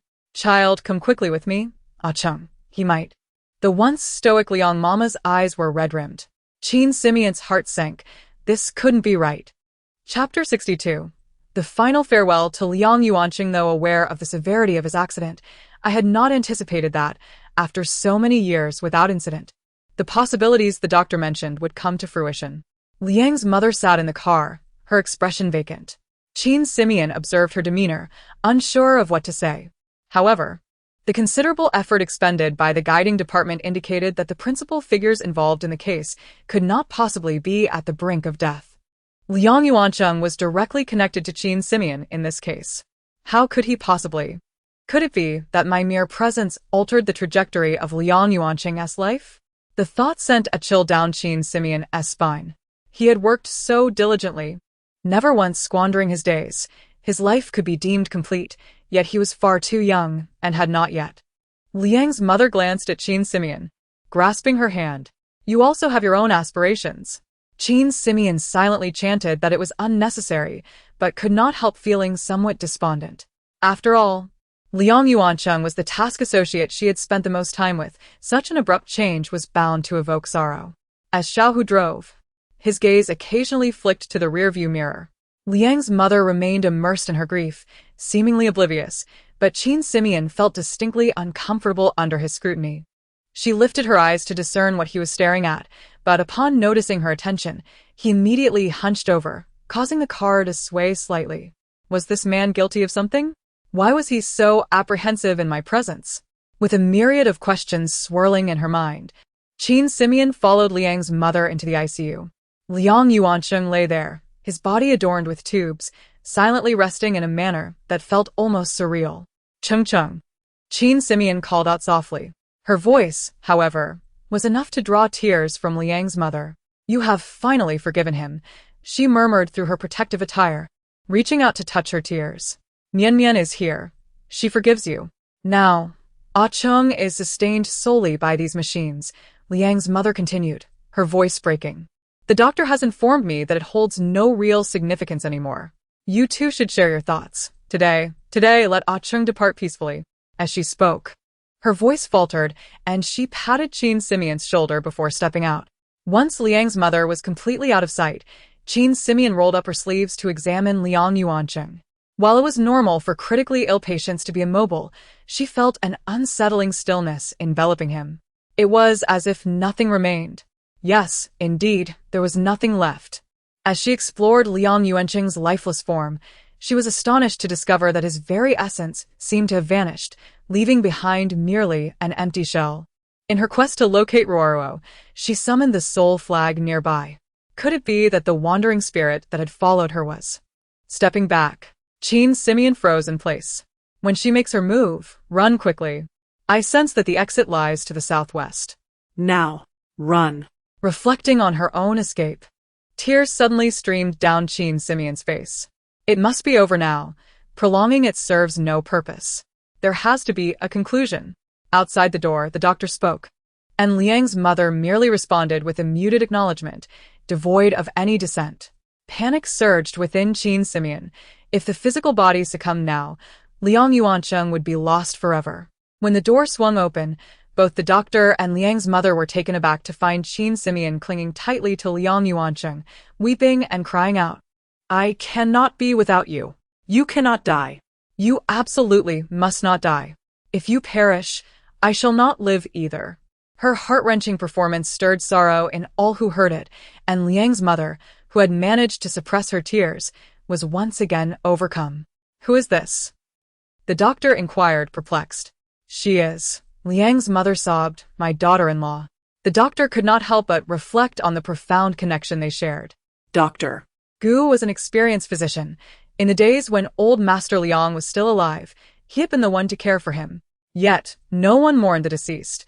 Old Master Liang lay in the mortuary, while others busily convened a board meeting. Only a teenage Liang Yuancheng had quietly stayed by his father's side, dutifully fulfilling his role as a son, without shedding a single tear. Mian Mian, dear child, one cannot resurrect the dead. You must be sensible, Liang's mother urged, stepping forward to pull Qin Simeon away. You are speaking nonsense. Qin Simeon pointed at the monitors. He clearly has breath and a heartbeat. Who says he is dead? The life signs you see are merely the result of machines. In truth, the patient has long ceased to breathe independently and is brain dead, Dr. Gu explained. Qin Simeon, in a frenzy, shielded Liang Yuancheng with her body. He is not dead. He is not dead. Who dares to turn off the machines? You would have to step over my corpse first. Mian Mian. Liang's mother covered her face, tears streaming uncontrollably. The doctor sighed. He had encountered agitated relatives before, but none as fervent as this. Nurse, restrain her, he instructed, gesturing to the nearby nurses. As they approached, Qin Simeon emitted a scream akin to that of a slaughtered pig. Ah, if you dare touch me, I will die immediately. The nurses tried to soothe her, while one discreetly prepared a sedative, intending to administer it. He is not dead. He truly is not dead. I beg you, please wait a little longer. Otherwise, I will die too. I cannot go on living. As Qin Simeon gradually grew weak, the needle hovered close to her. Stop. Liang's mother could no longer bear to watch and stepped forward to embrace Qin Simeon, tucking her hair behind her ear. I implore you, mother. Let Ching Ching stay with me for a few more days. Qin Simeon pleaded desperately. Liang's mother nodded, too pained to utter another word. As night descended and the witching hour approached, Qin Simeon took advantage of the open gates to the Underworld and began her summoning. By urgent decree, let the souls come forth. Qin Simeon burned talisman paper, waiting in silence for a response. The monitors briefly fluctuated before returning to stillness. Undeterred, she recited the incantation once more, but this time, even the monitors remained silent. I refuse to believe this. Jean Simeon steeled her resolve and boldly stepped through the gates of the Underworld. Chapter 63. The Gate of Ghosts. It is said that this place is where those on the brink of death might arrive, and if one fails to navigate it properly, they may never escape. Neither rebirth nor reincarnation is possible here. One exists in a state of eternal limbo, devoid of life, yet not truly dead. However, when Jean Simeon first heard this notion, she was skeptical. Do not deceive me. I have died once, yet I have never set foot in the Gate of Ghosts. The River of Forgetfulness replied, that is simply due to your remarkable luck. Jean Simeon shook her head, resolutely asserting, to know clearly where one is going and what one intends to do ensures that one does not lose their way. I was misled in my previous life, but I shall never allow myself to waver again. Those who enter the Gate of Ghosts are merely indecisive fools. Therefore, there is no need to caution me. I shall never venture there. Setting aside her reflections, Jean Simeon cautiously proceeded inward. The Gate of Ghosts was, after all, an unfamiliar and perilous domain. It was an immensely vast space, and should she become lost, no one would come to her aid. With urgency, she summoned her guiding spirit, holding the soul-fetching flag aloft to lead the way, while she tread carefully along a barely discernible path. After a while, she realized that this place was not as terrifying as the tale suggested, aside from its vast emptiness. Is anyone here? I can help you leave, Jean Simeon called out, and began to calculate her surroundings. When she raised her head again, everything before her had transformed. The path remained the same, yet it seemed inexplicably clearer. At the end of the road stood a small house, where dim lights flickered within. Is someone living here? Jean Simeon pondered, perplexed that such a place, typically shunned by all, could harbor residents so composed. As she approached the courtyard, she found it much more tranquil than she had imagined. The courtyard was modest in size, adorned with numerous flowers and plants. Among them was a striking small blue flower, blooming like stars scattered across a lush carpet, though it was rumored to be difficult to cultivate. Once upon a time, having a quaint little garden like this had been Jean Simeon's ultimate dream. Is anyone here? She called once more, her wariness growing as she recalled the widespread fear surrounding the Gate of Ghosts. I shall not enter. You may come out, and I will inquire about someone. She quietly grasped the soul-fetching flag, intending to approach with courtesy before resorting to force. Suddenly, a cloud of dust billowed from the house. Without a second thought, Jean Simeon waved the flag to shield herself. After a tumultuous struggle filled with ghostly wails, she brushed the dust from her sleeve and beheld a small entity seated beneath the flag. Though it lacked human form, it appeared to be in a state of agitation. For reasons unknown, Jean Simeon sensed its displeasure. Hey, she exclaimed, playfully nudging it with her foot. In a flash, she retreated, but the creature seemed to possess an uncanny awareness, pursuing her relentlessly. Just as escape seemed impossible, she reached for the handle of her trident, hoping to mitigate the potential harm. Yet, the instant her fingers grazed the weapon, the entity suddenly morphed, softening and transforming into a blade of grass within her grasp. Jean Simeon's mind struggled to keep pace. She glanced at the grass, then at the creature before her. It too appeared perplexed, mirroring her own bewilderment. However, it gradually began to take on a more human-like form, no longer deserving the label of it. Strange, she mused, who are you? She withdrew the soul-fetching flag, unwilling to back down. And you, who might you be? I am the master, and you are the guest. It is my turn to question you, the little creature retorted, clearly unimpressed. Jean Simeon conceded that it had a point. After all, she sought something from it. I am an apprentice soul worker, here to locate a wandering spirit that may be present. This mountain is mine, this tree I have planted. Should you wish to take a soul, you must leave behind a price for your life, the little creature stated, prompting a chuckle from Jean Simeon. Such a well-structured approach to robbery. I came in haste and brought nothing, but if you truly know of the individual I seek, I shall surely repay you on my next visit. The little ghost, however, was not swayed by promises of deferred payment. No negotiations. Farewell. Jean Simeon, undeterred, brandished the soul-fetching flag once more, inciting the little ghost's ire. How could you behave this way? You come to my home seeking assistance and yet threaten me? I am in a hurry.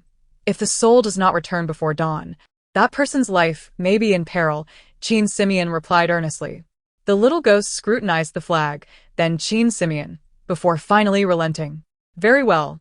You may enter, and take a look. If you do not find what you seek, I cannot assist you further. Should there be none, I shall not impose. Chin Simeon replied, her spirits lifted. The little ghost gestured toward the flowers and plants in the courtyard. Be careful not to trample my garden.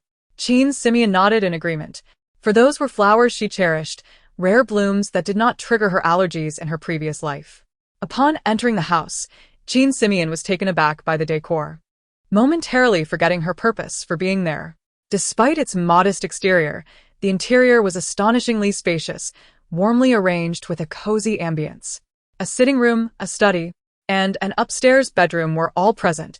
The little ghost appeared youthful, and the environment exuded a modern aesthetic. Impressive. You possess quite the talent, Chin Simeon remarked, fully aware of the immense effort required to conjure such a space purely through willpower in this realm. This is not my domain. I am merely managing it for someone else, the little ghost replied, moving to a table and retrieving a large box. Behold. This contains all the souls within the Gate of Ghosts. Before her, the small box expanded into a wall, revealing countless glimmers of soul light, resembling a starry sky. Yet, in such a short time, she could hardly distinguish one from another. As Chin Simeon reached for the soul-fetching flag once more, the little ghost grew anxious. If you bring that out again, remember, this is my master's home. If you cause trouble, even the deities in the Gate of Ghosts cannot save you. The creature, though diminutive, had keen eyes. Chin Simeon hastily released her grip. I am well aware, but how am I to find anyone amongst such a multitude? The little ghost smirked with satisfaction. Just describe what you seek. I can locate it. Chin Simeon silently scoffed, thinking of the wait ahead. Liang Yuancheng, male, 30 years old. Height 184 centimeters, executive president of a corporate group. Stop. Not those details. Give me something more insightful, the little ghost interjected. After a moment of contemplation, Chin Simeon elaborated. He is a person of cold exterior, yet warm interior, rarely revealing his true feelings, yet always considering others' perspectives. His words can infuriate, yet his actions are decisive and efficient. Unbeknownst to her, a shadow was gradually approaching from the staircase behind her. Chapter 64.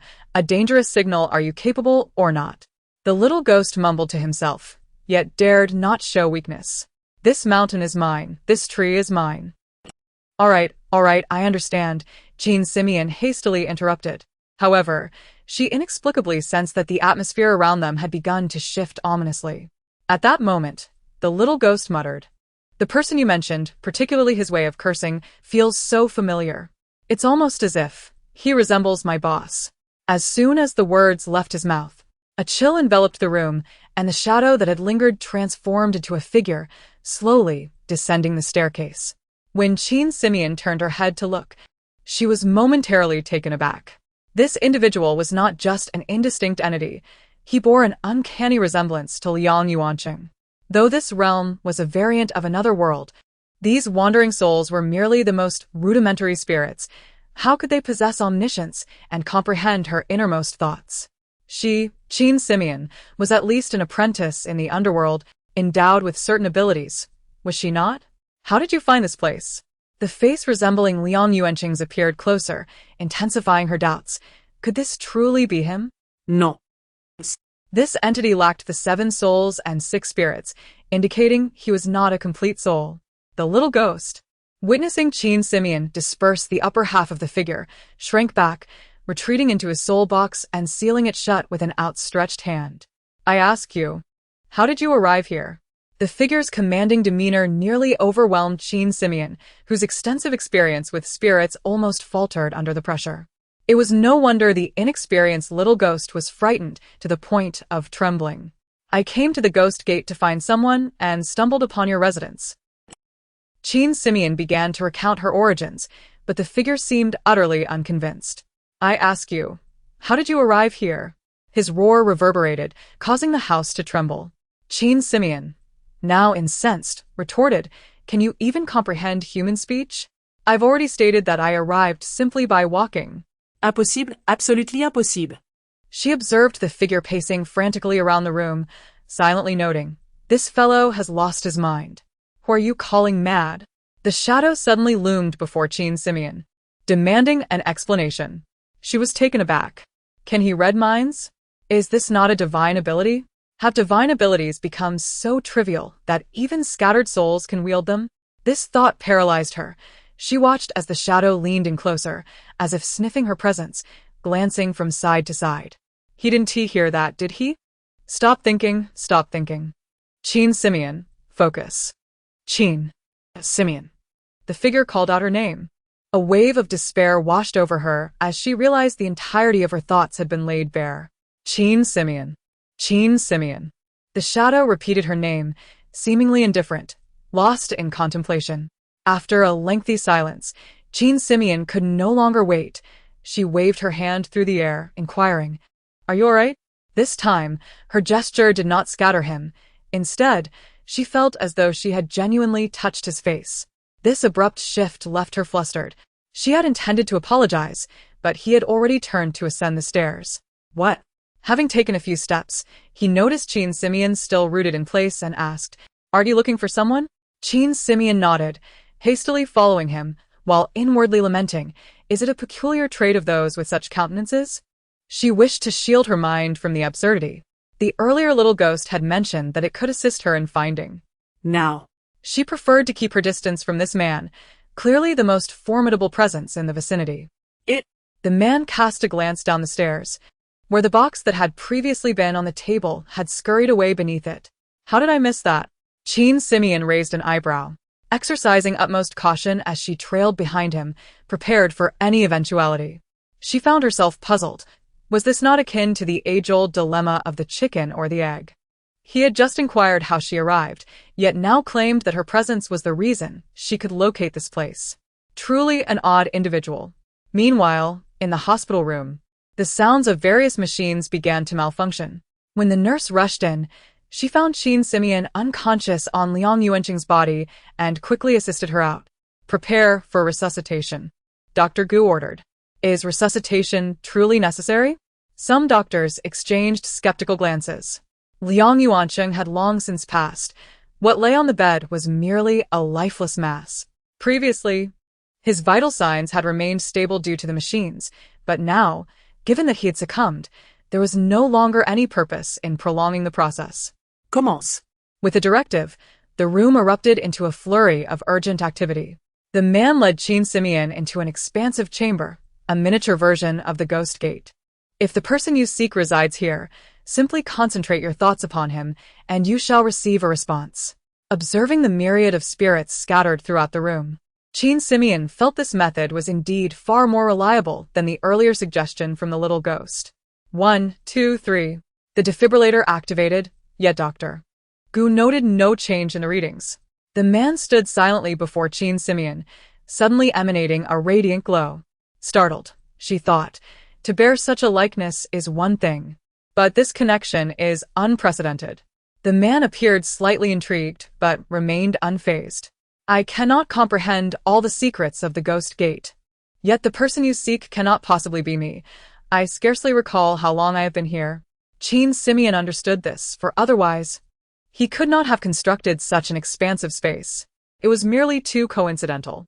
"I have encountered similar situations before. There is nothing to be alarmed about." As his words faded, his body glimmered once more, the brilliance more intense than before. "Do not mind it. Proceed," he said nonchalantly. Qin Simeon nodded, focusing intently on summoning Liang Yuanqing. 1, 2, 3. Dr. Gu increased the electrical current, but Liang Yuanqing remained unresponsive. "Shall we continue?" A nearby doctor glanced at the clock, preparing to announce the time of death. Dr. Gu frowned, studying the lifeless form of Liang Yuanqing on the bed. Chapter 65. This is an illusion. Qin Simeon seemed to have entered her own memories, where every fleeting moment featured Liang Yuanqing. She saw herself kneeling on the ground, embracing him, and in that instant, He did not appear as she had imagined, aloof, but rather looked at her with a hint of surprise. At that time, however, Chin Simeon was solely focused on following the procedure, completely oblivious to these nuances. Then, the scenes that unfolded were unfamiliar to her.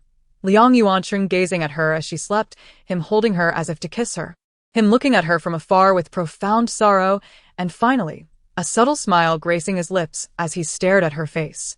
Could this truly be him? Chin Simeon could scarcely believe it, gradually transforming from a participant to an observer, and slowly forgetting why she stood there.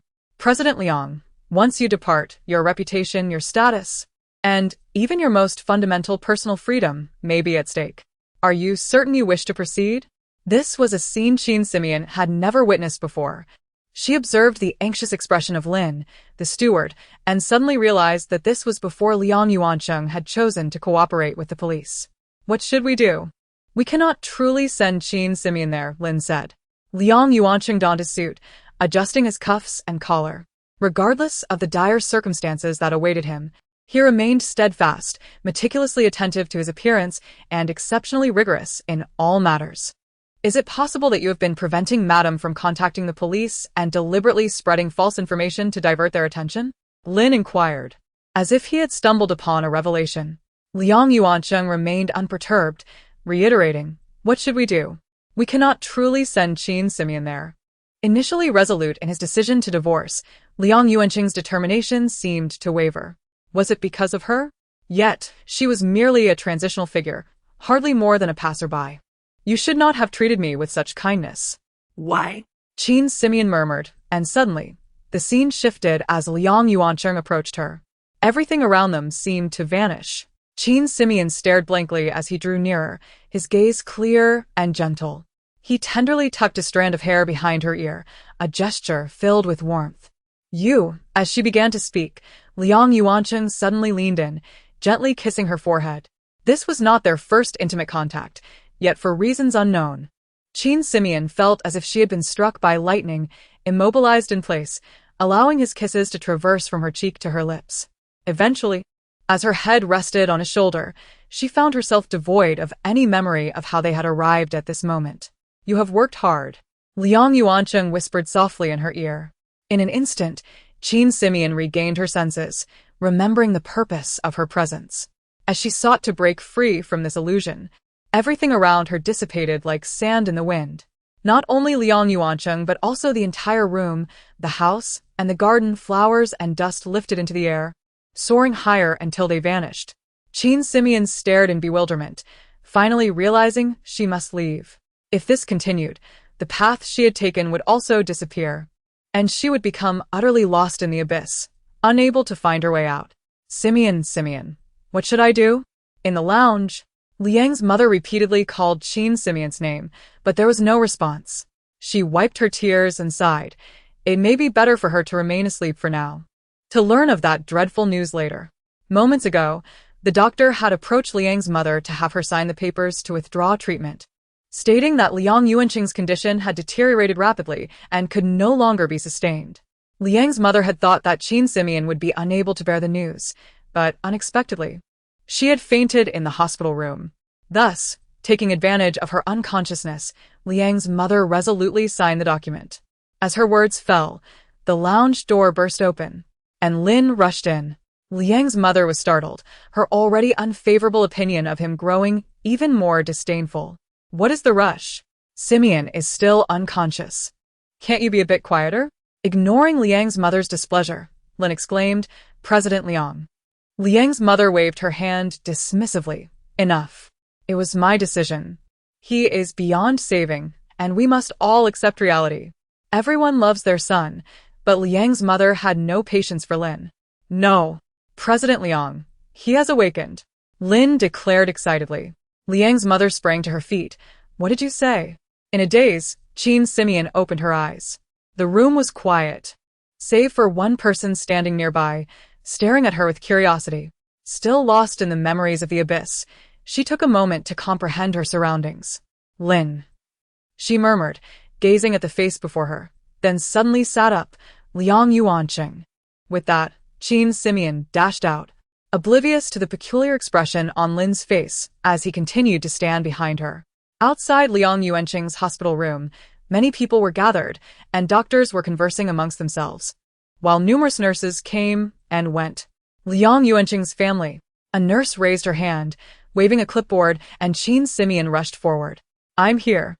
Receiving a thick stack of various notifications, Qin Simeon glanced at the first page, the notice of consent to withdraw treatment prominently signed by Wu Minxia. Checking the date, she realized it was from that very morning. A wave of dizziness washed over her. Despite her efforts, was it all for naught? His life, seemingly one of privilege, had never known the warmth of humanity. He had come alone, and would leave alone. Wait. A nurse blocked Qin Simeon from entering. "You cannot go in. He must not be alone in his final moments. Please, let me in. I cannot allow him to face this solitude." "No, listen to me. Please remain calm." "Family member," the nurse urged, nearly overwhelmed.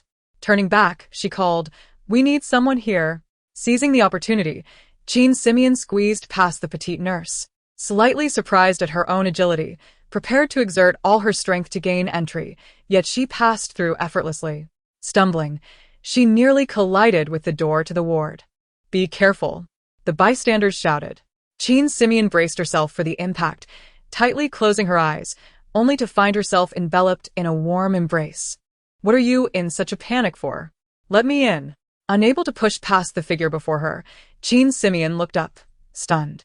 Chapter 66. He seems to have changed. Qin Simeon gazed blankly at the man before her. Liang Yuanqing wore a pale smile, still holding onto her arm for support. "Family member, please remain calm and release your grip.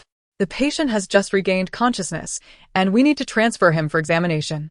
Please, stay composed." After a moment, the surrounding voices gradually reached Qin Simeon's ears, and she realized her overwhelming emotions had caused her to cling too tightly. "Surely, there must be a wheelchair?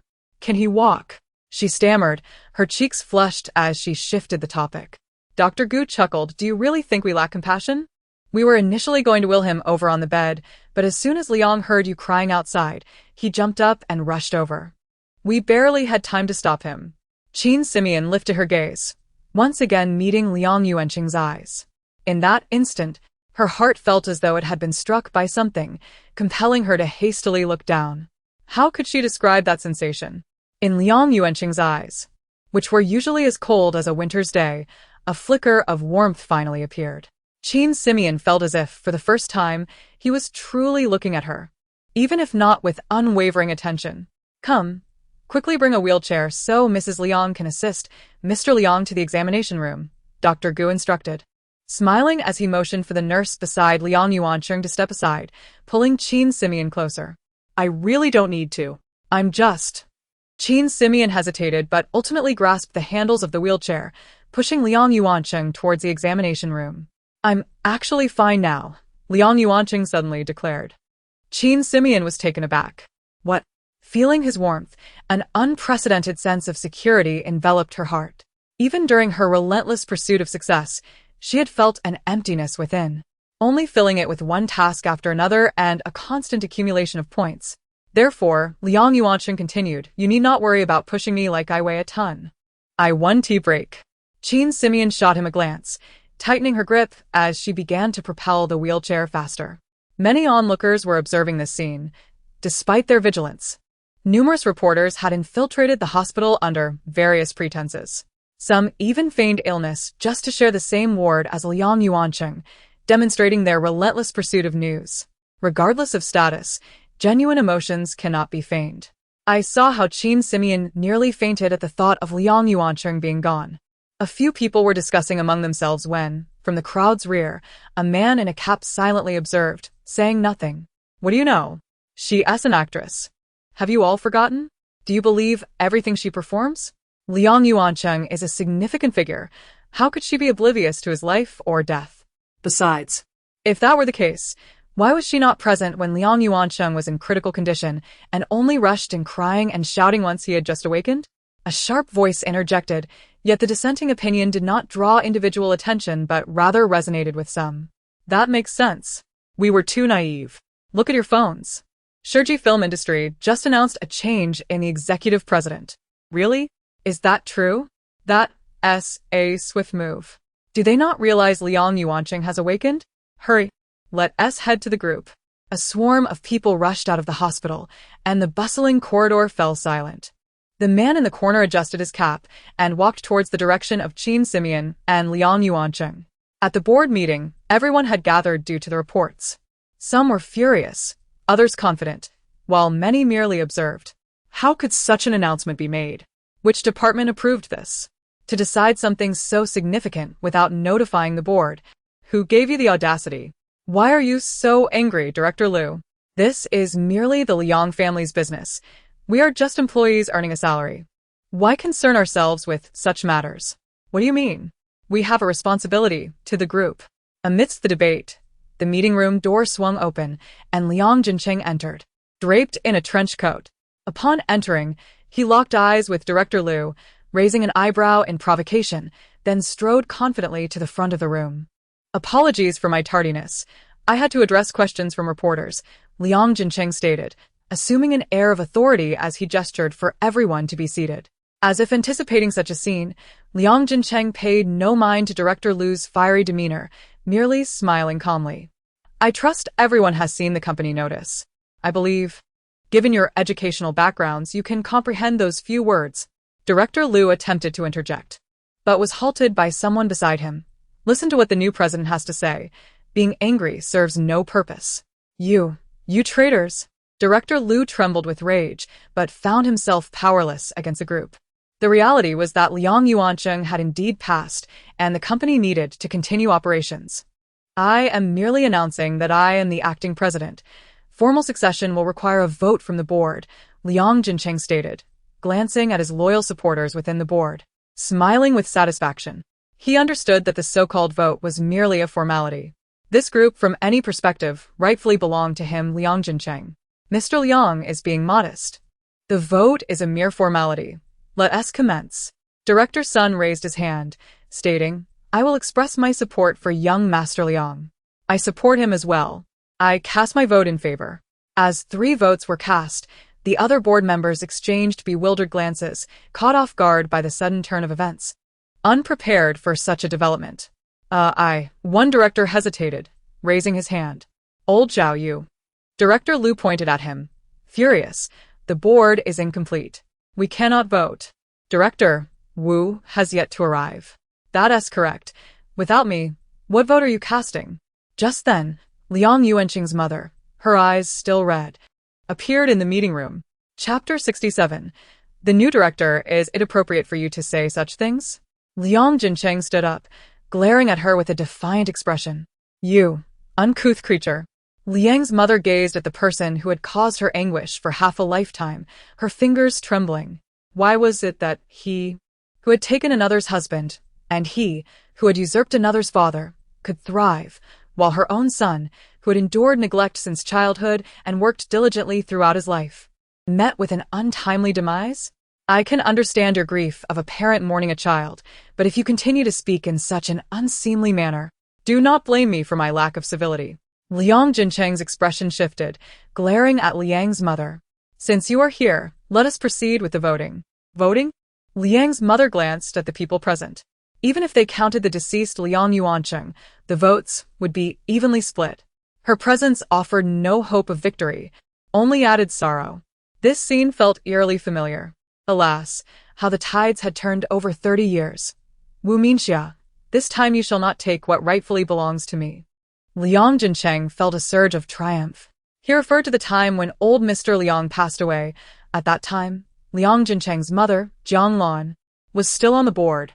For her son's future, she had bribed several directors with her shares, unaware that they were all arranged by Liang's mother, leading to Jiang Lan's utter defeat and her subsequent collapse at the meeting. Recalling his mother's frenzied state back then ignited a fire within Liang Jinqing. He yearned to see Liang Yuanqing and his mother suffer irreparably. He sought vengeance. What do you mean by what belongs to you? Liang Jinqing, do not overstep. Liang Jinqing suddenly lunged forward, seizing Liang's mother's collar. I warned you. If your tongue continues to speak in such an unclean manner, do not blame me for my impoliteness. Young Master Liang. Director Liu stood up, positioning himself between Liang Jincheng and Liang's mother. Let us proceed with the voting and follow the proper procedures. There is no need for this.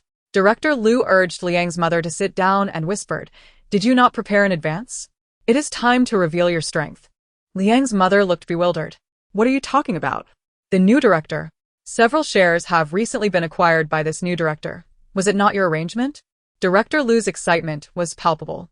He had held on this long because he was privy to this information. "I am unaware," she replied. "If that is the case, they face utter defeat?" Outside the examination room, Qin Simeon awaited Liang Yuancheng. Suddenly, her watch vibrated, indicating an important message needed to be unlocked. Qin Simeon stared at the examination room door, lacking the desire to check it. She pressed the ignore button and continued watching the door. Shortly thereafter, her watch vibrated again. Furrowing her brows, Qin Simeon glanced at her watch, seeing the same notification. What could it possibly be? Growing impatient, she took out her phone and unlocked it. Newly appointed directors are requested to report to the 16th floor conference room for the board meeting. Qin Simeon looked perplexed. A board meeting? The agenda, replacing the company as executive director, with the new appointee being Liang Jincheng. What is this? Qin Simeon was utterly confused. She quickly checked her emails and accounts and discovered that in recent days, there had indeed been significant activity. She had acquired shares from several directors and successfully became a new director of Shiji Film. What happened? Liang Yuancheng emerged, noticing Qin Simeon's unusual expression, and inquired. I don't know. Qin Simeon hesitated, finding it inappropriate to ask directly. She rephrased, "It seems the company is facing some issues." She handed her phone to Liang Yuancheng, who, upon seeing the notification, immediately began searching for Lin the steward. "Where has that fellow gone?" Liang Yuancheng was somewhat surprised. Given Lin's diligence, he should have been waiting for news alongside Qin Simeon. Could it be that my earlier actions have caused him to think Liang Yuancheng has transferred his affections? This fellow has never been this fragile. Surely that cannot be the case. "You." Liang Yuancheng shot Qin Simeon a glare, choking back his words, and then altered his request. "Take me to the corporate building." "Absolutely not." Qin Simeon grasped the wheelchair. "I risked my life to pull you back from the brink. If you disregard your life, I still value mine. Stop messing around, I must go." Liang Yuancheng insisted urgently. The company was the culmination of his parents' efforts and must not fall into the hands of that wastrel Liang Jincheng. Qin Simeon's phone vibrated again, conveying the vote results from the board meeting. Just one vote short, Liang Jincheng was poised to become the new executive director. Upon observing this outcome, Liang Jincheng furrowed his brow. "This is utterly outrageous. This fellow is resolute. I must keep a closer watch on him. This truly complicates matters." Qin Simeon was puzzled. "They are not aware that you are still alive, so this vote cannot be valid." Liang Yuancheng shook his head silently. "Even if I were to attend and initiate a revote, it would merely result in a tie. There is no guarantee of victory." Qin Simeon was perplexed. "Currently, the count is 8-9. If we go, it becomes 10-9. How can that not assure victory?" Liang Yuancheng was speechless. "How can your presence count as a vote?" Qin Simeon smiled. "How do you know it cannot count?" With that, she waved her phone in front of Liang Yuancheng, who finally realized that it wasn't his phone but Qin Simeon's. "The board has summoned you to the meeting?" Liang Yuancheng looked at Qin Simeon. Indeed. "The new director is none other than myself," Qin Simeon declared proudly. "You better behave this time. I will unite with others to expel you from the board if you do not." Though still young, her resolve was formidable. Liang Yuancheng gazed at Qin Simeon, now filled with suspicion. When had she quietly infiltrated the board? His absence from the company had only been a few days, and she had been by his side, under the guise of El Jiajun. Could it be this was all part of her scheme? In that case, he would need to seek her guidance moving forward. Liang Yuancheng observed Qin Simeon's face, his gaze gradually turning cold. Chapter 68. The gradually clarifying vision in the distance.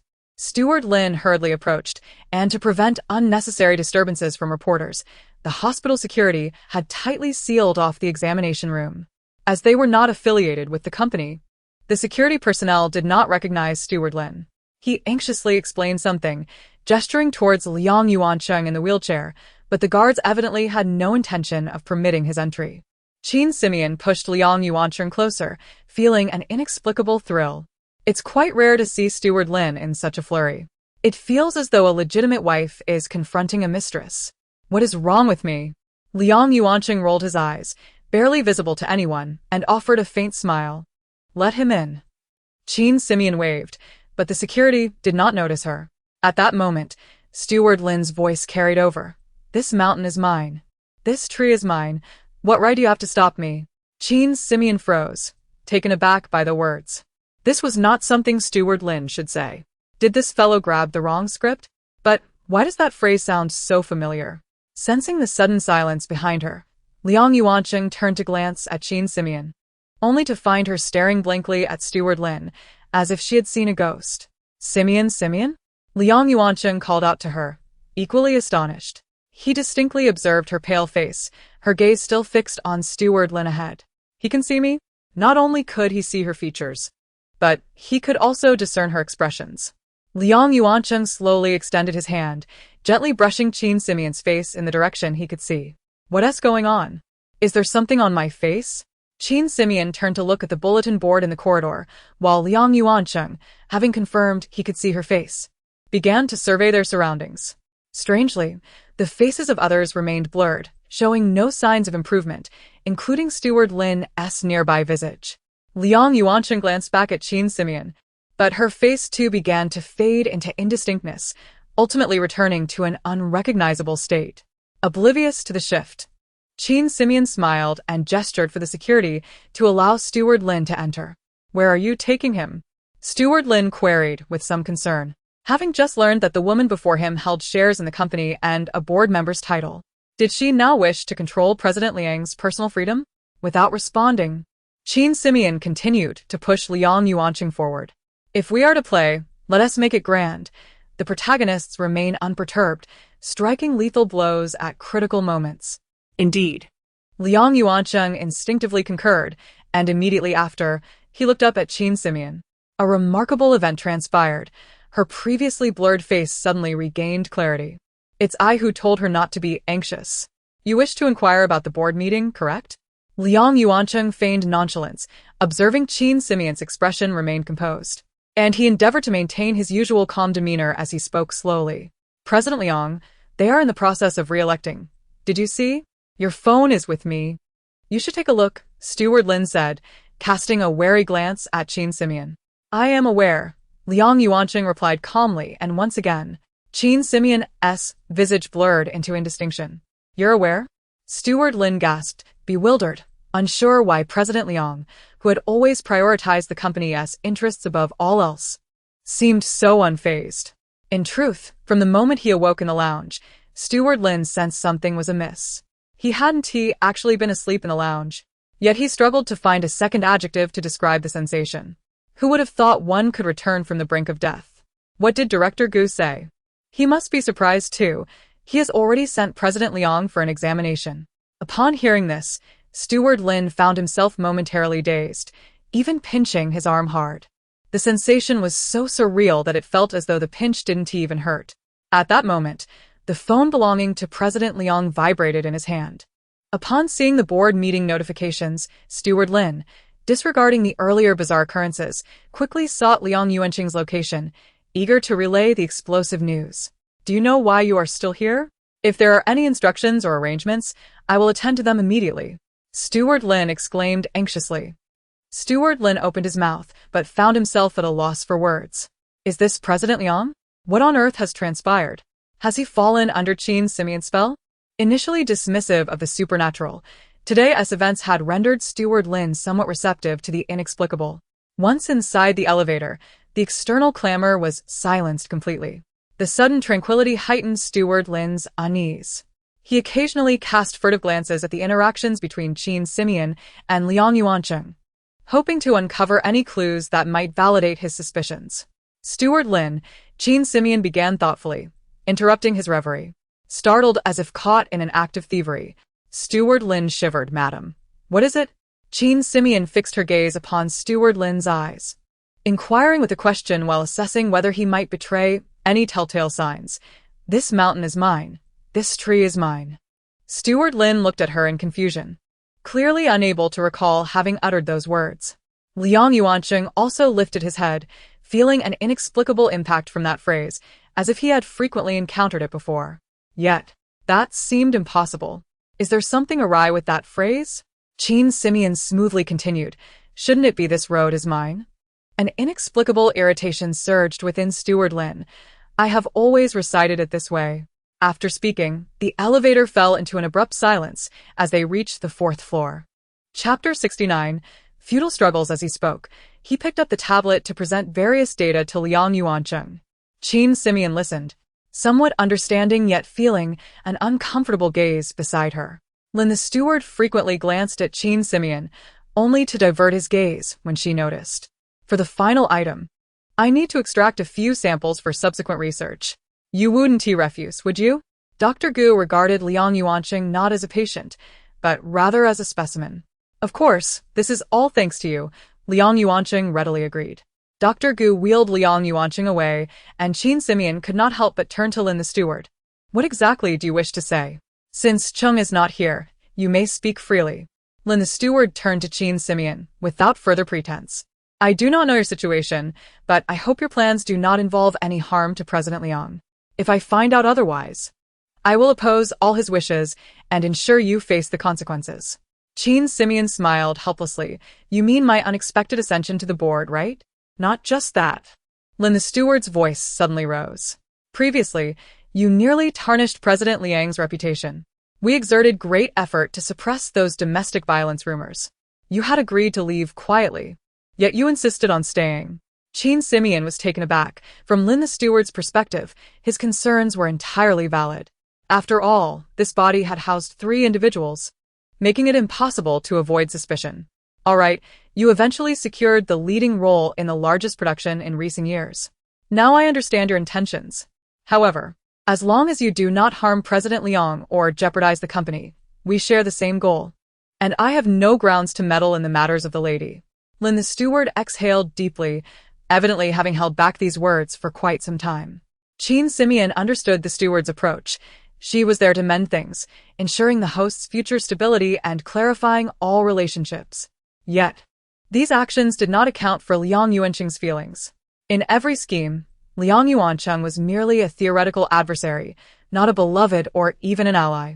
President Liang has done things he never wanted to do, and things he has always avoided for you.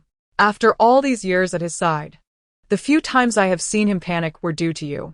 Lin the steward turned away, taking a deep breath to steady his emotions. I will attend to matters at the company. Thank you for your efforts, madam. He departed. Standing in the corridor, Qin Simeon saw Liang Yuancheng emerge from the doctor's office. His arm pressed against his side. For a moment, their eyes met, leaving Qin Simeon momentarily dazed. Every word Lin the steward said was correct. Yet why has he never suspected me? This unexpected position on the board took me by surprise, while he remains unnaturally calm. Is this what Lin the steward means by trust? But why? Liang Yuancheng approached her. What are you thinking about? You. Qin Simeon met Liang Yuancheng's gentle gaze, feeling a sudden awkwardness. Is it all right to come out like this without your wheelchair? There's no issue. Dr. Gu mentioned I should exercise, otherwise it could lead to thrombosis. Liang Yuancheng extended his hand, but I'm worried about falling. Could you assist me? Qin Simeon linked her arm with Liang Yuancheng's, but he held her hand tightly. Director Qin, I look forward to your guidance in the future. Qin Simeon smiled lightly. Then you must be obedient, or I shall have to vote you out. Liang Yuancheng laughed as if he had heard an absurd joke.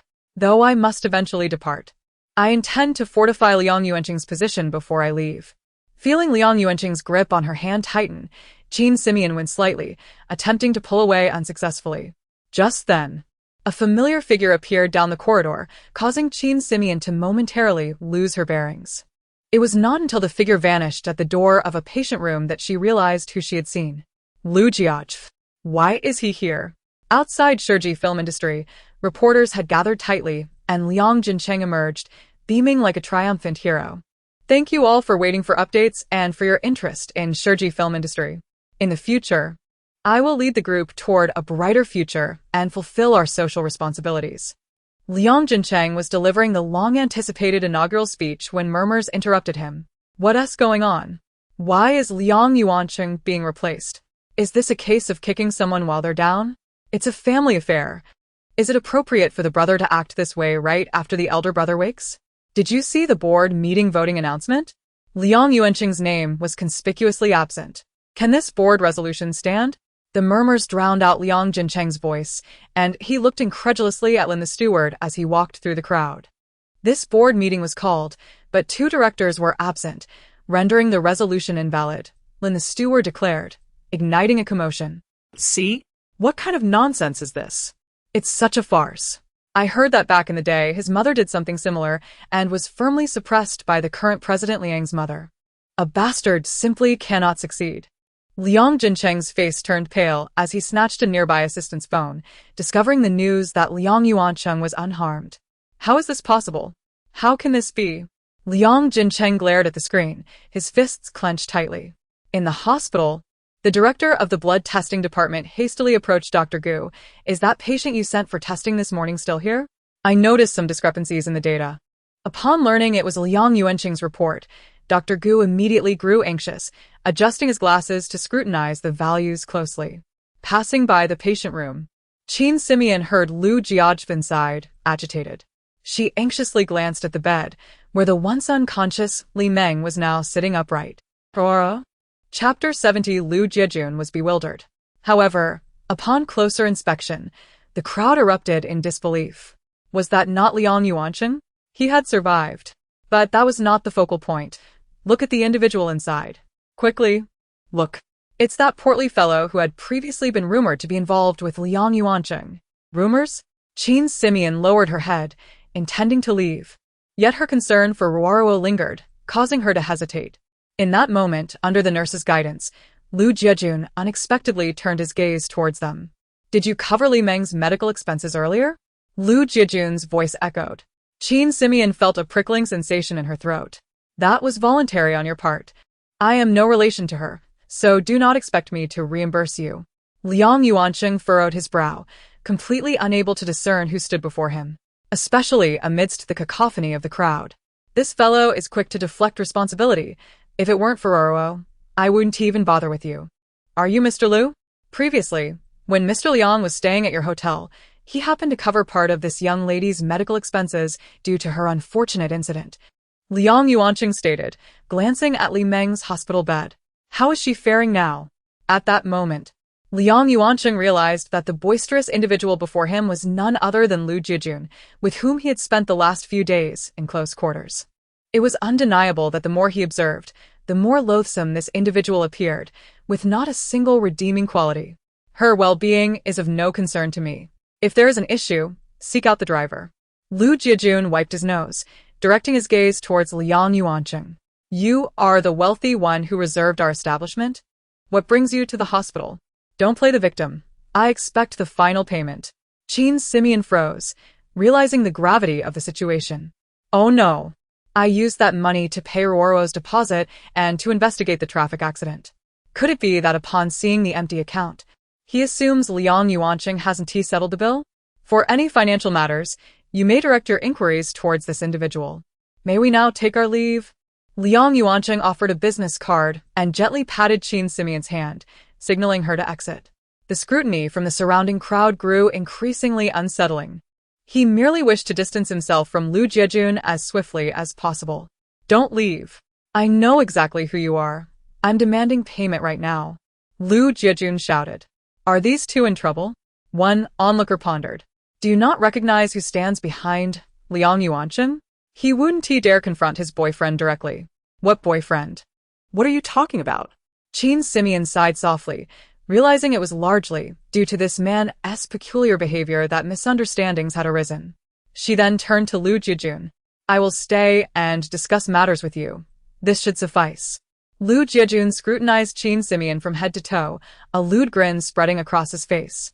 You intend to repay your man's debts? Very well. With that, he reached out to place his hand on her shoulder. At the thought of having once inhabited this very body, Qin Simeon felt a wave of revulsion and instinctively recoiled. Suddenly, Lu Jiajun emitted a pig-like squeal. Ouch, let go. What is this? Not only are you withholding payment, but you're also striking me. Come, everyone witness this.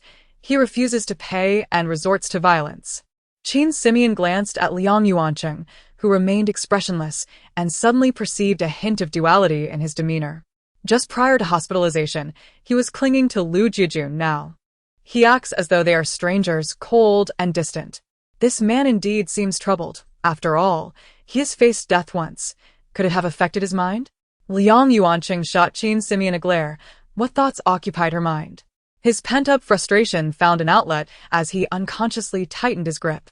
Enough, Lu Jiejun wailed, collapsing to the ground, a sight that Liang Yuancheng found difficult to bear. Someone in the crowd raised their phone, discreetly recording the spectacle. Rest assured, regarding the expenses incurred at your hotel, I shall certainly take responsibility. You need not worry about the medical fees. Will this suffice? Qin Simeon sought to shield Liang Yuancheng from such scrutiny, pulling him aside. Having suffered a setback, Lu Jiejun quickly altered his demeanor. Let us discuss this amicably. I am well aware of your financial capabilities. Xiaobing, come here. Thank these two benefactors. His maneuver was truly revolting as he distanced himself from Li Bing's injury, making it clear to her where to seek financial assistance in the future while simultaneously ingratiating himself with both parties. Thank you, brother and sister. Li Bing aprua katimitli. Gazing at the two individuals. And Mr. Liu, had it not been for your deposit, I might have lost my life. As she spoke, she prepared to kneel, causing Lu Jiejun to lose composure. What deposit? What are you talking about? Lu Jiejun exclaimed. Li Bing could only weep, unable to articulate a single word. Noticing the absence of Roro's essence within Li Bing, Qin Simeon promptly took Liang Yuancheng and departed. As Lu Jiejun and Li Bing argued over the deposit, a hand suddenly rested upon his shoulder. We can discuss the financial matters. Lu Jiejun immediately relinquished Li Bing, donning a servile smile as he exited the hospital with the newcomer, entering a sleek black sedan.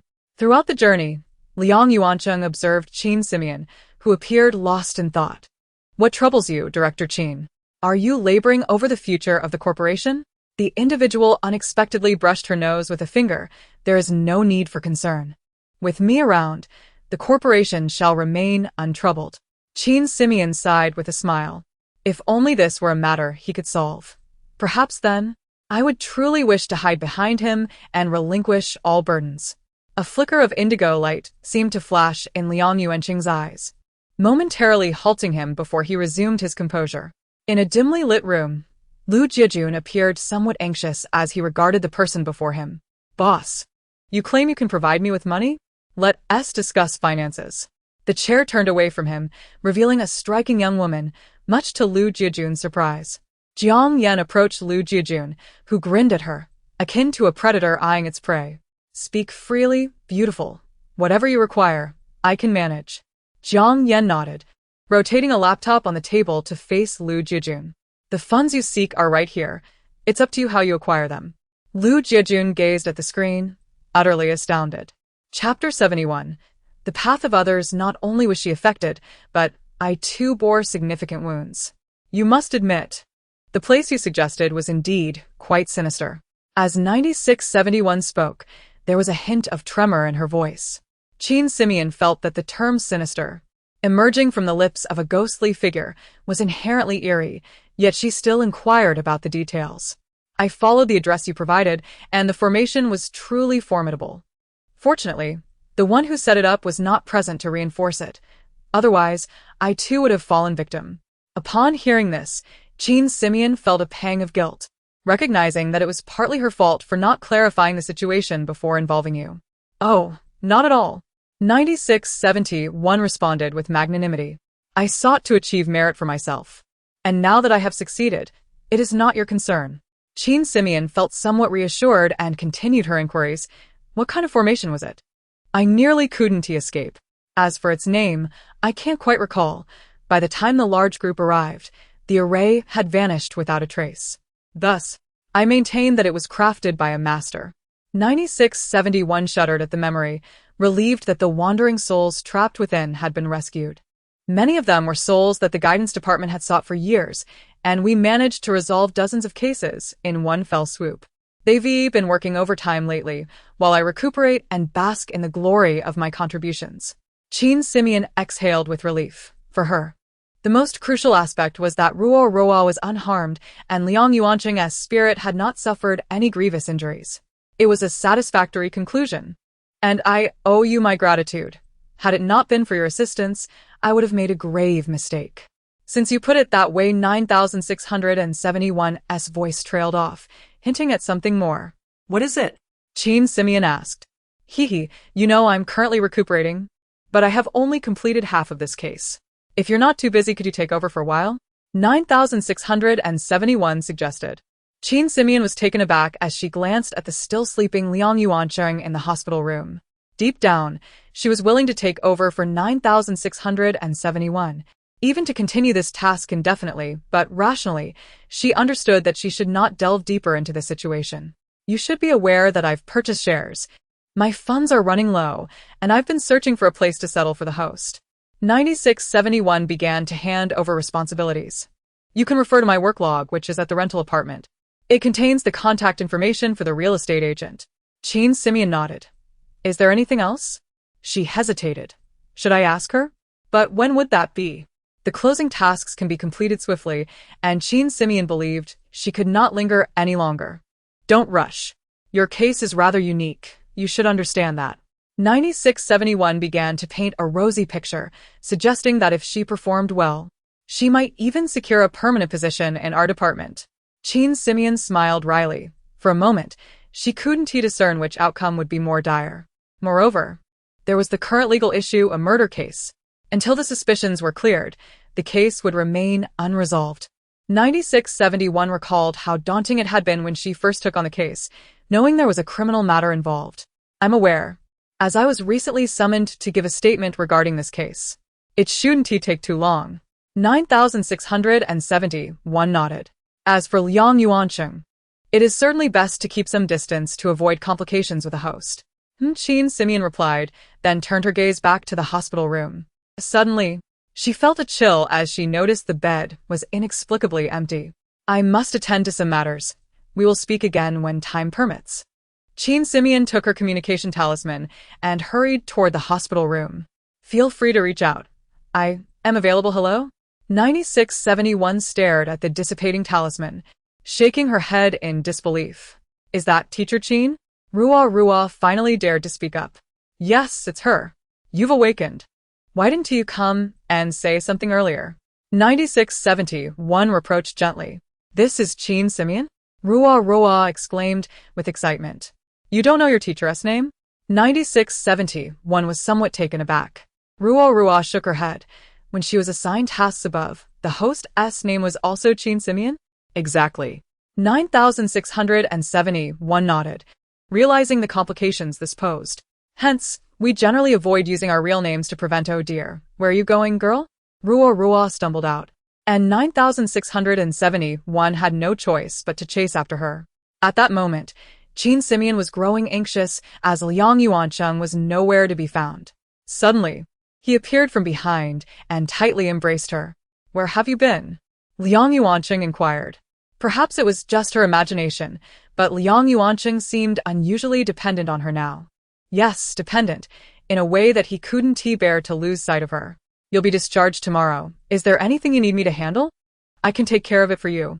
Qin Simeon tried to change the subject, reaching for the door, but Liang Yuanqing abruptly pulled her back. Don't think of leaving. Qin Simeon froze, sensing the anger and threat in his voice. She looked at him, suddenly captivated by Liang Yuanqing's expression. There was a shadow of anger on his face, but beyond that, another visage emerged, one of sorrow and regret gazing back at her. Am I seeing things? How can he have two faces? It seemed as if Liang Yuanqing had been startled awake, his expression returning to normal, yet he continued to hold Qin Simeon tightly. Rubbing her eyes, she found that his face remained singular, convincing herself that she was indeed imagining things. What am I running from? I'm merely handling some paperwork. Qin Simeon persisted in her struggle, but Liang Yuanqing suddenly pinned her against the wall and kissed her fiercely. This time, unlike before, Liang Yuanqing showed no hesitation or caution. He was direct, domineering, and focused. For a brief moment, Qin Simeon forgot that she was merely a substitute. Mr. Liang, about this. Lin Zhisher entered the room, and upon witnessing the scene, he was momentarily stunned. Neither advancing nor retreating would suffice. Qin Simeon began to push Liang Yuanqing away, trying to speak. But Liang Yuanqing merely glanced at Lin Zhisher, who promptly retreated, while his actions remained uninterrupted. What is he doing? This man's demeanor was familiar, akin to a towering pine standing resolutely at the edge of Qin Simeon's consciousness. Majestic and unwavering, devoid of desire. Yet, this tranquil image suddenly alarmed her, causing her to tense up entirely. Sensing that the person in his embrace had stiffened, Liang Yuanqing silently released her. Inside the room, an excruciating awkwardness ensued. Qin Simeon pressed her lips together, feeling a burning sensation on her skin. Liang Yuanqing turned away, as if nothing had transpired, calling out toward the door. Come in. Lin Zhisher entered with an expression of composure, commencing his mechanical report. Yet, Qin Simeon could distinctly perceive a sense of urgency in his tone that had not been present before. He seemed eager to complete his report and depart. I'll go inquire with the nurse about the discharge procedures. Qin Simeon felt embarrassed, her toes digging into the floor, but just as she was about to leave, Liang Yuanqing held her back. Stay here. There's no need for you to handle everything yourself. Lin Zhisher will take care of it. His voice held a gentle quality that surprised Lin Zhisher, prompting him to glance up at Liang Yuanqing. What has gotten into him? He has been quite strange since waking up. Lin Zhisher regarded Liang Yuanqing and asked, Mr. Liang, should I continue? He had already sent the information he was to report to Liang Yuanqing's phone. In Lin Zhisher's view, discussing this matter in front of Qin Simeon was inappropriate. Liang Yuanqing had just played several video materials on his phone, the volume at an ear-splitting level, and while he continued speaking, he opened the report materials under Lin Zhisher's watchful gaze, who wished he could rush over to lower the volume. No dialogue ensued. Only the sound of fabric rustling could be heard, revealing a scene of Liang Yuanqing and El Jiejun tightly entwined. Qin Simeon gazed at the tableau, profoundly struck. She had not anticipated that her embrace with Liang Yuanqing would appear in such a way from a third-person perspective. Lin Zhisher stood nearby, feeling as though he had been turned to stone. He had witnessed the scene before, in his quest to locate Liang Yuanqing swiftly. He had enlisted the help of a trusted technician to breach the surveillance cameras in Qin Simeon's apartment. The current situation depicted Qin Simeon and Liang Yuanqing together, observing Liang Yuanqing's intimate interaction with another man in Qin Simeon's rental unit. Despite having navigated the corporate world alongside Liang Yuanqing for many years, Lin Zhisher found himself grappling with an overwhelming sense of disbelief. What felt like mere seconds stretched into what seemed like an eternity. His legs grew heavy, as if encased in concrete, and he was engulfed by an excruciating awkwardness. Just as Liang Yuanqing began to speak, Lin Zhisher nearly collapsed. At that moment, lacking any news from him, I deduced he might be in the lady's apartment. Thus I sought assistance from a reliable technician. Lin Zhisher glanced at Qin Simeon, sensing that she might harbor a profound resentment towards him. To his astonishment, Qin Simeon picked up her phone and replayed the footage. Please continue, Liang Yuanqing said to Lin Zhisher, his demeanor remarkably composed. Lin Zhisher's mind whirled in confusion. The images of Liang Yuanqing with El Jiejun collided with the earlier scene of him kissing Qin Simeon. How could these two moments seamlessly coexist and yet remain amicably negotiable? Surely, the lady must believe this footage to be a fabrication, not an authentic recording. Absolutely, I must never concede to that. Lin Zhisher glanced at Liang Yuanqing, feeling he had once again accurately discerned the man's intentions. Very well, President Liang, I shall draft a public letter immediately.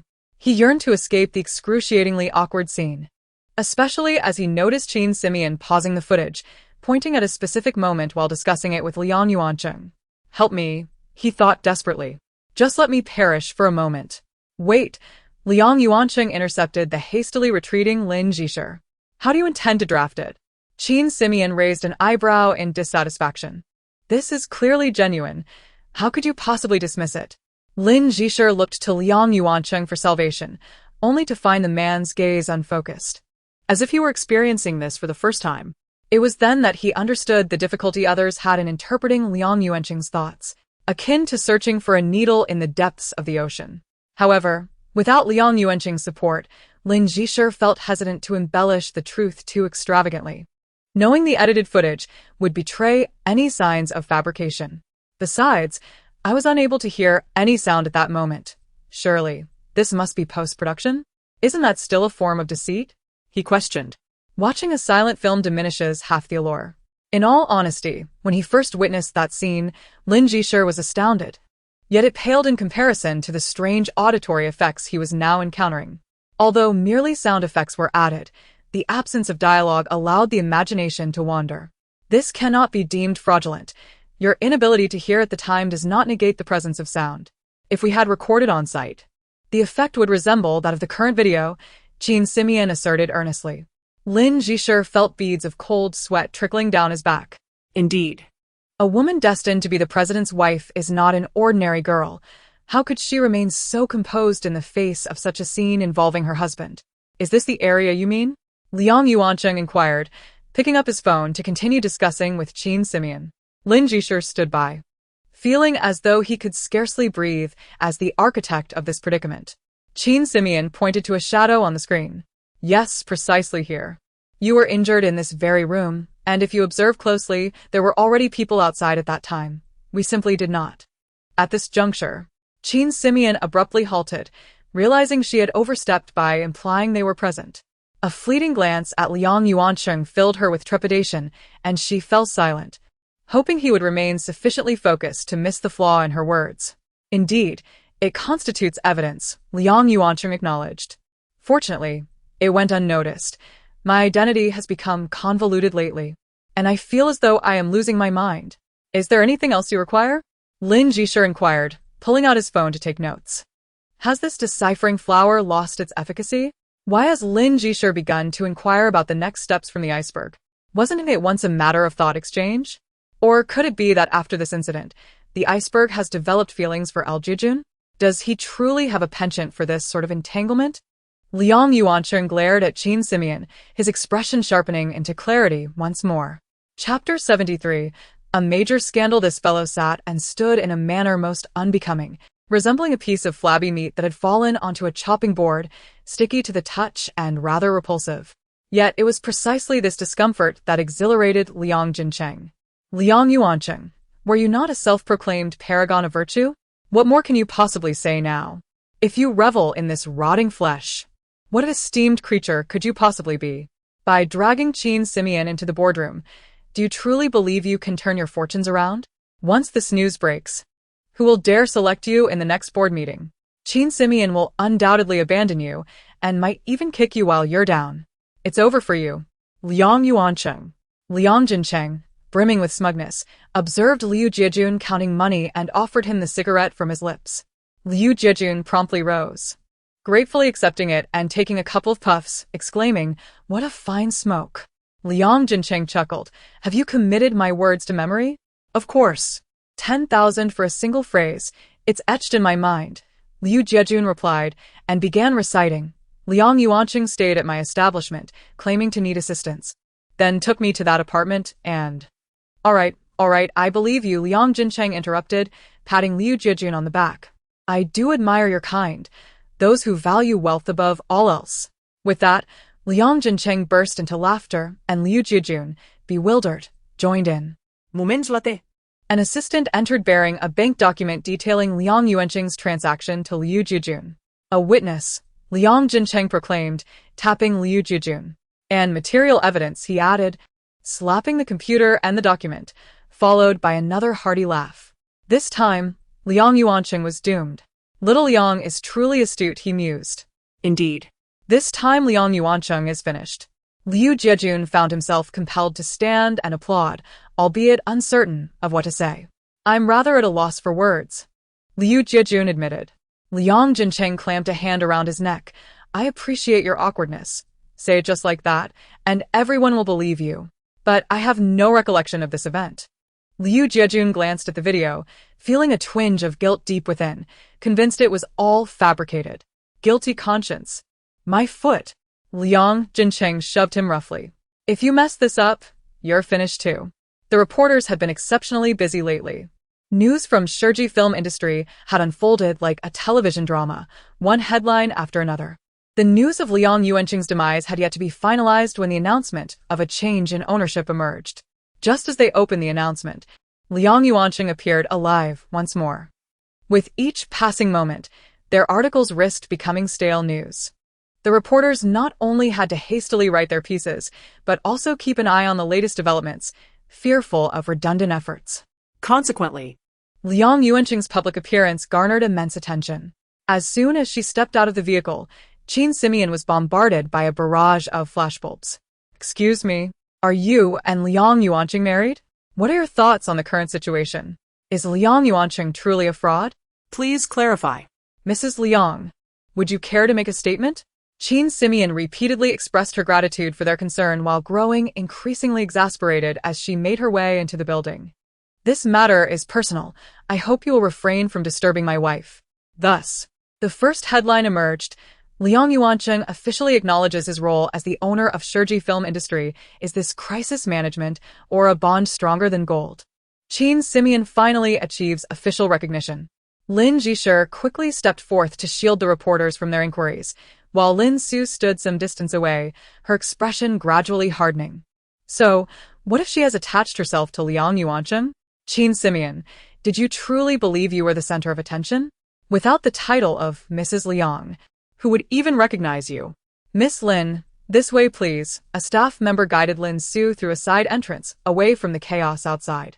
Lin Su scoffed softly, adjusting the suit draped over her shoulders as she proceeded into the company.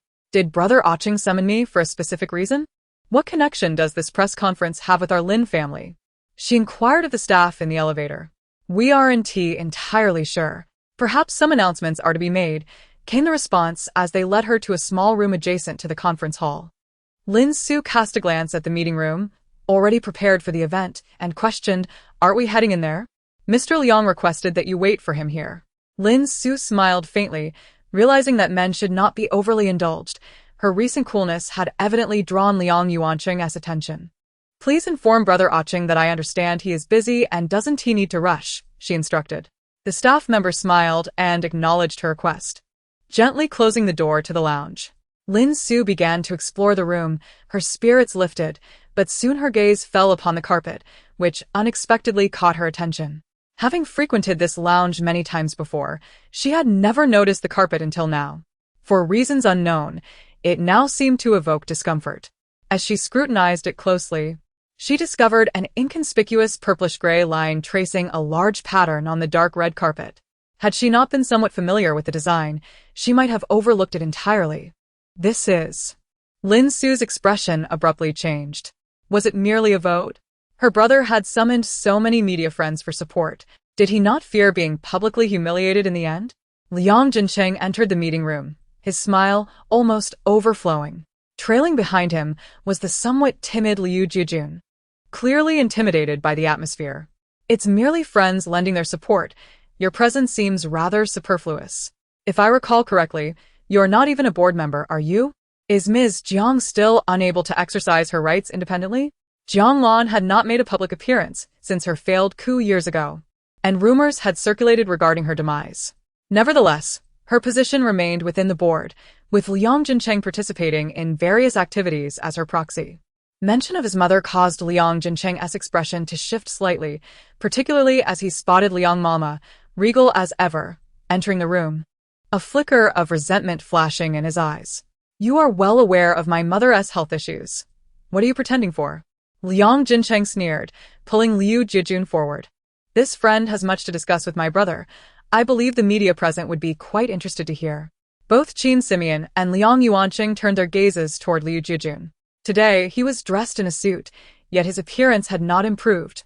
Rather, it had diminished the suit's elegance. In the haze of confusion, Liang Yuanqing could not recognize him at all. Liang Jincheng scrutinized his reaction, a sense of suspicion brewing within him. Was he truly so composed, or was this fellow genuinely oblivious to whom he was speaking?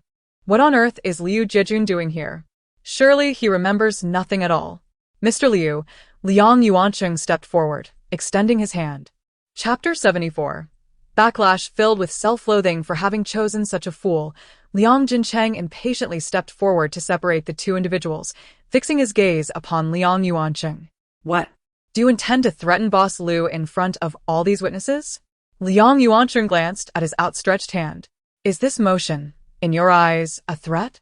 With that, Liang Jincheng shot a knowing glance at Lu Jiejun, who immediately began to wail, the rehearsed words spilling forth effortlessly. It's all your fault, Liang Yuancheng. Now my reputation is ruined, and the money you promised me has vanished. You're truly driving me to the brink. His hoarse voice and desperate cries caused those around them to take a step back. Moreover, his physique and the image captured in the video hardly suggested that he had been coerced. What have I forced you to do? Liang Yuancheng asked with an impassive expression. Did I compel you to go to the apartment? How did you get there? Was I tying you up, or had I knocked you unconscious? Knocked unconscious? Liang Yuancheng smiled slightly and gestured behind him. The large screen immediately displayed the footage from that night as surveillance. Lu Jiejun, descending from the car, showed no signs of faintness and was instead leading the way, occasionally engaging in conversation with Liang Yuancheng.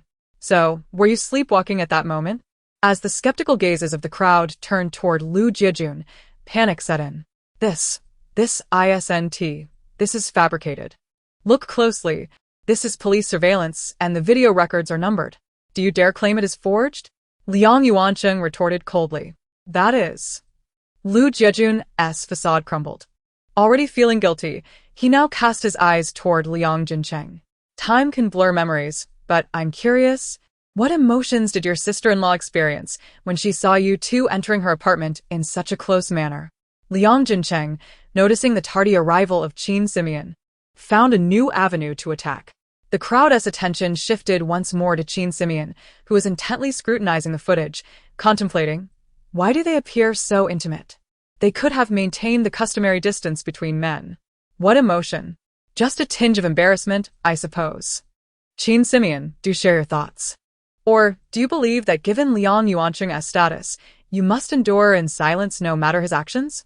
Liang Jincheng regarded her with ill intent, determined to not only oust Liang Yuancheng from his position as CEO but also to see him scorned by all. Qin Simeon turned away nonchalantly, about to speak when a sharp voice interrupted her. Liang Jincheng. Liang Mama strode in, radiating hostility. Such intensity of anger instinctively compelled Qin Simeon to withdraw. Yet as she stepped aside, Liang Mama seized her tightly. Do not pay any heed to this illegitimate child. At these words, silence enveloped the room. Although Liang Jincheng's status was precarious, his mother's inability to secure her standing even after the passing of old Master Liang had cemented his name in the disgrace of being a bastard. Mentioning this circumstance was a taboo for all, including Liang Yuancheng. However, when Madame Wu spoke, no one dared to object. Even Liang Jincheng's mother found herself lacking face before Madame Wu, let alone him. You. Liang Jincheng's face turned pale. The words spoken by his mother felt like poisoned steel needles piercing his heart. I never wished to be an unrecognized individual. Yet when I was born, did any of you ever ask if I desired this identity? Why for so many years, regardless of my efforts, am I unable to escape the shadows cast by my identity? Liang Mama ignored Liang Jincheng's fury, shielding Qin Simeon close. Child, I know you have endured much. Thanks to your persistence, Ah Chung can weather this storm. Rest assured, as long as I am here, you shall have a place in this family. Feeling the strength of Liang Mama's hand, Qin Simeon was genuinely touched. Though born of a mother's selfishness, her concern was sincere. However, in the face of status and interests, she was a person who could set aside even her own son. What greater expectations could she have for an outsider like Qin Simeon? I do not care for such ephemeral matters, mother. You need not worry. Qin Simeon replied with a smile. Ephemeral? Liang Jincheng pointed at the large screen. Are you blind? I think it's you who is blind. Qin Simeon shot him a glance and stepped in front of the screen, pausing the footage. An exceedingly awkward angle emerged, suggesting that Liang Yuancheng and Lu Jiejun were locked in an embrace, as Qin Simeon stood amidst the image of her husband and another man. The onlookers were stunned by this bizarre scene. Zoom in here. Qin Simeon directed her gaze toward the playback room. Zoom in further. Continue. The crowd leaned in closer, astonished to discover a shadow lurking in an inconspicuous corner. It was widely known that Mr. Liang Yuancheng had been attacked a few days prior, narrowly escaping death, with the incident occurring right here. Qin Simeon produced the police report and the emergency records, noting the time was 10 minutes after the video footage. The crowd began to murmur. Such a coincidence, coupled with Lu Jiejun's unscathed presence at the scene, was indeed intriguing. Realizing whose shadow it was, Liang Jincheng grew agitated. And in response to Lu Jiejun's repeated blunders, he blurted out, "You fool, don't you realize what was happening at that time?" At this proclamation, the crowd's puzzled gaze abruptly shifted toward Liang Jincheng. Given the circumstances of the day, it was evident that Lu Jiejun shared a close relationship with him. Coupled with Liang Jincheng's numerous questionable actions during Liang Yuancheng's critical condition, a 1,000-word essay of suspicion was already forming in their minds. What are you staring at? This has nothing to do with me. Liang Jincheng never anticipated that he would be the architect of his own downfall. Qin Simeon smiled softly. Nothing to do with you? With a snap of her fingers, the video resumed, the enlarged shadow gradually coming into clearer focus. Chapter 75. Complete annihilation. This symbol was all too familiar to her. Those she had previously harmed were suppressed beneath this very array. If she were to act recklessly and find herself ensnared, her fate was all but sealed. Yet, she could not fathom why this array would manifest here. Could it be that there were masters affiliated with the Shurji Film Company? Is anyone out there? Is there anyone? Link scouted desperately. This array could imprison only one soul at a time. If someone could step in for her, she might escape unscathed. Is anyone there? Is there anyone? In the conference room, Qin Simeon pointed at the shadowy figure discernible on the screen and turned to Liang Jincheng. What explanation do you have for this image? Liang Jincheng was taken aback. Despite his efforts to distance himself from the apartment window, the camera had still captured him. Everyone present had witnessed the playback, and they began to voice their doubts. It couldn't possibly be that you saved it for yourself, could it? Given your astonished expression, it seems you didn't expect to be filmed, they pressed. When the attack on you occurred, did you see the assailant? Why, if you were present, did the assailant dare to strike? Please elucidate the events of that night. Please explain yourself, they insisted. Liang Jincheng, confronted by the aggressive reporters, felt cold sweat bead on his forehead as he repeated, "It's impossible." I see. Qin Simeon sneered. You truly were present that night. Chung Chong was injured by a crossbow bolt shot through that very window. You stood before another window. Thus you must have seen the assailant, and he certainly saw you. Liang Jincheng, what else can you say? Just as Liang Jincheng was about to retort heatedly, Qin Simeon shouted at him. It was you who murdered your brother for the position of CEO. Enough with your nonsense. Liang Jincheng protested, retreating as he evidently lost the will to continue fighting, eager only to escape. But Lu Jiejun would not allow him to leave. Reputation mattered little to him, but money was no trifling matter. Liang Jincheng had promised a significant sum, and not a penny less would suffice. Young Master Liang, don't be in such a hurry to leave. I've handled this matter. When will you fulfill your promises?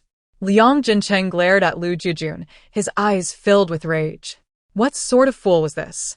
You cannot leave, young Master Liang. That sum of 100,000 cannot simply be disregarded, Lu Jiejun insisted, deliberately mentioning it before the crowd. In his mind, private promises were unreliable, especially under the current circumstances. Backing out was always a possibility. However, with so many witnesses present, it served as a form of testament. Silence. Liang Jincheng shouted, nearly losing his composure, as he hastily attempted to shake off Lu Jiejun and exit the conference room.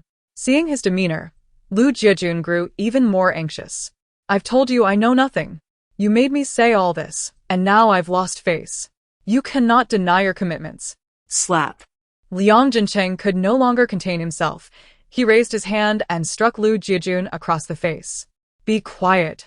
Yet, the crowd had already heard Lu Jiejun's words, and they began to question. Was the video altered? Is it even real? You should say something, young Master Liang. Otherwise, we will be left with countless doubts and speculations, they urged. Pushing through the encroaching reporters, Liang Jincheng flung open the conference room door, only to be met by several police officers who had been waiting. They promptly displayed their identification. Mr. Liang Jincheng, We suspect your involvement in the apartment attack from a week ago. Here is your arrest warrant. Please accompany us at once. The camera flashes converged upon Liang Jincheng as subtle expressions, and the previously anticipated board meeting had devolved into a mere relic of the past. The Liang family saga required meticulous attention. To miss even a moment could render the narrative incomprehensible. Lu Jijun, who had clung to Liang Jincheng, upon witnessing the unfolding scene, immediately raised his hands in surrender, eager to distance himself from any association. I don't know him. This has nothing to do with me. Yet, upon hearing this, the crowd recognized him as another crucial figure in the case. You're Lu Jijun, aren't you? Come along, they said, and thus both were taken away. I don't know Liang Jincheng. I'm completely uninformed. This matter has nothing to do with me. Lu Jijun as shouts faded into the distance as the crowd gradually quieted. Liang Yuancheng observed the board members, who were exchanging glances, and spoke up. You may now commence voting on the re-election. With Liang Jincheng taken away, the board members swiftly shifted their allegiances. That's absurd. We only allowed Liang Jincheng to take advantage of the situation because we were unaware of your health. Indeed, we were in disarray. After all, he shares our surname. We dared not intervene. Dared not intervene? Yet you had plenty to say back then. Liang Mother rose, glaring at several directors, pointing at them in indignation. If something had happened to Liang Jincheng, I would have perished that day. That's rather exaggerated. Circumstances have changed, one replied. Regardless, we all stand to gain. Should anything befall Liang Jincheng, we shall offer our unwavering support. These individuals were significant shareholders of the company, and their words carried weight. Even if you found me distasteful, what could you do? As the directors exchanged looks, they shrugged nonchalantly and turned to leave. Gentlemen, Qin Simeon suddenly interjected, stopping them with a warm smile. Liang Yuancheng glanced at Qin Simeon, gently grasping her hand. He knew these old foxes would bear grudges, and he wished to prevent her from becoming further entangled. If I don't vent this frustration, I might just suffocate. Qin Simeon fixed her gaze on Liang Yuancheng, who suddenly smiled and turned his attention back to the directors, whose expressions shifted dramatically. Chapter 76. Mr. Meng can no longer be arrogant. Let us go. What is there to discuss with the poor girl? As a few individuals ridiculed Qin Simeon, preparing to disregard her and leave, Liang Yuancheng suddenly stepped forward. A few of you wish to resign? I have approved your resignations, and you may now retire in peace. This statement took Qin Simeon by surprise, and she glanced at Liang Yuancheng, pondering, what has prompted this sudden boldness? Could it be that he is standing up for me? Liang Yuancheng cast a fleeting glance at Qin Simeon, as if to say, what other reason could there be? These elderly gentlemen had long relied on their seniority, engaging in self-serving maneuvers within the company. Liang Yuancheng had endured this for not just a year or two. He understood the deeply entrenched power these individuals held. While they were not beyond reproach, challenging them could destabilize the company as foundation, necessitating a more measured approach. Yet today, their words ignited an impulse in him to no longer tolerate their arrogance, especially when it concerned Qin Simeon. It seemed his ability to control his emotions had suddenly weakened. Mr. Liang, what do you mean by this? When Mr. Liang was here, he never spoke to us in such a manner. This company is not solely yours. It was built through the hard work of our old comrades. Do you wish to push us out of the company? You should consider your own position. Liang's mother, taken aback by her son's sudden assertiveness, attempted to ease the tension. Ah Chung has been under too much stress recently. He did not imply you should leave the company. Correct, Liang Yuancheng replied. The board members exchanged knowing glances, believing he would soon backtrack. I did not say you should leave. You said it yourself. Since Qin Simeon has entered the board, you wish to resign. Liang Yuancheng's tone remained calm as he fixed his gaze on the group. Lin Ji, standing nearby, furrowed his brow, fully aware that Liang Yuancheng had reached his limit. What do you mean by that? The board members suddenly sensed the shift in atmosphere and grew agitated. What I mean is to respect you all, to honor your contributions and efforts over the years, to acknowledge the correct choices you have made during critical moments for the group, and to value your opinions. If you cannot accept Qin Simeon, then it is best for us to part ways amicably. Liang Yuancheng glanced at Lin Ji, who for the first time hesitated to execute his orders. turning instead to Liang's mother. Liang Yuanqing's sudden outburst left many bewildered. When we were struggling, how could you forget that without us, there would be no success for you too? This is akin to killing the donkey once the millstone has been removed. Forcing us to resign? Liang Yuanqing, you are truly ungrateful. All for this woman? You must be mad. Do not forget, we still hold shares. Are you not afraid we might withdraw them? Unable to remain silent any longer, Qin Simeon stepped forward, furrowing her brow. Have you forgotten the requirements of being a board member? She looked compassionately at them, asserting that it was already a generous gesture for Liang Yuanqing to allow them a place in the board. You dare speak to us like that? We are the company's elders, members of the board for many years. Do you think your words can dismiss us? One of them scoffed. I would not dare. I merely wish to inquire how many shares you currently hold? Qin Simeon crossed her arms, surveying them. Our shares together account for 25% of the company. Mr. Meng, the largest shareholder, stepped forward, yet he failed to notice the shift in the expressions of his fellow shareholders. Is that so? Qin Simeon smiled. That is quite significant. Of course. You gained entry to the board only because Mr. Wu and Liang Yuanqing divided some of their shares with you. Although your numbers have increased, you should realize that this diminishes Liang Yuanqing's influence on the board. At this juncture, Liang Yuanqing and his mother exchanged glances, both believing the other had relinquished some shares. Yet, as Mr. Meng stated, this arrangement would considerably devalue their holdings. Qin Simeon shook her head quietly. It appears you truly know nothing. The reason I gained entry to the board is that I acquired 10% of your shares. What did you say? Mr. Meng's face turned ashen, his disbelief mirrored on Liang Yuanqing and his mother's faces. This is impossible. Seeing Mr. Meng's genuine ignorance, Qin Simeon smiled. Would you care to observe the expressions of your colleagues? My 10% was made possible not only by the generosity of these board members, but also by the considerable support of Mr. Meng. Mr. Meng looked incredulously from side to side, realizing the expressions of the others spoke volumes. I only sold a small portion. I did not expect it to be her. The price was right, and I was a bit financially tight. Old Meng, you were part of this too. Why look at us? Mr. Meng felt the ground shift beneath him, realizing Qin Simeon's words were not mere fabrications. Yet, even if these individuals sold all their shares, it would be impossible for Qin Simeon to acquire 10%. With an expression of concern, Qin Simeon approached Mr. Meng, speaking earnestly. I must say, Uncle Meng, if you spent less time watching over Cheng and more observing your son's financial situation, perhaps we would not find ourselves in this predicament. Having to endure my words in the boardroom. Is it him? Mr. Meng's face paled, recalling his troublesome son, who was indeed capable of such folly. Do not be angry, Mr. Meng. Please take care. Qin Simeon watched Mr. Meng retreat, adding another cutting remark.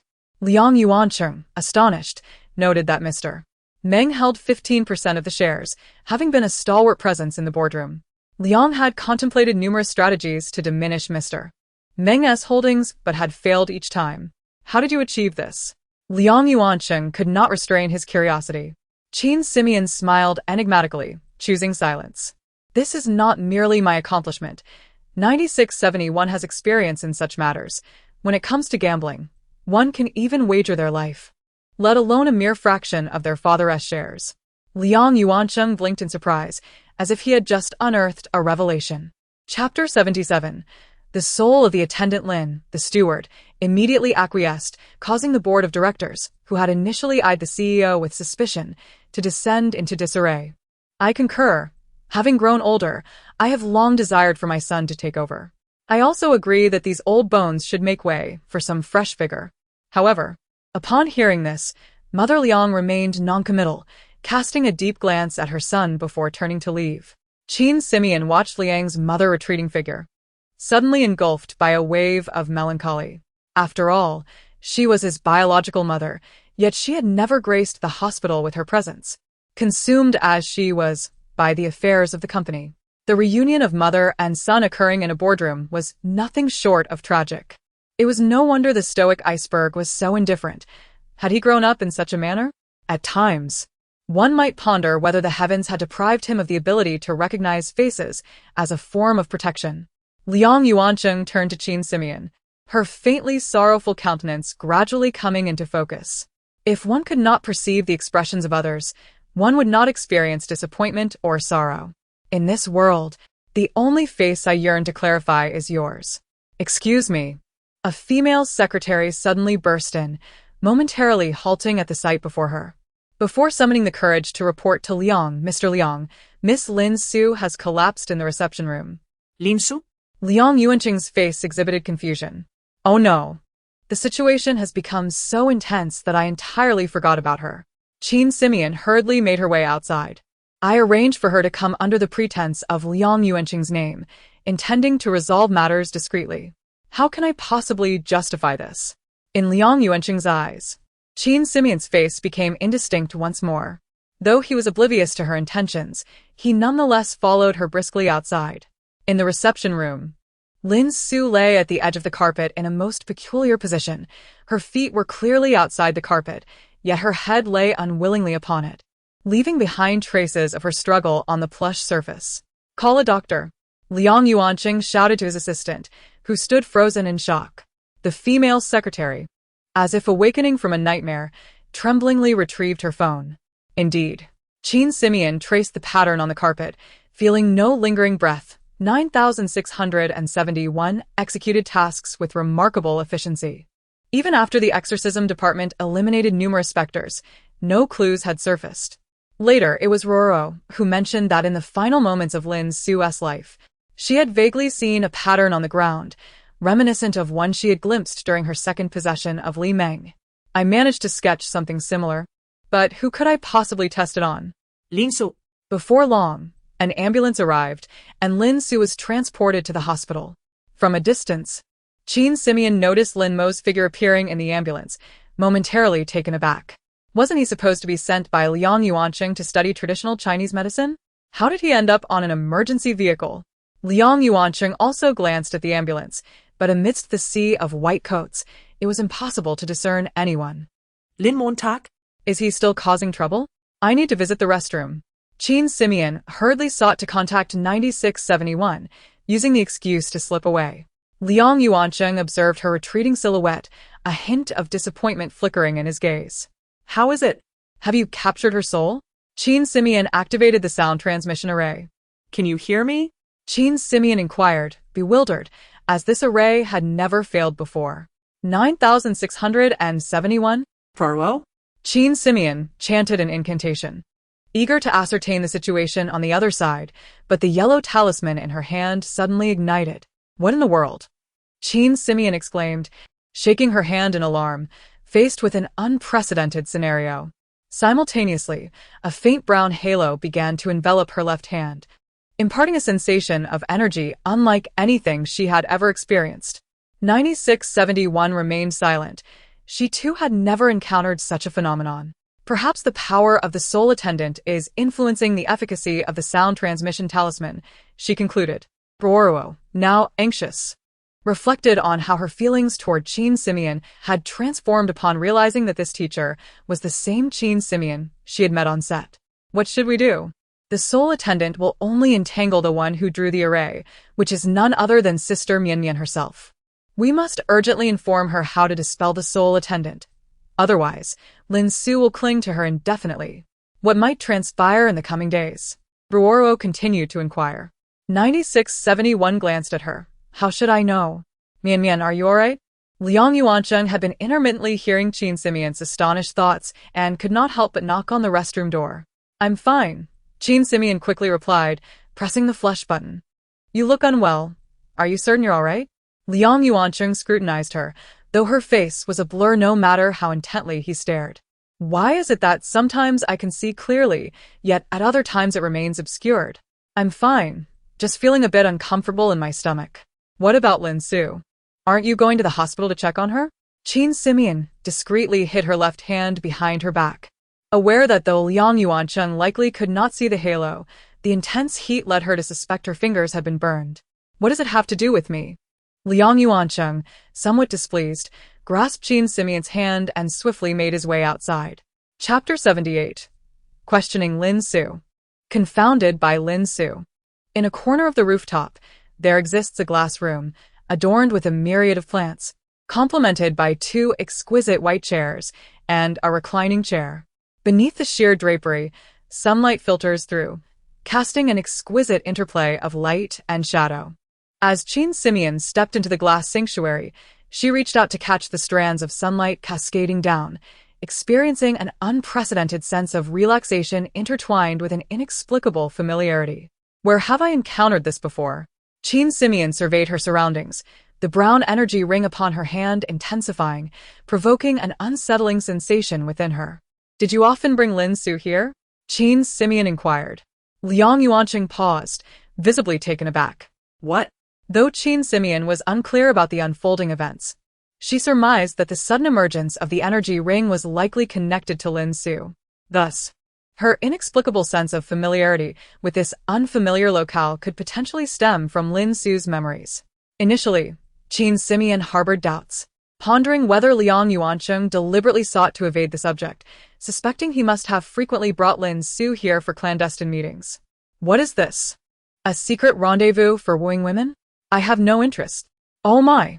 As Liang Yuanqing parted the curtain, a hidden space revealed itself before Jean Simeon, a fully equipped art studio.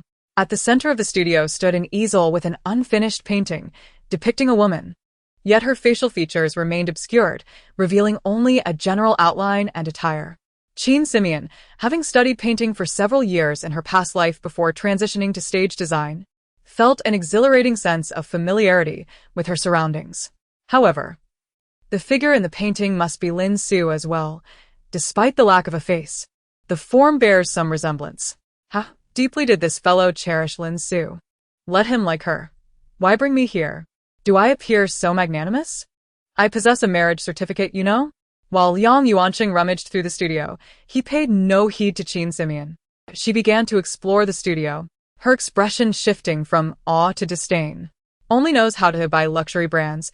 The cost of these paints could cover all my painting expenses from my previous life. Goodness, this brush. Such wastefulness, reduced to this state. What is this? Jean Simeon stumbled upon a small sketchbook, seemingly Liang Yuanqing's own work, tucked away in a corner, untouched for what seemed like ages. At that moment, Liang Yuanqing approached silently, taking Jean Simeon's hand. What are you doing? Don't move. Liang Yuanqing applied burn ointment to her fingers, and indeed, he noticed the red marks from soul power burns. He remained unaware that it was not a burn in the conventional sense. Yet, he had to admit, upon applying the ointment, a refreshing coolness enveloped Jean Simeon, alleviating her discomfort significantly. Why go through so much trouble for a mere ointment? Jean Simeon intended to express her gratitude, but instead blurted out, "What am I saying? Even I find this voice so irritating." Suppressing her inner turmoil, Jean Simeon refrained from correcting herself or providing an explanation. Since discovering the representation of Lin Su in the painting and the sketchbook that she was forbidden to touch, a sense of wild growth akin to weeds burgeoned in her heart, prickling and painful.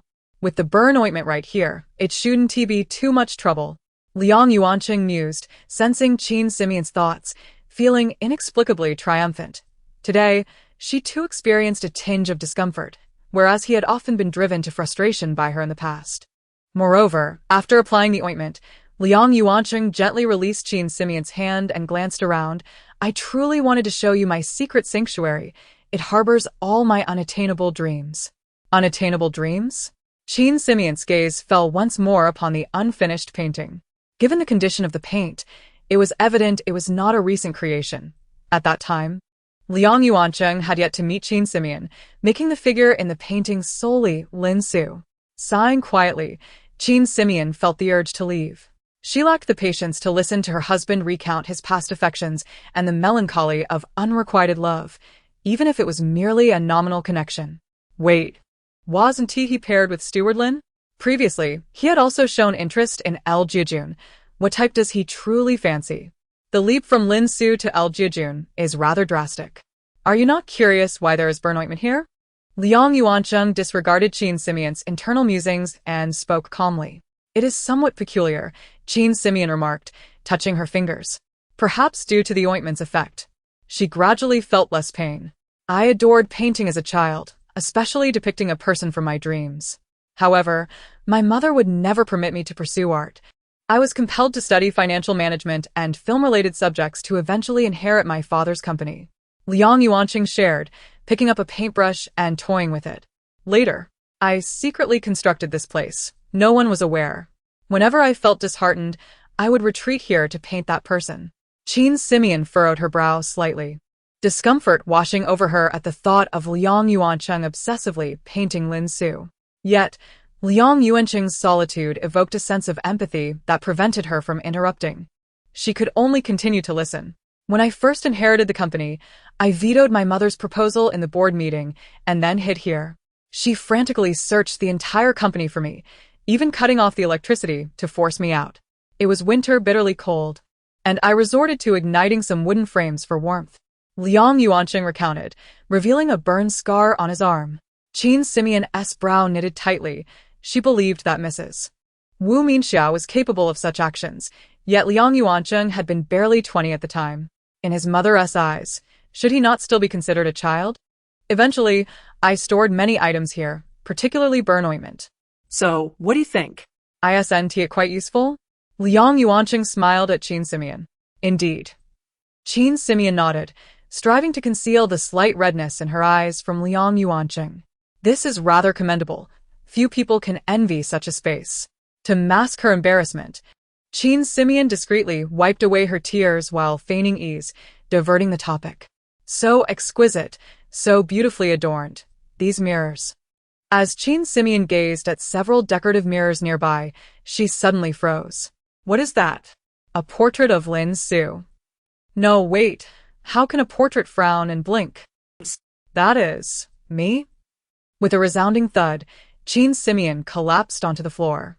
Chapter 79, The Acceptance of Men. The face of the tea-sister, which had repeatedly evoked discomfort, arrogance, and an air of superiority, was now vividly present in Qin Simeon's mind. She even inexplicably detected the faint aroma of green tea wafting from an unknown source nearby. What was happening? Liang Yuanqing observed Qin Simeon's actions, listening to her silent astonishment that soon faded into introspection, leaving him perplexed about her sudden shift in demeanor. He had never brought Lin Su to this place, even when she was merely an adorable junior in his eyes, before the incident unfolded. Lin Su had never been someone who could freely wander into Liang Yuanqing's heart. This place resembled a manifestation of his exceedingly closed-off inner world. The only person he could truly accept thus far was the woman before him. She could stroll about, explore the surroundings, take a seat if she wished, or leave if she found it uninteresting. Liang Yuanqing merely hoped that Qin Simeon could see this place and, by extension, see him. What is it? Qin Simeon fixed her gaze on Liang Yuanqing's impassive face and couldn't help but question inwardly. Can't he perceive the change? Or does he wish the person here now to be Lin Su? She glanced at the mirror, reaching out to touch her own face. Was it possible that this transformation was visible only to her, while Liang Yuanqing remained oblivious? Liang Yuanqing paused for a moment, attempting to discern the face before him, though it was a futile endeavor. He had already experienced the phenomenon of one person suddenly becoming another twice, even witnessing transformations between genders. Now, it was merely a change of face, nothing significant. Yet, he was reluctant to let Qin Simeon discover his face blindness, for that would lead to even more unexplainable questions. Moreover, if Qin Simeon truly assumed Lin Su's identity, she could no longer appear in public, as the real Lin Su had already been sent to the hospital under the scrutiny of many eyes. Feigning a phone call, he stood and walked aside, allowing Qin Simeon a moment to closely examine herself in the mirror.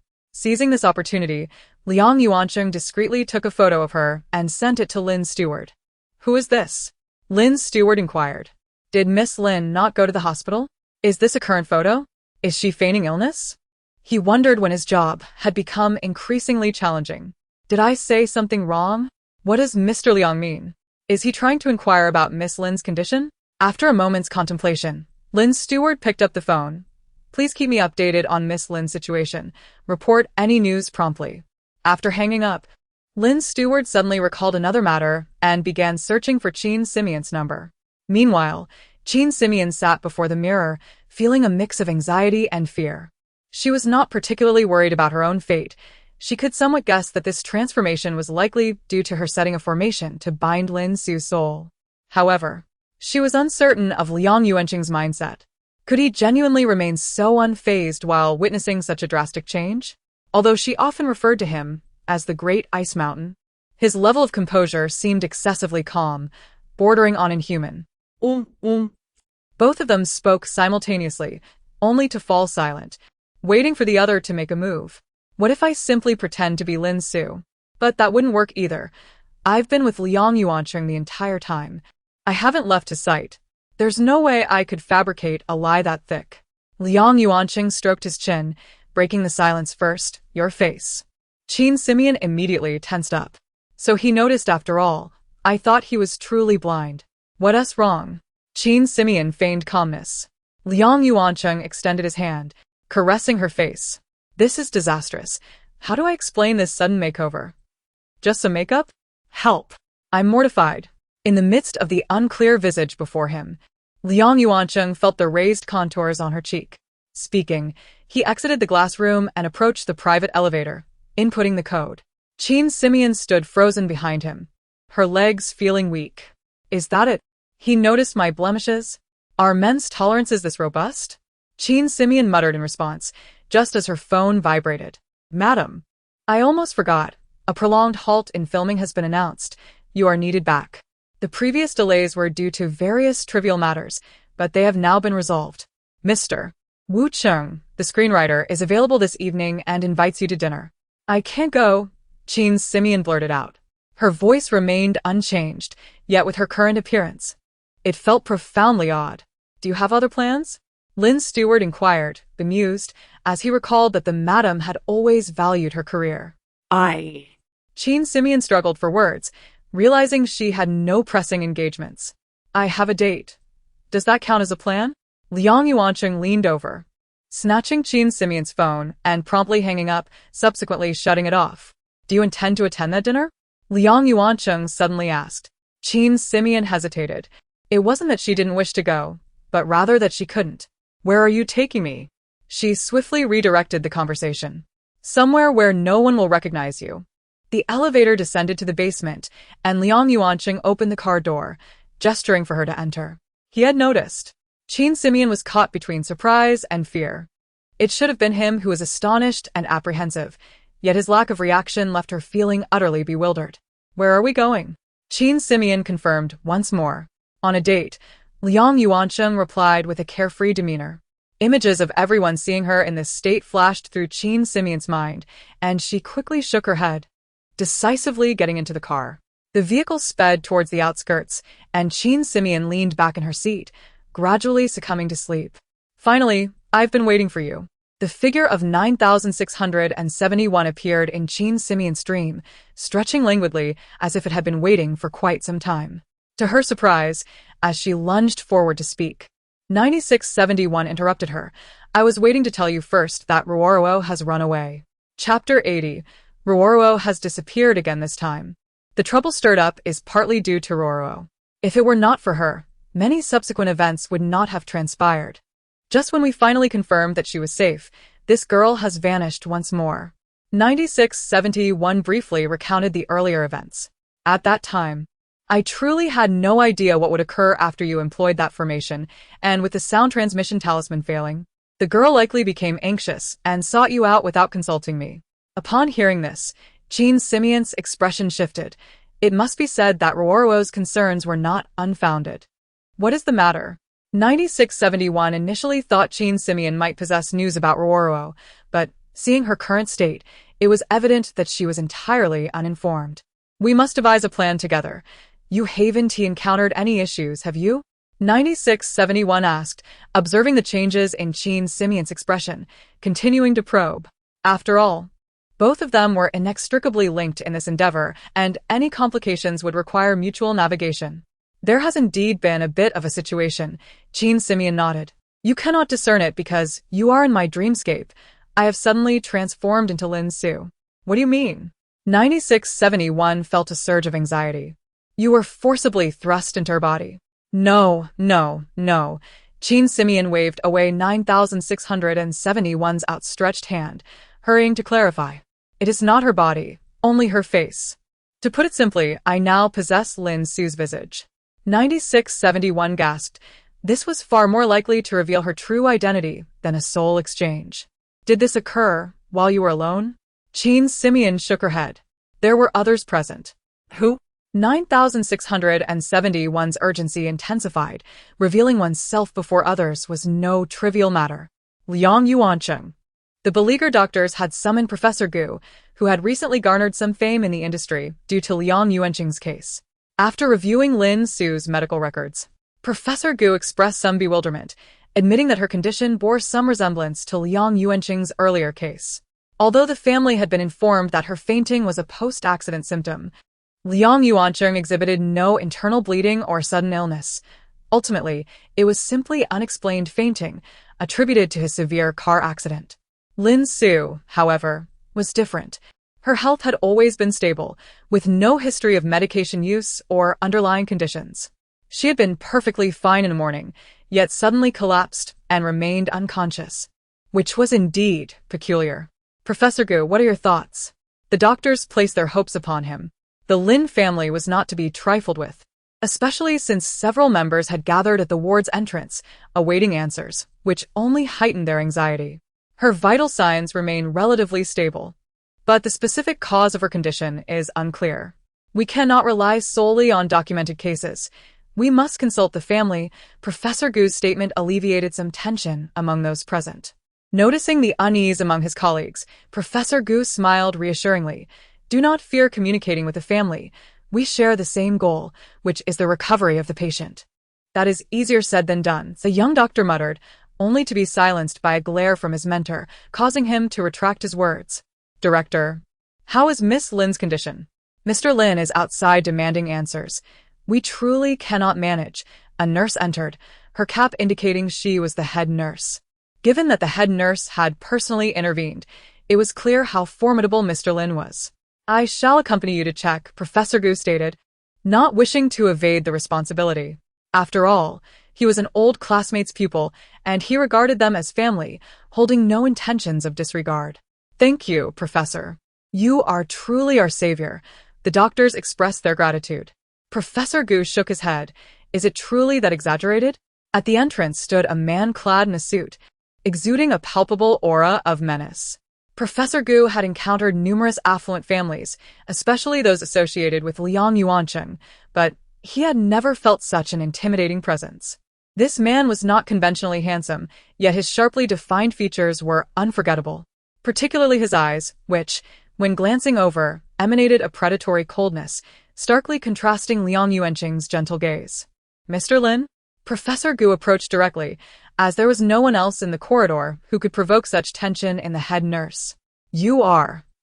Lin Xiao scrutinized Professor Gu. You are not my sister's attending physician. Upon hearing the name of the entertainment company, Lin Xiao raised an eyebrow. Oh.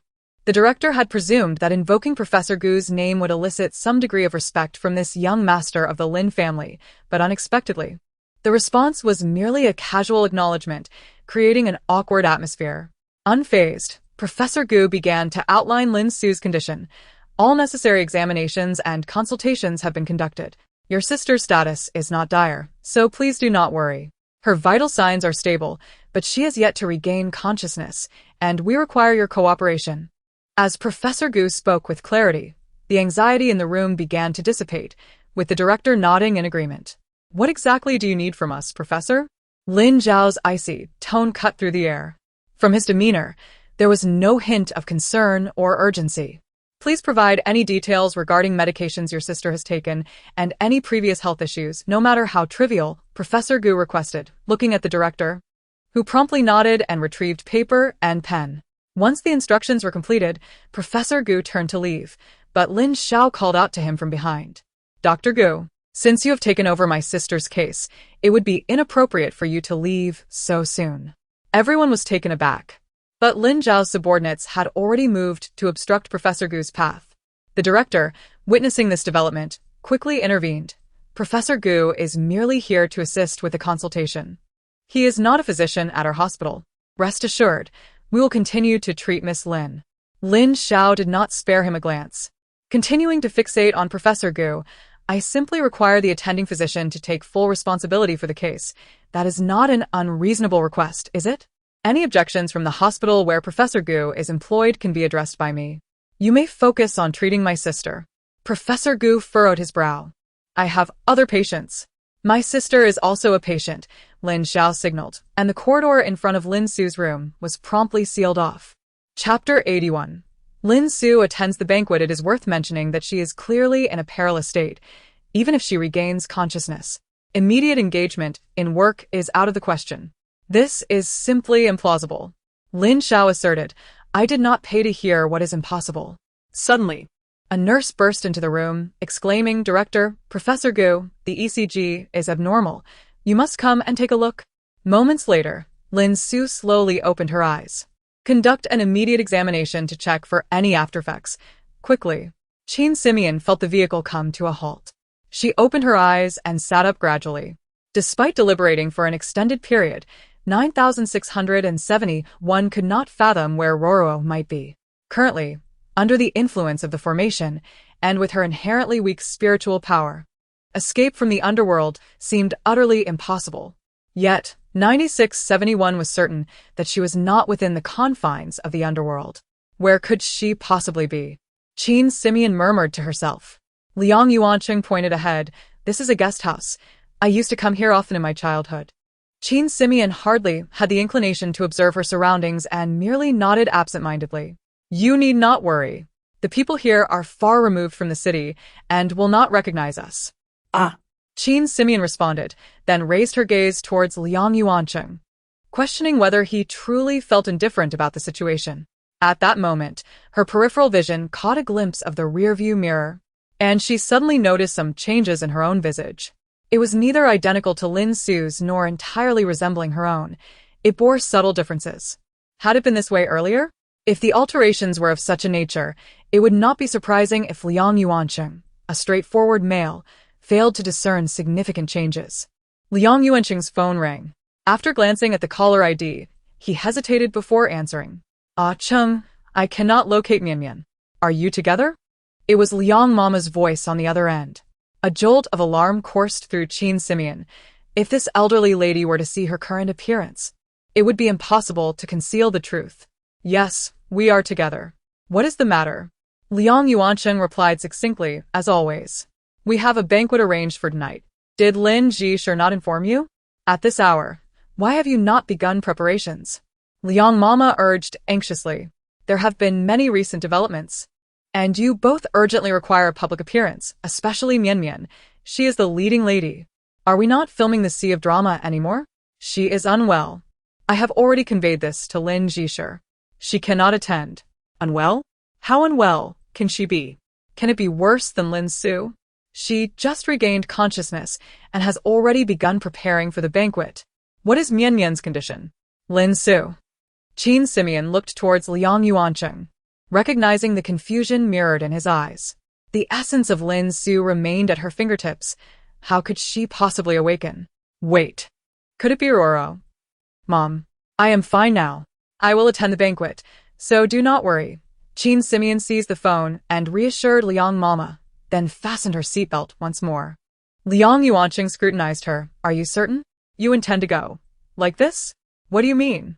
Qin Simeon glanced down at herself and then back up. I mean, you have no time to change into formal attire. Liang Yuanqing observed her closely, still unable to ascertain her current appearance. Trust me, 5 minutes will suffice, she declared confidently. Must you go? Liang Yuanqing looked at the nearby guest house, his expression revealing reluctance. It is imperative. I must go, Qin Simeon insisted urgently. The vehicle made a sharp turn and sped towards the city, yet Liang Yuanqing remained silent throughout the journey. Qin Simeon attempted to initiate conversation several times, but found herself at a loss for words. An inexplicable sense suggested that Liang Yuanqing was upset, though she could not discern the cause. The awkward tension lingered until they arrived at the hotel. Qin Simeon symbolically retrieved a bag from the back seat and proceeded to the restroom. As she disappeared from view, Liang Yuanqing dialed Lin Jisher's number. What have you found out? Mr. Liang, Professor Gu is part of the medical team, so we have first-hand information. Please take a look at the examination reports I sent you. Liang Yuancheng perused the documents, frowning. Lin Su's vital signs. You noticed as well, did you not? Indeed, under normal circumstances, heart rate, respiration, and blood oxygen levels should not be this low. Professor Gu mentioned he has never encountered such a situation before. Were the banquet arrangements made specifically for Qin Simeon? Was Lin Su on the guest list? Liang Yuancheng inquired. Not exactly. But it would not be appropriate to be overly blunt, considering she is the leading lady of the production. It would be unseemly for us as the production team to show favoritism. When the news was released, Lin Su had already collapsed. We presumed she would certainly be unable to attend. Liang Yuancheng was not interested in these details. Why is it absolutely necessary for Lin Su to attend? Have you uncovered anything? Is it because of Qin Simeon? Liang Yuancheng's eyes narrowed, completely unaware that Qin Simeon, having discreetly changed her appearance to conceal her face, had quietly slipped out of the restroom and was making her way towards the banquet hall. At the entrance of the banquet hall, Lin Su approached, clad in a formal gown. Her complexion was pallid, and she struggled to walk, yet Lin Xiao appeared oblivious, engaging politely with the attendees. Lin Su seemed less like a sister and more like a ticket granting him access to this elite gathering. Has Qin Simeon arrived? Lin Su inquired upon reaching the entrance. In the lounge, Lin Su looked up, her vision beginning to blur. She was aware that her strength would not last long. Could I please meet her first? This may not be appropriate. Miss Qin is likely changing her outfit and will arrive shortly. Please wait a moment. Lin Su leaned against the wall, her gaze scanning the surroundings until suddenly a hand tightly grasped her. Come with me. I will not go. I must wait. Sister Mian Mian. Lin Su's voice took on a pleading tone. I see you are courting death. Qin Simeon cast a sidelong glance at her, gently lifting her veil. Lin Su stared at her for a moment. Who are you? Chapter 82. An unexpected discovery. Are you out of your mind? 9670. One has been searching for you everywhere. You are still just a trainee, not even an intern yet. Do you not understand the consequences of arbitrarily leaving the underworld?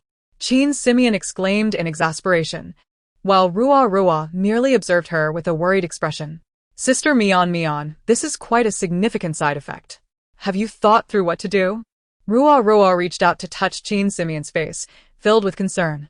It was our reckless idea. What shall we do now? Qin Simeon's brow furrowed. So, you want to experiment with occupying Lin Su's body to see if it would benefit me? Ruo fell silent, her expression a blend of innocence and guilt, an incongruity against Lin Su's typically arrogant demeanor. Please, do not wear that expression. I cannot bear to see it. Ruo, I do not deserve your concern. You owe me nothing. Rather, I am the one who caused you to lose a life. The memory of that day in the inferno, where she had seen Ruo's small figure collapse nearby, haunted Qin Simeon, leaving her heart aching with helplessness. Now, you know my identity. If it were not for my undertaking this task, you might still be alive. You must not risk yourself for my sake again. I truly cannot repay you, Qin Simeon said, tightly shutting her eyes. No, Ruo exclaimed, her voice rising with emotion. I always thought that you and Sister Mian merely shared a name, making it impossible to express my thoughts to anyone. The fire that day was not as simple as it seemed. In fact, it was Lin Su. What are you dilly-dallying about in there? Wu Qing has arrived. Did you not wish to see him? Came the cold voice of Lin Xiao from outside. Ruo flinched and instinctively hid behind Qin Simeon. It was him, Lin Su's elder brother. Not far away, Liang Yuancheng was searching for Qin Simeon, guided by the staff. Arriving at the lounge door. What is Lin Xiao doing here? This is troublesome. How do I explain my appearance now? Lin Su. Lin Xiao was about to force the door open when a hand suddenly grabbed him. Young Master Lin, what could be so urgent? Lin Xiao looked up, startled to see Liang Yuancheng, then coldly shook off his hand. I am looking for my sister. Does President Liang need to pry into my affairs? As far as I know, my wife is inside. Your brutish behavior might frighten her. Liang Yuancheng replied coldly. Your wife? Lin Xiao scoffed. That fool Lin Su has been waiting for you. Is this how you treat my family? Qin Simeon is nothing but a rat in a gutter. It seems you have no standards when starving. Before Lin Xiao could finish, he suddenly doubled over, crying out in pain. Let go. Today's banquet is hosted by Shurji Film Industry. If young Master Lin wishes to cause trouble, kindly exit through the back. Liang Yuancheng tightened his grip on Lin Zhao's elbow pressure point, his tone icy. There is no need to speak of my wife in such a derogatory manner. Should I hear such unpleasant words again, do not blame me for being impolite. Let go. Lin Zhao struggled to break free from Liang Yuancheng's grip, preparing to retaliate. But upon noticing several security personnel approaching, he could only bite his lip in frustration. Lin Su, come out and walk with me. Inside the room, Ruo clutched Qin Simeon's arm tightly, speaking quickly. On the night of the fire, it was Lin Xiao who forced me to leave a note in your room and tricked you out. Sister Mian, I am sorry. I caused you harm. Qin Simeon was bewildered. A note? But I did not see any note. You did not see it? Ruo was taken aback. Then, why did you go to the warehouse? Ruo wanted to protest further, but was truly frightened by Lin Zhao's voice. Sister Mian, you must be careful. Lin Xiao is terrifying, even more so than Lin Su. Understood, let us go. Qin Simeon watched as Ruo withdrew, concealing Lin Su's body beneath a sofa, covering it with a tablecloth. Lin Xiao, if you continue this nonsense, I will have to ask you to leave. Liang Yuancheng glared at Lin Xiao, his tone becoming increasingly frigid. I am looking for my sister. Why do you have the right to throw me out? Lin Xiao pushed against the door forcefully. Lin Su, you give me, as the two argued. Qin Simeon stepped out, now clad in attire identical to Lin Su's. Upon opening the door, she grasped Lin Zhao's arm. Brother, I am merely feeling a bit unwell and was resting. Please do not shout. It is so embarrassing. How troublesome. Lin Xiao yanked Qin Simeon's arm, oblivious to any oddity, preparing to lead her into the venue. Stop. Liang Yuancheng seized Qin Simeon's other arm, though she had just transformed into Lin Su's likeness in front of Liang Yuancheng. Accepting it without hesitation, Qin Simeon preferred to attribute this phenomenon to a typical male's blindness to appearance. After all, having been near Liang Yuancheng, the gradual shift in her appearance might have allowed him to rationalize it visually. However, now as she stood fully embodying Lin Su's image, even Lin Xiao, who had just met her, had not detected anything amiss. Qin Simeon doubted Liang Yuancheng could recognize her. That hurts. Is this guy trying to twist my arm off? Mr. Liang, are you not looking for your wife? Why are you now dragging my sister along? Lin Zhao's temper flared, but unable to act against Liang Yuancheng, he could only instinctively vent his anger on the hand gripping Qin Simeon. That hurts. Is Lin Xiao trying to break my arm? I told you to stop. Release her. Liang Yuancheng took direct action, prying Lin Zhao's little finger away and pulling Qin Simeon to his side. Lin Xiao, his face pale from pain, glared at Liang Yuancheng, enraged. Have you lost your mind? Chapter 83. Such siblings yet, despite the seemingly flawless plan, why did Liang Yuancheng feel compelled to intervene? Brother, are you all right? Qin Simeon whispered, her voice subdued. However, this utterance left Lin Xiao with a look of suspicion. What did you call me? Qin Simeon immediately realized her mistake, yet she was at a loss as to which of her words had caused the problem. Brother, are you all right? What is wrong with these 5 words? Is the Lin family truly deranged?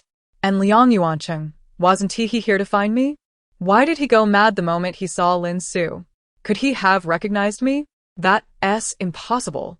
Liang Yuancheng, his expression icy, released Lin Xiao.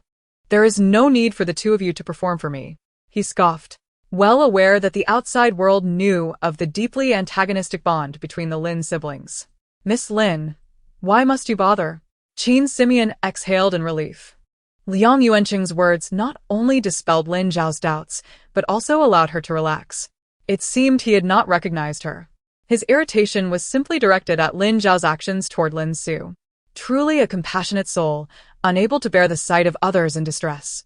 Liang Yuancheng squinted slightly, his tone turning cold. Lin Su, have you seen my wife? Qin Simeon's face flushed with indignation. Cheng, why don't you ask about my recovery? You meet me and inquire about another woman? Liang Yuancheng paused, reluctantly acknowledging that, had he not been able to hear her thoughts, he might have overlooked the subtle clues in her tone. A rare talent indeed. Thus, he felt a bit more at ease. Just tell me if you've seen her. Liang Yuancheng's impatience was palpable. Fine, fine, this guy's back to normal. No, it's just me inside. I felt a bit unwell earlier. Acheng? I still feel a bit dizzy, Qin Simeon replied, leaning against Liang Yuancheng, who deftly evaded her. Watching Liang Yuancheng depart, Qin Simeon breathed a sigh of relief. Having passed one hurdle. Do you still have any shame? He has gone, and you're still longing for him? Come here. Before Qin Simeon could react, Lin Xiao tugged at her hair, pulling her closer. What are you doing? Now Lin Su understood Lin Zhao's astonishment at her earlier concern for him. This pair of siblings. What was their true relationship? Qin Simeon recalled that Lin Xiao was Lin Su's biological brother. Let go. Qin Simeon struggled, but Lin Xiao pulled her into a nearby corridor, pressing her against the wall. Shut your mouth and listen to me. I don't care how unwell you feel, as long as you're alive. Go to the venue and play your part as the butterfly. Lin Xiao glanced around, lowering his voice. Aren't you resourceful? Why can't you handle Wucheng by now? Where did your skills go? Though she was not Lin Su, Qin Simeon felt her blood run cold at his words. Is this truly a brother? Even a pimp wouldn't be this ruthless. You were able to wake up in the hospital only because I secured the top specialists in the city. If you can't manage this small matter, you'll never wake up again. Do you understand? Lin Xiao gripped Qin Simeon's collar, a threatening demeanor evident in his expression. But Wucheng. Qin Simeon started, her voice faltering. You know his eccentric temperament. Trying to please that old man has cost me dearly. Every attempt backfires, benefiting that Qin Simeon girl instead. Are you blind? And you want me to go? Just as Qin Simeon was expressing her frustration, Lin Xiao yanked her hair again. You insolent girl. You have no right to lecture me. You think you can just become a star? Even if you gain fame, it's merely to benefit Shurji film industry. Foolish girl. After all this time, you've made no progress. If tonight yields no results, I will make you utterly non-existent. Lin Xiao strode away, confident that Lin Su wouldn't dare make any mischief. Qin Simeon stood behind, momentarily stunned. After a few steps, several men emerged from the shadows. Where is the second miss? The venue is that way. You can also rest inside. The guest rooms are upstairs, allowing you to recuperate. The men approached, almost lifting Qin Simeon, compelling her to move forward. President Liang. Nearby, Lin Ji, observing the scene, felt perplexed. Although he had some sympathy for Lin Su's plight, he couldn't help but question, aren't you looking for your wife? You haven't seen her yet. Why have us keep an eye on Miss Lin? Liang Yuancheng replied coolly, forget about her for now. Keep a close watch on Lin Su. Should anything arise, notify me immediately. You may handle it on site. Understood, Lin Ji replied, but the confusion within him only grew. This night had been exceedingly strange. He was the one who initially prohibited Qin Simeon from attending the meeting, yet it was he who later brought his wife. Now, with her whereabouts unknown, he was instead focused on protecting Lin Su. This sensation was unsettlingly familiar. Yes, it was reminiscent of the last time when his wife was scrutinized and even detained by the police, and he was preoccupied with that boss Lu, shielding him before the reporters. Lin Ji felt the same disquiet. What was happening? Reluctantly, he proceeded to execute Liang Yuancheng's orders. Pushing open the door, Qin Simeon was taken aback by the individuals inside. Although they were all industry luminaries, she was aware that their reputations were far from stellar. The director and screenwriter were present, but they clearly had no intention of staying long, eager only to greet President Liang and depart swiftly. How rare it is for our crew to gather like this. Tonight I'll treat you all. Please, do not stand on ceremony. Let us set aside our burdens and indulge ourselves. Lin Xiao approached with a glass in hand, casting a warning glare at Qin Simeon. Chapter 84. Liang Yuancheng's hesitation. The invitation clearly stated that the event was hosted by Shurji Film Industry, with the venue and staff also affiliated with the Shurji Film Group. Yet, at the outset, the eldest scion of the Lin family made a sudden appearance, creating an atmosphere that was both peculiar and unsettling. Master Lin, are you a guest invited today? After taking a sip of his drink, the ever-impatient Wucheng broke the silence. The room sparkled with opulence. Yet, he was dressed less extravagantly than the attendant stationed at the entrance. We are all in the same industry, and I certainly do not wish to miss this opportunity. Lin Xiao replied nonchalantly, leaving Qin Simeon beside him somewhat astonished. Moments ago, he had appeared ferocious, yet now he exuded a demeanor of genteel timidity, as if hesitant to speak in front of the esteemed guests. The Lin family truly excels at pretense. The sister plays the innocent lily, while the brother feigns weakness. Qin Simeon thought, bemused by the attendees who appeared to believe the facade. A few acquaintances exchanged knowing glances, their expressions laden with unspoken meaning. Of course, these individuals were of the same ilk, their motives for attending the event far from innocent. So, you are indeed a guest invited? Wu Qing pressed on, undeterred by Lin Zhao's attempts at verbal sleight of hand. The director seated nearby gently nudged Wu Qing's arm, signaling him not to corner Lin Zhao too harshly. However, the old man seemed unimpressed. What do you mean by that? I came to dine. I ought to know whose invitation I am accepting. His words elicited awkward laughter from the table, and Qin Simeon silently applauded his boldness. Lin Zhao's eyes flickered with annoyance before he set down his glass, wearing a mask of sincerity as he continued, "What am I, but a half-host, half-guest? On one hand, I see that General Liang is preoccupied. The initial word was that he could not attend. On the other hand, my sister." With a firm slap on Qin Simeon's back, Lin Zhao's seemingly gentle gesture held a significant weight. "I am grateful for your support. I play a minor role in the production and wish to express my thanks. Hence, we organized this banquet to show our appreciation." Qin Simeon had no choice but to raise her glass, nodding in agreement with Lin Zhao, wary of his ulterior motives. "That is unnecessary. Miss Lin secured her role on her own merit," Wu Qing declared, placing his glass on the table. "I accepted General Liang's invitation. Shiji Film Industry is the partner in this collaboration, which is why I am here. Why must this be a case of false pretenses? I am leaving." The director, feeling the awkwardness of the situation, had thought Lin Zhao was merely using this opportunity to his advantage. He hadn't anticipated that Lin Zhao would host an event under the very nose of Shiji Film Industry, inviting everyone to a banquet that he had orchestrated. "This is rather inappropriate," the director remarked, rising from his seat. He had promised General Liang he would at least make an appearance. "Please hold on, young Master Lin. Mr. Wu Qing and I will step out for a moment." As they departed, the remaining guests began to murmur among themselves. "This is quite odd. What is happening? Are we leaving too? Are you out of your mind? Just sit still." With that, Wu Qing opened the door and walked out, the director trailing behind, anxious that the old man would say something untoward. Qin Simeon watched the old man leave, a warm sensation blossoming in her heart. Although Wu Qing typically held no fondness for Lin Su, in this instance, he was the only one genuinely considering her well-being. "Drink up," Lin Zhao urged the dazed Qin Simeon. "Everyone has partaken. You should express your gratitude in some manner." Qin Simeon frowned at her glass, loathing the taste of alcohol, especially in this context. She longed to escape this room, even if it meant a brief trip to the restroom. What was Lin Su compared to the other formidable members of the Lin family? "Oh, young Master Lin, isn't Miss Lin feeling unwell? We can understand if she drinks less," someone chimed in. "Indeed, she is now the star of a hit drama. Her status has changed," another added. With Wu Qing and the director gone, it was only natural for them to dismiss her. The group began to press her, their words casual, yet their gazes fixed on the glass in her hand. Lin Zhao immediately intervened.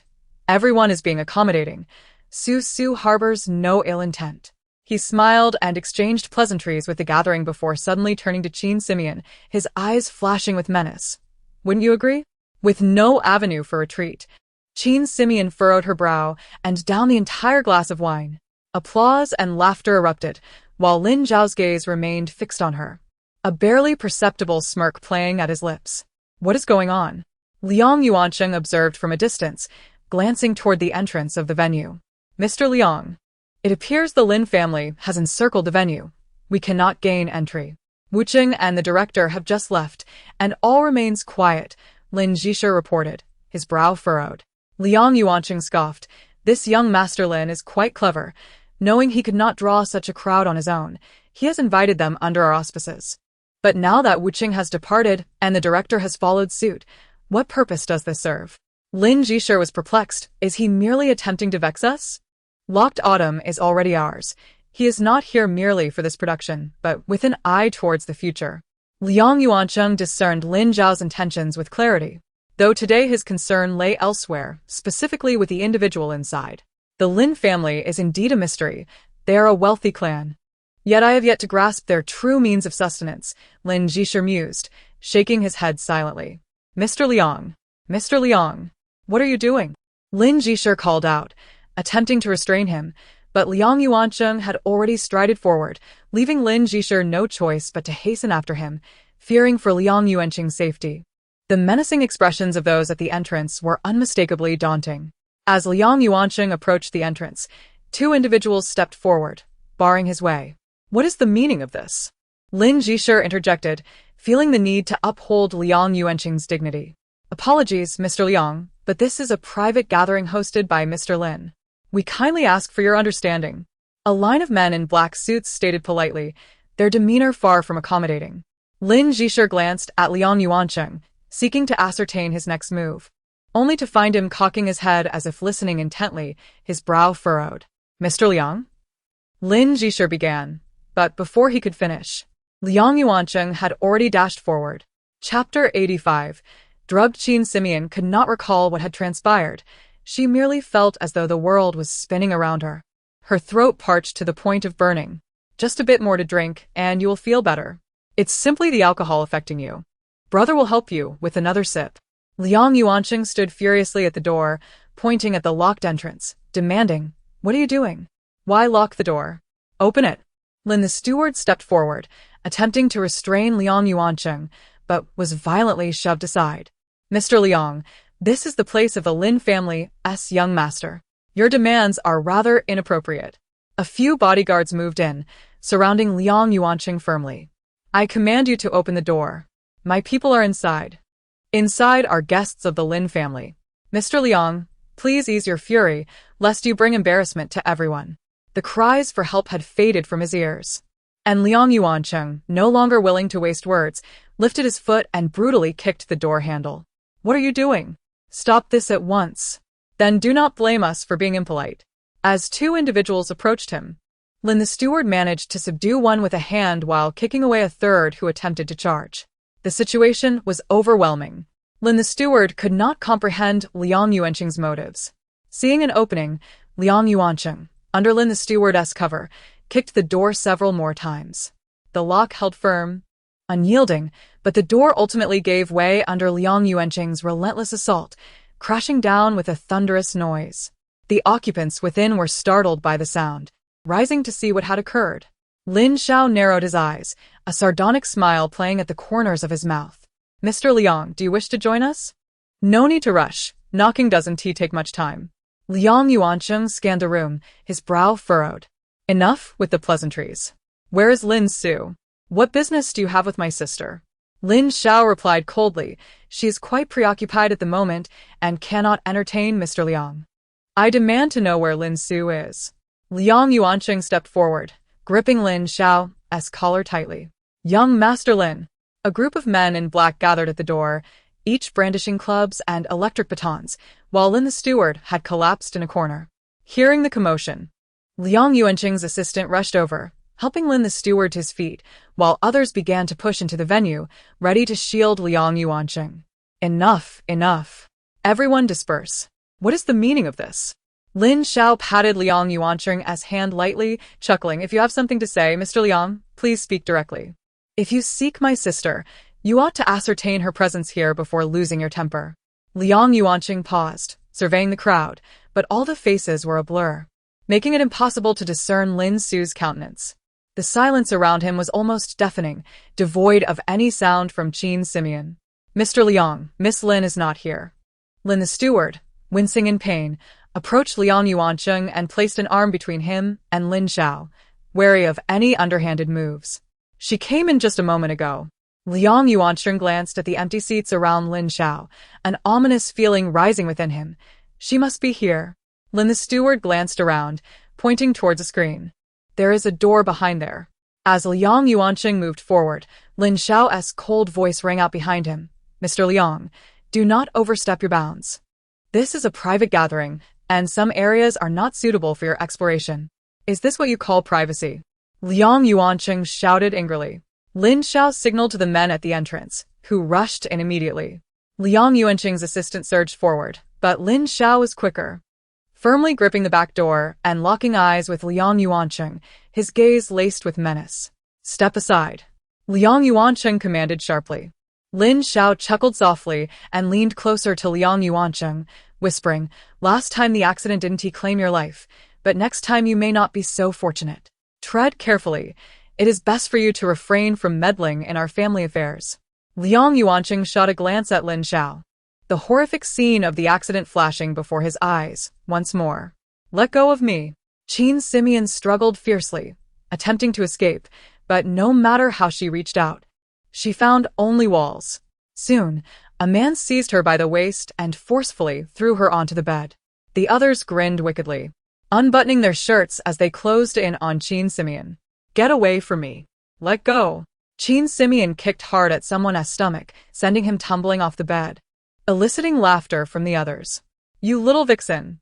One man sprang up from the floor, slapping Qin Simeon across the face before seizing a nearby bottle and pouring it down her throat. Cough, cough. Her vision began to blur, the heat within her body threatening to engulf her. "Feeling uncomfortable? Brother has ways to relieve you." The man discarded the bottle and reached for her clothing. "I said, let go." Cornered against the wall, Qin Simeon managed to grasp a bottle, shattering it against the wall and brandishing the jagged edge at the men before her. Does the drug Lin Xiao provided even work? The men looked at Qin Simeon, perplexed. Had she truly served so many, yet was she fighting back with such ferocity? Ignore her, get her. Come closer, if you dare. Qin Simeon clutched the broken bottle, ready to fight to the death. Brother only wishes to die in your presence. The group rolled up their sleeves, advancing towards Qin Simeon. Mr. Liang, you cannot go in there. This is private. Let us promise to marry once we graduate, shall we? Aching, who is she? I heard. You are getting married? Ie me fine. Her head felt as though it might split apart. Liang Yuanqing gazed at the myriad of similar hotel doors before him, his arms gripped tightly by several men. Yet he could neither hear nor see anything, only feeling a profound ache in his heart. I will never allow you to come to harm again, never. By the darkened riverbank, he gazed at a faint blue figure across the water, silently making a final vow. To protect her for all eternity, but please, let her forget me. What are you doing? Let him go. Lin the steward rushed over, seeing Liang Yuanqing gradually slump under the pressure of the encircling men. Panic overtook him. I warn you, if a single hair on Mr. Liang's head is harmed today, none of you will escape unscathed. No, we haven't touched him. He cannot enter here. We merely obstructed him, truly did not harm him. Seeing the situation, the crowd raised their hands in surrender, hastily retreating. Mr. Liang? Lin the steward helped Liang Yuanqing to his feet. As his vision gradually returned, Liang Yuanqing steadied himself and looked down the corridor, the sounds around him starting to amplify once more. Chapter 86. A life given to you. Qin Simeon hurriedly adjusted her clothing, attempting to extricate herself, yet was firmly restrained by several men beside her. Behind Liang Yuanqing, the door was abruptly slammed shut, and the sound of Lin's frantic banging echoed in the confined space, magnified infinitely. What on earth are you doing? Open the door immediately. If anything happens to Mr. Liang and his wife, you are all finished. Following a dull thud, silence returned outside, with only those suppressing Qin Simeon remaining, while the other men in black began to converge towards Liang Yuanqing. Straining to raise her head, Qin Simeon sought to signal Liang Yuanqing to flee. They were, after all, a couple on the brink of divorce. Had she not botched her mission, they would not find themselves in this predicament. A wise man does not suffer immediate losses. Leave now. Lin 1T let this go. What is this guy thinking? Does he intend to take them all on by himself? Hurry. I owe a life this time. You must escape. Fear not, for I am here. What is that sound? Qin Simeon's eyes widened in disbelief as she gazed at Liang Yuanqing, but she could no longer hear anything beyond that. All she could see was the man clad in the black suit she had so often scorned, standing there composed and steadfast like a towering pine, his face as cold as ice. A drop of blood trickled from the corner of her mouth. Instinctively, she reached up to wipe it away, only to be struck harshly across the face by a man beside her. A few crimson stains marred her luxurious gown, starkly conspicuous. Liang Yuanqing's gaze transformed into one of fury and resolve, his fists clenched as he strode purposefully towards the group in black. The men, upon witnessing this, drew their daggers, approaching him with menacing grins. Unfazed, Liang Yuanqing simply cast a silent glance at Qin Simeon. In that moment, she heard that peculiar voice once more. "Close your eyes." What is happening? This voice seemed eerily familiar. Could it be? Before Qin Simeon could ponder further, a fierce battle erupted before her eyes.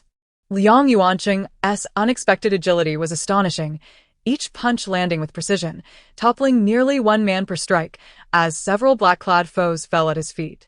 However, outnumbered, they soon resorted to underhanded tactics, and at last, a gash appeared on Liang Yuanqing's arm.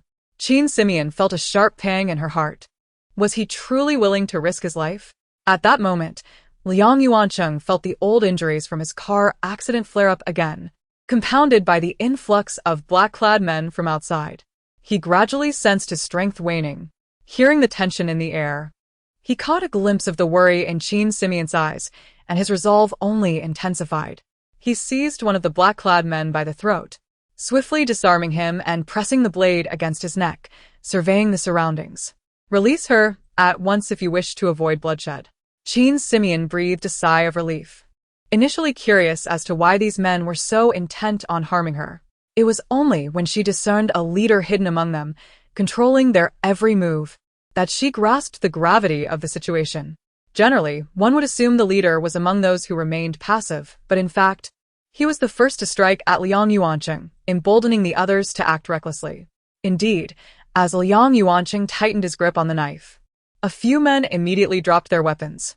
They were merely small-time thugs. When initially enlisted to take revenge for the young master of a wealthy family, they never envisioned such chaos. Should their leader meet with misfortune, they would not only receive no compensation, but could also face legal repercussions. "Do you not hear me?" I said. "Let her go." Liang Yuanqing twisted the knife, and a line of blood trickled down, instantly alleviating the pressure on Qin Simeon's back. Kid. "You're a bit clever. It took me quite a while to spot this old fool." Seizing the opportunity, Qin Simeon rose and forcefully shoved away the man beside her. Liang Yuanqing gazed at the young woman before him, shaking his head silently. Even in such dire straits, she still had the presence of mind.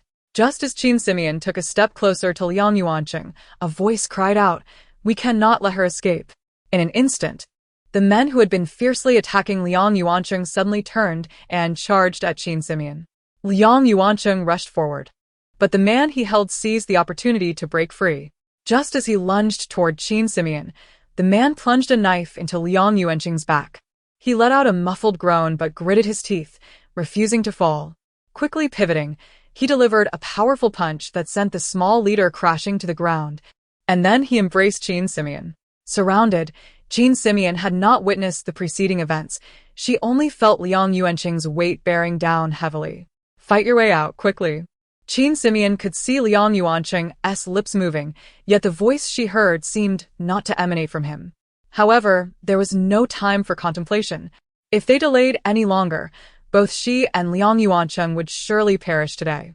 Half carrying Liang Yuanqing, she noticed the surrounding thugs seemed momentarily stunned, halting their advance. She exerted little effort in her escape to the corridor, though Liang Yuanqing's weight became increasingly burdensome. "Do not play tricks now, we are almost at a safe zone." Dragging Liang Yuanqing forward, Qin Simeon inadvertently glanced up, suddenly comprehending the reason the thugs hesitated. Liang Yuanqing's eyes were wide with fury, half his body drenched in blood. Yet his knife remained steadfastly aimed at the others, as if possessed by a god of death. In a moment of hesitation, Liang Yuanqing's body slipped from Qin Simeon's shoulder, crashing heavily to the ground, his form seemingly devoid of life, yet his arm, still clutching the knife, stood unwavering. "He is dead." Though accustomed to death, Qin Simeon's hand trembled as she reached for Liang Yuanqing's breath. The thugs, glancing at one another, dared not advance. Merely observing the woman before them as she appeared to go mad, drawing shapes in the air and murmuring impossible. In the suffocating silence, Qin Simeon could not sense a trace of Liang Yuancheng's spirit. It cannot be, it cannot be. She poured all her spiritual energy into Liang Yuancheng, and finally, a faint blue light emerged, swirling around her before settling by her ear. This time, I return my life to you. Memories surged forth like a tidal wave, and Qin Simeon's eyes widened as she finally recalled that person and that summer. Chapter 87. A dream of great magnitude. It was a tree-lined path within the campus, bustling with students clad in uniforms. Liang Yuancheng, dressed in a pristine white shirt, stood out amidst the crowd, exuding an air of cleanliness and stature. Qin Simeon instinctively reached out her hand, yearning to embrace Liang Yuancheng as he rushed by. But her hand met only emptiness as he dashed past her, continuing on his way. At that moment, a more familiar voice resonated, rendering Qin Simeon momentarily paralyzed. Cheng, why are you so late? The ice cream I bought for you has melted. Beside her stood another girl in uniform, holding a dripping cone. Casting a reproachful glance at Liang Yuancheng. This is me? Qin Simeon silently covered her mouth in disbelief. I love it melted, Liang Yuancheng declared, taking Qin Simeon's hand and biting into the now unrecognizable ice cream cone. Everything my wife buys is the best. With a mischievous grin, he teased, so, do you still not want to marry me? Then you might just end up with no one. Liang Yuancheng. Qin Simeon raised her hand to strike him, but he nimbly dodged, and the two playfully navigated through the crowd, gradually fading from view. Tears streamed down Qin Simeon's face as she focused on their retreating figures. In an instant, the scene transformed, the surroundings dissolving and reassembling like ink on water. Liang Yuancheng, clad in a graduation gown, knelt on one knee, presenting a bouquet of blue flowers before Qin Simeon, his words drowned out by the surrounding cheers. Surrounded by admirers, Qin Simeon accepted the flowers, and Liang Yuancheng swiftly lifted her into the air. These were once indelible memories. How could they have been forgotten? Qin Simeon could only recall the loss of her child, her father's passing, and her solitary departure from this world, confined to a hospital bed. The bitterness and resentment within her led her to reject reincarnation, refusing to drink the Mengpa soup. She believed that a wise person should not fall in love and, burdened with regret, vowed to strive for success in the afterlife. Yet, why had she still forgotten so many scenes and moments? Before long, Qin Simeon found herself standing at the entrance of the Civil Affairs Bureau, her veil fluttering in the wind. She had waited for what felt like an eternity until someone informed her that Liang Yuancheng was at a high-end restaurant, on a blind date with the daughter of the Liu family. Clutching her bouquet, she sprinted towards the venue, only to find Liang Yuancheng seated across from a well-dressed young woman, their hands intertwined, sharing laughter as if they were a couple deeply in love. With a fierce tug, she yanked down her veil and turned to flee. But this time, Qin Simeon resolved to confront the situation. At the booth, Liang Yuancheng gazed intently at the girl before him. Although he smiled, his voice was cold. Miss Liu, I think that's enough. The girl immediately released his hand, chuckling lightly. All right, she's gone now. Liang Yuancheng was momentarily stunned before he glanced towards the entrance. Mian? But there was no trace of Qin Simeon outside. Growing anxious, he began to dial her number repeatedly. I advise you not to waste your efforts, the girl remarked dismissively. Even if it's not me, there are plenty of other socialites. With a father like yours, how could you possibly end up with a girl like her? Having been through this myself, I suggest you let go of this fantasy. With that, she donned her sunglasses and strode past the despondent Liang Yuancheng, entering a luxury car parked by the roadside. Despite countless attempts, Liang Yuancheng could not reach Qin Simeon until nightfall, ultimately finding himself sitting at the entrance of the Civil Affairs Bureau. Days turned into nights, and nights into days. As couples passed by, brimming with happiness, Liang Yuancheng's haggard expression was heart-wrenching. Qin Simeon observed him silently, sighing deeply. She had intended to reveal her pregnancy at the moment they received their marriage certificate, hoping to surprise Liang Yuancheng. She even prepared another phone to capture his expression at that moment to show their child later. Yet, fate had other plans. Her meticulous arrangements led to the silent departure of the child, leaving Liang Yuancheng unaware that he had once been a father. 4 days later, a vehicle arrived, and several individuals hoisted the already frail Liang Yuancheng into the car, speeding away. Have you lost your mind? A stern-faced man stood across from Liang Yuancheng, pounding the table furiously. You don't care about your reputation, but I do. How many people have asked me about your son? Is he the natural-born lover? Liang Yuancheng grimaced, his bloodied lips parting slightly. I just want to be with the one I love. Nonsense. A cigarette ashtray flew across the table, striking Liang Yuancheng's forehead, drawing blood. Are you trying to ruin the legacy we've built over 3 generations? If the Lu family won't do, there's the Lin family and the Zhao family. You must choose one. I only want Mian, Liang Yuancheng stated, his voice hoarse yet resolute. What nonsense is this? Liang's father furrowed his brow. Then I shall make her disappear, along with everything associated with her. At that moment, Liang Yuancheng grasped the terrifying reality of his father's words. He lifted his gaze to Liang's father, and after a brief pause, he bolted for the exit. Think carefully about which young lady you wish to marry, Liang's father commanded, waving his hand. Several security personnel immediately moved to restrain Liang Yuancheng. Do not harm her. Do not touch her, or I will not let this go. Liang Yuancheng screamed as they dragged him away.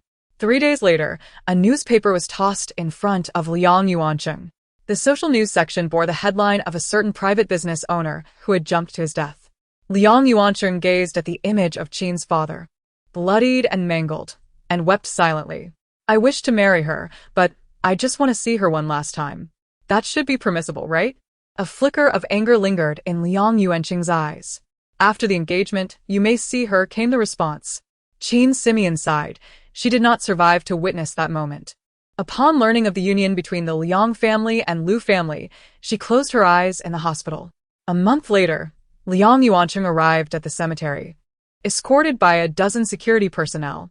He stood before Qin Simeon's gravestone, devoid of any vitality. Everyone remained vigilant, aware of Liang Yuancheng's unstable emotions. If he were to collapse here, they would bear the consequences. Yet, unexpectedly, Liang Yuancheng simply stared at the gravestone for a while before falling backward, never to open his eyes again. By the banks of the river of forgetfulness, Qin Simeon beheld Liang Yuancheng gazing at her from a distance, surrendering his soul. Let her forget everything, grant her all that she desires. In this life to come, may there be no trace of me with that wish fulfilled. Liang Yuancheng dissipated into fragments, scattering across the heavens and the earth. Chapter 88. If you wish to compensate, come and see me. Have you been scolded? The god of the river first broke the silence, observing her expression. Ruo was eager to enter. This matter is not your fault. It is entirely my mistake. I will clarify things with them. No need. Qin Simeon quickly interjected, then, with an air of mystery, spread her hands to reveal a dark purple token resting in her palm. This is... Both of them brightened simultaneously, and Ruo embraced Qin Simeon. You finally obtained it. That's wonderful. From now on, I shall be an official Underworld official, so you must show me some respect. Qin Simeon glanced at the god of the river, her pride evident. Ruo discreetly tugged at the god of the river's sleeve, who appeared utterly bewildered. Sister Mian. Let us find a place to celebrate, Ruo suggested, diverting the topic. Qin Simeon smiled gently. It's all right. If he truly wishes to compensate, he should come to me and clarify everything instead of attempting to settle debts with grand aspirations. Grand aspirations? The god of the river's eyes widened. Isn't that a vow made upon complete obliteration of one's spirit? Such a vow is bound to be fulfilled. Ruo, speechless, tugged the god of the river's sleeve again. He seemed to grasp the situation only then. Child, your role as an underworld official was exchanged for someone else's grand aspiration? No wonder you received it so swiftly. God of the river, you should drink some wine. You must be parched after all this time. Ruo picked up a jug and forcefully poured it into the god of the river's mouth, causing him to roll his eyes in exasperation. Why are you not letting me speak?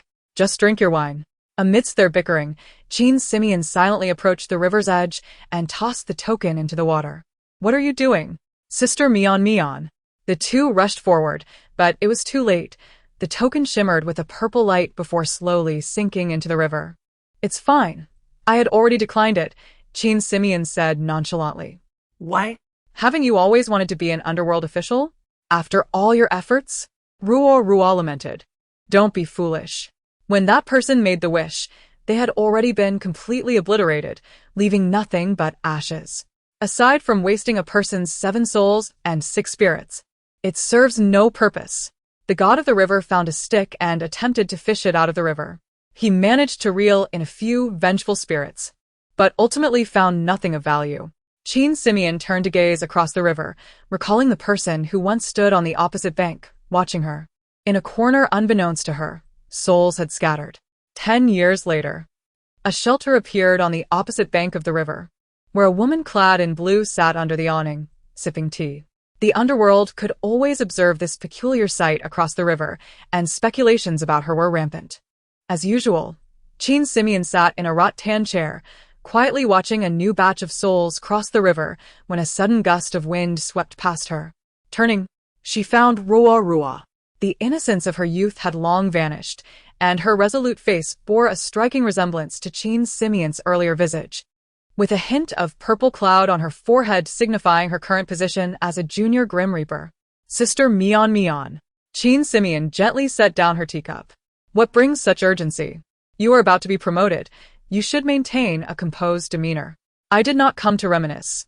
There is an urgent matter, and you must assist me.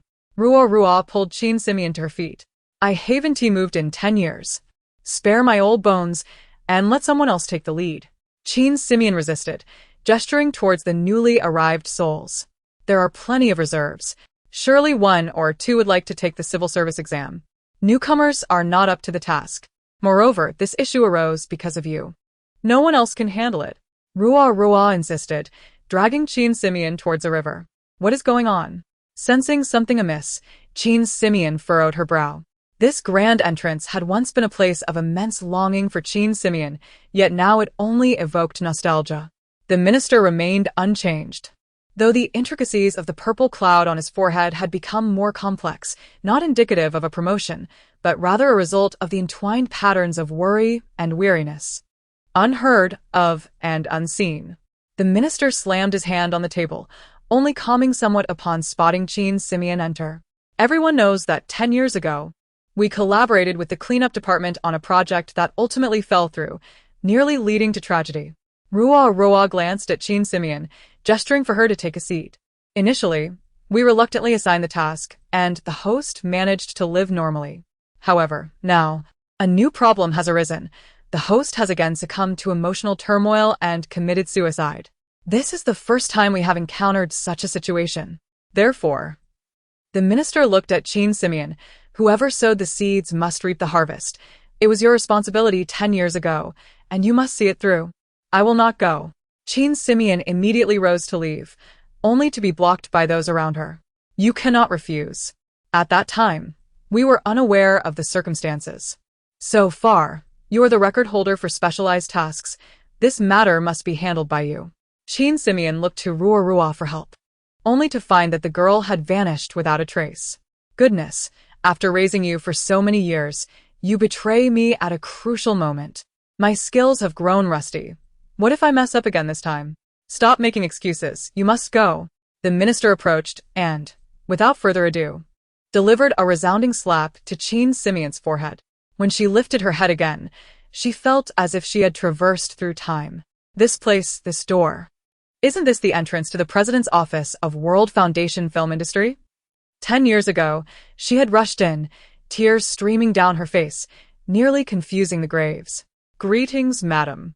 A voice rang out, and Qin Simeon turned in disbelief to see Steward Lin standing beside her, a distinct scar etched across his forehead. President Liang is waiting for you inside. Liang. Yuancheng? Qin Simeon murmured. Steward Lin smiled. Indeed, he just woke up from the hospital today and hurried over. 10 years ago, he did not die? Qin Simeon's eyes immediately glistened with tears. As if she understood Ruo's feelings, Qin Simeon turned and pushed open the door. A familiar figure stood before the floor-to-ceiling window. Cheng. Qin Simeon heard her own voice, tinged with emotion. Beep. Identity confirmed. Specialized task indefinitely extended. As the strange yet familiar voice echoed in her ears, a tear glistened at the corner of Chin Simeon's eye.